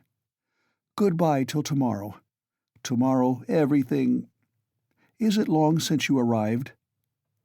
"This evening, Rodya," answered Pulcheria Alexandrovna. "The train was awfully late." "But, Rodya, nothing would induce me to leave you now. I will spend the night here, near you." "Don't torture me," he said with a gesture of irritation. "I will stay with him," cried Razumian. "I won't leave him for a moment. Bother all my visitors. Let them rage to their heart's content. My uncle is presiding there." How can I thank you?" Pulcheria Alexandrovna was beginning, once more pressing Razumian's hands, but Raskolnikov interrupted her again. "I can't have it! I can't have it!" he repeated irritably. "Don't worry me! Enough! Go away! I can't stand it!" "Come, Mamma, come out of the room, at least for a minute," Donia whispered in dismay. "We are distressing him, that's evident." "Mayn't I look at him after 3 years?" wept Pulcheria Alexandrovna. "Stay!" He stopped them again. "You keep interrupting me, and my ideas get muddled. Have you seen Luzhin?" "No, Rodya, but he knows already of our arrival. We have heard, Rodya, that Pyotr Petrovitch was so kind as to visit you today," Pulcheria Alexandrovna added somewhat timidly. "Yes, he was so kind. Donia, I promised Luzhin I'd throw him downstairs and told him to go to hell." "Rodya, what are you saying? Surely you don't mean to tell us—" Pulcheria Alexandrovna began in alarm, but she stopped, looking at Donia. Avdotya Romanovna was looking attentively at her brother, waiting for what would come next. Both of them had heard of the quarrel from Nastasia, so far as she had succeeded in understanding and reporting it, and were in painful perplexity and suspense.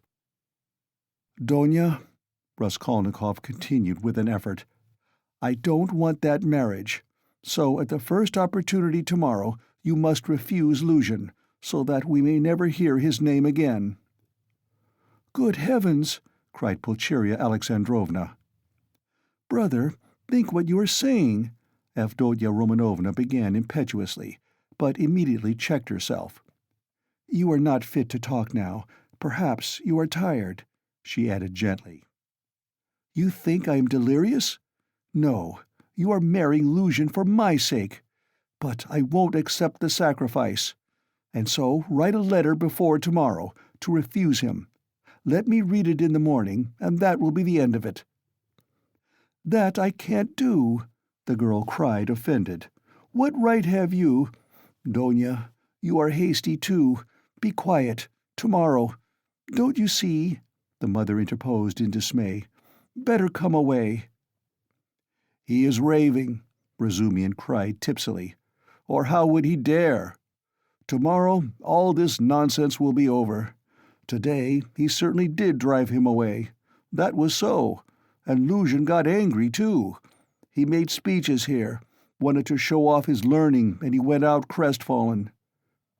"Then it's true?" cried Pulcheria Alexandrovna. "Good-bye till tomorrow, brother," said Donya compassionately. "Let us go, mother. Good-bye, Rodya." "Do you hear, sister?" he repeated after them, making a last effort. "I am not delirious. This marriage is— an infamy. Let me act like a scoundrel, but you mustn't. One is enough. And though I am a scoundrel, I wouldn't own such a sister. It's me or Luzhin. Go now." "But you're out of your mind, despot!" roared Razumian. But Raskolnikov did not and perhaps could not answer. He lay down on the sofa and turned to the wall, utterly exhausted. Avdotya Romanovna looked with interest at Razumian. Her black eyes flashed. Razumian positively started at her glance. Pulcheria Alexandrovna stood overwhelmed. "Nothing would induce me to go," she whispered in despair to Razumian. "I will stay somewhere here. Escort Donya home." "You'll spoil everything," Razumian answered in the same whisper, losing patience. "Come out onto the stairs anyway. Nastasya, show a light. I assure you," he went on in a half-whisper on the stairs, "that he was almost beating the doctor and me this afternoon. Do you understand? The doctor himself. Even he gave way and left him, so as not to irritate him. I remained downstairs on guard, but he dressed at once and slipped off. And he will slip off again if you irritate him, at this time of night, and will do himself some mischief." "What are you saying?" "And Avdotya Romanovna can't possibly be left in those lodgings without you. Just think where you are staying. That blackguard Pyotr Petrovitch couldn't find you better lodgings. But you know I've had a little to drink, and that's what makes me swear. Don't mind it." "But I'll go to the landlady here," Pulcheria Alexandrovna insisted. "I'll beseech her to find some corner for Donya and me for the night. I can't leave him like that. I cannot." This conversation took place on the landing just before the landlady's door. Nastasya lighted them from a step below. Razumian was in extraordinary excitement. Half an hour earlier, while he was bringing Raskolnikov home, he had indeed talked too freely, but he was aware of it himself, and his head was clear in spite of the vast quantities he had imbibed. Now he was in a state bordering on ecstasy, and all that he had drunk seemed to fly to his head with redoubled effect. He stood with the two ladies, seizing both by their hands, persuading them and giving them reasons with astonishing plainness of speech, and at almost every word he uttered, probably to emphasize his arguments, he squeezed their hands painfully as in a vice. He stared at Avdotya Romanovna without the least regard for good manners. They sometimes pulled their hands out of his huge bony paws, but far from noticing what was the matter, he drew them all the closer to him. If they told him to jump head foremost from the staircase, He would have done it without thought or hesitation in their service. Though Pulcheria Alexandrovna felt that the young man was really too eccentric and pinched her hand too much, in her anxiety over Herodia she looked on his presence as providential, and was unwilling to notice all his peculiarities. But though Avdotya Romanovna shared her anxiety, and was not of timorous disposition, she could not see the glowing light in his eyes without wonder and almost alarm. It was only the unbounded confidence inspired by Nastasia's account of her brother's queer friend which prevented her from trying to run away from him and to persuade her mother to do the same. She realized, too, that even running away was perhaps impossible now. 10 minutes later, however, she was considerably reassured. It was characteristic of Razumian that he showed his true nature at once, whatever mood he might be in, so that people quickly saw the sort of man they had to deal with. "You can't go to the landlady? That's perfect nonsense," he cried.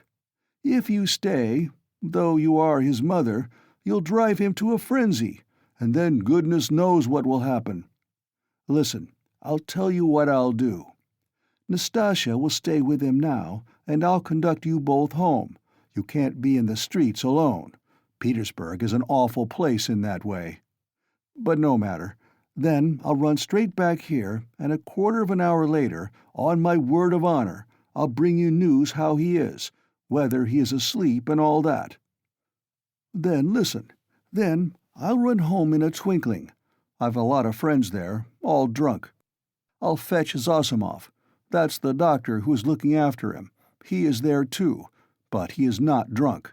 He is not drunk. He is never drunk. I'll drag him to Rodya, and then to you, so that you'll get 2 reports in the hour. From the doctor, you understand. From the doctor himself. That's a very different thing from my account of him. If there's anything wrong, I swear I'll bring you here myself. But if it's all right, you go to bed. And I'll spend the night here in the passage. He won't hear me, and I'll tell Zosimov to sleep at the landlady's, to be at hand. Which is better for him, you or the doctor? So come home then. But the landlady is out of the question. It's all right for me, but it's out of the question for you. She wouldn't take you, for she's a fool. She'd be jealous on my account of Avdotya Romanovna, and of you too, if you want to know. Of Avdotya Romanovna, certainly. She is an absolutely unaccountable character. But I am a fool too. No matter. Come along. Do you trust me? Come, do you trust me or not? Let's go, Mother, said Avdotya Romanovna. He will certainly do what he has promised. He has saved Rodya already, and if the doctor really will consent to spend the night here, what could be better? You see, you understand me, because you are an angel, Razumian cried in ecstasy. Let us go. Nastasia, fly upstairs and sit with him with a light. I'll come in a quarter of an hour. Though Pulcheria Alexandrovna was not perfectly convinced, she made no further resistance. Razumian gave an arm to each and drew them down the stairs. He still made her uneasy, as though he was competent and good-natured. Was he capable of carrying out his promise? He seemed in such a condition. "Ah, I see you think I am in such a condition," Razumian broke in upon her thoughts, guessing them as he strolled along the pavement with huge steps, so that the 2 ladies could hardly keep up with him, a fact he did not observe, however. "Nonsense! That is, I am drunk like a fool, but that's not it. I am not drunk from wine. It's seeing you has turned my head. But don't mind me. Don't take any notice.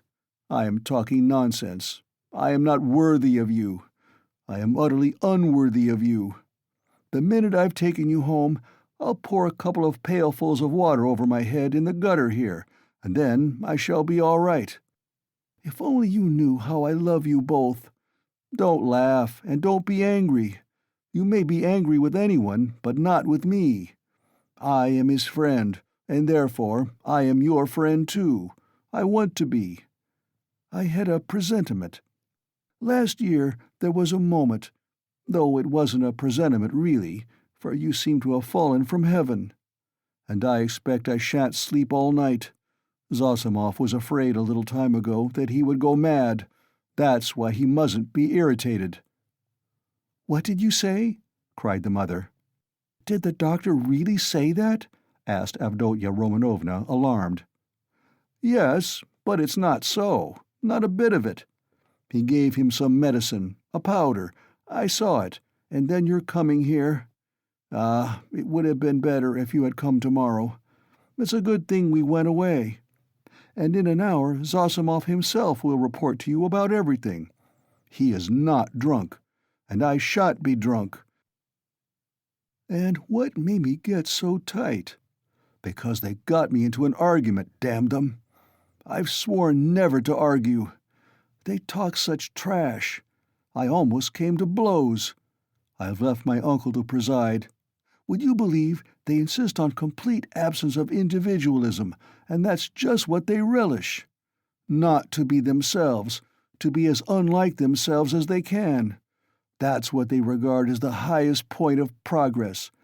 If only their nonsense were their own, but as it is— "Listen," Pulcheria Alexandrovna interrupted timidly, but it only added fuel to the flames. "What do you think?" shouted Razumian, louder than ever. "You think I am attacking them for talking nonsense? Not a bit. I'd like them to talk nonsense. That's man's one privilege over all creation. Through error you come to the truth. I am a man because I err. You never reach any truth without making 14 mistakes, and very likely 114. And a fine thing, too, in its way. But we can't even make mistakes on our own account. Talk nonsense, but talk your own nonsense, and I'll kiss you for it. To go wrong in one's own way is better than to go right in someone else's. In the first case, you are a man. In the second, you're no better than a bird. Truth won't escape you, but life can be cramped. There have been examples. And what are we doing now? In science, development, thought, invention, ideals, aims, liberalism, judgment, experience, and everything, we are still in the preparatory class at school. We prefer to live on other people's ideas. It's what we are used to. Am I right? Am I right?" cried Razumian, pressing and shaking the two ladies' hands. "Oh, mercy, I do not know," cried poor Pulcheria Alexandrovna. "Yes, yes, though I don't agree with you in everything," added Avdotya Romanovna earnestly, and at once uttered a cry, for he squeezed her hand so painfully. "Yes, you say yes. Well, after that you, he cried in a transport. "You are a fount of goodness, purity, sense, and perfection. Give me your hand. You give me yours, too. I want to kiss your hands, here at once, on my knees." And he fell on his knees on the pavement, fortunately at that time deserted. "Leave off, I entreat you. What are you doing?" Pulcheria Alexandrovna cried, greatly distressed. Get up, said Donia, laughing, though she too was upset.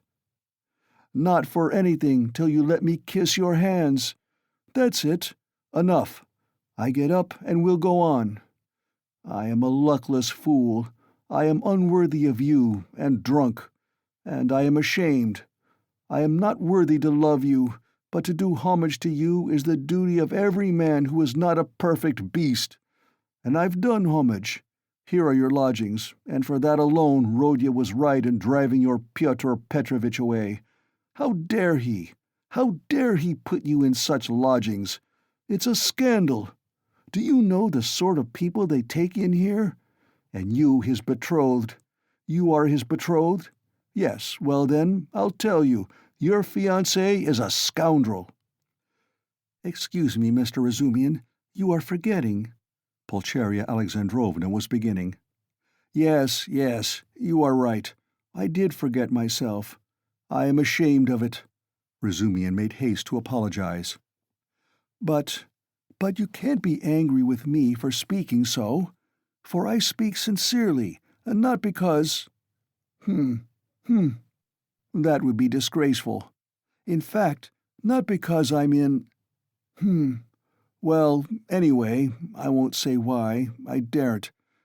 But we all saw today when he came in that man is not of our sort.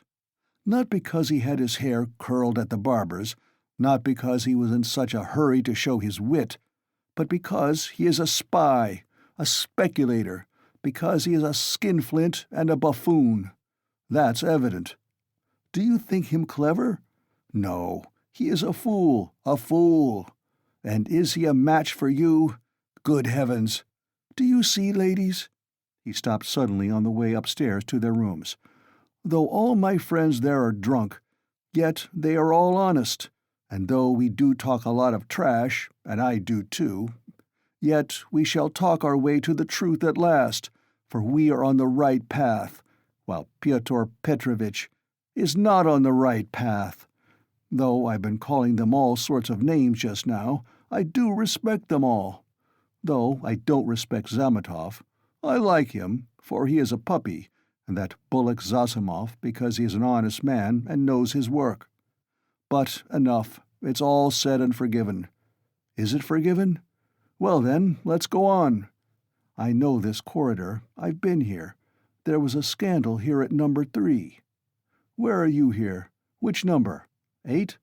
Well, lock yourselves in for the night then. Don't let anybody in. In a quarter of an hour I'll come back with news, and half an hour later I'll bring Zosimov, you'll see. Goodbye, I'll run. Good heavens, Donya, what is going to happen? Said Pulcheria Alexandrovna, addressing her daughter with anxiety and dismay. Don't worry yourself, mother, said Donya, taking off her hat and cape. God has sent this gentleman to our aid, though he has come from a drinking party. We can depend on him, I assure you, and all that he has done for Rodya. Ah, Donya, goodness knows whether he will come. How could I bring myself to leave Rodya? And how different I had fancied our meeting. How sullen he was, as though not pleased to see us. Tears came into her eyes. No, it's not that, Mother. You didn't see, you were crying all the time. He is quite unhinged by serious illness. That's the reason. Ah, that illness. What will happen? What will happen? And how he talked to you, Donya, said the mother, looking timidly at her daughter, trying to read her thoughts, and already half consoled by Donya standing up for her brother, which meant that she had already forgiven him. I am sure he will think better of it tomorrow, she added, probing her further. And I am sure that he will say the same tomorrow, about that, Avdotya Romanovna said finally. And of course there was no going beyond that, for this was a point which Pulcheria Alexandrovna was afraid to discuss. Donya went up and kissed her mother. The latter warmly embraced her without speaking. Then she sat down to wait anxiously for Razumian's return, timidly watching her daughter, who walked up and down the room with her arms folded, lost in thought. This walking up and down when she was thinking was a habit of Avdotya Romanovna's, and the mother was always afraid to break in on her daughter's mood at such moments. Razumian, of course, was ridiculous in his sudden drunken infatuation for Avdotya Romanovna. Yet, apart from his eccentric condition, many people would have thought it justified if they had seen Avdotya Romanovna, especially at that moment when she was walking to and fro with folded arms, pensive and melancholy. Avdotya Romanovna was remarkably good-looking. She was tall, strikingly well-proportioned, strong and self-reliant. The latter quality was apparent in every gesture, though it did not in the least detract from the grace and softness of her movements. In face she resembled her brother, but she might be described as really beautiful.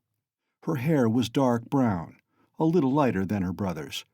There was a proud light in her almost black eyes, and yet at times a look of extraordinary kindness. She was pale, but it was a healthy pallor. Her face was radiant with freshness and vigor. Her mouth was rather small. The full red lower lip projected a little, as did her chin. It was the only irregularity in her beautiful face, but it gave it a peculiarly individual and almost haughty expression. Her face was always more serious and thoughtful than gay. But how well smiles, how well youthful, light-hearted, irresponsible laughter suited her face. It was natural enough that a warm, open, simple-hearted, honest giant like Razumian, who had never seen anyone like her and was not quite sober at the time, should lose his head immediately. Besides, as chance would have it, he saw Donia for the first time transfigured by her love for her brother and her joy at meeting him. Afterwards, he saw her lower lip quiver with indignation at her brother's insolent, cruel, and ungrateful words, and his fate was sealed. He had spoken the truth, moreover, when he blurted out in his drunken talk on the stairs that Praskovya Pavlovna, Raskolnikov's eccentric landlady, would be jealous of Pulcheria Alexandrovna as well as of Avdotya Romanovna on his account. Although Pulcheria Alexandrovna was 43, her face still retained traces of her former beauty. She looked much younger than her age, indeed, which is almost always the case with women who retain serenity of spirit, sensitiveness, and pure, sincere warmth of heart to old age. We may add in parenthesis that to preserve all this is the only means of retaining beauty to old age. Her hair had begun to grow gray and thin. There had long been little crow's-foot wrinkles around her eyes. Her cheeks were hollow and sunken from anxiety and grief, and yet it was a handsome face.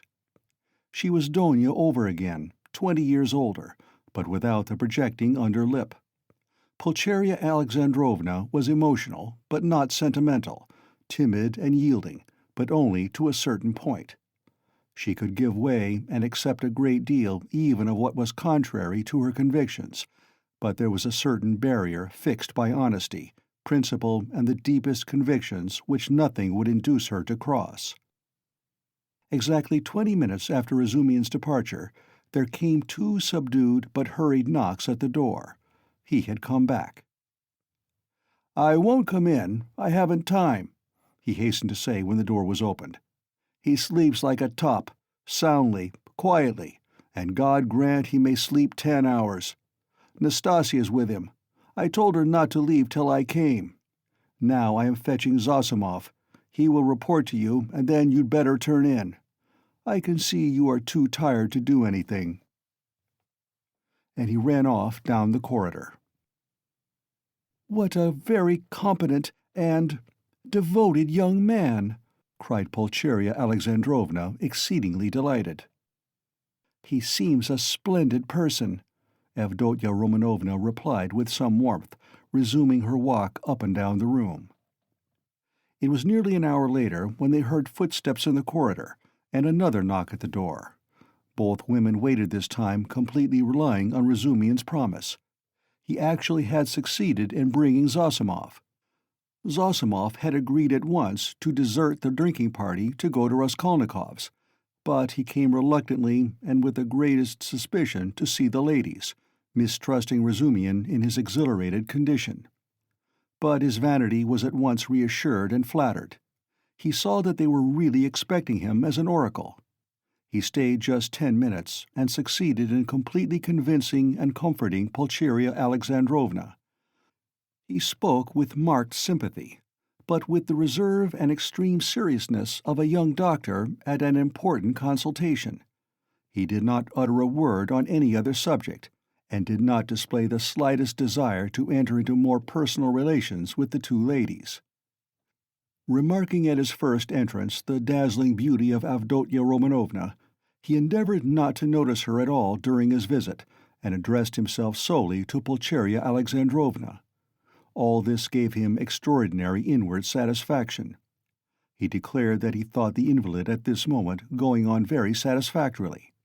According to his observations, the patient's illness was due partly to his unfortunate material surroundings during the last few months, but it had partly also a moral origin. Was, so to speak, the product of several material and moral influences, anxieties, apprehensions, troubles, certain ideas, and so on. Noticing stealthily that Avdotya Romanovna was following his words with close attention, Zosimov allowed himself to enlarge on this theme. On Pulcheria Alexandrovna's anxiously and timidly inquiring as to some suspicion of insanity, he replied with a composed and candid smile that his words had been exaggerated, that certainly the patient had some fixed idea, something approaching a monomania. He, Zosimov, was now particularly studying this interesting branch of medicine, but that it must be recollected that until today the patient had been in delirium, and that no doubt the presence of his family would have a favorable effect on his recovery and distract his mind. If only all fresh shocks can be avoided, he added significantly. Then he got up, took leave with an impressive and affable bow, while blessings, warm gratitude, and entreaties were showered upon him, and Avdotya Romanovna spontaneously offered her hand to him. He went out exceedingly pleased with his visit, and still more so with himself. "We'll talk tomorrow. Go to bed at once," Razumian said in conclusion, following Zosimov out. "I'll be with you tomorrow morning as early as possible with my report." "That's a fetching little girl, Avdotya Romanovna," remarked Zosimov, almost licking his lips as they both came out into the street. "Fetching? You said fetching?" roared Razumian, and he flew at Zosimov and seized him by the throat. "If you ever dare! Do you understand? Do you understand?" he shouted, shaking him by the collar and squeezing him against the wall. "Do you hear?" "Let me go, you drunken devil," said Zosimov, struggling, and when he had let him go, he stared at him and went off into a sudden guffaw. Razumian stood facing him in gloomy and earnest reflection. "Of course, I am an ass," he observed, somber as a storm cloud. "But still, you are another." "No, brother, not at all such another. I am not dreaming of any folly." They walked along in silence, and only when they were close to Raskolnikov's lodgings, Razumian broke the silence in considerable anxiety. "Listen," he said. "You're a first-rate fellow, but among your other failings, you're a loose fish, that I know, and a dirty one too. You're a feeble, nervous wretch, and a mass of whims. You're getting fat and lazy and can't deny yourself anything. And I call that dirty because it leads one straight into the dirt. You've let yourself get so slack that I don't know how it is you're still a good, even a devoted doctor. You, a doctor, sleep on a feather bed and get up at night to your patients. In another 3 or 4 years you won't get up for your patients. But, hang it all, that's not the point. You are going to spend tonight in the landlady's flat here. Hard work I've had to persuade her, and I'll be in the kitchen. So here's a chance for you to get to know her better. It's not what you think. There's not a trace of anything of the sort, brother." "But I don't think." "Here you have modesty, brother, silence, bashfulness, a savage virtue, and yet she's sighing and melting like wax, simply melting. Save me from her, by all that's unholy. She's most prepossessing. I'll repay you. I'll do anything." Zosimov laughed more violently than ever. "Well, you are smitten. But what am I to do with her?" "It won't be much trouble, I assure you. Talk any rot you like to her, as long as you sit by her and talk. You're a doctor, too. Try curing her of something. I swear you won't regret it. She has a piano, and you know, I strum a little. I have a song there, a genuine Russian one. I shed hot tears. She likes the genuine article. And well, it all began with that song. Now you're a regular performer, a maître, a Rubinstein. I assure you, you won't regret it." "But have you made her some promise? Something signed? A promise of marriage, perhaps? Nothing, nothing, absolutely nothing of the kind. Besides, she is not that sort at all. Chebarov tried that. Well then, drop her. But I can't drop her like that. Why can't you? Well, I can't. That's all about it. There's an element of attraction here, brother. Then why have you fascinated her? I haven't fascinated her. Perhaps I was fascinated myself in my folly. But she won't care a straw whether it's you or I, so long as somebody sits beside her, sighing. I can't explain the position, brother. Look here. You are good at mathematics, and working at it now. Begin teaching her the integral calculus. Upon my soul, I'm not joking. I'm in earnest. It'll be just the same to her. She will gaze at you and sigh for a whole year together. I talked to her once for 2 days at a time about the Prussian House of Lords, for one must talk of something. She just sighed and perspired. And you mustn't talk of love. She's bashful to hysterics. But just let her see you can't tear yourself away. That's enough. It's fearfully comfortable. You're quite at home. You can read, sit, lie about, write. You may even venture on a kiss if you're careful. But what do I want with her? Ah, I can't make you understand. You see, you are made for each other.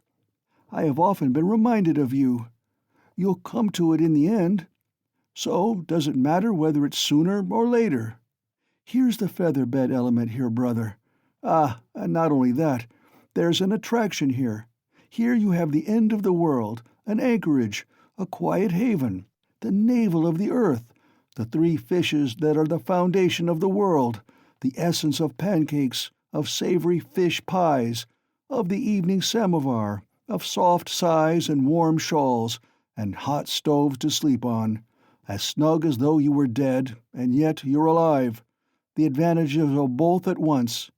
Well, hang it, brother, what stuff I'm talking. It's bedtime. Listen, I sometimes wake up at night, so I'll go in and look at him. But there's no need. It's all right. Don't you worry yourself. Yet, if you like, you might just look in once, too. But if you notice anything, delirium or fever, wake me at once. But there can't be. Part 3, Chapter 2. Razumihin waked up next morning at 8 o'clock, troubled and serious. He found himself confronted with many new and unlooked-for perplexities. He had never expected that he would ever wake up feeling like that. He remembered every detail of the previous day, and he knew that a perfectly novel experience had befallen him, that he had received an impression unlike anything he had known before. At the same time, he recognized clearly that the dream which had fired his imagination was hopelessly unattainable, so unattainable that he felt positively ashamed of it, and he hastened to pass to the other more practical cares and difficulties bequeathed him by that thrice accursed yesterday.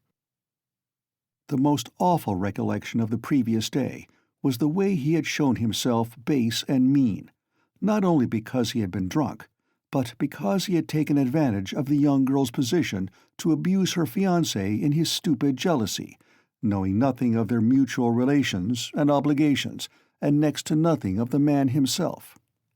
And what right had he to criticize him in that hasty and unguarded manner? Who had asked for his opinion? Was it thinkable that such a creature as Avdotya Romanovna would be marrying an unworthy man for money? So there must be something in him. The lodgings? But after all, how could he know the character of the lodgings? He was furnishing a flat. Phoo, how despicable it all was! And what justification was it that he was drunk? Such a stupid excuse was even more degrading. In wine is truth, and the truth had all come out. That is, all the uncleanness of his coarse and envious heart. And would such a dream ever be permissible to him, Razumihin? What was he beside such a girl, he, the drunken, noisy braggart of last night? Was it possible to imagine so absurd and cynical a juxtaposition? Razumihin blushed desperately at the very idea. and suddenly the recollection forced itself vividly upon him of how he had said last night on the stairs that the landlady would be jealous of Avdotia Romanovna. That was simply intolerable. He brought his fist down heavily on the kitchen stove, hurt his hand, and sent one of the bricks flying. "Of course," he muttered to himself a minute later with a feeling of self-abasement, "of course, all these infamies can never be wiped out or smoothed over, and so it's useless even to think of it, and I must go to them in silence and do my duty, in silence too, and not ask forgiveness, and say nothing, for all is lost now." And yet, as he dressed, he examined his attire more carefully than usual. He hadn't another suit. If he had had, perhaps he wouldn't have put it on. I would have made a point of not putting it on. But in any case, he could not remain a cynic and a dirty sloven. He had no right to offend the feelings of others, especially when they were in need of his assistance and asking him to see them. He brushed his clothes carefully. His linen was always decent. In that respect, he was especially clean. He washed that morning scrupulously. He got some soap from Nastasia. He washed his hair, his neck, and especially his hands. When it came to the question whether to shave his stubby chin or not, Praskovia Pavlovna had capital razors that had been left by her late husband. The question was angrily answered in the negative. "Let it stay as it is. What if they think that I shaved on purpose, too? They certainly would think so. Not on any account." And the worst of it was, he was so coarse, so dirty, he had the manners of a pothouse, and even admitting that he knew he had some of the essentials of a gentleman, what was there in that to be proud of? Everything ought to be a gentleman, and more than that. And all the same, he remembered, he too had done little things, not exactly dishonest, and yet... And what thoughts he sometimes had. And to set all that beside Avdotia Romanovna. Confound it. So be it. Well, he'd make a point then of being dirty, greasy, pothouse in his manners, and he wouldn't care. He'd be worse. He was engaged in such monologues when Zosimov, who had spent the night in Praskovia Pavlovna's parlor, came in. He was going home and was in a hurry to look at the invalid first. Razumihin informed him that Raskolnikov was sleeping like a dormouse. Zosimov gave orders that they shouldn't wake him and promised to see him again about 11. "If he is still at home," he added. "Damn it all, if one can't control one's patients, how is one to cure them? Do you know whether he will go to them or whether they are coming here?" "They are coming, I think," said Razumihin, understanding the object of the question. "And they will discuss their family affairs, no doubt. I'll be off. You, as the doctor, have more right to be there than I." "But I am not a father confessor. I shall come and go away. I've plenty to do besides looking after them." "One thing worries me," interposed Razumihin, frowning. "On the way home, I talked a lot of drunken nonsense to him, all sorts of things, and amongst them that you were afraid that he might become insane." "You told the ladies so, too." "I know it was stupid. You may beat me if you like. Did you think so seriously?" "That's nonsense, I tell you. How could I think it seriously? You yourself described him as a monomaniac when you fetched me to him, and we added fuel to the fire yesterday, you did, that is, with your story about the painter. It was a nice conversation, when he was, perhaps, mad on that very point." "If only I'd known what happened then at the police station, and that some wretch had insulted him with this suspicion. I would not have allowed that conversation yesterday. These monomaniacs will make a mountain out of a molehill, and see their fancies as solid realities. As far as I remember, it was Zamitov's story that cleared up half the mystery to my mind. Why, I know one case in which a hypochondriac, a man of 40, cut the throat of a little boy of 8 because he couldn't endure the jokes he made every day at table. And in this case, his rags, the insolent police officer, the fever, and this suspicion, all that working upon a man half frantic with hypochondria and with his morbid exceptional vanity.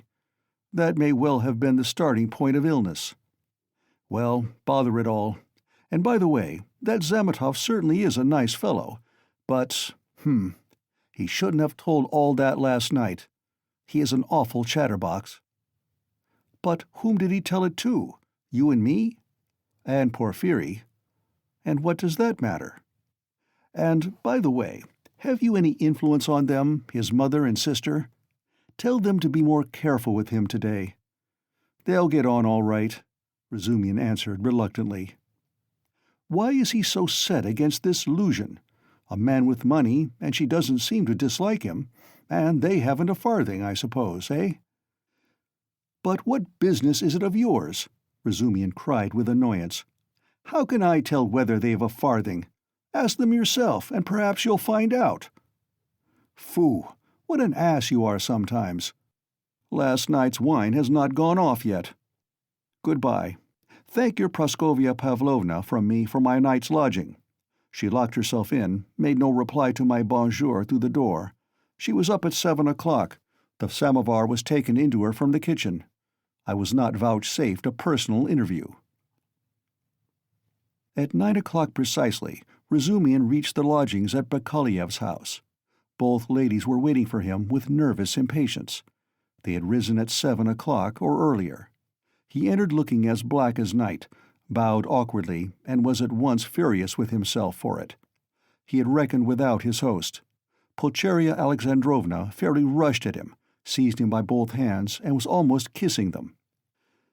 He glanced timidly at Avdotya Romanovna, but her proud countenance wore at that moment an expression of such gratitude and friendliness, such complete and unlooked-for respect, in place of the sneering looks and ill-disguised contempt he had expected, that it threw him into greater confusion than if he had been met with abuse. Fortunately, there was a subject for conversation, and he made haste to snatch at it. Hearing that everything was going well, and that Rodya had not yet waked, Pulcheria Alexandrovna declared that she was glad to hear it, because she had something which it was very, very necessary to talk over beforehand. Then followed an inquiry about breakfast, and an invitation to have it with them. They had waited to have it with him. Avdotya Romanovna rang the bell. It was answered by a ragged, dirty waiter, and they asked him to bring tea, which was served at last, but in such a dirty and disorderly way that the ladies were ashamed. Razumian vigorously attacked the lodgings, but, remembering Luzhin, stopped in embarrassment and was greatly relieved by Pulcheria Alexandrovna's questions, which showered in a continual stream upon him. He talked for 3/4 of an hour, being constantly interrupted by their questions, and succeeded in describing to them all the most important facts he knew of the last year of Raskolnikov's life, concluding with a circumstantial account of his illness. He omitted, however, many things, which were better omitted, including the scene at the police station with all its consequences. They listened eagerly to his story, and when he thought he had finished and satisfied his listeners, he found that they considered he had hardly begun. Tell me, what do you think? Excuse me, I still don't know your name," Pulcheria Alexandrovna put in hastily. "Dmitri Prokofitch." "I should like very, very much to know, Dmitri Prokofitch, how he looks, on things in general now. That is, how can I explain? What are his likes and dislikes? Is he always so irritable? Tell me, if you can, what are his hopes, and, so to speak, his dreams? Under what influences is he now? In a word, I should like—" "Ah, Mother, how can he answer all that at once?" observed Donia. "Good heavens, I had not expected to find him in the least like this, Dmitri Prokofitch." "Naturally," answered Razumian. "I have no mother, but my uncle comes every year, and almost every time he can scarcely recognize me, even in appearance, though he is a clever man, and your 3 years' separation means a great deal. What am I to tell you? I have known Rodion for 1.5 years. He is morose, gloomy, proud, and haughty, and of late, and perhaps for a long time before, he has been suspicious and fanciful. He has a noble nature and a kind heart. He does not like showing his feelings, and would rather do a cruel thing than open his heart freely. Sometimes, though, he is not at all morbid, but simply cold and inhumanly callous. It's as though he were alternating between two characters. Sometimes he is fearfully reserved. He says he is so busy that everything is a hindrance, and yet he lies in bed doing nothing. He doesn't jeer at things, not because he hasn't the wit, but as though he hadn't time to waste on such trifles. He never listens to what is said to him. He is never interested in what interests other people at any given moment. He thinks very highly of himself, and perhaps he is right. Well, what more? I think your arrival will have a most beneficial influence upon him." "God grant it may," cried Pulcheria Alexandrovna, distressed by Razumian's account of her Rodya. And Razumian ventured to look more boldly at Avdotya Romanovna at last. He glanced at her often while he was talking, but only for a moment, and looked away again at once. Avdotya Romanovna sat at the table, listening attentively, then got up again and began walking to and fro with her arms folded and her lips compressed, occasionally putting in a question without stopping her walk. She had the same habit of not listening to what was said.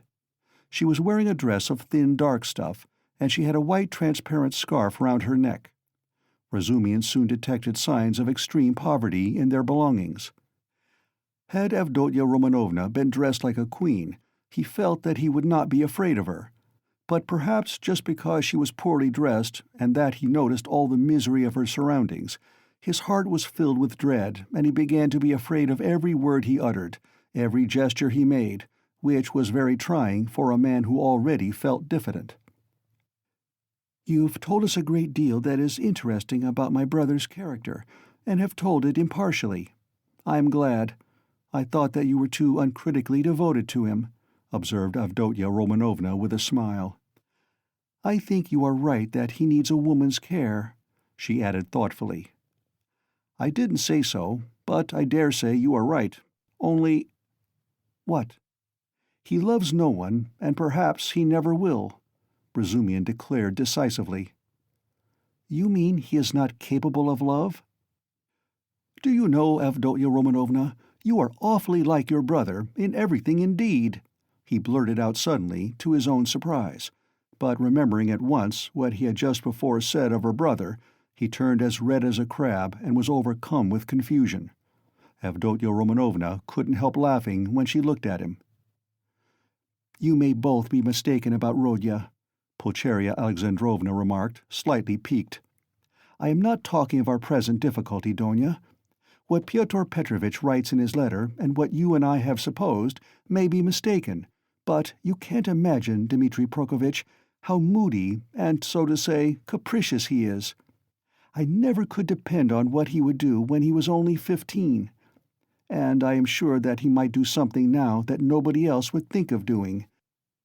Well, for instance, do you know how a year and a half ago he astounded me and gave me a shock that nearly killed me, when he had the idea of marrying that girl, what was her name, his landlady's daughter?" "Did you hear about that affair?" asked Avdotya Romanovna. "Do you suppose," Pulcheria Alexandrovna continued warmly, "do you suppose that my tears, my entreaties, my illness, my possible death from grief, our poverty would have made him pause? No, he would calmly have disregarded all obstacles. And yet it isn't that he doesn't love us." "He has never spoken a word of that affair to me," Razumian answered cautiously. "But I did hear something from Praskovya Pavlovna herself, though she is by no means a gossip. And what I heard certainly was rather strange." "And what did you hear?" both the ladies asked at once. "Well, nothing very special. I only learned that the marriage, which only failed to take place through the girl's death, was not at all to Praskovya Pavlovna's liking. They say, too, the girl was not at all pretty, in fact, I am told, positively ugly, and such an invalid, and queer. But she seems to have had some good qualities. She must have had some good qualities, or it's quite inexplicable. She had no money either, and he wouldn't have considered her money, but it's always difficult to judge in such matters." "I am sure she was a good girl," Avdotya Romanovna observed briefly. God forgive me, I simply rejoiced at her death, though I don't know which of them would have caused most misery to the other, he to her or she to him," Pulcheria Alexandrovna concluded. Then she began tentatively questioning him about the scene on the previous day with Luzhin, hesitating and continually glancing at Donia, obviously to the latter's annoyance. This incident, more than all the rest, evidently caused her uneasiness, even consternation. Razumian described it in detail again, but this time he added his own conclusions. He openly blamed Raskolnikov for intentionally insulting Pyotr Petrovitch, not seeking to excuse him on the score of his illness. "He had planned it before his illness," he added. "I think so, too," Pulcheria Alexandrovna agreed with a dejected air. But she was very much surprised at hearing Razumian express himself so carefully, and even with a certain respect, about Pyotr Petrovitch. Avdotya Romanovna, too, was struck by it. "So this is your opinion of Pyotr Petrovitch?" Pulcheria Alexandrovna could not resist asking. "I can have no other opinion of your daughter's future husband," Razumian answered firmly and with warmth. "And I don't say it simply from vulgar politeness, but simply because Avdotya Romanovna has, of her own free will, deigned to accept this man. If I spoke so rudely of him last night, it was because I was disgustingly drunk, and mad besides. Yes, mad, crazy. I lost my head completely. And this morning I am ashamed of it." He crimsoned and ceased speaking. Avdotya Romanovna flushed, but did not break the silence. She had not uttered a word from the moment they began to speak of Luzhin. Without her support, Pulcheria Alexandrovna obviously did not know what to do. At last, faltering and continually glancing at her daughter, she confessed that she was exceedingly worried by one circumstance. "You see, Dmitri Prokofitch," she began, "I'll be perfectly open with Dmitri Prokofitch, Donia." "Of course, mother," said Avdotya Romanovna emphatically. "This is what it is," she began in haste, as though the permission to speak of her trouble lifted a weight off her mind. "Very early this morning we got a note from Pyotr Petrovitch in reply to our letter announcing our arrival. He promised to meet us at the station, you know. Instead of that, he sent a servant to bring us the address of these lodgings and to show us the way. And he sent a message that he would be here himself this morning. But this morning this note came from him. You'd better read it yourself. There is one point in it which worries me very much. You will soon see what that is, and tell me your candid opinion, Dmitri Prokofitch. You know Rodia's character better than anyone, and no one can advise us better than you can. Donia, I must tell you, made her decision at once, but I still don't feel sure how to act, and I've been waiting for your opinion." Razumian opened the note, which was dated the previous evening, and read as follows. "Dear Madam Pulcheria Alexandrovna, I have the honor to inform you that, owing to unforeseen obstacles, I was rendered unable to meet you at the railway station. I sent a very competent person with the same object in view. I likewise shall be deprived of the honor of an interview with you tomorrow morning by business in the Senate that does not admit of delay, and also that I may not intrude on your family circle while you are meeting your son, and Avdotya Romanovna, her brother.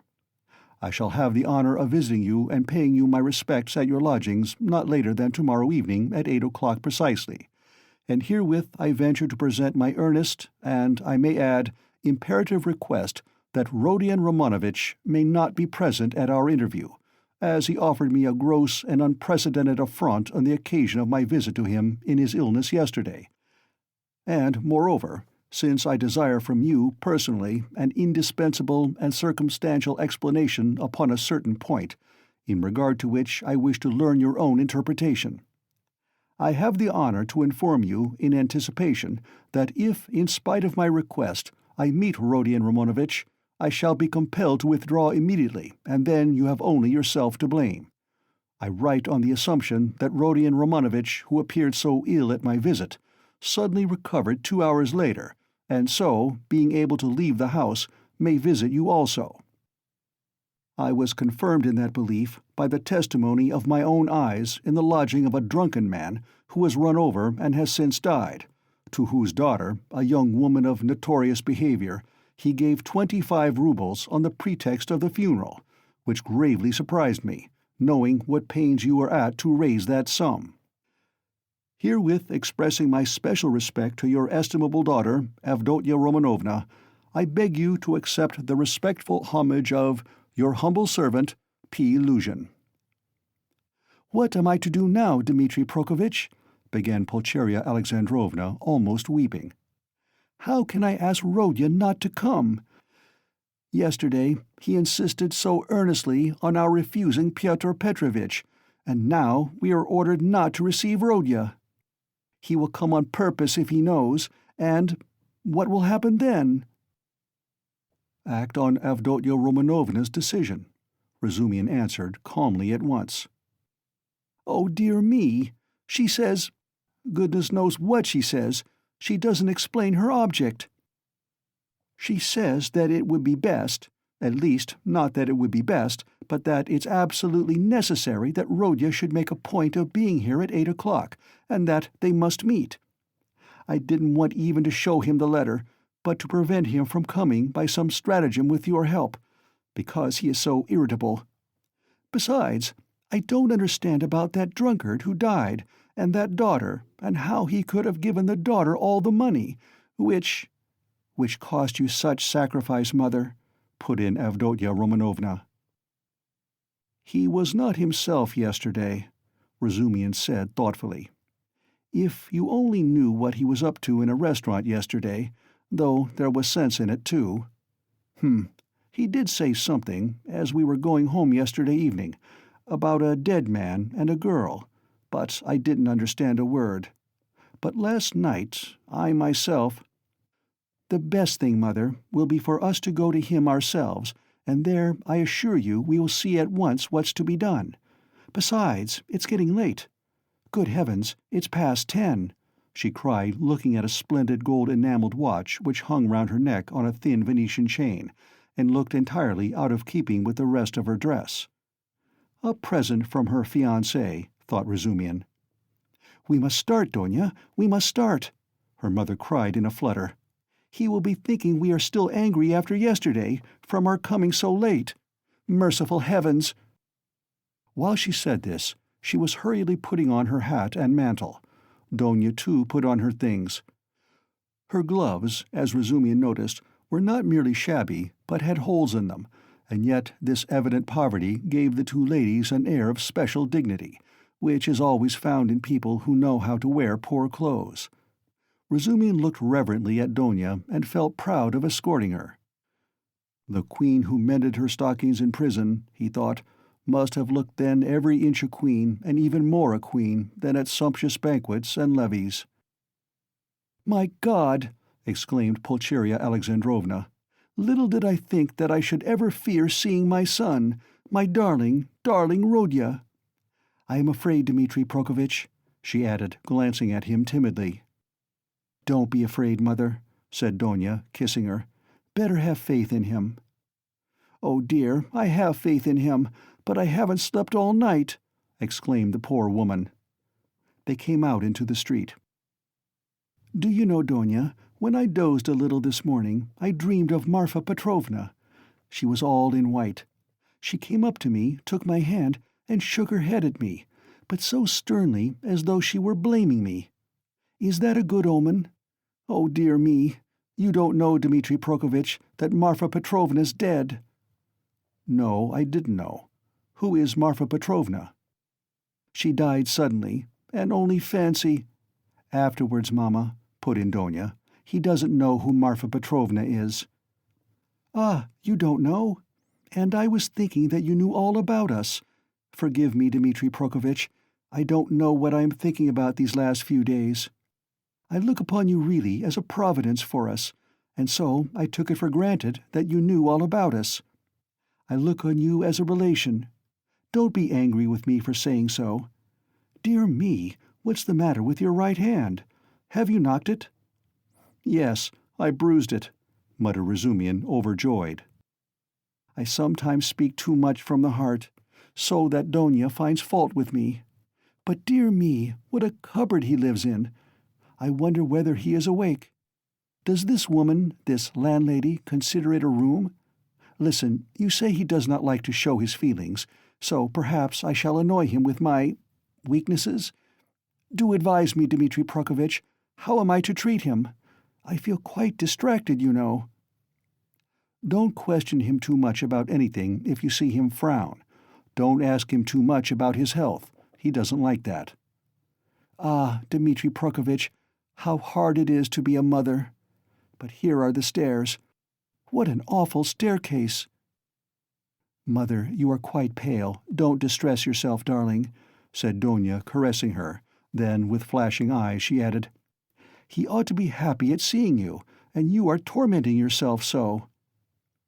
Wait, I'll peep in and see whether he has waked up. The ladies slowly followed Razumian, who went on before, and when they reached the landlady's door on the 4th story, they noticed that her door was a tiny crack open, and that 2 keen black eyes were watching them from the darkness within.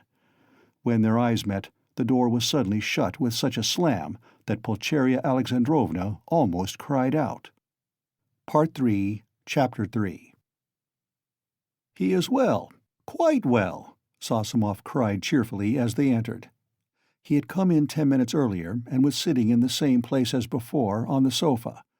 Raskolnikov was sitting in the opposite corner, fully dressed and carefully washed and combed, as he had not been for some time past. The room was immediately crowded, yet Nastasia managed to follow the visitors in and stayed to listen. Raskolnikov really was almost well, as compared with his condition the day before, but he was still pale, listless, and somber. He looked like a wounded man, or one who has undergone some terrible physical suffering. His brows were knitted, his lips compressed, his eyes feverish. He spoke little and reluctantly, as though performing a duty, and there was a restlessness in his movements. He only wanted a sling on his arm or a bandage on his finger to complete the impression of a man with a painful abscess or a broken arm. The pale, somber face lighted up for a moment when his mother and sister entered, but this only gave it a look of more intense suffering, in place of its listless dejection. The light soon died away, but the look of suffering remained, and Zosimov, watching and studying his patient with all the zest of a young doctor beginning to practice, noticed in him no joy at the arrival of his mother and sister, but a sort of bitter, hidden determination to bear another hour or 2 of inevitable torture. He saw later that almost every word of the following conversation seemed to touch on some sore place and irritate it. But at the same time he marveled at the power of controlling himself and hiding his feelings in a patient who the previous day had, like a monomaniac, fallen into a frenzy at the slightest word. "Yes, I see myself now that I am almost well," said Raskolnikov, giving his mother and sister a kiss of welcome which made Pulcheria Alexandrovna radiant at once. "And I don't say this as I did yesterday," he said, addressing Razumian with a friendly pressure of his hand. "Yes, indeed, I am quite surprised at him today," began Zosimov, much delighted at the lady's entrance, for he had not succeeded in keeping up a conversation with his patient for 10 minutes.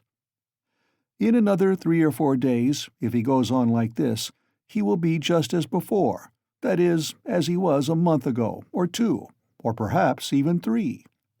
This has been coming on for a long while, eh? Confess now that it has been perhaps your own fault," he added with a tentative smile, as though still afraid of irritating him. "It is very possible," answered Raskolnikov coldly. "I should say so too," continued Zosimov with zest, "that your complete recovery depends solely on yourself. Now that one can talk to you, I should like to impress upon you that it is essential to avoid the elementary, so to speak, fundamental causes tending to produce your morbid condition. In that case you will be cured. If not, it will go from bad to worse. These fundamental causes I don't know, but they must be known to you. You are an intelligent man, and must have observed yourself, of course." I fancy the first stage of your derangement coincides with your leaving the university. You must not be left without occupation, and so work and a definite aim set before you might, I fancy, be very beneficial." "Yes, yes, you are perfectly right. I will make haste and return to the university, and then everything will go smoothly."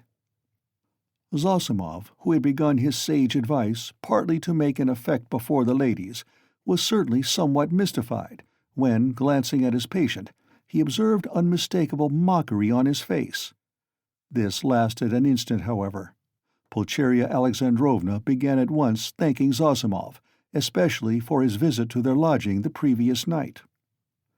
"What? He saw you last night?" Raskolnikov asked, as though startled. "Then you have not slept either after your journey." "Ah, Rodya, that was only till 2 o'clock. Donia and I never go to bed before 2 at home." "I don't know how to thank him either," Raskolnikov went on, suddenly frowning and looking down. "Setting aside the question of payment, forgive me for referring to it," he turned to Zosimov. "I really don't know what I have done to deserve such special attention from you. I simply don't understand it. And it weighs upon me, indeed, because I don't understand it. I tell you so candidly." "Don't be irritated." Zosimov forced himself to laugh. "Assume that you are my first patient. Well, we fellows just beginning to practice love our first patients as if they were our children, and some almost fall in love with them. And, of course, I am not rich in patience." "I say nothing about him," added Raskolnikov, pointing to Razumihin, "though he has had nothing from me either but insult and trouble." "What nonsense he is talking! Why, you're in a sentimental mood today, are you?" shouted Razumihin. If he had had more penetration, he would have seen that there was no trace of sentimentality in him, but something indeed quite the opposite. But Avdotya Romanovna noticed it. She was intently and uneasily watching her brother. "As for you, mother, I don't dare to speak," he went on, as though repeating a lesson learned by heart. "It is only today that I have been able to realize a little how distressed you must have been here yesterday, waiting for me to come back." When he had said this, he suddenly held out his hand to his sister, smiling without a word. But in this smile there was a flash of real, unfeigned feeling. Donia caught it at once, and warmly pressed his hand, overjoyed and thankful. It was the first time he had addressed her since their dispute the previous day. The mother's face lighted up with ecstatic happiness at the sight of this conclusive unspoken reconciliation. "Yes, that is what I love him for," Razumihin, exaggerating it all, muttered to himself, with a vigorous turn in his chair. "He has these movements." "And how well he does it all!" the mother was thinking to herself. "What generous impulses he has, and how simply, how delicately he put an end to all the misunderstanding with his sister, simply by holding out his hand at the right minute and looking at her like that. And what fine eyes he has, and how fine his whole face is! He is even better looking than Donia. But, good heavens, what a suit! How terribly he's dressed! Vasya, the messenger boy in Afanasy Ivanitch's shop, is better dressed. I could rush at him and hug him, weep over him, but I am afraid. Oh dear, he's so strange. He's talking kindly, but I'm afraid. Why, what am I afraid of?" "Oh, Rodya, you wouldn't believe," she began suddenly, in haste to answer his words to her, "how unhappy Donia and I were yesterday. Now that it's all over and done with, we are quite happy again, I can tell you. Fancy, we ran here almost straight from the train to embrace you, and that woman— ah, here she is. Good morning, Nastasya. She told us at once that you were lying in a high fever and had just run away from the doctor in delirium, and they were looking for you in the streets. You can't imagine how we felt. I couldn't help thinking of the tragic end of Lieutenant Potenchikov, a friend of your father's— you can't remember him, Rodya— who ran out in the same way in a high fever and fell into the well in the courtyard, and they couldn't pull him out till the next day. Of course, we exaggerated things.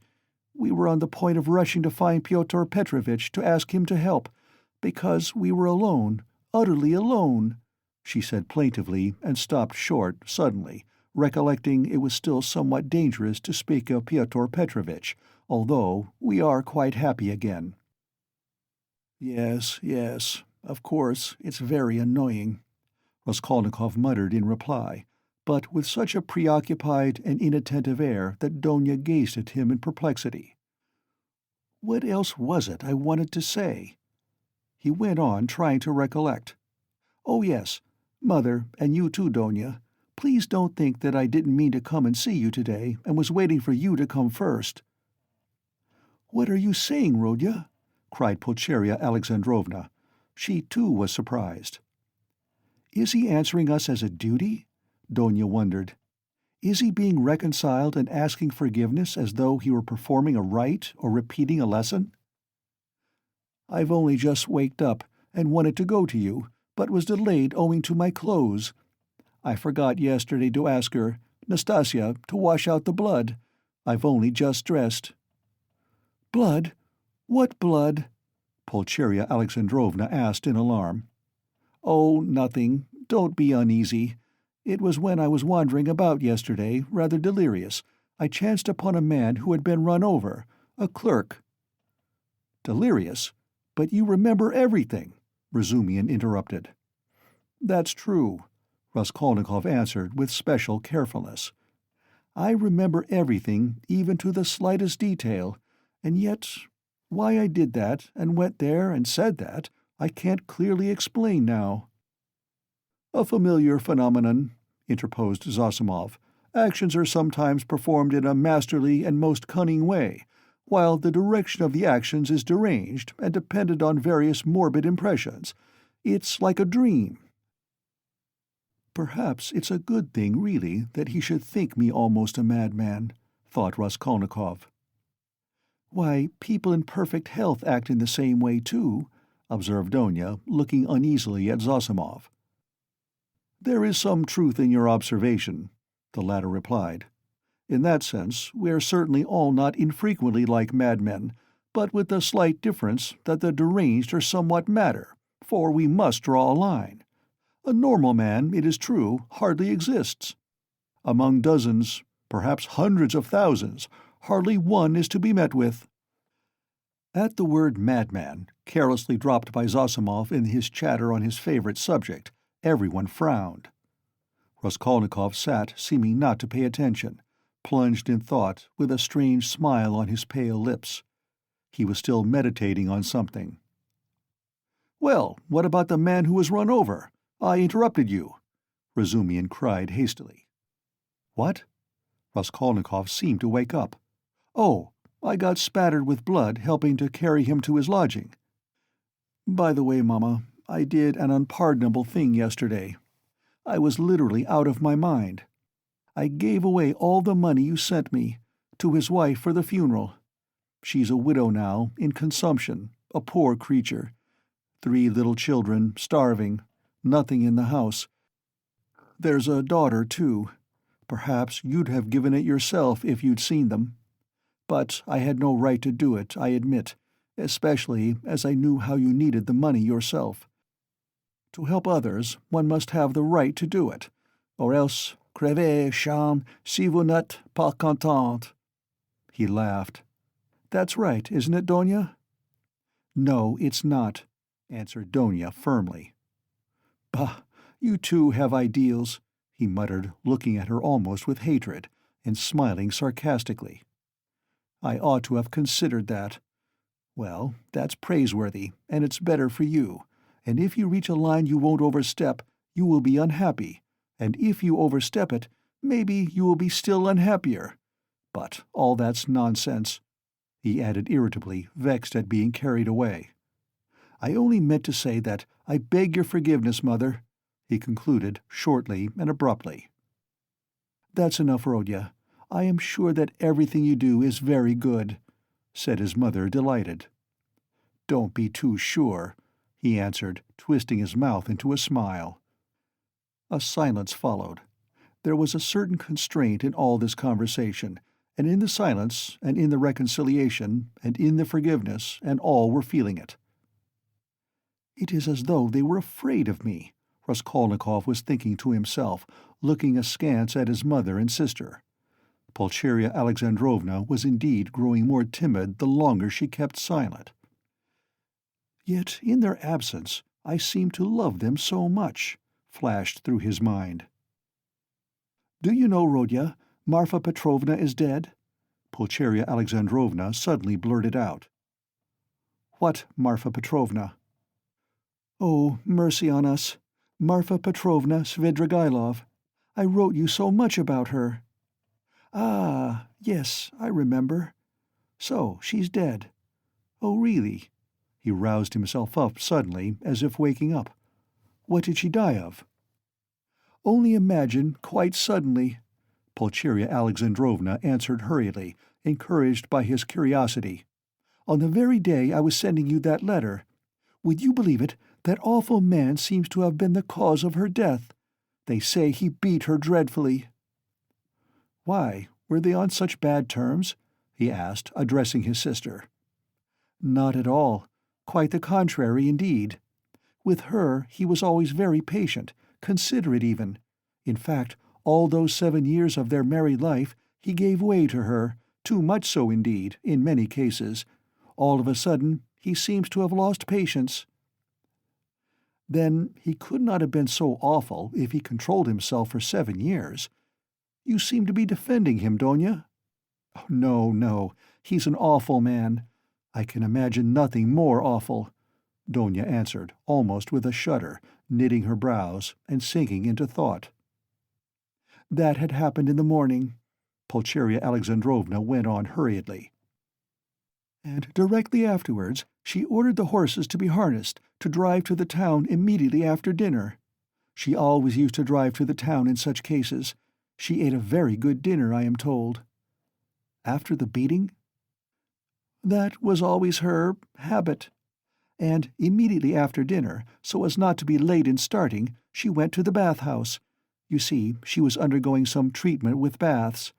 They have a cold spring there, and she used to bathe in it regularly every day, and no sooner had she got into the water when she suddenly had a stroke."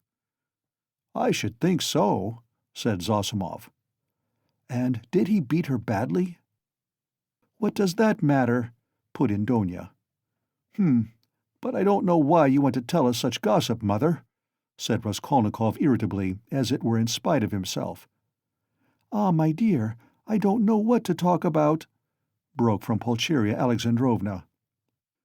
"Why, are you all afraid of me?" he asked with a constrained smile. "That's certainly true," said Donya, looking directly and sternly at her brother.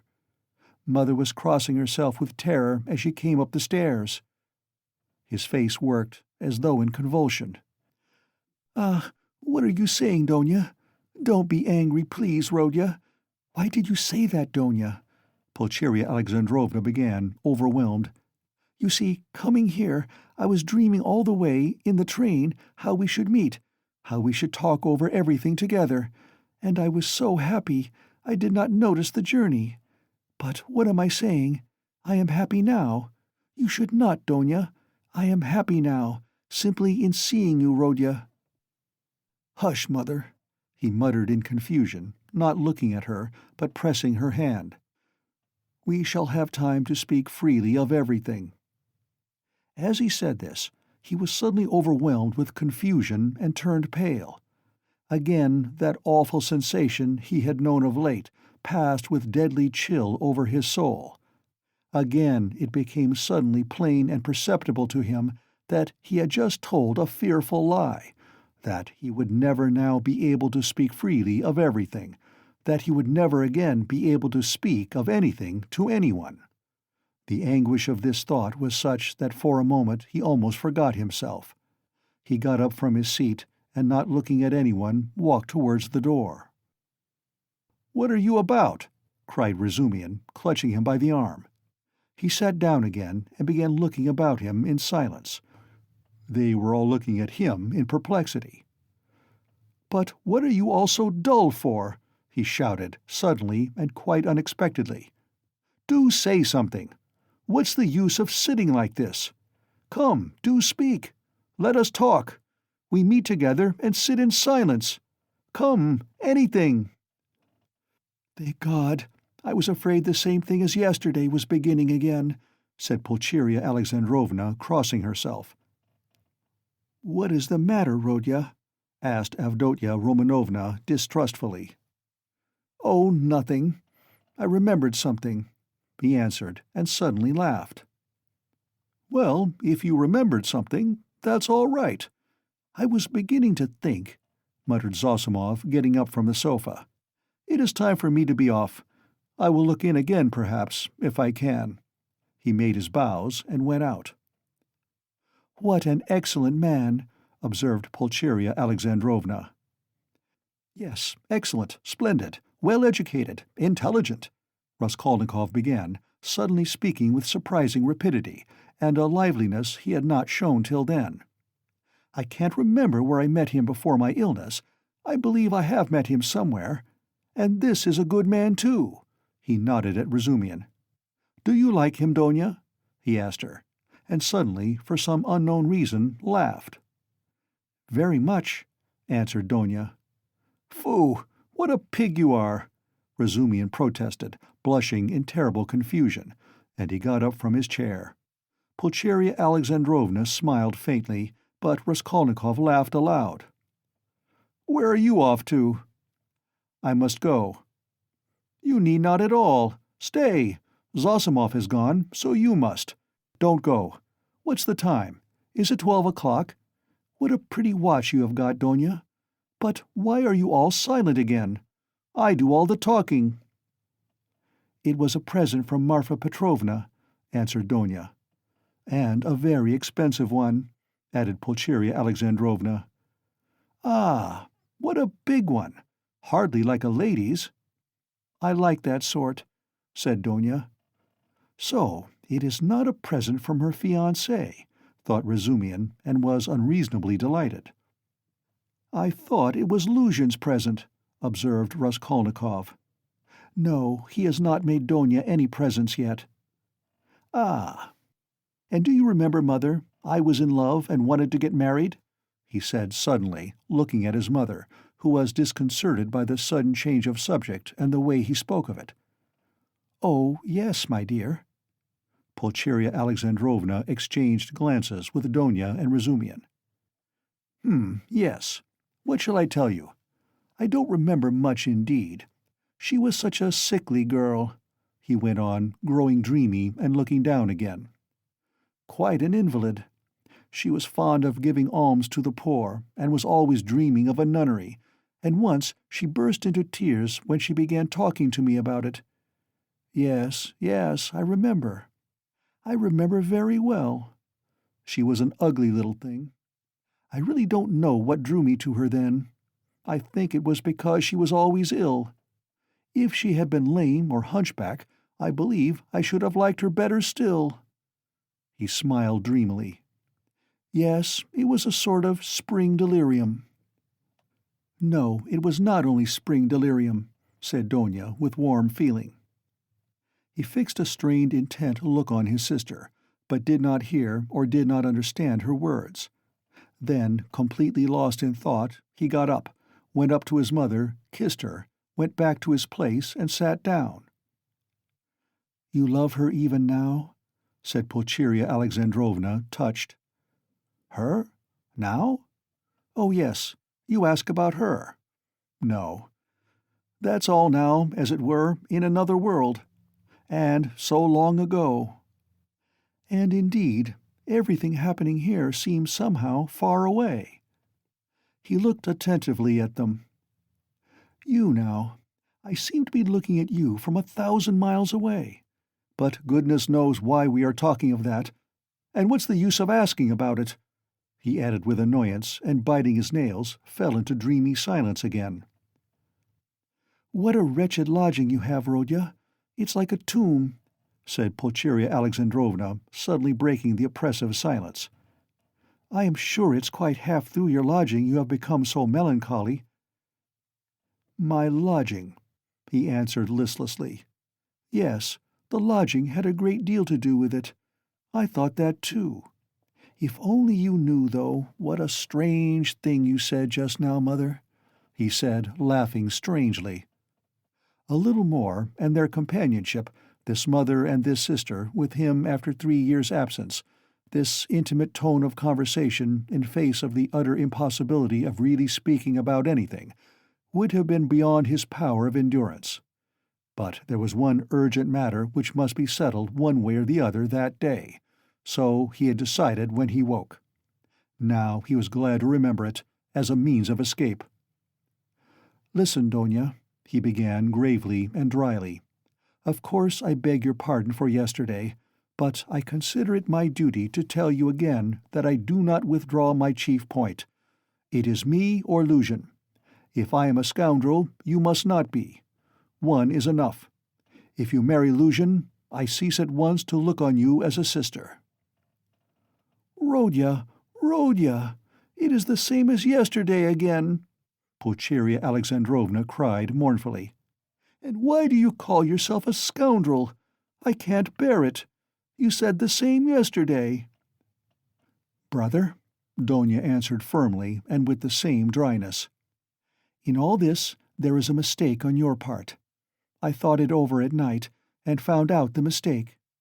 It is all because you seem to fancy I am sacrificing myself to someone and for someone. That is not the case at all. I am simply marrying for my own sake, because things are hard for me. Though, of course, I shall be glad if I succeed in being useful to my family. But that is not the chief motive for my decision." "She is lying," he thought to himself, biting his nails vindictively. "Proud creature! She won't admit she wants to do it out of charity. Too haughty. Oh, base characters! They even love as though they hate. Oh, how I hate them all!" "In fact," continued Donia, "I am marrying Pyotr Petrovitch because of two evils I choose the less. I intend to do honestly all he expects of me, so I am not deceiving him." "Why did you smile just now?" She, too, flushed, and there was a gleam of anger in her eyes. "All?" he asked, with a malignant grin. "Within certain limits. Both the manner and form of Pyotr Petrovitch's courtship showed me at once what he wanted. He may, of course, think too well of himself, but I hope he esteems me too. Why are you laughing again? And why are you blushing again? You are lying, sister. You are intentionally lying, simply from feminine obstinacy, simply to hold your own against me. You cannot respect Luzhin. I have seen him and talked with him. So you are selling yourself for money, and so in any case you are acting basely, and I am glad at least that you can blush for it." "It is not true. I am not lying," cried Donia, losing her composure. "I would not marry him if I were not convinced that he esteems me and thinks highly of me. I would not marry him if I were not firmly convinced that I can respect him. Fortunately, I can have convincing proof of it this very day, and such a marriage is not a vileness, as you say. And even if you were right, if I really had determined on a vile action, is it not merciless on your part to speak to me like that? Why do you demand of me a heroism that perhaps you have not either? It is despotism. It is tyranny. If I ruin anyone, it is only myself. I am not committing a murder. Why do you look at me like that? Why are you so pale? Rodya, darling, what's the matter?" "Good heavens, you have made him faint," cried Pulcheria Alexandrovna. "No, no, nonsense. It's nothing. A little giddiness. Not fainting. You have fainting on the brain. Yes, what was I saying? Oh, yes. In what way will you get convincing proof today that you can respect him and that he esteems you, as you said? I think you said today?" "Mother, show Rodya Pyotr Petrovitch's letter," said Donia. With trembling hands, Pulcheria Alexandrovna gave him the letter. He took it with great interest, but before opening it, he suddenly looked with a sort of wonder at Donia. "It is strange," he said slowly, as though struck by a new idea. "What am I making such a fuss for? What is it all about? Marry whom you like." He said this as though to himself, but said it aloud, and looked for some time at his sister, as though puzzled. He opened the letter at last, still with the same look of strange wonder on his face. Then slowly and attentively he began reading, and read it through twice. Pulcheria Alexandrovna showed marked anxiety, and all indeed expected something particular. "What surprises me," he began after a short pause, handing the letter to his mother but not addressing anyone in particular, "is that he is a businessman, a lawyer, and his conversation is pretentious indeed. And yet he writes such an uneducated letter." They all started. They had expected something quite different. "But they all write like that, you know," Razumihin observed abruptly. "Have you read it?" "Yes." "We showed him, Rodya. We consulted him just now," Pulcheria Alexandrovna began, embarrassed. "That's just the jargon of the courts," Razumihin put in. "Legal documents are written like that to this day." "Legal?" "Yes, it's just legal. Business language. Not so very uneducated, and not quite educated. Business language." "Pyotr Petrovitch makes no secret of the fact that he had a cheap education. He is proud indeed of having made his own way," Avdotya Romanovna observed, somewhat offended by her brother's tone. "Well, if he's proud of it, he has reason, I don't deny it." "You seem to be offended, sister, at my making only such a frivolous criticism on the letter, and to think that I speak of such trifling matters on purpose to annoy you." "It is quite the contrary. An observation apropos of the style occurred to me that is by no means irrelevant as things stand. There is one expression, 'blame yourselves,' put in very significantly and plainly, and there is besides a threat that he will go away at once if I am present. That threat to go away is equivalent to a threat to abandon you both if you are disobedient, and to abandon you now after summoning you to Petersburg. Well, what do you think? Can one resent such an expression from Luzhin, as we should if he," he pointed to Razumihin, "had written it, or Zosimov, or one of us?" "No," answered Donia with more animation. "I saw clearly that it was too naively expressed, and that perhaps he simply has no skill in writing. That is a true criticism, brother. I did not expect indeed. It is expressed in legal style, and sounds coarser than perhaps he intended. But I must disillusion you a little. There is one expression in the letter, one slander about me, and a rather contemptible one. I gave the money last night to the widow, a woman in consumption, crushed with trouble, and not on the pretext of the funeral, but simply to pay for the funeral, and not to the daughter, a young woman, as he writes, of notorious behavior, whom I saw last night for the first time in my life, but to the widow. In all this I see a too hasty desire to slander me and to raise dissension between us. It is expressed again in legal jargon, that is to say, with a too obvious display of the aim, and with a very naive eagerness. He is a man of intelligence, but to act sensibly, intelligence is not enough. It all shows the man, and I don't think he has a great esteem for you. I tell you this simply to warn you, because I sincerely wish for your good." Donia did not reply. Her resolution had been taken. She was only awaiting the evening. "Then what is your decision, Rodya?" asked Pulcheria Alexandrovna, who was more uneasy than ever at the sudden, new business-like tone of his talk. "What decision?" "You see, Pyotr Petrovitch writes that you are not to be with us this evening, and that he will go away if you come. So will you come?"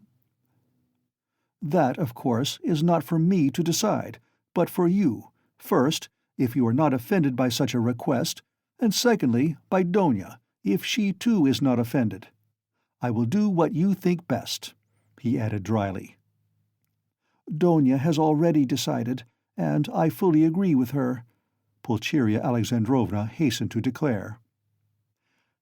"I decided to ask you, Rodya, to urge you not to fail to be with us at this interview," said Donia. "Will you come?" "Yes." "I will ask you, too, to be with us at 8 o'clock," she said, addressing Razumian. "Mother, I am inviting him, too." "Quite right, Donia. Well, since you have decided," added Pulcheria Alexandrovna, "so be it. I shall feel easier myself. I do not like concealment and deception. Better let us have the whole truth. Pyotr Petrovitch may be angry or not now." Part 3, Chapter 4. At that moment the door was softly opened, and a young girl walked into the room, looking timidly about her. Everyone turned towards her with surprise and curiosity. At first sight, Raskolnikov did not recognize her. It was Sofya Semyonovna Marmeladov. He had seen her yesterday for the first time, but at such a moment, in such surroundings, and in such a dress, that his memory retained a very different image of her. Now she was a modestly and poorly dressed young girl, very young indeed, almost like a child, with a modest and refined manner, with a candid but somewhat frightened-looking face. She was wearing a very plain indoor dress, and had on a shabby, old-fashioned hat, but she still carried a parasol. Unexpectedly finding the room full of people, she was not so much embarrassed as completely overwhelmed with shyness, like a little child. She was even about to retreat. "Oh, it's you," said Raskolnikov, extremely astonished, and he too was confused. He at once recollected that his mother and sister knew through Luzhin's letter of some young woman of notorious behavior. He had only just been protesting against Luzhin's calumny and declaring that he had seen the girl last night for the first time, and suddenly she had walked in. He remembered, too, that he had not protested against the expression of notorious behavior. All this passed vaguely and fleetingly through his brain, but looking at her more intently, he saw that the humiliated creature was so humiliated that he felt suddenly sorry for her. When she made a movement to retreat in terror, it sent a pang to his heart. "I did not expect you," he said hurriedly, with a look that made her stop. "Please sit down. You come, no doubt, from Katerina Ivanovna. Allow me. Not there. Sit here." At Sonia's entrance, Razumian, who had been sitting on one of Raskolnikov's 3 chairs, close to the door, got up to allow her to enter. Raskolnikov had at first shown her the place on the sofa where Zosimov had been sitting, but feeling that the sofa which served him as a bed was too familiar a place, he hurriedly motioned her to Razumian's chair. "You sit here," he said to Razumian, putting him on the sofa. Sonia sat down, almost shaking with terror, and looked timidly at the 2 ladies. It was evidently almost inconceivable to herself that she could sit down beside them. At the thought of it, she was so frightened that she hurriedly got up again, and in utter confusion addressed Raskolnikov. I have come for 1 minute. Forgive me for disturbing you," she began falteringly. "I come from Katerina Ivanovna, and she had no one to send. Katerina Ivanovna told me to beg you to be at the service, in the morning, at Mitrofanevsky, and then, to her, to do her the honor, she told me to beg you—" Sonia stammered and ceased speaking. "I will try, certainly, most certainly," answered Raskolnikov. He too stood up, and he too faltered and could not finish his sentence. "Please sit down," he said suddenly. "I want to talk to you. You are perhaps in a hurry, but please, be so kind, spare me 2 minutes." And he drew up a chair for her. Sonia sat down again, and again timidly she took a hurried, frightened look at the 2 ladies, and dropped her eyes. Raskolnikov's pale face flushed, a shudder passed over him, his eyes glowed. "Mother," he said firmly and insistently, "this is Sofya Semyonovna Marmeladov, the daughter of that unfortunate Mr. Marmeladov who was run over yesterday before my eyes, and of whom I was just telling you." Pulcheria Alexandrovna glanced at Sonia, and slightly screwed up her eyes. In spite of her embarrassment before Rodya's urgent and challenging look, she could not deny herself that satisfaction. Donya gazed gravely and intently into the poor girl's face, and scrutinized her with perplexity. Sonia, hearing herself introduced, tried to raise her eyes again, but was more embarrassed than ever. "I wanted to ask you," said Raskolnikov hastily, "how things were arranged yesterday. You were not worried by the police, for instance?" "No, that was all right. It was too evident, the cause of death. They did not worry us. Only the lodgers were angry." "Why?" "At the body's remaining so long. You see, it is hot now, so that today they will carry it to the cemetery, into the chapel, until tomorrow. At first Katerina Ivanovna was unwilling, but now she sees herself that it is necessary." "Today, then?" "She begs you to do us the honor to be in the church tomorrow for the service, and then to be present at the funeral lunch." "She is giving a funeral lunch?" "Yes, just a little. She told me to thank you very much for helping us yesterday. But for you, we should have had nothing for the funeral." All at once her lips and chin began trembling, but with an effort she controlled herself, looking down again. During the conversation, Raskolnikov watched her carefully. She had a thin, very thin, pale little face, rather irregular and angular, with sharp little nose and chin. She could not have been called pretty, but her blue eyes were so clear, and when they lighted up there was such a kindliness and simplicity in her expression that one could not help being attracted. Her face, and her whole figure indeed, had another peculiar characteristic. In spite of her 18 years, she looked almost a little girl, almost a child. And in some of her gestures this childishness seemed almost absurd. "But has Katerina Ivanovna been able to manage with such small means? Does she even mean to have a funeral lunch?"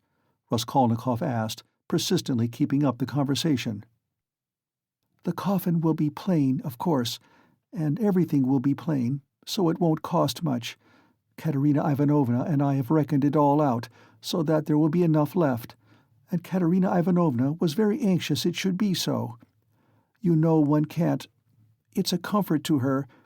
She is like that, you know." I understand, of course. Why do you look at my room like that? My mother has just said it was like a tomb." "You gave us everything yesterday," Sonia said suddenly in reply, in a loud, rapid whisper, and again she looked down in confusion. Her lips and chin were trembling once more. She had been struck at once by Raskolnikov's poor surroundings, and now these words broke out spontaneously. A silence followed.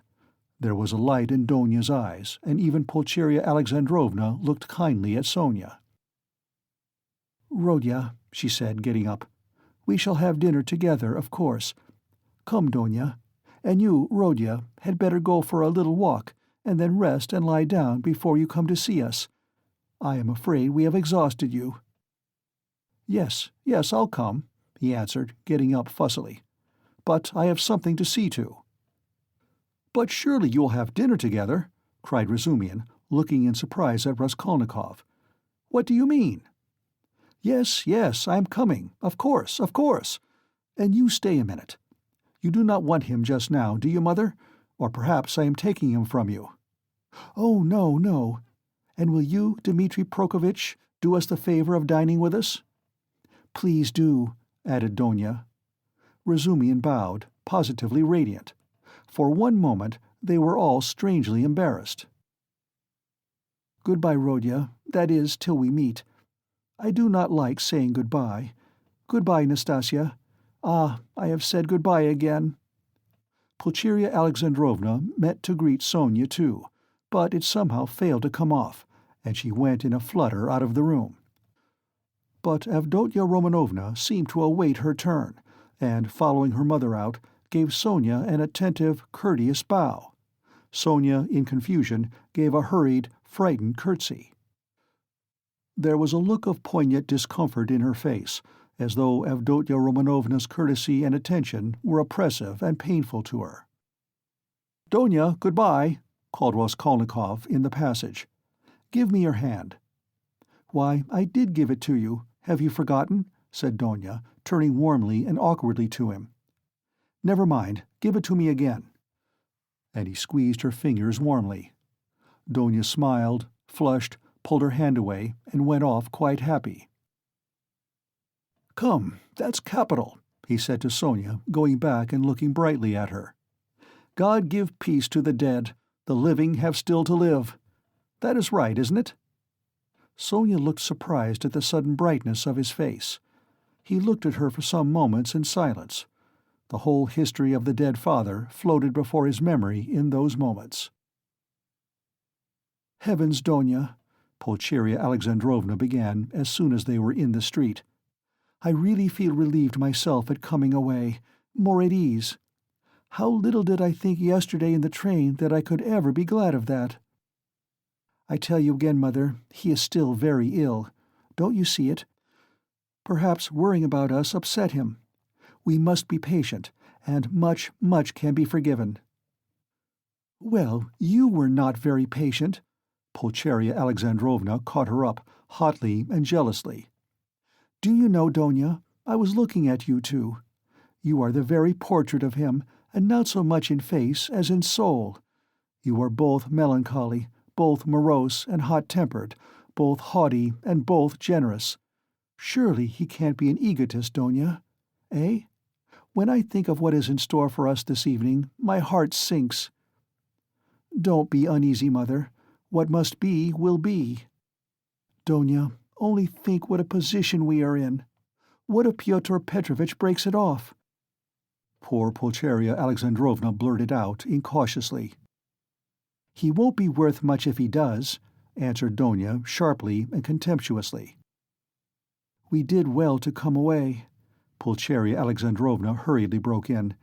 "He was in a hurry about some business or other. If he gets out and has a breath of air— It is fearfully close in his room. But where is one to get a breath of air here? The very streets here feel like shut-up rooms.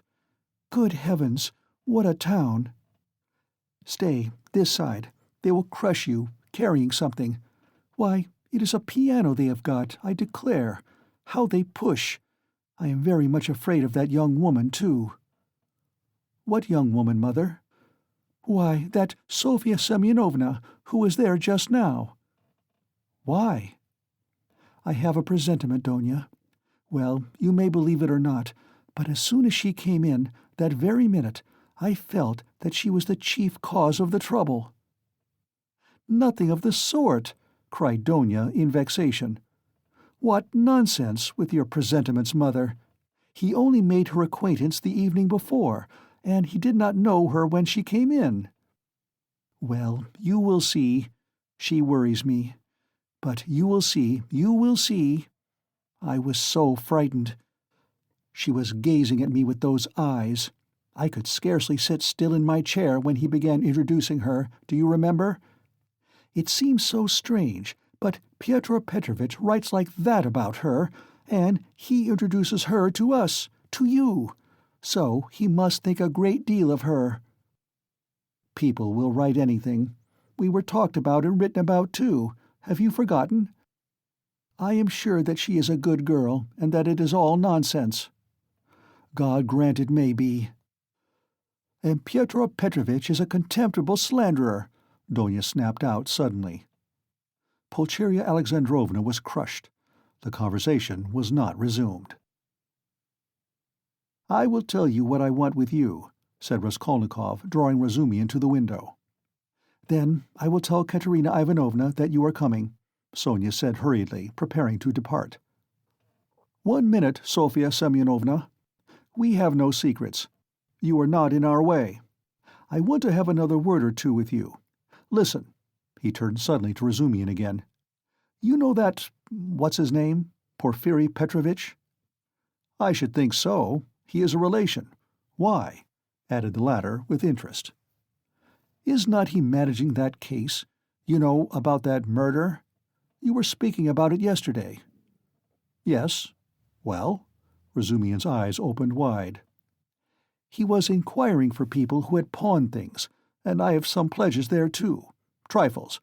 A ring my sister gave me as a keepsake when I left home, and my father's silver watch.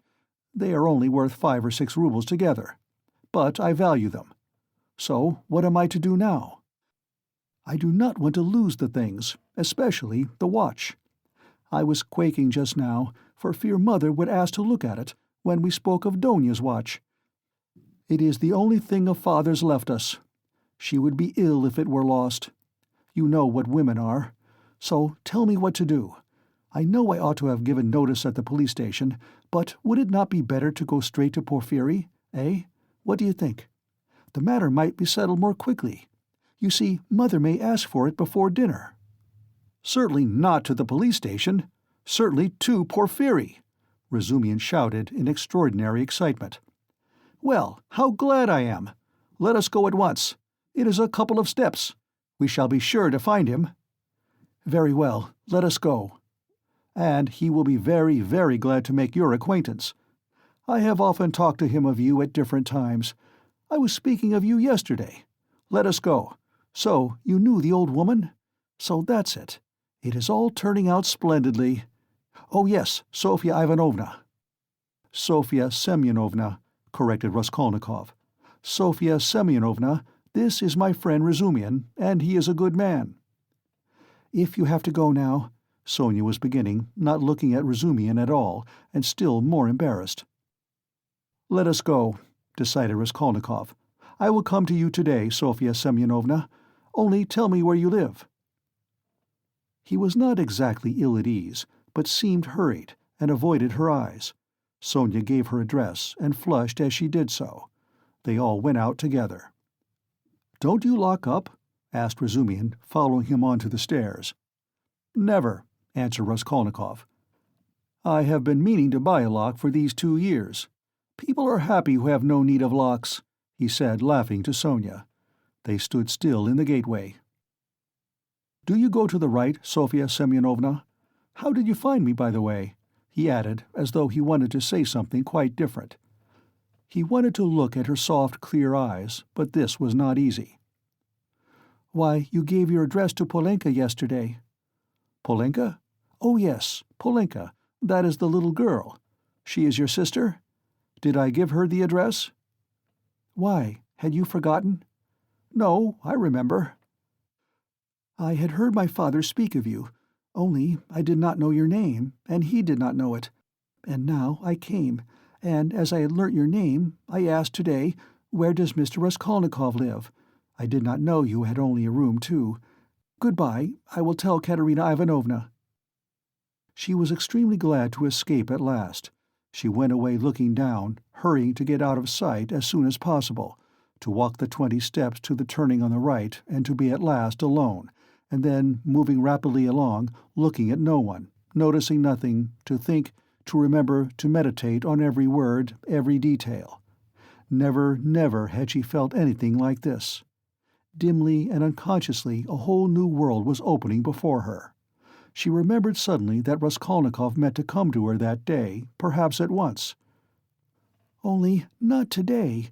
Please, not today," she kept muttering with a sinking heart, as though entreating someone like a frightened child.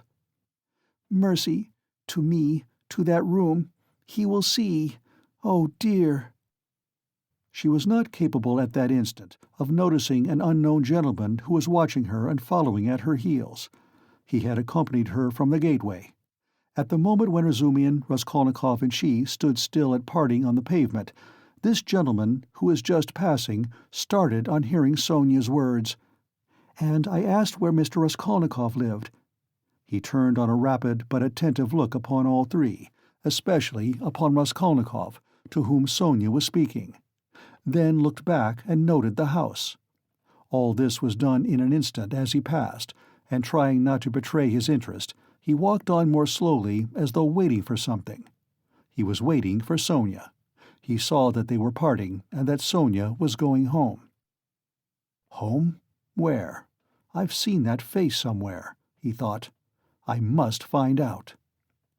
At the turning he crossed over, looked round and saw Sonia coming the same way, noticing nothing. She turned the corner. He followed her on the other side. After about 50 paces he crossed over again, overtook her and kept 2 or 3 yards behind her. He was a man about 50, rather tall and thickly set, with broad high shoulders which made him look as though he stooped a little. He wore good and fashionable clothes, and looked like a gentleman of position. He carried a handsome cane, which he tapped on the pavement at each step. His gloves were spotless. He had a broad, rather pleasant face, with high cheekbones and a fresh color, not often seen in Petersburg. His flaxen hair was still abundant, and only touched here and there with gray, and his thick square beard was even lighter than his hair. His eyes were blue, and had a cold and thoughtful look. His lips were crimson. He was a remarkably well-preserved man, and looked much younger than his years. When Sonia came out on the canal bank, they were the only 2 persons on the pavement.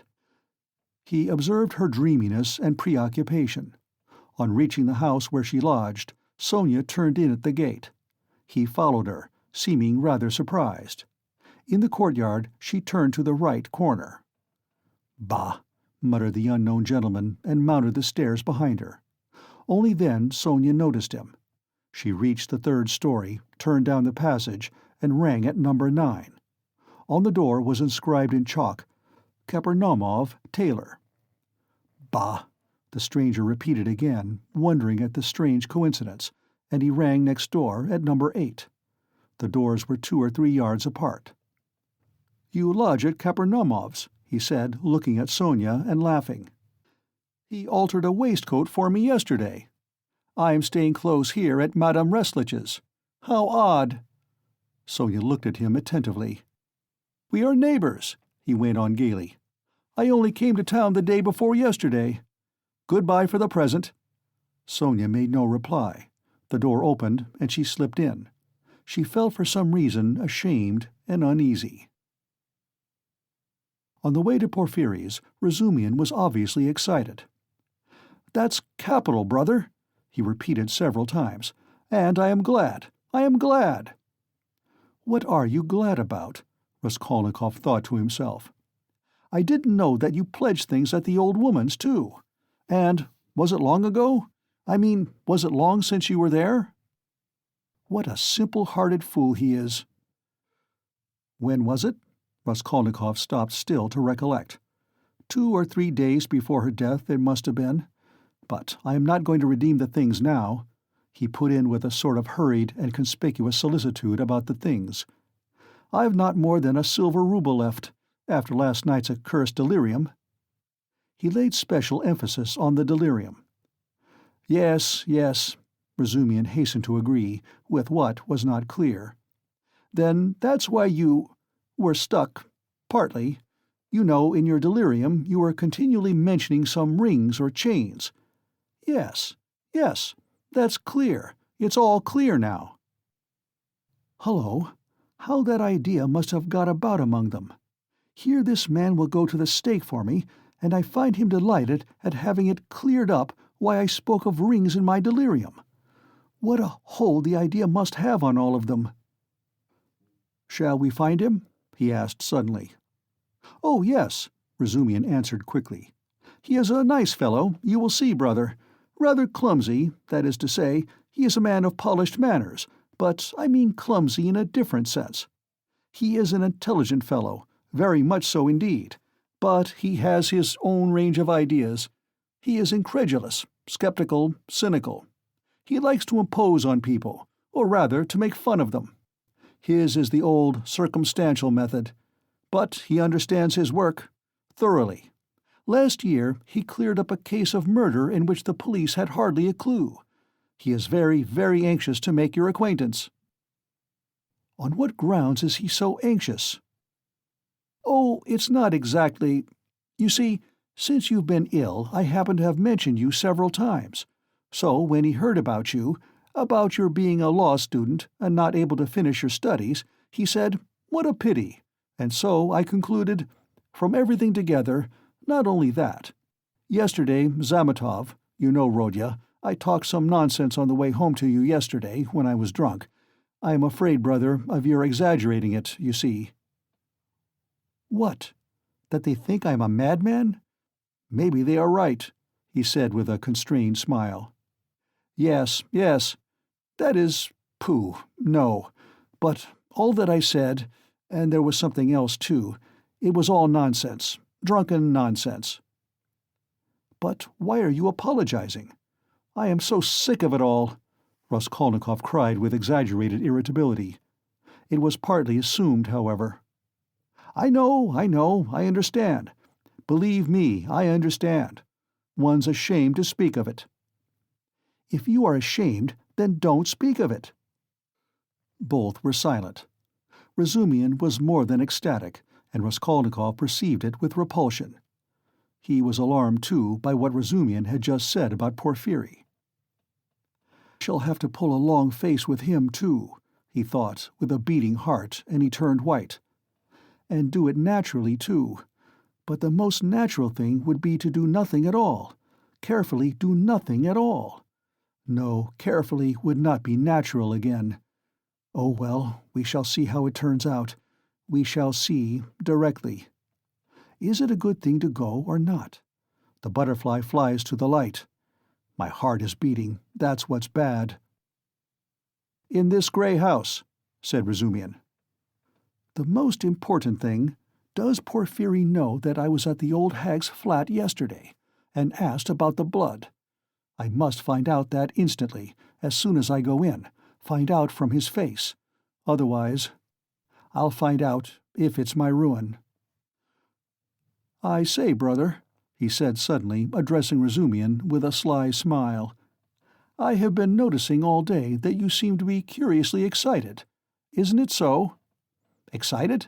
Not a bit of it," said Razumian, stung to the quick. "Yes, brother, I assure you, it's noticeable.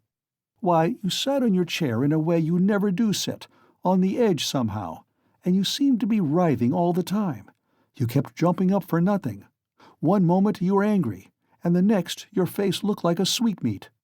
You even blushed, especially when you were invited to dinner. You blushed awfully." "Nothing of the sort. Nonsense. What do you mean?" "But why are you wriggling out of it, like a schoolboy? By Jove, there he's blushing again." "What a pig you are!" "But why are you so shamefaced about it? Romeo! Stay, I'll tell you of today. Ha ha ha! I'll make Mother laugh, and someone else laugh too." "Listen, listen, this is serious. What next, you fiend?" Razumian was utterly overwhelmed, turning cold with horror. "What will you tell them? Come, brother. Phoo, what a pig you are!" "You are like a summer rose. And if only you knew how it suits you. A Romeo over 6 foot high. And how you've washed today. You cleaned your nails, I declare, eh? That's something unheard of. Why, I do believe you've got pomatum on your hair. Bend down." "Pig!" Raskolnikov laughed as though he could not restrain himself. So laughing, they entered Porphyry Petrovitch's flat. This is what Raskolnikov wanted. From within they could be heard laughing as they came in, still guffawing in the passage. "Not a word here, or I'll brain you," Razumian whispered furiously, seizing Raskolnikov by the shoulder. Part 3, Chapter 5. Raskolnikov was already entering the room. He came in looking as though he had the utmost difficulty not to burst out laughing again. Behind him Razumian strode in gawky and awkward, shamefaced and red as a peony, with an utterly crestfallen and ferocious expression. His face and whole figure really were ridiculous at that moment, and amply justified Raskolnikov's laughter. Raskolnikov, not waiting for an introduction, bowed to Porphyry Petrovitch, who stood in the middle of the room, looking inquiringly at them. He held out his hand and shook hands, still apparently making desperate efforts to subdue his mirth and utter a few words to introduce himself. But he had no sooner succeeded in assuming a serious air and muttering something, when he suddenly glanced again as though accidentally at Razumian, who could no longer control himself. His stifled laughter broke out the more irresistibly the more he tried to restrain it. The extraordinary ferocity with which Razumian received this spontaneous mirth gave the whole scene the appearance of most genuine fun and naturalness. Razumian strengthened this impression as though on purpose. "Fool! You fiend!" he roared, waving his arm, which at once struck a little round table with an empty tea-glass on it. Everything was sent flying and crashing. "But why break chairs, gentlemen? You know it's a loss to the crown," Porfiri Petrovitch quoted gaily. Raskolnikov was still laughing, with his hand in Porfiri Petrovitch's, but, anxious not to overdo it, awaited the right moment to put a natural end to it. Razumian, completely put to confusion by upsetting the table and smashing the glass, gazed gloomily at the fragments, cursed, and turned sharply to the window, where he stood looking out with his back to the company, with a fiercely scowling countenance, seeing nothing. Porfiri Petrovitch laughed and was ready to go on laughing, but obviously looked for explanations. Zametov had been sitting in the corner, but he rose at the visitor's entrance and was standing in expectation with a smile on his lips, though he looked with surprise, and even, it seemed, incredulity at the whole scene, and at Raskolnikov with a certain embarrassment. Zametov's unexpected presence struck Raskolnikov unpleasantly. "I've got to think of that," he thought. "Excuse me, please," he began, affecting extreme embarrassment. "Raskolnikov." "Not at all. Very pleasant to see you. And how pleasantly you've come in." "Why, won't he even say good morning?" Porfiri Petrovitch nodded at Razumian. "Upon my honor, I don't know why he is in such a rage with me. I only told him as we came along that he was like Romeo, and proved it. And that was all, I think." "Pig!" ejaculated Razumian, without turning round. "There must have been very grave grounds for it, if he is so furious at the word," Porfiri laughed. "Oh, you sharp lawyer! Damn you all!" snapped Razumian, and suddenly, bursting out laughing himself, he went up to Porfiri with a more cheerful face, as though nothing had happened. "That'll do. We are all fools. To come to business. This is my friend Rodion Romanovich Raskolnikov. In the first place, he has heard of you and wants to make your acquaintance, and secondly, he has a little matter of business with you. Bah, Zametov, what brought you here? Have you met before? Have you known each other long?" "What does this mean?" thought Raskolnikov uneasily. Zametov seemed taken aback, but not very much so. "Why, it was at your rooms we met yesterday," he said easily. "Then I have been spared the trouble. All last week he was begging me to introduce him to you. Porfiri and you have sniffed each other out without me. Where's your tobacco?" Porfiri Petrovitch was wearing a dressing-gown, very clean linen, and trodden-down slippers. He was a man of about 35, short, stout even to corpulence, and clean-shaven. He wore his hair cut short, and had a large round head, particularly prominent at the back. His soft, round, rather snub-nosed face was of a sickly yellowish color, but had a vigorous and rather ironical expression. It would have been good-natured, except for a look in the eyes, which shone with a watery, mawkish light under almost white, blinking eyelashes. The expression of those eyes was strangely out of keeping with his somewhat womanish figure, and gave it something far more serious than could be guessed at first sight.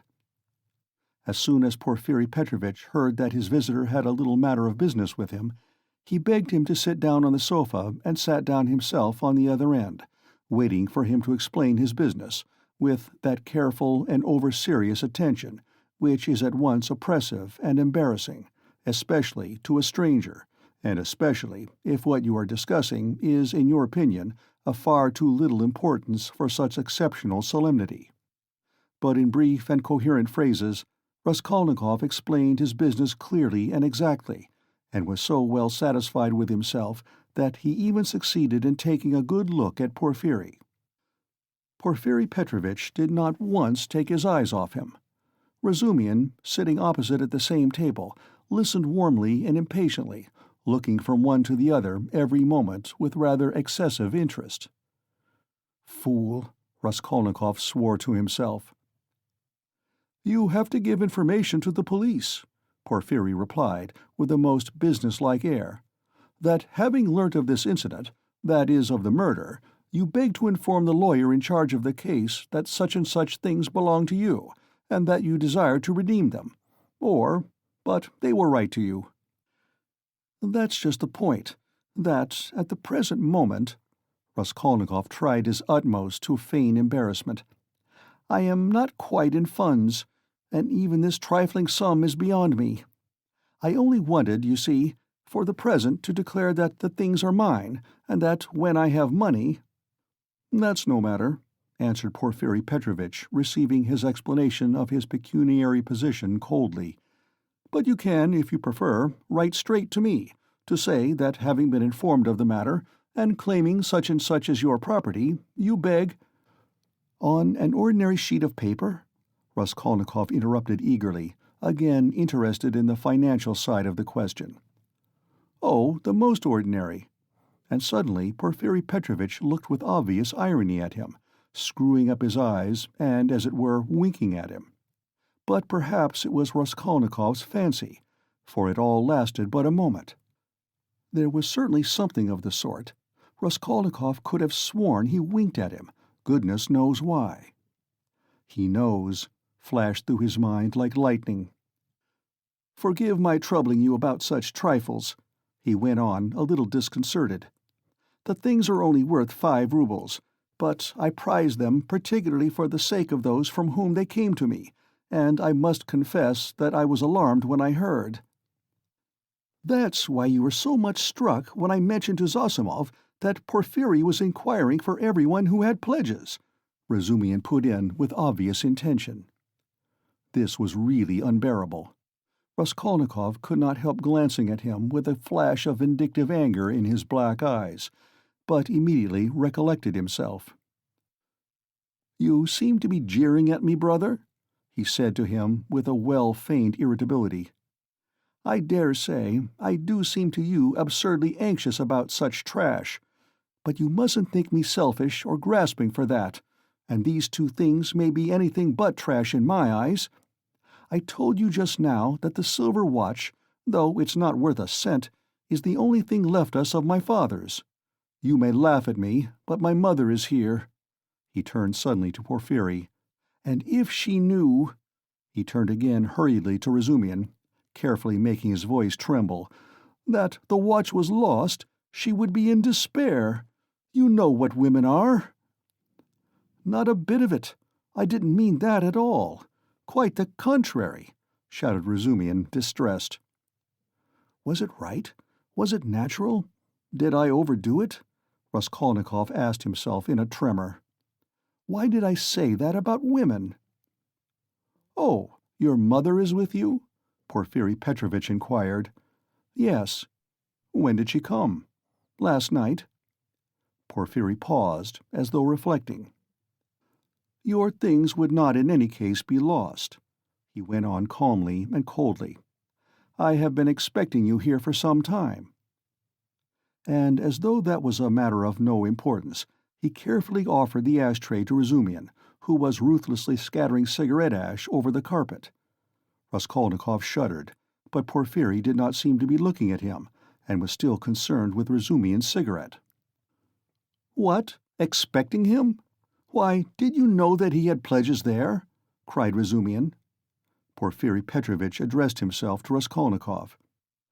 "Your things, the ring and the watch, were wrapped up together, and on the paper your name was legibly written in pencil, together with the date on which you left them with her." "How observant you are!"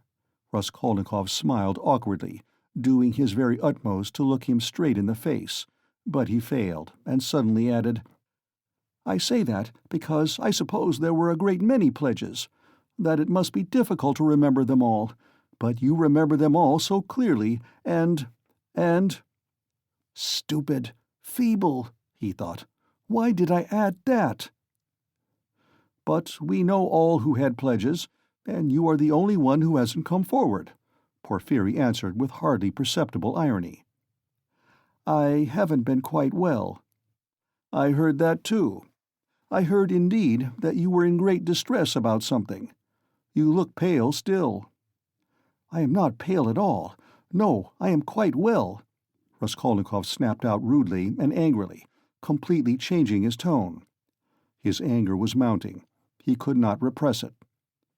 "And in my anger I shall betray myself," flashed through his mind again. "Why are they torturing me?"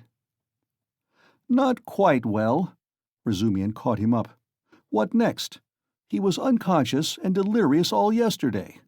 Would you believe, Porphyry, as soon as our backs were turned, he dressed, though he could hardly stand, and gave us the slip and went off on a spree somewhere till midnight, delirious all the time.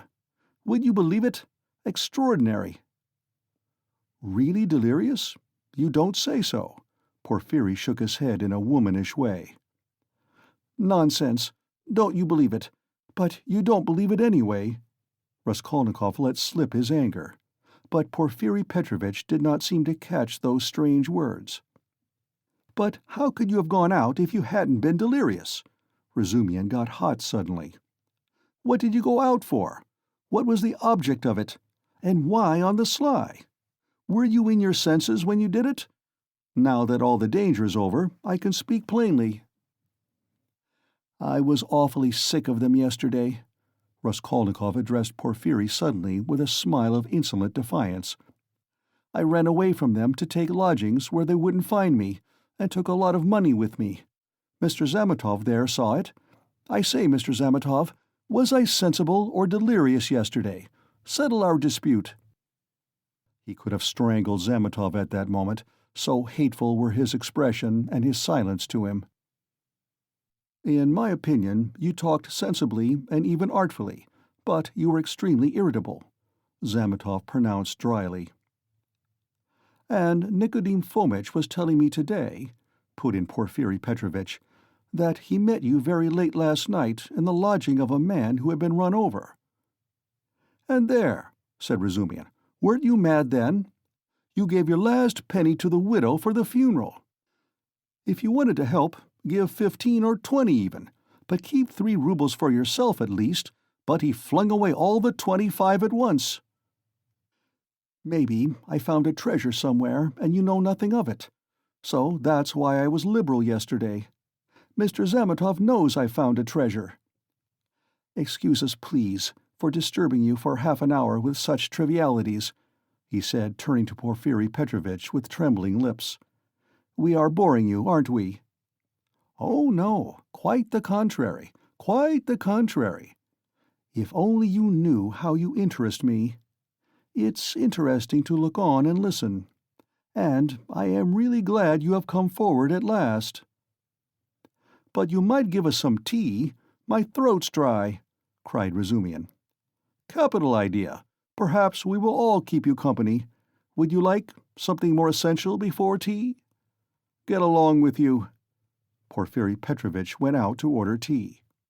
Raskolnikov's thoughts were in a whirl. He was in terrible exasperation. "The worst of it is, they don't disguise it. They don't care to stand on ceremony.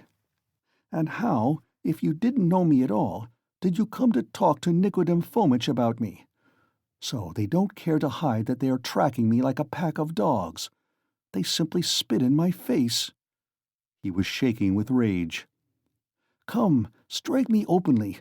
Don't play with me like a cat with a mouse. It's hardly civil, Porphyry Petrovitch, but perhaps I won't allow it. I shall get up and throw the whole truth in your ugly faces, and you'll see how I despise you." He could hardly breathe. "And what if it's only my fancy? What if I am mistaken, and through inexperience I get angry and don't keep up my nasty part? Perhaps it's all unintentional. All their phrases are the usual ones, but there is something about them. It all might be said, but there is something. Why did he say bluntly, 'with her'? Why did Zametov add that I spoke artfully? Why do they speak in that tone? Yes, the tone. Razumian is sitting here. Why does he see nothing? That innocent blockhead never does see anything. Feverish again. Did Porphyry wink at me just now? Of course, it's nonsense. What could he wink for? Are they trying to upset my nerves, or are they teasing me? Either it's ill fancy, or they know. Even Zametov is rude. Is Zametov rude? Zametov has changed his mind. I foresaw he would change his mind. He is at home here, while it's my first visit. Porphyry does not consider him a visitor, sits with his back to him. They're as thick as thieves, no doubt, over me. Not a doubt they were talking about me before we came. Do they know about the flat? If only they'd make haste. When I said that I ran away to take a flat, he let it pass. I put that in cleverly about a flat. It may be of use afterwards. Delirious indeed. Ha ha ha. He knows all about last night. He didn't know of my mother's arrival. The hag had written the date on in pencil. You are wrong. You won't catch me. There are no facts. It's all supposition. You produce facts. The flat even isn't a fact, but delirium. I know what to say to them. Do they know about the flat? I won't go without finding out. What did I come for? But my being angry now maybe is a fact. Fool, how irritable I am. Perhaps that's right, to play the invalid. He is feeling me. He will try to catch me. Why did I come? All this flashed like lightning through his mind. Porphyry Petrovitch returned quickly. He became suddenly more jovial. Your party yesterday, brother, has left my head rather... and I am out of sorts altogether. He began in a quite different tone, laughing to Razumian. Was it interesting? I left you yesterday at the most interesting point. Who got the best of it? Oh, no one, of course. They got on to everlasting questions, floated off into space. Only fancy, Rodya, what we got onto yesterday, whether there is such a thing as crime. I told you that we talked our heads off. What is there strange? It's an everyday social question, Raskolnikov answered casually. The question wasn't put quite like that, observed Porphyry. Not quite, that's true. Razumian agreed at once, getting warm and hurried as usual. Listen, Rodion, and tell us your opinion. I want to hear it. I was fighting tooth and nail with them and wanted you to help me. I told them you were coming. It began with the socialist doctrine. You know their doctrine. Crime is a protest against the abnormality of the social organization, and nothing more, and nothing more. No other causes admitted. You are wrong there, cried Porphyry Petrovitch. He was noticeably animated and kept laughing as he looked at Razumian, which made him more excited than ever. Nothing is admitted, Razumian interrupted with heat. I am not wrong. I'll show you their pamphlets. Everything with them is the influence of the environment and nothing else. Their favorite phrase, from which it follows that, if society is normally organized, all crime will cease at once, since there will be nothing to protest against, and all men will become righteous in one instant. Human nature is not taken into account. It is excluded. It is not supposed to exist. They don't recognize that humanity, developing by a historical living process, will become at last a normal society. But they believe that a social system that has come out of some mathematical brain is going to organize all humanity at once and make it just and sinless in an instant, quicker than any living process. That's why they instinctively dislike history. Nothing but ugliness and stupidity in it, and they explain it all as stupidity. That's why they so dislike the living process of life. They don't want a living soul. The living soul demands life. The soul won't obey the rules of mechanics. The soul is an object of suspicion. The soul is retrograde. But what they want, though it smells of death and can be made of India rubber, at least is not alive, has no will, is servile, and won't revolt. and it comes in the end to their reducing everything to the building of walls and the planning of rooms and passages and a phalanstery. The phalanstery is ready, indeed, but your human nature is not ready for the phalanstery. It wants life. It hasn't completed its vital process. It's too soon for the graveyard. You can't skip over nature by logic. Logic presupposes 3 possibilities, but there are millions. Cut away a million and reduce it all to the question of comfort. That's the easiest solution of the problem. It's seductively clear, and you mustn't think about it. That's the great thing. You mustn't think. The whole secret of life in 2 pages of print. Now he is off, beating the drum. Catch hold of him, do, laughed Porfiry. Can you imagine, he turned to Raskolnikov, 6 people holding forth like that last night, in one room, with punch as a preliminary? No, brother, you are wrong. Environment accounts for a great deal in crime. I can assure you of that. Oh, I know it does. But just tell me, a man of 40 violates a child of 10. Was it environment drove him to it? Well, strictly speaking, it did, Porfiry observed with noteworthy gravity. A crime of that nature may be very well ascribed to the influence of environment. Razumian was almost in a frenzy. Oh, if you like, he roared, I'll prove to you that your white eyelashes may very well be ascribed to the Church of Ivan the Great's being 250 feet high, and I will prove it clearly, exactly, progressively, and even with a liberal tendency. I undertake to. Will you bet on it? Done. Let's hear, please. How will he prove it? He is always humbugging, confound him, cried Razumian, jumping up and gesticulating. What's the use of talking to you? He does all that on purpose. You don't know him, Rodion. He took their side yesterday, simply to make fools of them. And the things he said yesterday. And they were delighted. He can keep it up for a fortnight together. Last year, he persuaded us that he was going into a monastery. He stuck to it for 2 months. Not long ago, he took it into his head to declare he was going to get married, that he had everything ready for the wedding. He ordered new clothes indeed.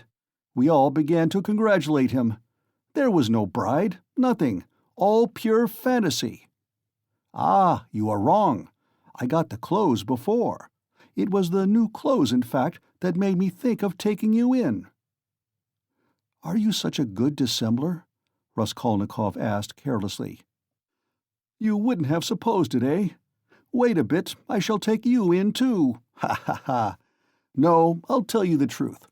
All these questions about crime, environment, children, recall to my mind an article of yours which interested me at the time. On crime, or something of the sort, I forget the title. I read it with pleasure 2 months ago in the Periodical Review. My article? In the Periodical Review? Raskolnikov asked in astonishment. I certainly did write an article upon a book 6 months ago when I left the university, but I sent it to the Weekly Review. But it came out in the periodical. And the Weekly Review ceased to exist, so that's why it wasn't printed at the time.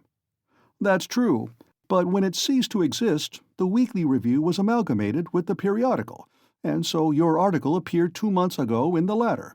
Didn't you know? Raskolnikov had not known. Why, you might get some money out of them for the article. What a strange person you are. You lead such a solitary life that you know nothing of matters that concern you directly. It's a fact, I assure you. Bravo, Rodya.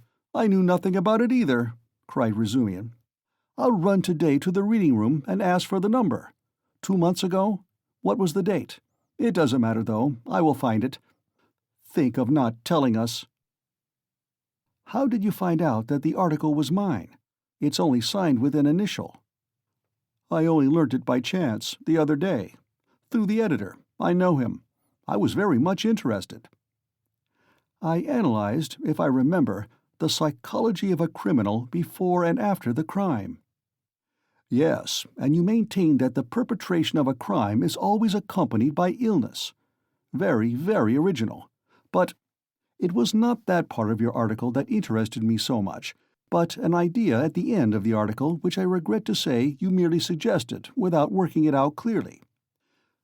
There is, if you recollect, a suggestion that there are certain persons who can, that is, not precisely are able to, but have a perfect right to commit breaches of morality and crimes, and that the law is not for them." Raskolnikov smiled at the exaggerated and intentional distortion of his idea. "What? What do you mean? A right to crime? But not because of the influence of environment?" Razumihin inquired, with some alarm even. "No, not exactly because of it," answered Porphyry. "In his article, all men are divided into ordinary and extraordinary. Ordinary men have to live in submission, have no right to transgress the law, because, don't you see, they are ordinary. But extraordinary men have a right to commit any crime and to transgress the law in any way, just because they are extraordinary. That was your idea, if I am not mistaken." "What do you mean? That can't be right," Razumihin muttered in bewilderment. Raskolnikov smiled again. He saw the point at once, and knew where they wanted to drive him. He decided to take up the challenge. "That wasn't quite my contention," he began simply and modestly. "Yet I admit that you have stated it almost correctly, perhaps, if you like, perfectly so." It almost gave him pleasure to admit this. "The only difference is that I don't contend that extraordinary people are always bound to commit breaches of morals, as you call it. In fact, I doubt whether such an argument could be published. I simply hinted that an extraordinary man has the right, that is not an official right, but an inner right, to decide in his own conscience to overstep certain obstacles, and only in case it is essential for the practical fulfillment of his idea, sometimes perhaps of benefit to the whole of humanity. You say that my article isn't definite. I am ready to make it as clear as I can. Perhaps I am right in thinking you want me to. Very well. I maintain that if the discoveries of Kepler and Newton could not have been made known except by sacrificing the lives of 1, a dozen, 100, or more men, Newton would have had the right, would indeed have been in duty bound, to eliminate the dozen or the 100 men for the sake of making his discoveries known to the whole of humanity. But it does not follow from that Newton had a right to murder people right and left, and to steal every day in the market.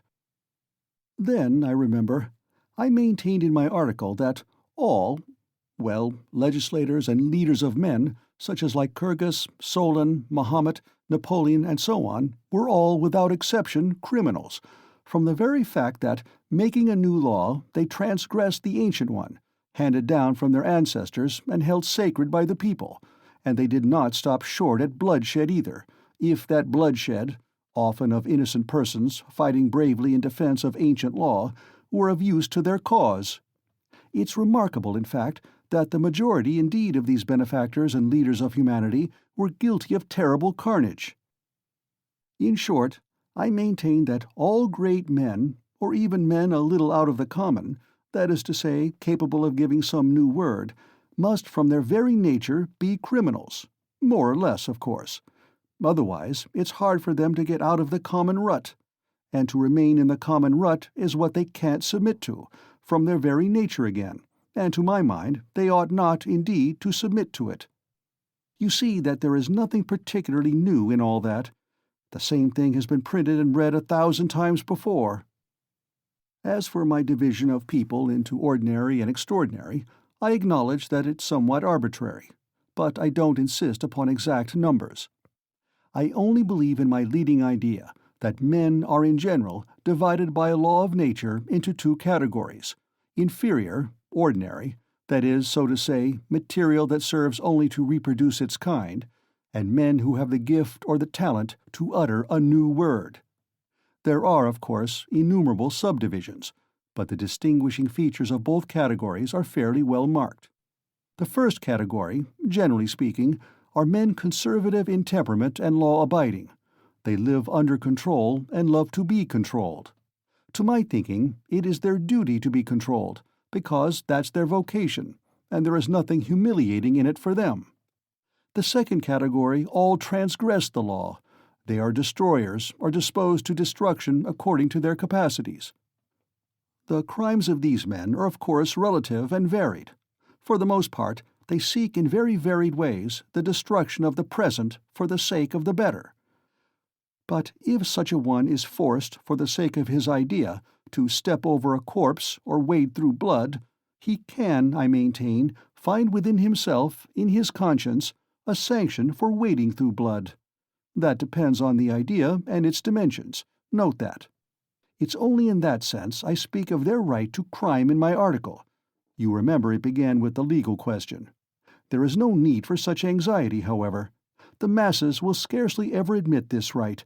They punish them or hang them, more or less, and in doing so fulfill quite justly their conservative vocation.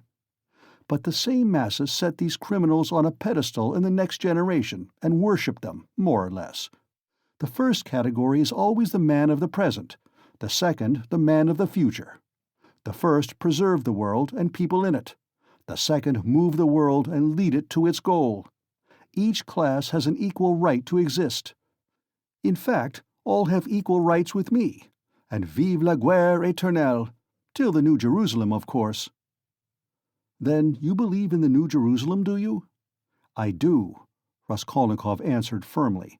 As he said these words, and during the whole preceding tirade, he kept his eyes on one spot on the carpet. And do you believe in God? Excuse my curiosity. I do, repeated Raskolnikov, raising his eyes to Porphyry. And do you believe in Lazarus rising from the dead? I do. Why do you ask all this? You believe it literally? Literally. You don't say so. I asked from curiosity. Excuse me, but let us go back to the question. They are not always executed. Some, on the contrary, triumph in their lifetime. Oh yes, some attain their ends in this life, and then they begin executing other people. If it's necessary. Indeed, for the most part, they do. Your remark is very witty. Thank you. But tell me this. How do you distinguish these extraordinary people from the ordinary ones? Are there signs at their birth? I feel there ought to be more exactitude, more external definition. Excuse the natural anxiety of a practical law-abiding citizen, but couldn't they adopt a special uniform, for instance? Couldn't they wear something, be branded in some way? For you know if confusion arises, and a member of one category imagines that he belongs to the other, begins to eliminate obstacles, as you so happily express it, then— Oh, that very often happens. That remark is wittier than the other. Thank you. No reason to. But take note that the mistake can only arise in the first category, that is, among the ordinary people, as I perhaps unfortunately called them. In spite of their predisposition to obedience, very many of them, through a playfulness of nature, sometimes vouchsafed even to the cow, like to imagine themselves advanced people, destroyers, and to push themselves into the new movement, and this quite sincerely. Meanwhile, the really new people are very often unobserved by them, or even despised as reactionaries of groveling tendencies. But I don't think there is any considerable danger here, and you really need not be uneasy, for they never go very far. Of course, they might have a thrashing sometimes for letting their fancy run away with them, and to teach them their place, but no more. In fact, even this isn't necessary, as they castigate themselves, for they are very conscientious. Some perform this service for one another, and others chastise themselves with their own hands. They will impose various public acts of penitence upon themselves with a beautiful and edifying effect. In fact, you've nothing to be uneasy about. It's a law of nature. Well, you have certainly set my mind more at rest on that score. But there's another thing worries me.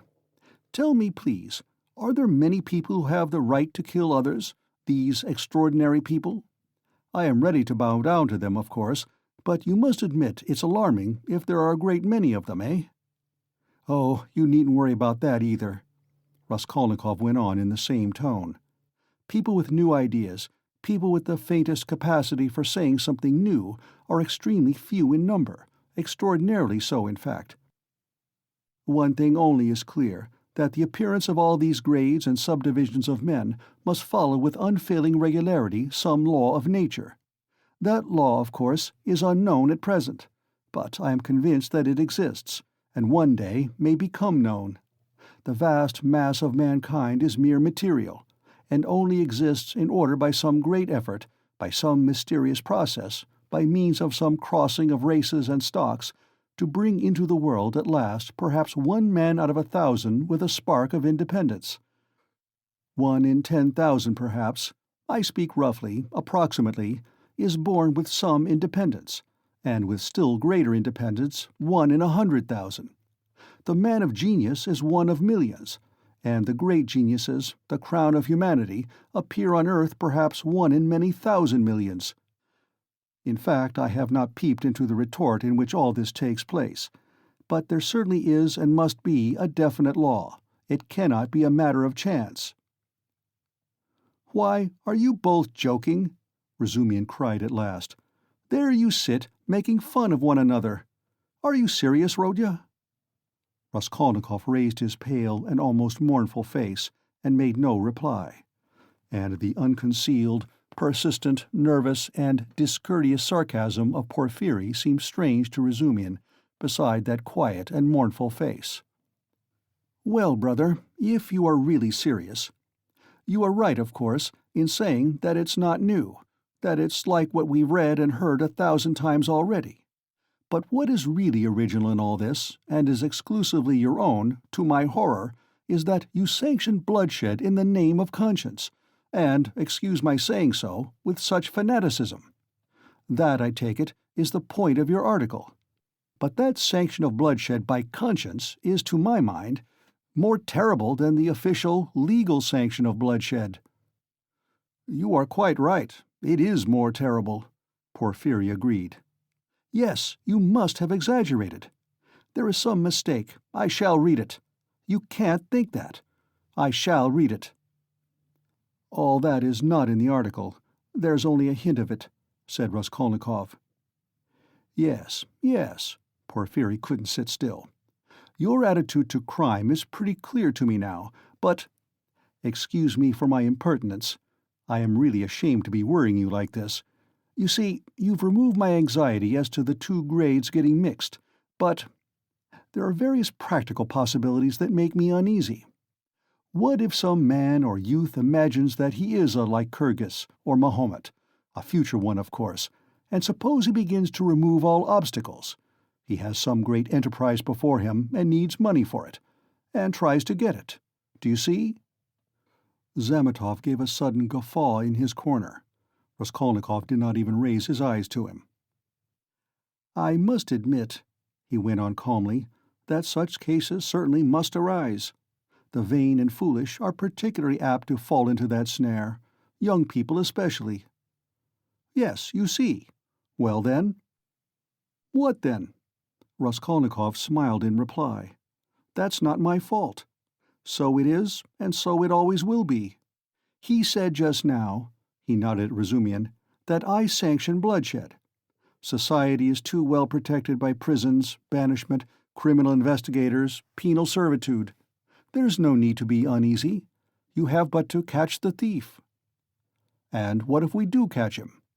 "Then he gets what he deserves." "You are certainly logical, but what of his conscience?" "Why do you care about that?" "Simply from humanity. If he has a conscience, he will suffer for his mistake. That will be his punishment, as well as the prison." "But the real geniuses?" asked Razumian, frowning. "Those who have the right to murder.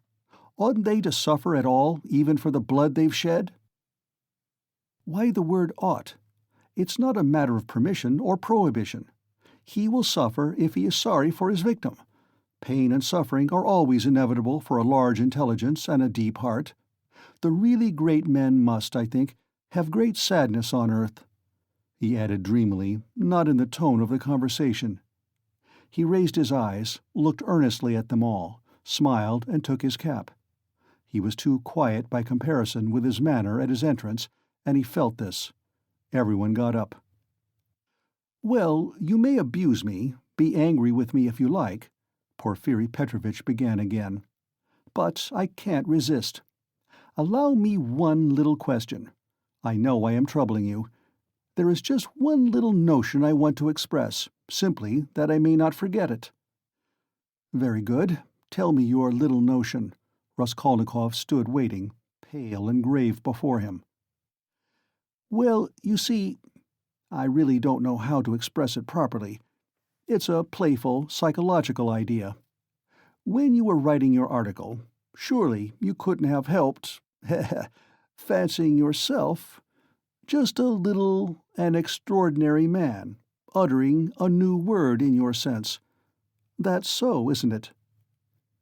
"Quite possibly," Raskolnikov answered contemptuously. Razumian made a movement.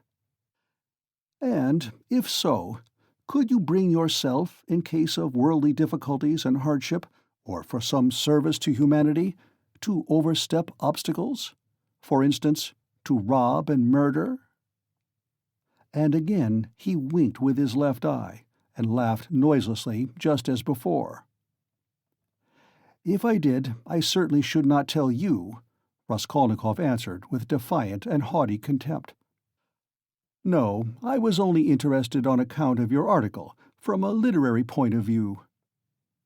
"Phoo! How obvious and insolent that is," Raskolnikov thought with repulsion. "Allow me to observe," he answered dryly, "that I don't consider myself a Mahomet or a Napoleon, nor any personage of that kind, and not being one of them, I cannot tell you how I should act." "Oh, come, don't we all think ourselves Napoleons now in Russia?" Porfiri Petrovitch said with alarming familiarity. Something peculiar betrayed itself in the very intonation of his voice. "Perhaps it was one of these future Napoleons who did for Alyona Ivanovna last week," Zametov blurted out from the corner. Raskolnikov did not speak, but looked firmly and intently at Porfiri. Razumian was scowling gloomily. He seemed before this to be noticing something. He looked angrily around. There was a minute of gloomy silence. Raskolnikov turned to go. "Are you going already?"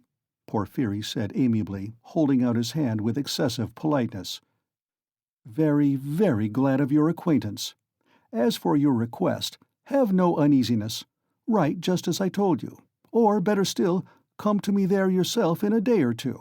Tomorrow, indeed. I shall be there at 11 o'clock for certain. We'll arrange it all. We'll have a talk. As one of the last to be there, you might perhaps be able to tell us something," he added with a most good-natured expression. "You want to cross-examine me officially in due form?" Raskolnikov asked sharply. "Oh? Why?" "That's not necessary for the present. You misunderstand me. I lose no opportunity, you see, and I've talked with all who had pledges. I obtained evidence from some of them, and you are the last." "Yes, by the way," he cried, seemingly suddenly delighted, "I just remembered what was I thinking of." He turned to Razumian. "You were talking my ears off about that Nikolai. Of course, I know very well," he turned to Raskolnikov, "that the fellow is innocent, but what is one to do? We had to trouble Dmitri, too. This is the point. This is all. When you went up the stairs, it was past 7, wasn't it?" "Yes," answered Raskolnikov, with an unpleasant sensation at the very moment he spoke that he need not have said it. "Then, when you went upstairs between 7 and 8, didn't you see in a flat that stood open on a second story, do you remember, 2 workmen, or at least one of them? They were painting there. Didn't you notice them? It's very, very important for them." "Painters?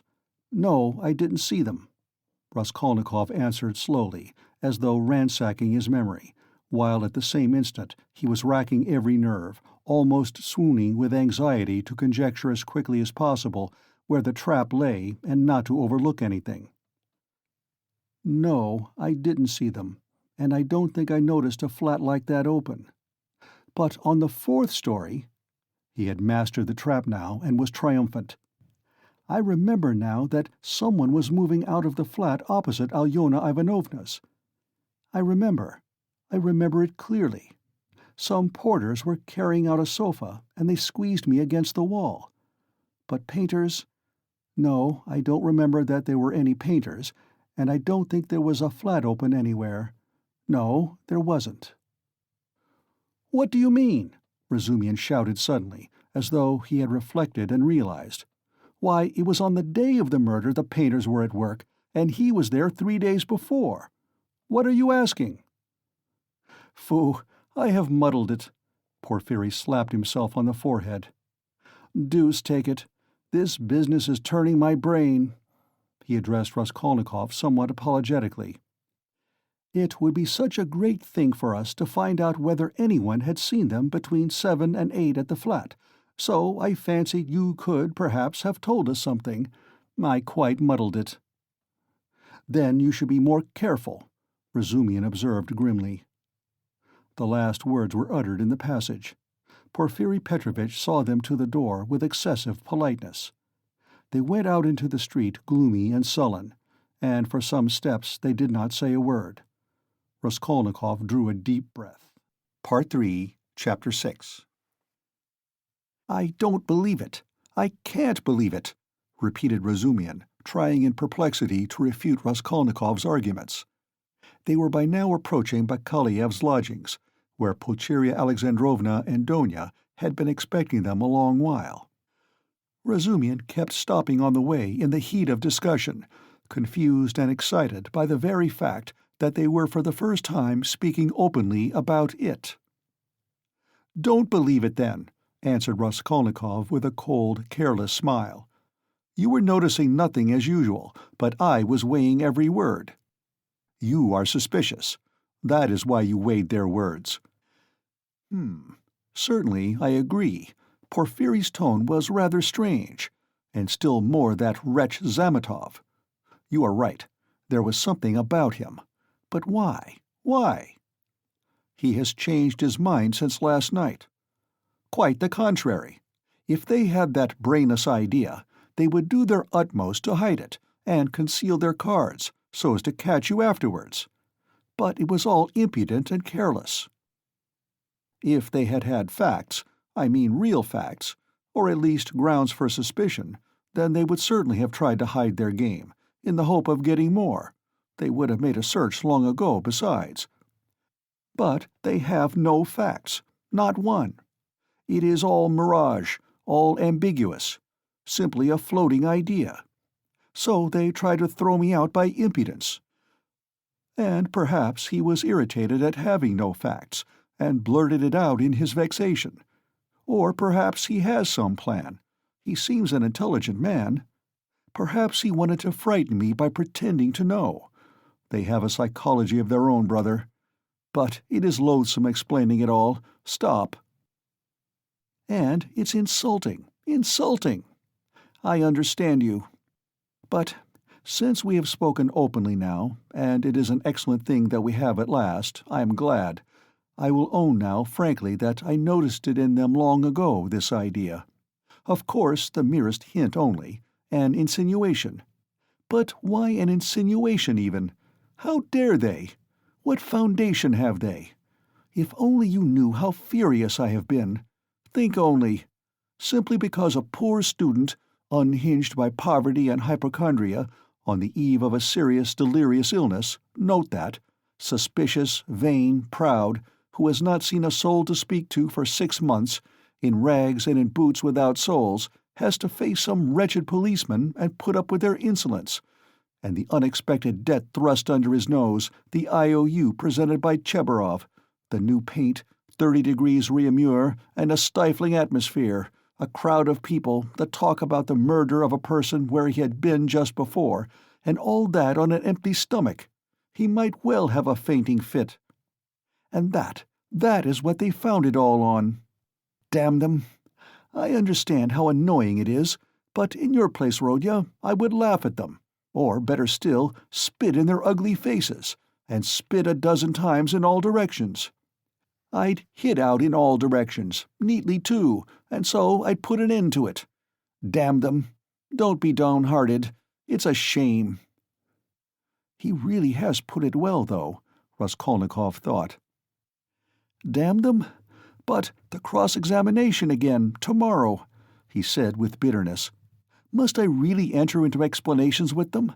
I feel vexed as it is that I condescended to speak to Zametov yesterday in the restaurant.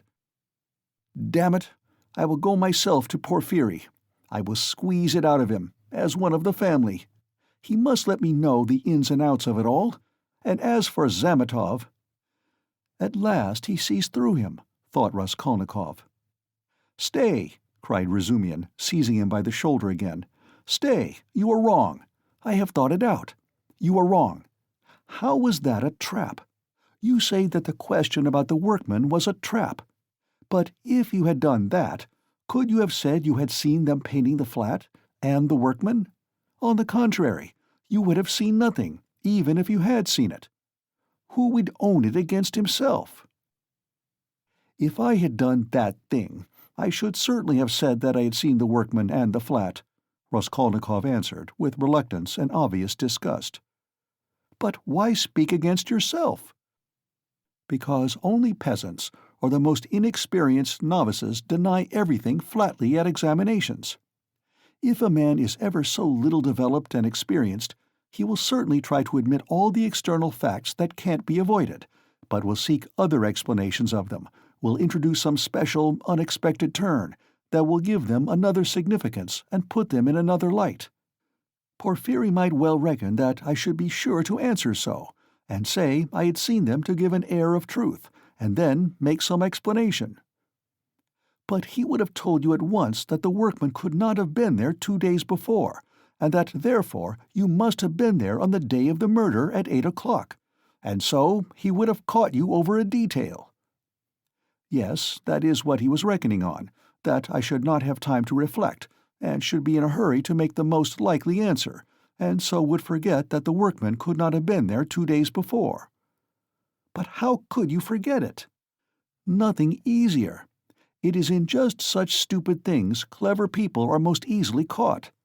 The more cunning a man is, the less he suspects he will be caught in a simple thing. The more cunning a man is, the simpler the trap he must be caught in. Porfiry is not such a fool as you think. He is a knave, then, if that is so. Raskolnikov could not help laughing.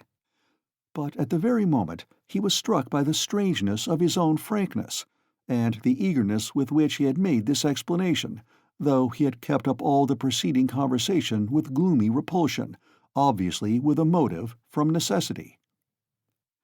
I am getting a relish for certain aspects, he thought to himself. But almost at the same instant he became suddenly uneasy, as though an unexpected and alarming idea had occurred to him. His uneasiness kept on increasing.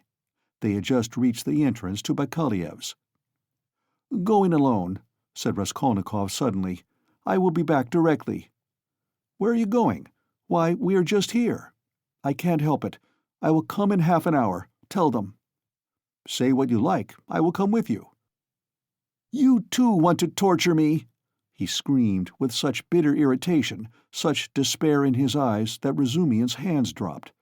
He stood for some time on the steps, looking gloomily at Raskolnikov striding rapidly away in the direction of his lodging. At last, gritting his teeth and clenching his fist, he swore he would squeeze Porfiry like a lemon that very day, and went up the stairs to reassure Pulcheria Alexandrovna, who was by now alarmed at their long absence.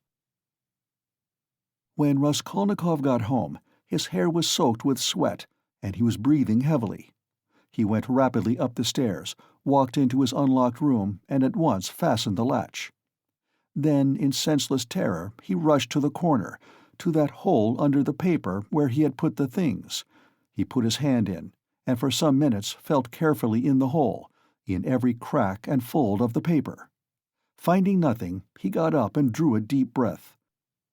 As he was reaching the steps of Bakaleyev's, he suddenly fancied that something, a chain, a stud, or even a bit of paper in which they had been wrapped with the old woman's handwriting on it, might somehow have slipped out and been lost in some crack, and then might suddenly turn up as unexpected, conclusive evidence against him.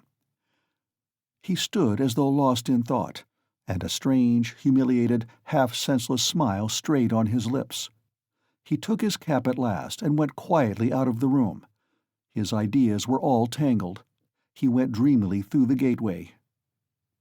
"Here he is himself!" shouted a loud voice. He raised his head. The porter was standing at the door of his little room and was pointing him out to a short man who looked like an artisan, wearing a long coat and a waistcoat, and looking at a distance remarkably like a woman. He stooped, and his head in a greasy cap hung forward. From his wrinkled, flabby face, he looked over 50. His little eyes were lost in fat, and they looked out grimly, sternly, and disconnectedly.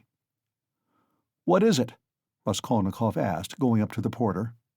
The man stole a look at him from under his brows, and he looked at him attentively, deliberately.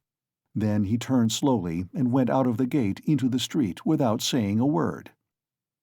"What is it?" cried Raskolnikov. "Why, he there was asking whether a student lived here, mentioned your name and whom you lodged with. I saw you coming and pointed you out, and he went away. It's funny." The porter, too, seemed rather puzzled, but not much so, and after wondering for a moment he turned and went back to his room.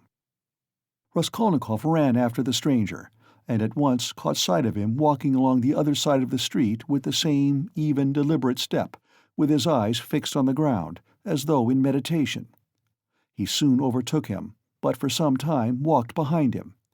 At last, moving on to a level with him, he looked at his face.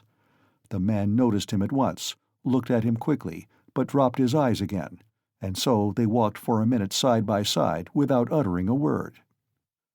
"You were inquiring for me, of the porter?" Raskolnikov said at last, but in a curiously quiet voice. The man made no answer. He didn't even look at him. Again they were both silent. "Why do you come and ask for me, and say nothing? What's the meaning of it?" Raskolnikov's voice broke, and he seemed unable to articulate the words clearly.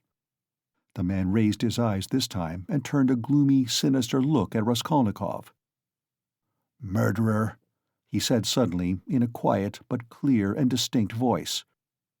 Raskolnikov went on walking beside him. His legs felt suddenly weak, a cold shiver ran down his spine, and his heart seemed to stand still for a moment, then suddenly began throbbing as though it were set free. So they walked for about 100 paces, side by side, in silence. The man did not look at him. "What do you mean? Who is a murderer?" muttered Raskolnikov, hardly audibly. "You are a murderer," the man answered still more articulately and emphatically, with a smile of triumphant hatred, and again he looked straight into Raskolnikov's pale face and stricken eyes.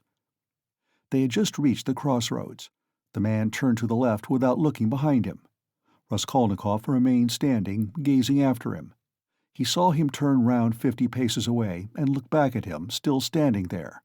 Raskolnikov could not see clearly, but he fancied that he was again smiling the same smile of cold hatred and triumph.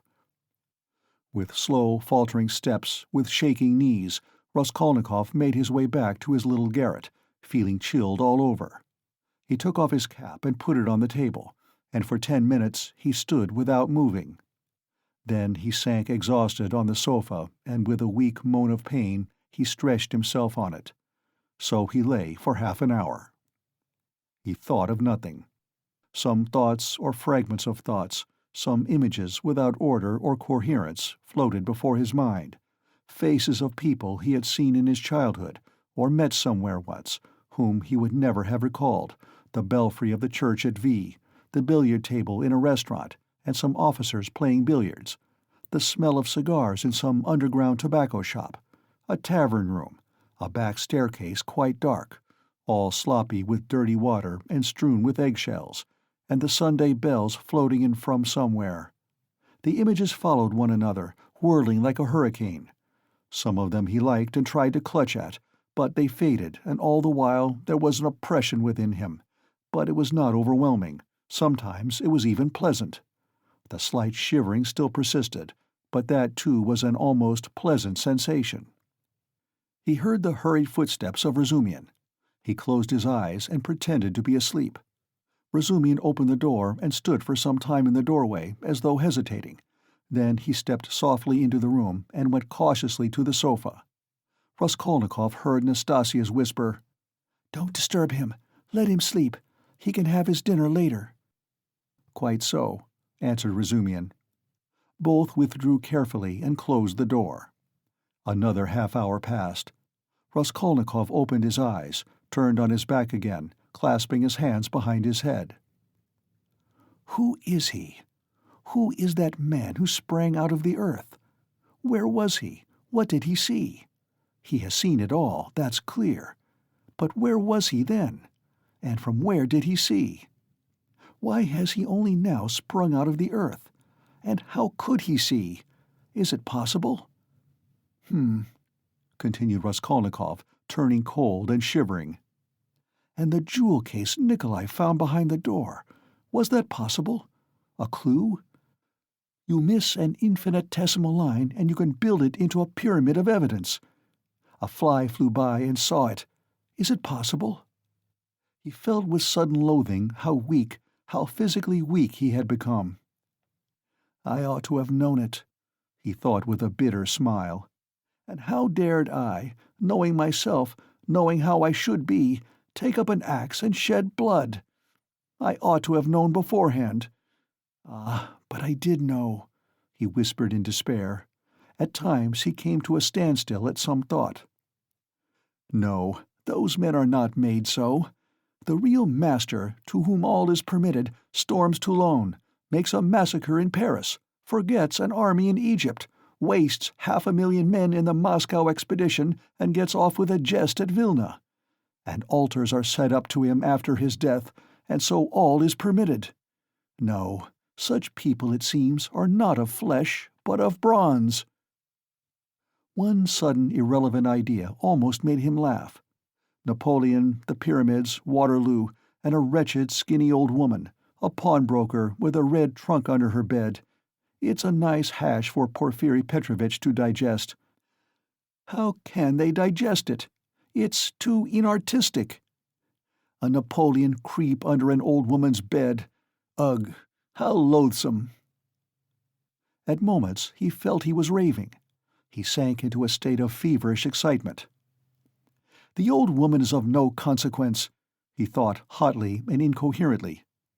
The old woman was a mistake, perhaps, but she is not what matters. The old woman was only an illness. I was in a hurry to overstep. I didn't kill a human being, but a principle. I killed the principle, but I didn't overstep. I stopped on this side. I was only capable of killing. And it seems I wasn't even capable of that. Principle? Why was that fool Razumian abusing the socialists? They are industrious, commercial people. The happiness of all is their case. No, life is only given to me once, and I shall never have it again. I don't want to wait for the happiness of all. I want to live myself, or else better not live at all. I simply couldn't pass by my mother starving, keeping my rouble in my pocket while I waited for the happiness of all. I am putting my little brick into the happiness of all, and so my heart is at peace. Ha ha! Why have you let me slip? I only live once. I too want— I am an aesthetic louse, and nothing more, he added suddenly, laughing like a madman. Yes, I am certainly a louse, he went on, clutching at the idea, gloating over it, and playing with it with a vindictive pleasure. In the first place, because I can reason that I am one, and secondly, because, for a month past, I have been troubling benevolent Providence, calling it to witness that not for my own fleshly lust did I undertake it, but with a grand and noble object, ha ha. Thirdly, because I aimed at carrying it out as justly as possible, weighing, measuring, and calculating. Of all the lice, I picked out the most useless one, and proposed to take from her only as much as I needed for the first step, no more, no less, so the rest would have gone to a monastery according to her will, ha ha. And what shows that I am utterly a louse, he added, grinding his teeth, is that I am perhaps viler and more loathsome than the louse I killed, and I felt beforehand that I should tell myself so after killing her. Can anything be compared with the horror of that? The vulgarity, the abjectness. I understand the prophet with his saber on his steed. Allah commands, and trembling creation must obey. The Prophet is right. He is right when he sets a battery across the street and blows up the innocent and the guilty without deigning to explain. It's for you to obey, trembling creation, and not to have desires, for that's not for you. I shall never, never forgive the old woman." His hair was soaked with sweat, his quivering lips were parched, his eyes were fixed on the ceiling. "Mother, sister, how I loved them! Why do I hate them now? Yes, I hate them. I feel a physical hatred for them. I can't bear them near me. I went up to my mother and kissed her, I remember, to embrace her and think if she only knew. Shall I tell her then? That's just what I might do. She must be the same as I am," he added, straining himself to think, as it were struggling with delirium. "Ah, how I hate the old woman now! I feel I should kill her again if she came to life. Poor Lizaveta! Why did she come in? It's strange, though. Why is it I scarcely ever think of her, as though I hadn't killed her? Lizaveta, Sonia, poor gentle things with gentle eyes. Dear women, why don't they weep? Why don't they moan? They give up everything. Their eyes are soft and gentle. Sonia, Sonia, gentle Sonia." He lost consciousness. It seemed strange to him that he didn't remember how he got into the street. It was late evening. The twilight had fallen, and the full moon was shining more and more brightly. But there was a peculiar breathlessness in the air. There were crowds of people in the street. Workmen and business people were making their way home. Other people had come out for a walk. There was a smell of mortar, dust, and stagnant water. Raskolnikov walked along, mournful and anxious. He was distinctly aware of having come out with a purpose, of having to do something in a hurry, but what it was he had forgotten. Suddenly he stood still and saw a man standing on the other side of the street beckoning to him. He crossed over to him, but at once the man turned and walked away with his head hanging, as though he had made no sign to him. Stay, did he really beckon? Raskolnikov wondered, but he tried to overtake him. When he was within 10 paces, he recognized him and was frightened. It was the same man with stooping shoulders in the long coat. Raskolnikov followed him at a distance. His heart was beating. They went down a turning. The man still did not look round. "Does he know I am following him?" thought Raskolnikov. The man went into the gateway of a big house. Raskolnikov hastened to the gate and looked in to see whether he would look round and sign to him. In the courtyard the man did turn round and again seemed to beckon him. Raskolnikov at once followed him into the yard, but the man was gone. He must have gone up the first staircase. Raskolnikov rushed after him. He heard slow, measured steps 2 flights above. The staircase seemed strangely familiar. He reached the window on the first floor. The moon shone through the panes with a melancholy and mysterious light. Then he reached the second floor. Bah, this is the flat where the painters were at work. But how was it he did not recognize it at once? The steps of the man above had died away. So he must have stopped or hidden somewhere. He reached the 3rd story. Should he go on? There was a stillness that was dreadful. But he went on. The sound of his own footsteps scared and frightened him. How dark it was. The man must be hiding in some corner here. Ah, the flat was standing wide open. He hesitated and went in. It was very dark and empty in the passage, as though everything had been removed. He crept on tiptoe into the parlor, which was flooded with moonlight. Everything there was as before, the chairs, the looking-glass, the yellow sofa, and the pictures in the frames. A huge, round, copper-red moon looked in at the windows. "It's the moon that makes it so still, weaving some mystery," thought Raskolnikov. He stood and waited a long while, and the more silent the moonlight, the more violently his heart beat, till it was painful. And still the same hush. Suddenly he heard a momentary sharp crack like the snapping of a splinter, and all was still again. A fly flew up suddenly and struck the window pane with a plaintive buzz. At that moment, he noticed in the corner between the window and the little cupboard something like a cloak hanging on the wall. "Why is that cloak here?" he thought. "It wasn't there before." He went up to it quietly and felt that there was someone hiding behind it. He cautiously moved the cloak and saw, sitting on a chair in the corner, the old woman bent double so that he couldn't see her face. But it was she. He stood over her. "She is afraid," he thought. He stealthily took the axe from the noose and struck her one blow, then another on the skull. But strange to say, she did not stir, as though she were made of wood. He was frightened, bent down nearer and tried to look at her, but she too bent her head lower. He bent right down to the ground and peeped up into her face from below. He peeped and turned cold with horror. The old woman was sitting and laughing, shaking with noiseless laughter, doing her utmost that he should not hear it. Suddenly he fancied that the door from the bedroom was opened a little, and that there was laughter and whispering within. He was overcome with frenzy, and he began hitting the old woman on the head with all his force. But at every blow of the axe the laughter and whispering from the bedroom grew louder, and the old woman was simply shaking with mirth. He was rushing away, but the passage was full of people. The doors of the flat stood open, and on the landing, on the stairs, and everywhere below there were people, rows of heads, all looking, but huddled together in silence and expectation. Something gripped his heart. His legs were rooted to the spot. They would not move. He tried to scream, and woke up. He drew a deep breath, but his dream seemed strangely to persist. His door was flung open, and a man whom he had never seen stood in the doorway watching him intently.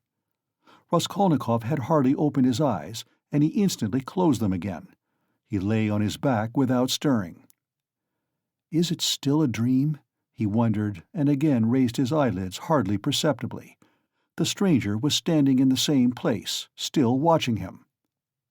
He stepped cautiously into the room, carefully closing the door after him.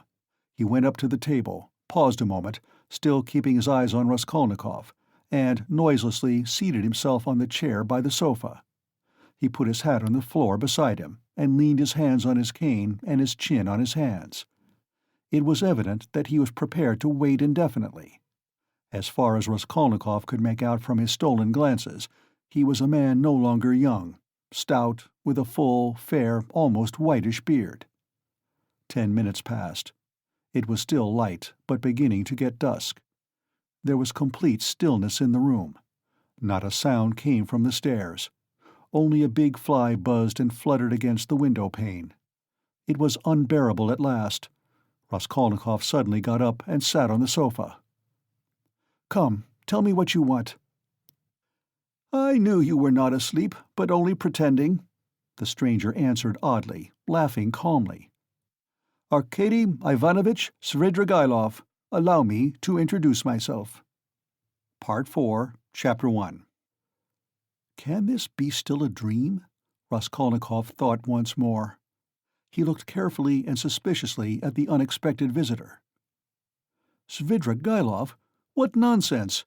It can't be," he said at last aloud in bewilderment. His visitor did not seem at all surprised at this exclamation. "I've come to you for 2 reasons.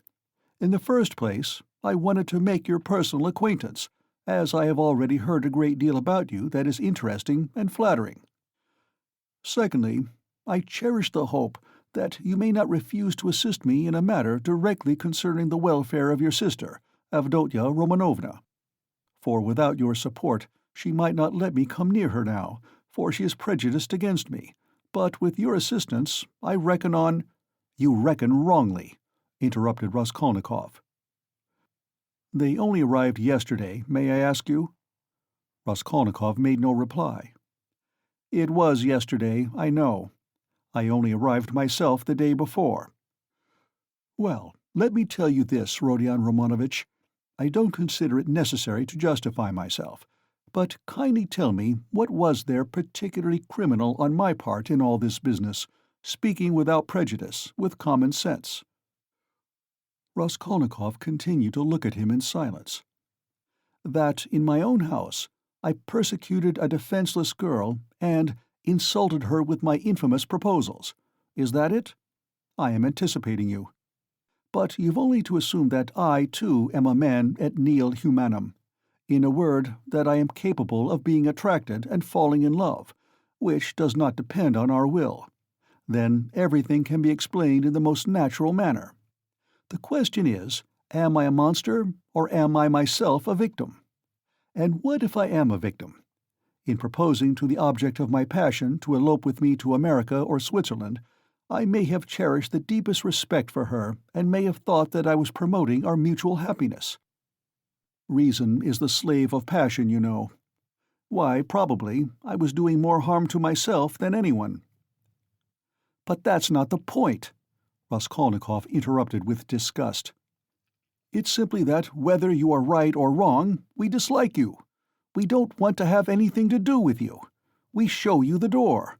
Get out. Svidrigailov broke into a sudden laugh.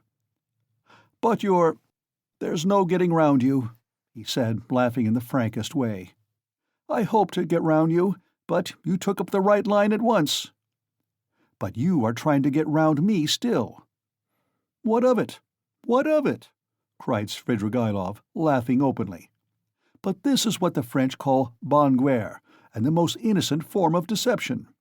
But still you have interrupted me. One way or another, I repeat again, there would never have been any unpleasantness except for what happened in the garden. Marfa Petrovna— You have got rid of Marfa Petrovna too, so they say. Raskolnikov interrupted rudely. Oh, you've heard that too, then. You be sure to, though. But as for your question, I really don't know what to say, though my own conscience is quite at rest on that score. Don't suppose that I am in any apprehension about it. All was regular and in order. The medical inquiry diagnosed apoplexy due to bathing immediately after a heavy dinner and a bottle of wine, and indeed it could have proved nothing else. But I'll tell you what I have been thinking to myself of late, on my way here in the train.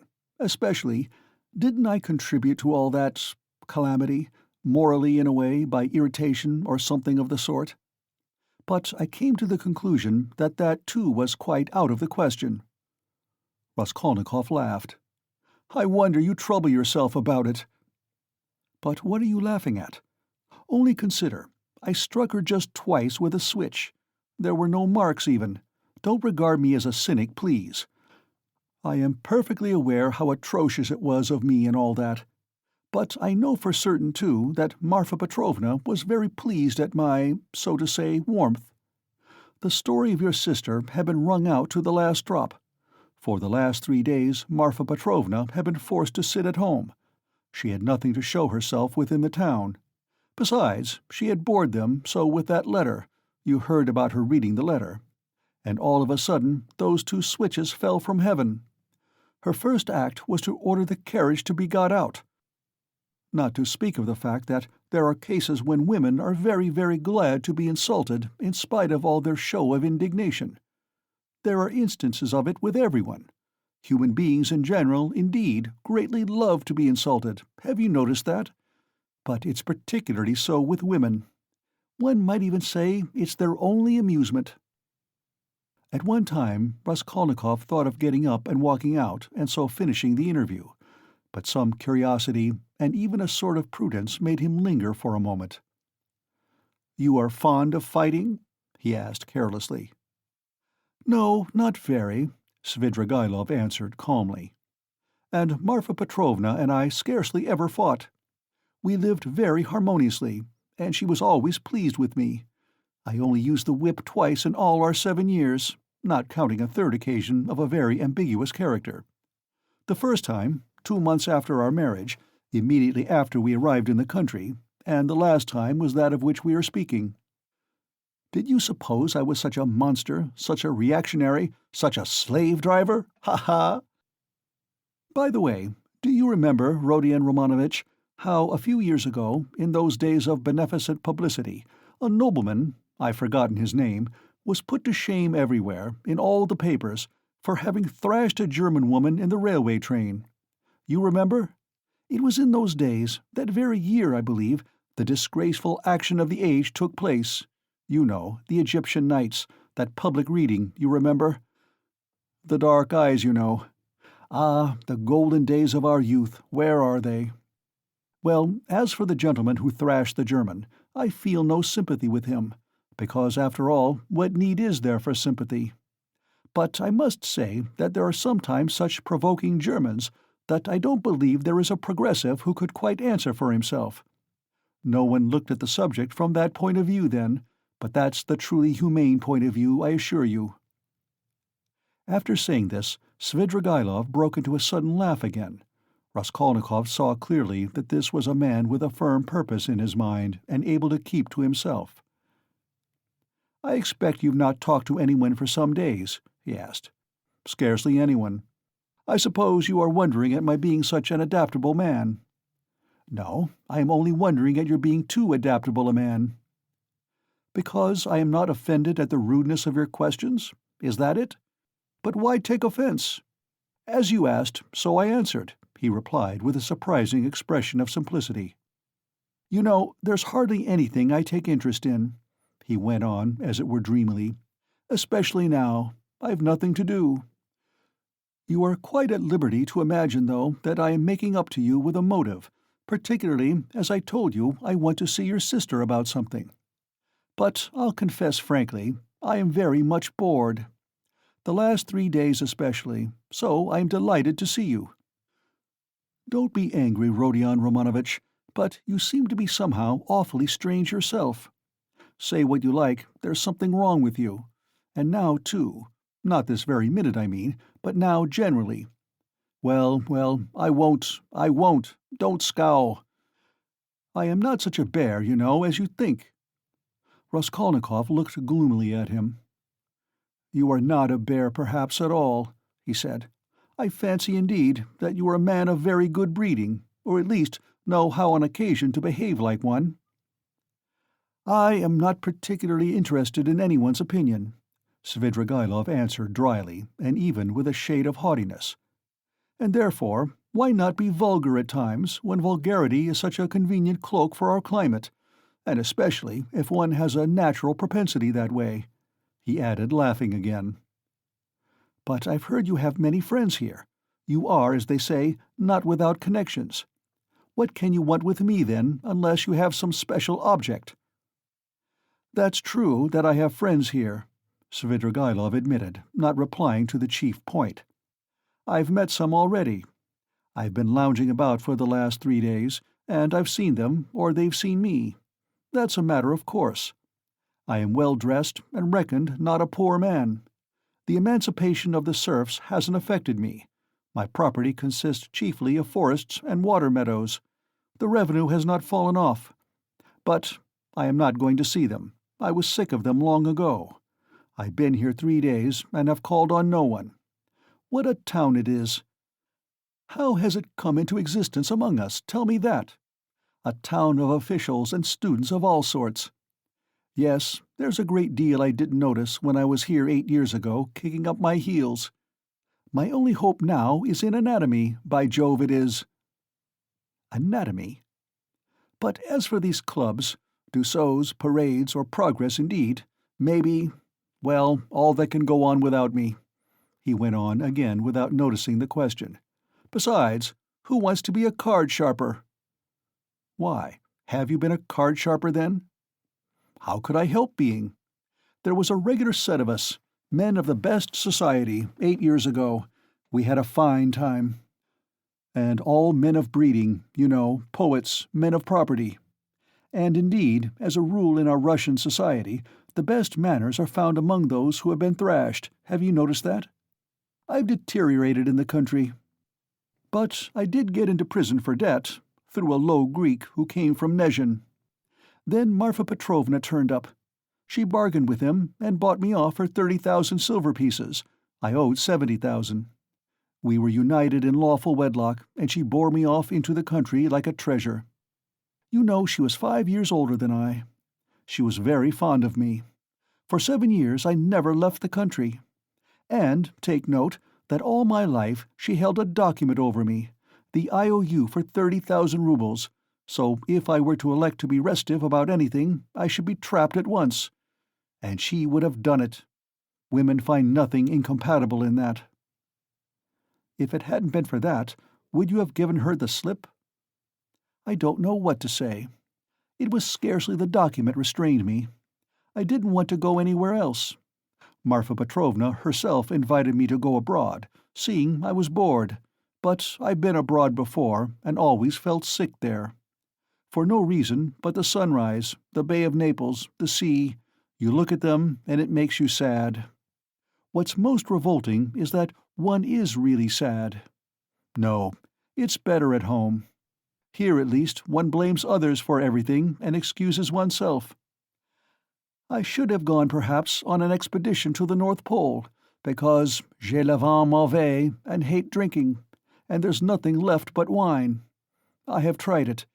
But, I say, I've been told old Berg is going up in a great balloon next Sunday from the Yusupov garden, and will take up passengers at a fee. Is it true? Why, would you go up? No. Oh, no, muttered Svidrigailov, really seeming to be deep in thought. What does he mean? Is he in earnest? Raskolnikov wondered. No, the document didn't restrain me, Svidrigailov went on meditatively. It was my own doing, not leaving the country. And nearly a year ago, Marfa Petrovna gave me back the document on my name day, and made me a present of a considerable sum of money, too. She had a fortune, you know. You see how I trust you, Arkady Ivanovitch? That was actually her expression. You don't believe she used it? But do you know I managed the estate quite decently? They know me in the neighborhood. I ordered books, too. Marfa Petrovna at first approved, but afterwards she was afraid of my overstudying. You seem to be missing Marfa Petrovna very much. Missing her? Perhaps. Really, perhaps I am. And, by the way, do you believe in ghosts? What ghosts? Why, ordinary ghosts. Do you believe in them? Perhaps not, pour vous plaire. I wouldn't say so exactly. Do you see them, then? Svidrigailov looked at him rather oddly. Marfa Petrovna is pleased to visit me, he said, twisting his mouth into a strange smile. How do you mean, she is pleased to visit you? She has been 3 times. I saw her first on the very day of the funeral, an hour after she was buried. It was the day before I left to come here. The second time was the day before yesterday, at daybreak, on the journey at the station of Malaya Vishera. And the third time was 2 hours ago in the room where I am staying. I was alone. Were you awake? Quite awake. I was wide awake every time. She comes, speaks to me for a minute, and goes out at the door. Always at the door. I can almost hear her. What made me think that something of the sort must be happening to you? Raskolnikov said suddenly. At the same moment he was surprised at having said it. He was much excited. What? Did you think so? Svidrigailov asked in astonishment. Did you really? Didn't I say that there was something in common between us, eh? You never said so, Raskolnikov cried sharply and with heat. Didn't I? No. I thought I did. When I came in and saw you lying with your eyes shut, pretending, I said to myself at once, here's the man. What do you mean by the man? What are you talking about? Cried Raskolnikov. What do I mean? I really don't know. Svidrigailov muttered ingenuously, as though he too were puzzled. For a minute they were silent. They stared in each other's faces. That's all nonsense, Raskolnikov shouted with vexation. What does she say when she comes to you? She? Would you believe it? She talks of the silliest trifles, and— Man is a strange creature. It makes me angry. The first time she came in, I was tired, you know, the funeral service, the funeral ceremony, the lunch afterwards. At last I was left alone in my study. I lighted a cigar and began to think. She came in at the door. You've been so busy today, Arkady Ivanovitch, you have forgotten to wind the dining-room clock, she said. All those 7 years I've wound that clock every week, and if I forgot it, she would always remind me. The next day I set off on my way here. I got out at the station at daybreak. I'd been asleep, tired out, with my eyes half open. I was drinking some coffee. I looked up, and there was suddenly Marfa Petrovna sitting beside me with a pack of cards in her hands. "Shall I tell you your fortune for the journey, Arkady Ivanovitch?" She was a great hand at telling fortunes. I shall never forgive myself for not asking her to. I ran away in a fright, and besides, the bell rang. I was sitting today, feeling very heavy after a miserable dinner from a cookshop. I was sitting smoking. All of a sudden, Marfa Petrovna again. She came in very smart in a new green silk dress with a long train. "Good day, Arkady Ivanovitch. How do you like my dress? Aniska can't make like this." Aniska was a dressmaker in the country, one of our former serf girls who had been trained in Moscow, a pretty wench. She stood turning round before me. I looked at the dress, and then I looked carefully, very carefully at her face. "I wonder you trouble to come to me about such trifles, Marfa Petrovna." "Good gracious, you won't let one disturb you about anything." To tease her, I said, "I want to get married, Marfa Petrovna." "That's just like you, Arkady Ivanovitch. It does you very little credit to come looking for a bride when you've hardly buried your wife. And if you could make a good choice at least, but I know it won't be for your happiness or hers. You will only be a laughing-stock to all good people." Then she went out and her train seemed to rustle. Isn't it nonsense, eh? "But perhaps you are telling lies," Raskolnikov put in. "I rarely lie," answered Svidrigaïlov thoughtfully, apparently not noticing the rudeness of the question. "And in the past, have you ever seen ghosts before?" "Yes, I have seen them, but only once in my life, 6 years ago. I had a serf, Filka. Just after his burial, I called out forgetting, 'Filka, my pipe!' He came in and went to the cupboard where my pipes were. I sat still and thought, he is doing it out of revenge, because we had a violent quarrel just before his death.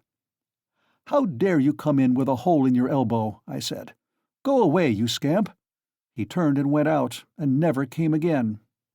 I didn't tell Marfa Petrovna at the time. I wanted to have a service sung for him, but I was ashamed. "You should go to a doctor." "I know I am not well, without your telling me, though I don't know what's wrong. I believe I am 5 times as strong as you are. I didn't ask you whether you believe that ghosts are seen, but whether you believe that they exist." "No, I won't believe it," Raskolnikov cried with positive anger. "What do people generally say?" muttered Svidrigaïlov, as though speaking to himself, looking aside and bowing his head. "They say, 'You are ill, so what appears to you is only unreal fantasy.' But that's not strictly logical. I agree that ghosts only appear to the sick, but that only proves that they are unable to appear except to the sick, not that they don't exist." "Nothing of the sort," Raskolnikov insisted irritably. "No? You don't think so?" Svidrigaïlov went on, looking at him deliberately. "But what do you say to this argument? Help me with it. Ghosts are, as it were, shreds and fragments of other worlds, the beginning of them. A man in health has, of course, no reason to see them, because he is above all a man of this earth and is bound for the sake of completeness and order to live only in this life. But as soon as one is ill, as soon as the normal earthly order of the organism is broken, one begins to realize the possibility of another world, and the more seriously ill one is, the closer becomes one's contact with that other world, so that as soon as the man dies, he steps straight into that world. I thought of that long ago. If you believe in a future life, you could believe in that too." "I don't believe in a future life," said Raskolnikov. Svidrigaïlov sat lost in thought. "And what if there are only spiders there, or something of that sort?" he said suddenly. "He is a madman," thought Raskolnikov. "We always imagine eternity as something beyond our conception, something vast, vast. But why must it be vast? Instead of all that, what if it's one little room, like a bathhouse in the country, black and grimy and spiders in every corner, and that's all eternity is? I sometimes fancy it like that." "Can it be you can imagine nothing juster and more comforting than that?" Raskolnikov cried, with a feeling of anguish. "Juster? And how can we tell, perhaps, that it is just? And do you know, it's what I would certainly have made it," answered Svidrigaïlov with a vague smile. This horrible answer sent a cold chill through Raskolnikov. Svidrigaïlov raised his head, looked at him, and suddenly began laughing. "Only think," he cried. "Half an hour ago we had never seen each other. We regarded each other as enemies. There is a matter unsettled between us. We've thrown it aside, and away we've gone into the abstract. Wasn't I right in saying that we were birds of a feather?" "Kindly allow me," Raskolnikov went on irritably, "to ask you to explain why you have honored me with your visit, and I am in a hurry. I have no time to waste. I want to go out." "By all means, by all means. Your sister, Avdotya Romanovna, is going to be married to Mr. Luzhin, Pyotr Petrovitch?" "Can you refrain from any question about my sister, and from mentioning her name? I can't understand how you dare utter her name in my presence, if you really are Svidrigaïlov." "Why, but I've come here to speak about her. How can I avoid mentioning her?" "Very good, speak, but make haste." "I am sure that you must have formed your own opinion of this Mr. Luzhin, who is a connection of mine through my wife, if you have only seen him for half an hour, or heard any facts about him. He is no match for Avdotya Romanovna. I believe Avdotya Romanovna is sacrificing herself generously and imprudently for the sake of her family. I fancy from all I had heard of you that you would be very glad if the match could be broken off without the sacrifice of worldly advantages. Now I know you personally, I am convinced of it." "All this is very naive, excuse me. I should have said imprudent on your part," said Raskolnikov. "You mean to say that I am seeking my own ends? Don't be uneasy, Rodion Romanovitch. If I were working for my own advantage, I would not have spoken out so directly. I am not quite a fool. I will confess something psychologically curious about that. Just now, defending my love for Avdotya Romanovna, I said I was myself the victim. Well, let me tell you that I've no feeling of love now, not the slightest, so that I wonder myself indeed, for I really did feel something." "Through idleness and depravity," Raskolnikov put in. "I certainly am idle and depraved, but your sister has such qualities that even I could not help being impressed by them. But that's all nonsense, as I see myself now." "Have you seen that long?" "I began to be aware of it before, but was only perfectly sure of it the day before yesterday, almost at the moment I arrived in Petersburg. I still fancied in Moscow, though, that I was coming to try to get Avdotya Romanovna's hand and to cut out Mr. Luzhin." "Excuse me for interrupting you. Kindly be brief, and come to the object of your visit. I am in a hurry. I want to go out." "With the greatest pleasure. On arriving here and determining on a certain journey, I should like to make some necessary preliminary arrangements. I left my children with an aunt. They are well provided for, and they have no need of me personally. And a nice father I should make, too. I have taken nothing but what Marfa Petrovna gave me a year ago. That's enough for me. Excuse me, I am just coming to the point. Before the journey, which may come off, I want to settle Mr. Luzhin, too. It's not that I detest him so much, but it was through him I quarreled with Marfa Petrovna when I learned that she had dished up this marriage. I want now to see Avdotya Romanovna through your mediation, and if you like, in your presence, to explain to her that, in the first place, she will never gain anything but harm from Mr. Luzhin. Then, begging her pardon for all past unpleasantness, to make her a present of 10,000 roubles, and so assist the rupture with Mr. Luzhin, a rupture to which I believe she is herself not disinclined, if she could see the way to it." "You are certainly mad!" cried Raskolnikov, not so much angered as astonished. "How dare you talk like that?" "I knew you would scream at me. But in the first place, though I am not rich, this 10,000 roubles is perfectly free. I have absolutely no need for it.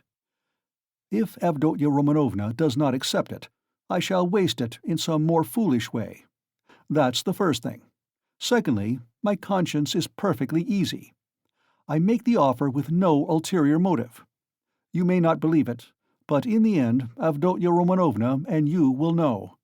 The point is that I did actually cause your sister, whom I greatly respect, some trouble and unpleasantness, and so, sincerely regretting it, I want, not to compensate, not to repay her for the unpleasantness, but simply to do something to her advantage, to show that I am not, after all, privileged to do nothing but harm. If there were a millionth fraction of self-interest in my offer, I should not have made it so openly, and I should not have offered her 10,000 only, when 5 weeks ago I offered her more. Besides, I may perhaps, very soon, marry a young lady, and that alone ought to prevent suspicion of any design on Avdotya Romanovna. In conclusion, let me say that in marrying Mr. Luzhin, she is taking money just the same, only from another man. Don't be angry, Rodion Romanovitch. Think it over coolly and quietly." Svidrigaïlov himself was exceedingly cool and quiet as he was saying this. "I beg you to say no more," said Raskolnikov. "In any case, this is unpardonable impertinence." "Not in the least. Then a man may do nothing but harm to his neighbor in this world, and is prevented from doing the tiniest bit of good by trivial conventional formalities. That's absurd. If I died, for instance, and left that sum to your sister in my will, surely she wouldn't refuse it." "Very likely she would." "Oh no, indeed. However, if you refuse it, so be it, though 10,000 roubles is a capital thing to have on occasion. In any case, I beg you to repeat what I have said to Avdotya Romanovna." "No, I won't." "In that case, Rodion Romanovitch, I shall be obliged to try and see her myself and worry her by doing so." "And if I do tell her, will you not try to see her?" "I don't know really what to say. I should very much like to see her once more." "Don't hope for it." "I'm sorry, but you don't know me. Perhaps we may become better friends." "You think we may become friends?" "And why not?" Svidrigaïlov said, smiling. He stood up and took his hat. "I didn't quite intend to disturb you, and I came here without reckoning on it, though I was very much struck by your face this morning." "Where did you see me this morning?" Raskolnikov asked uneasily. "I saw you by chance. I kept fancying there is something about you like me, but don't be uneasy. I am not intrusive. I used to get on all right with card-sharpers, and I never bored Prince Sverbey, a great personage who is a distant relation of mine, and I could write about Raphael's Madonna in Madame Prilikov's album, and I never left Marfa Petrovna's side for 7 years, and I used to stay the night at Vyazemsky's house in the Haymarket in the old days, and I may go up in a balloon with Berg, perhaps." "Oh, all right. Are you starting soon on your travels, may I ask?" "What travels?" "Why, on that journey, you spoke of it yourself." "A journey? Oh yes, I did speak of a journey. Well, that's a wide subject. If only you knew what you were asking," he added, and gave a sudden, loud, short laugh. "Perhaps I'll get married instead of the journey. They're making a match for me." "Here?" "Yes." "How have you had time for that?" "But I am very anxious to see Avdotya Romanovna once. I earnestly beg it. Well, good-bye for the present. Oh yes, I have forgotten something. Tell your sister, Rodion Romanovitch, that Marfa Petrovna remembered her in her will and left her 3,000 roubles. That's absolutely certain. Marfa Petrovna arranged it a week before her death, and it was done in my presence. Avdotya Romanovna will be able to receive the money in 2 or 3 weeks." "Are you telling the truth?" "Yes, tell her. Well, your servant. I'm staying very near you." As he went out, Svidrigaïlov ran up against Razumihin in the doorway.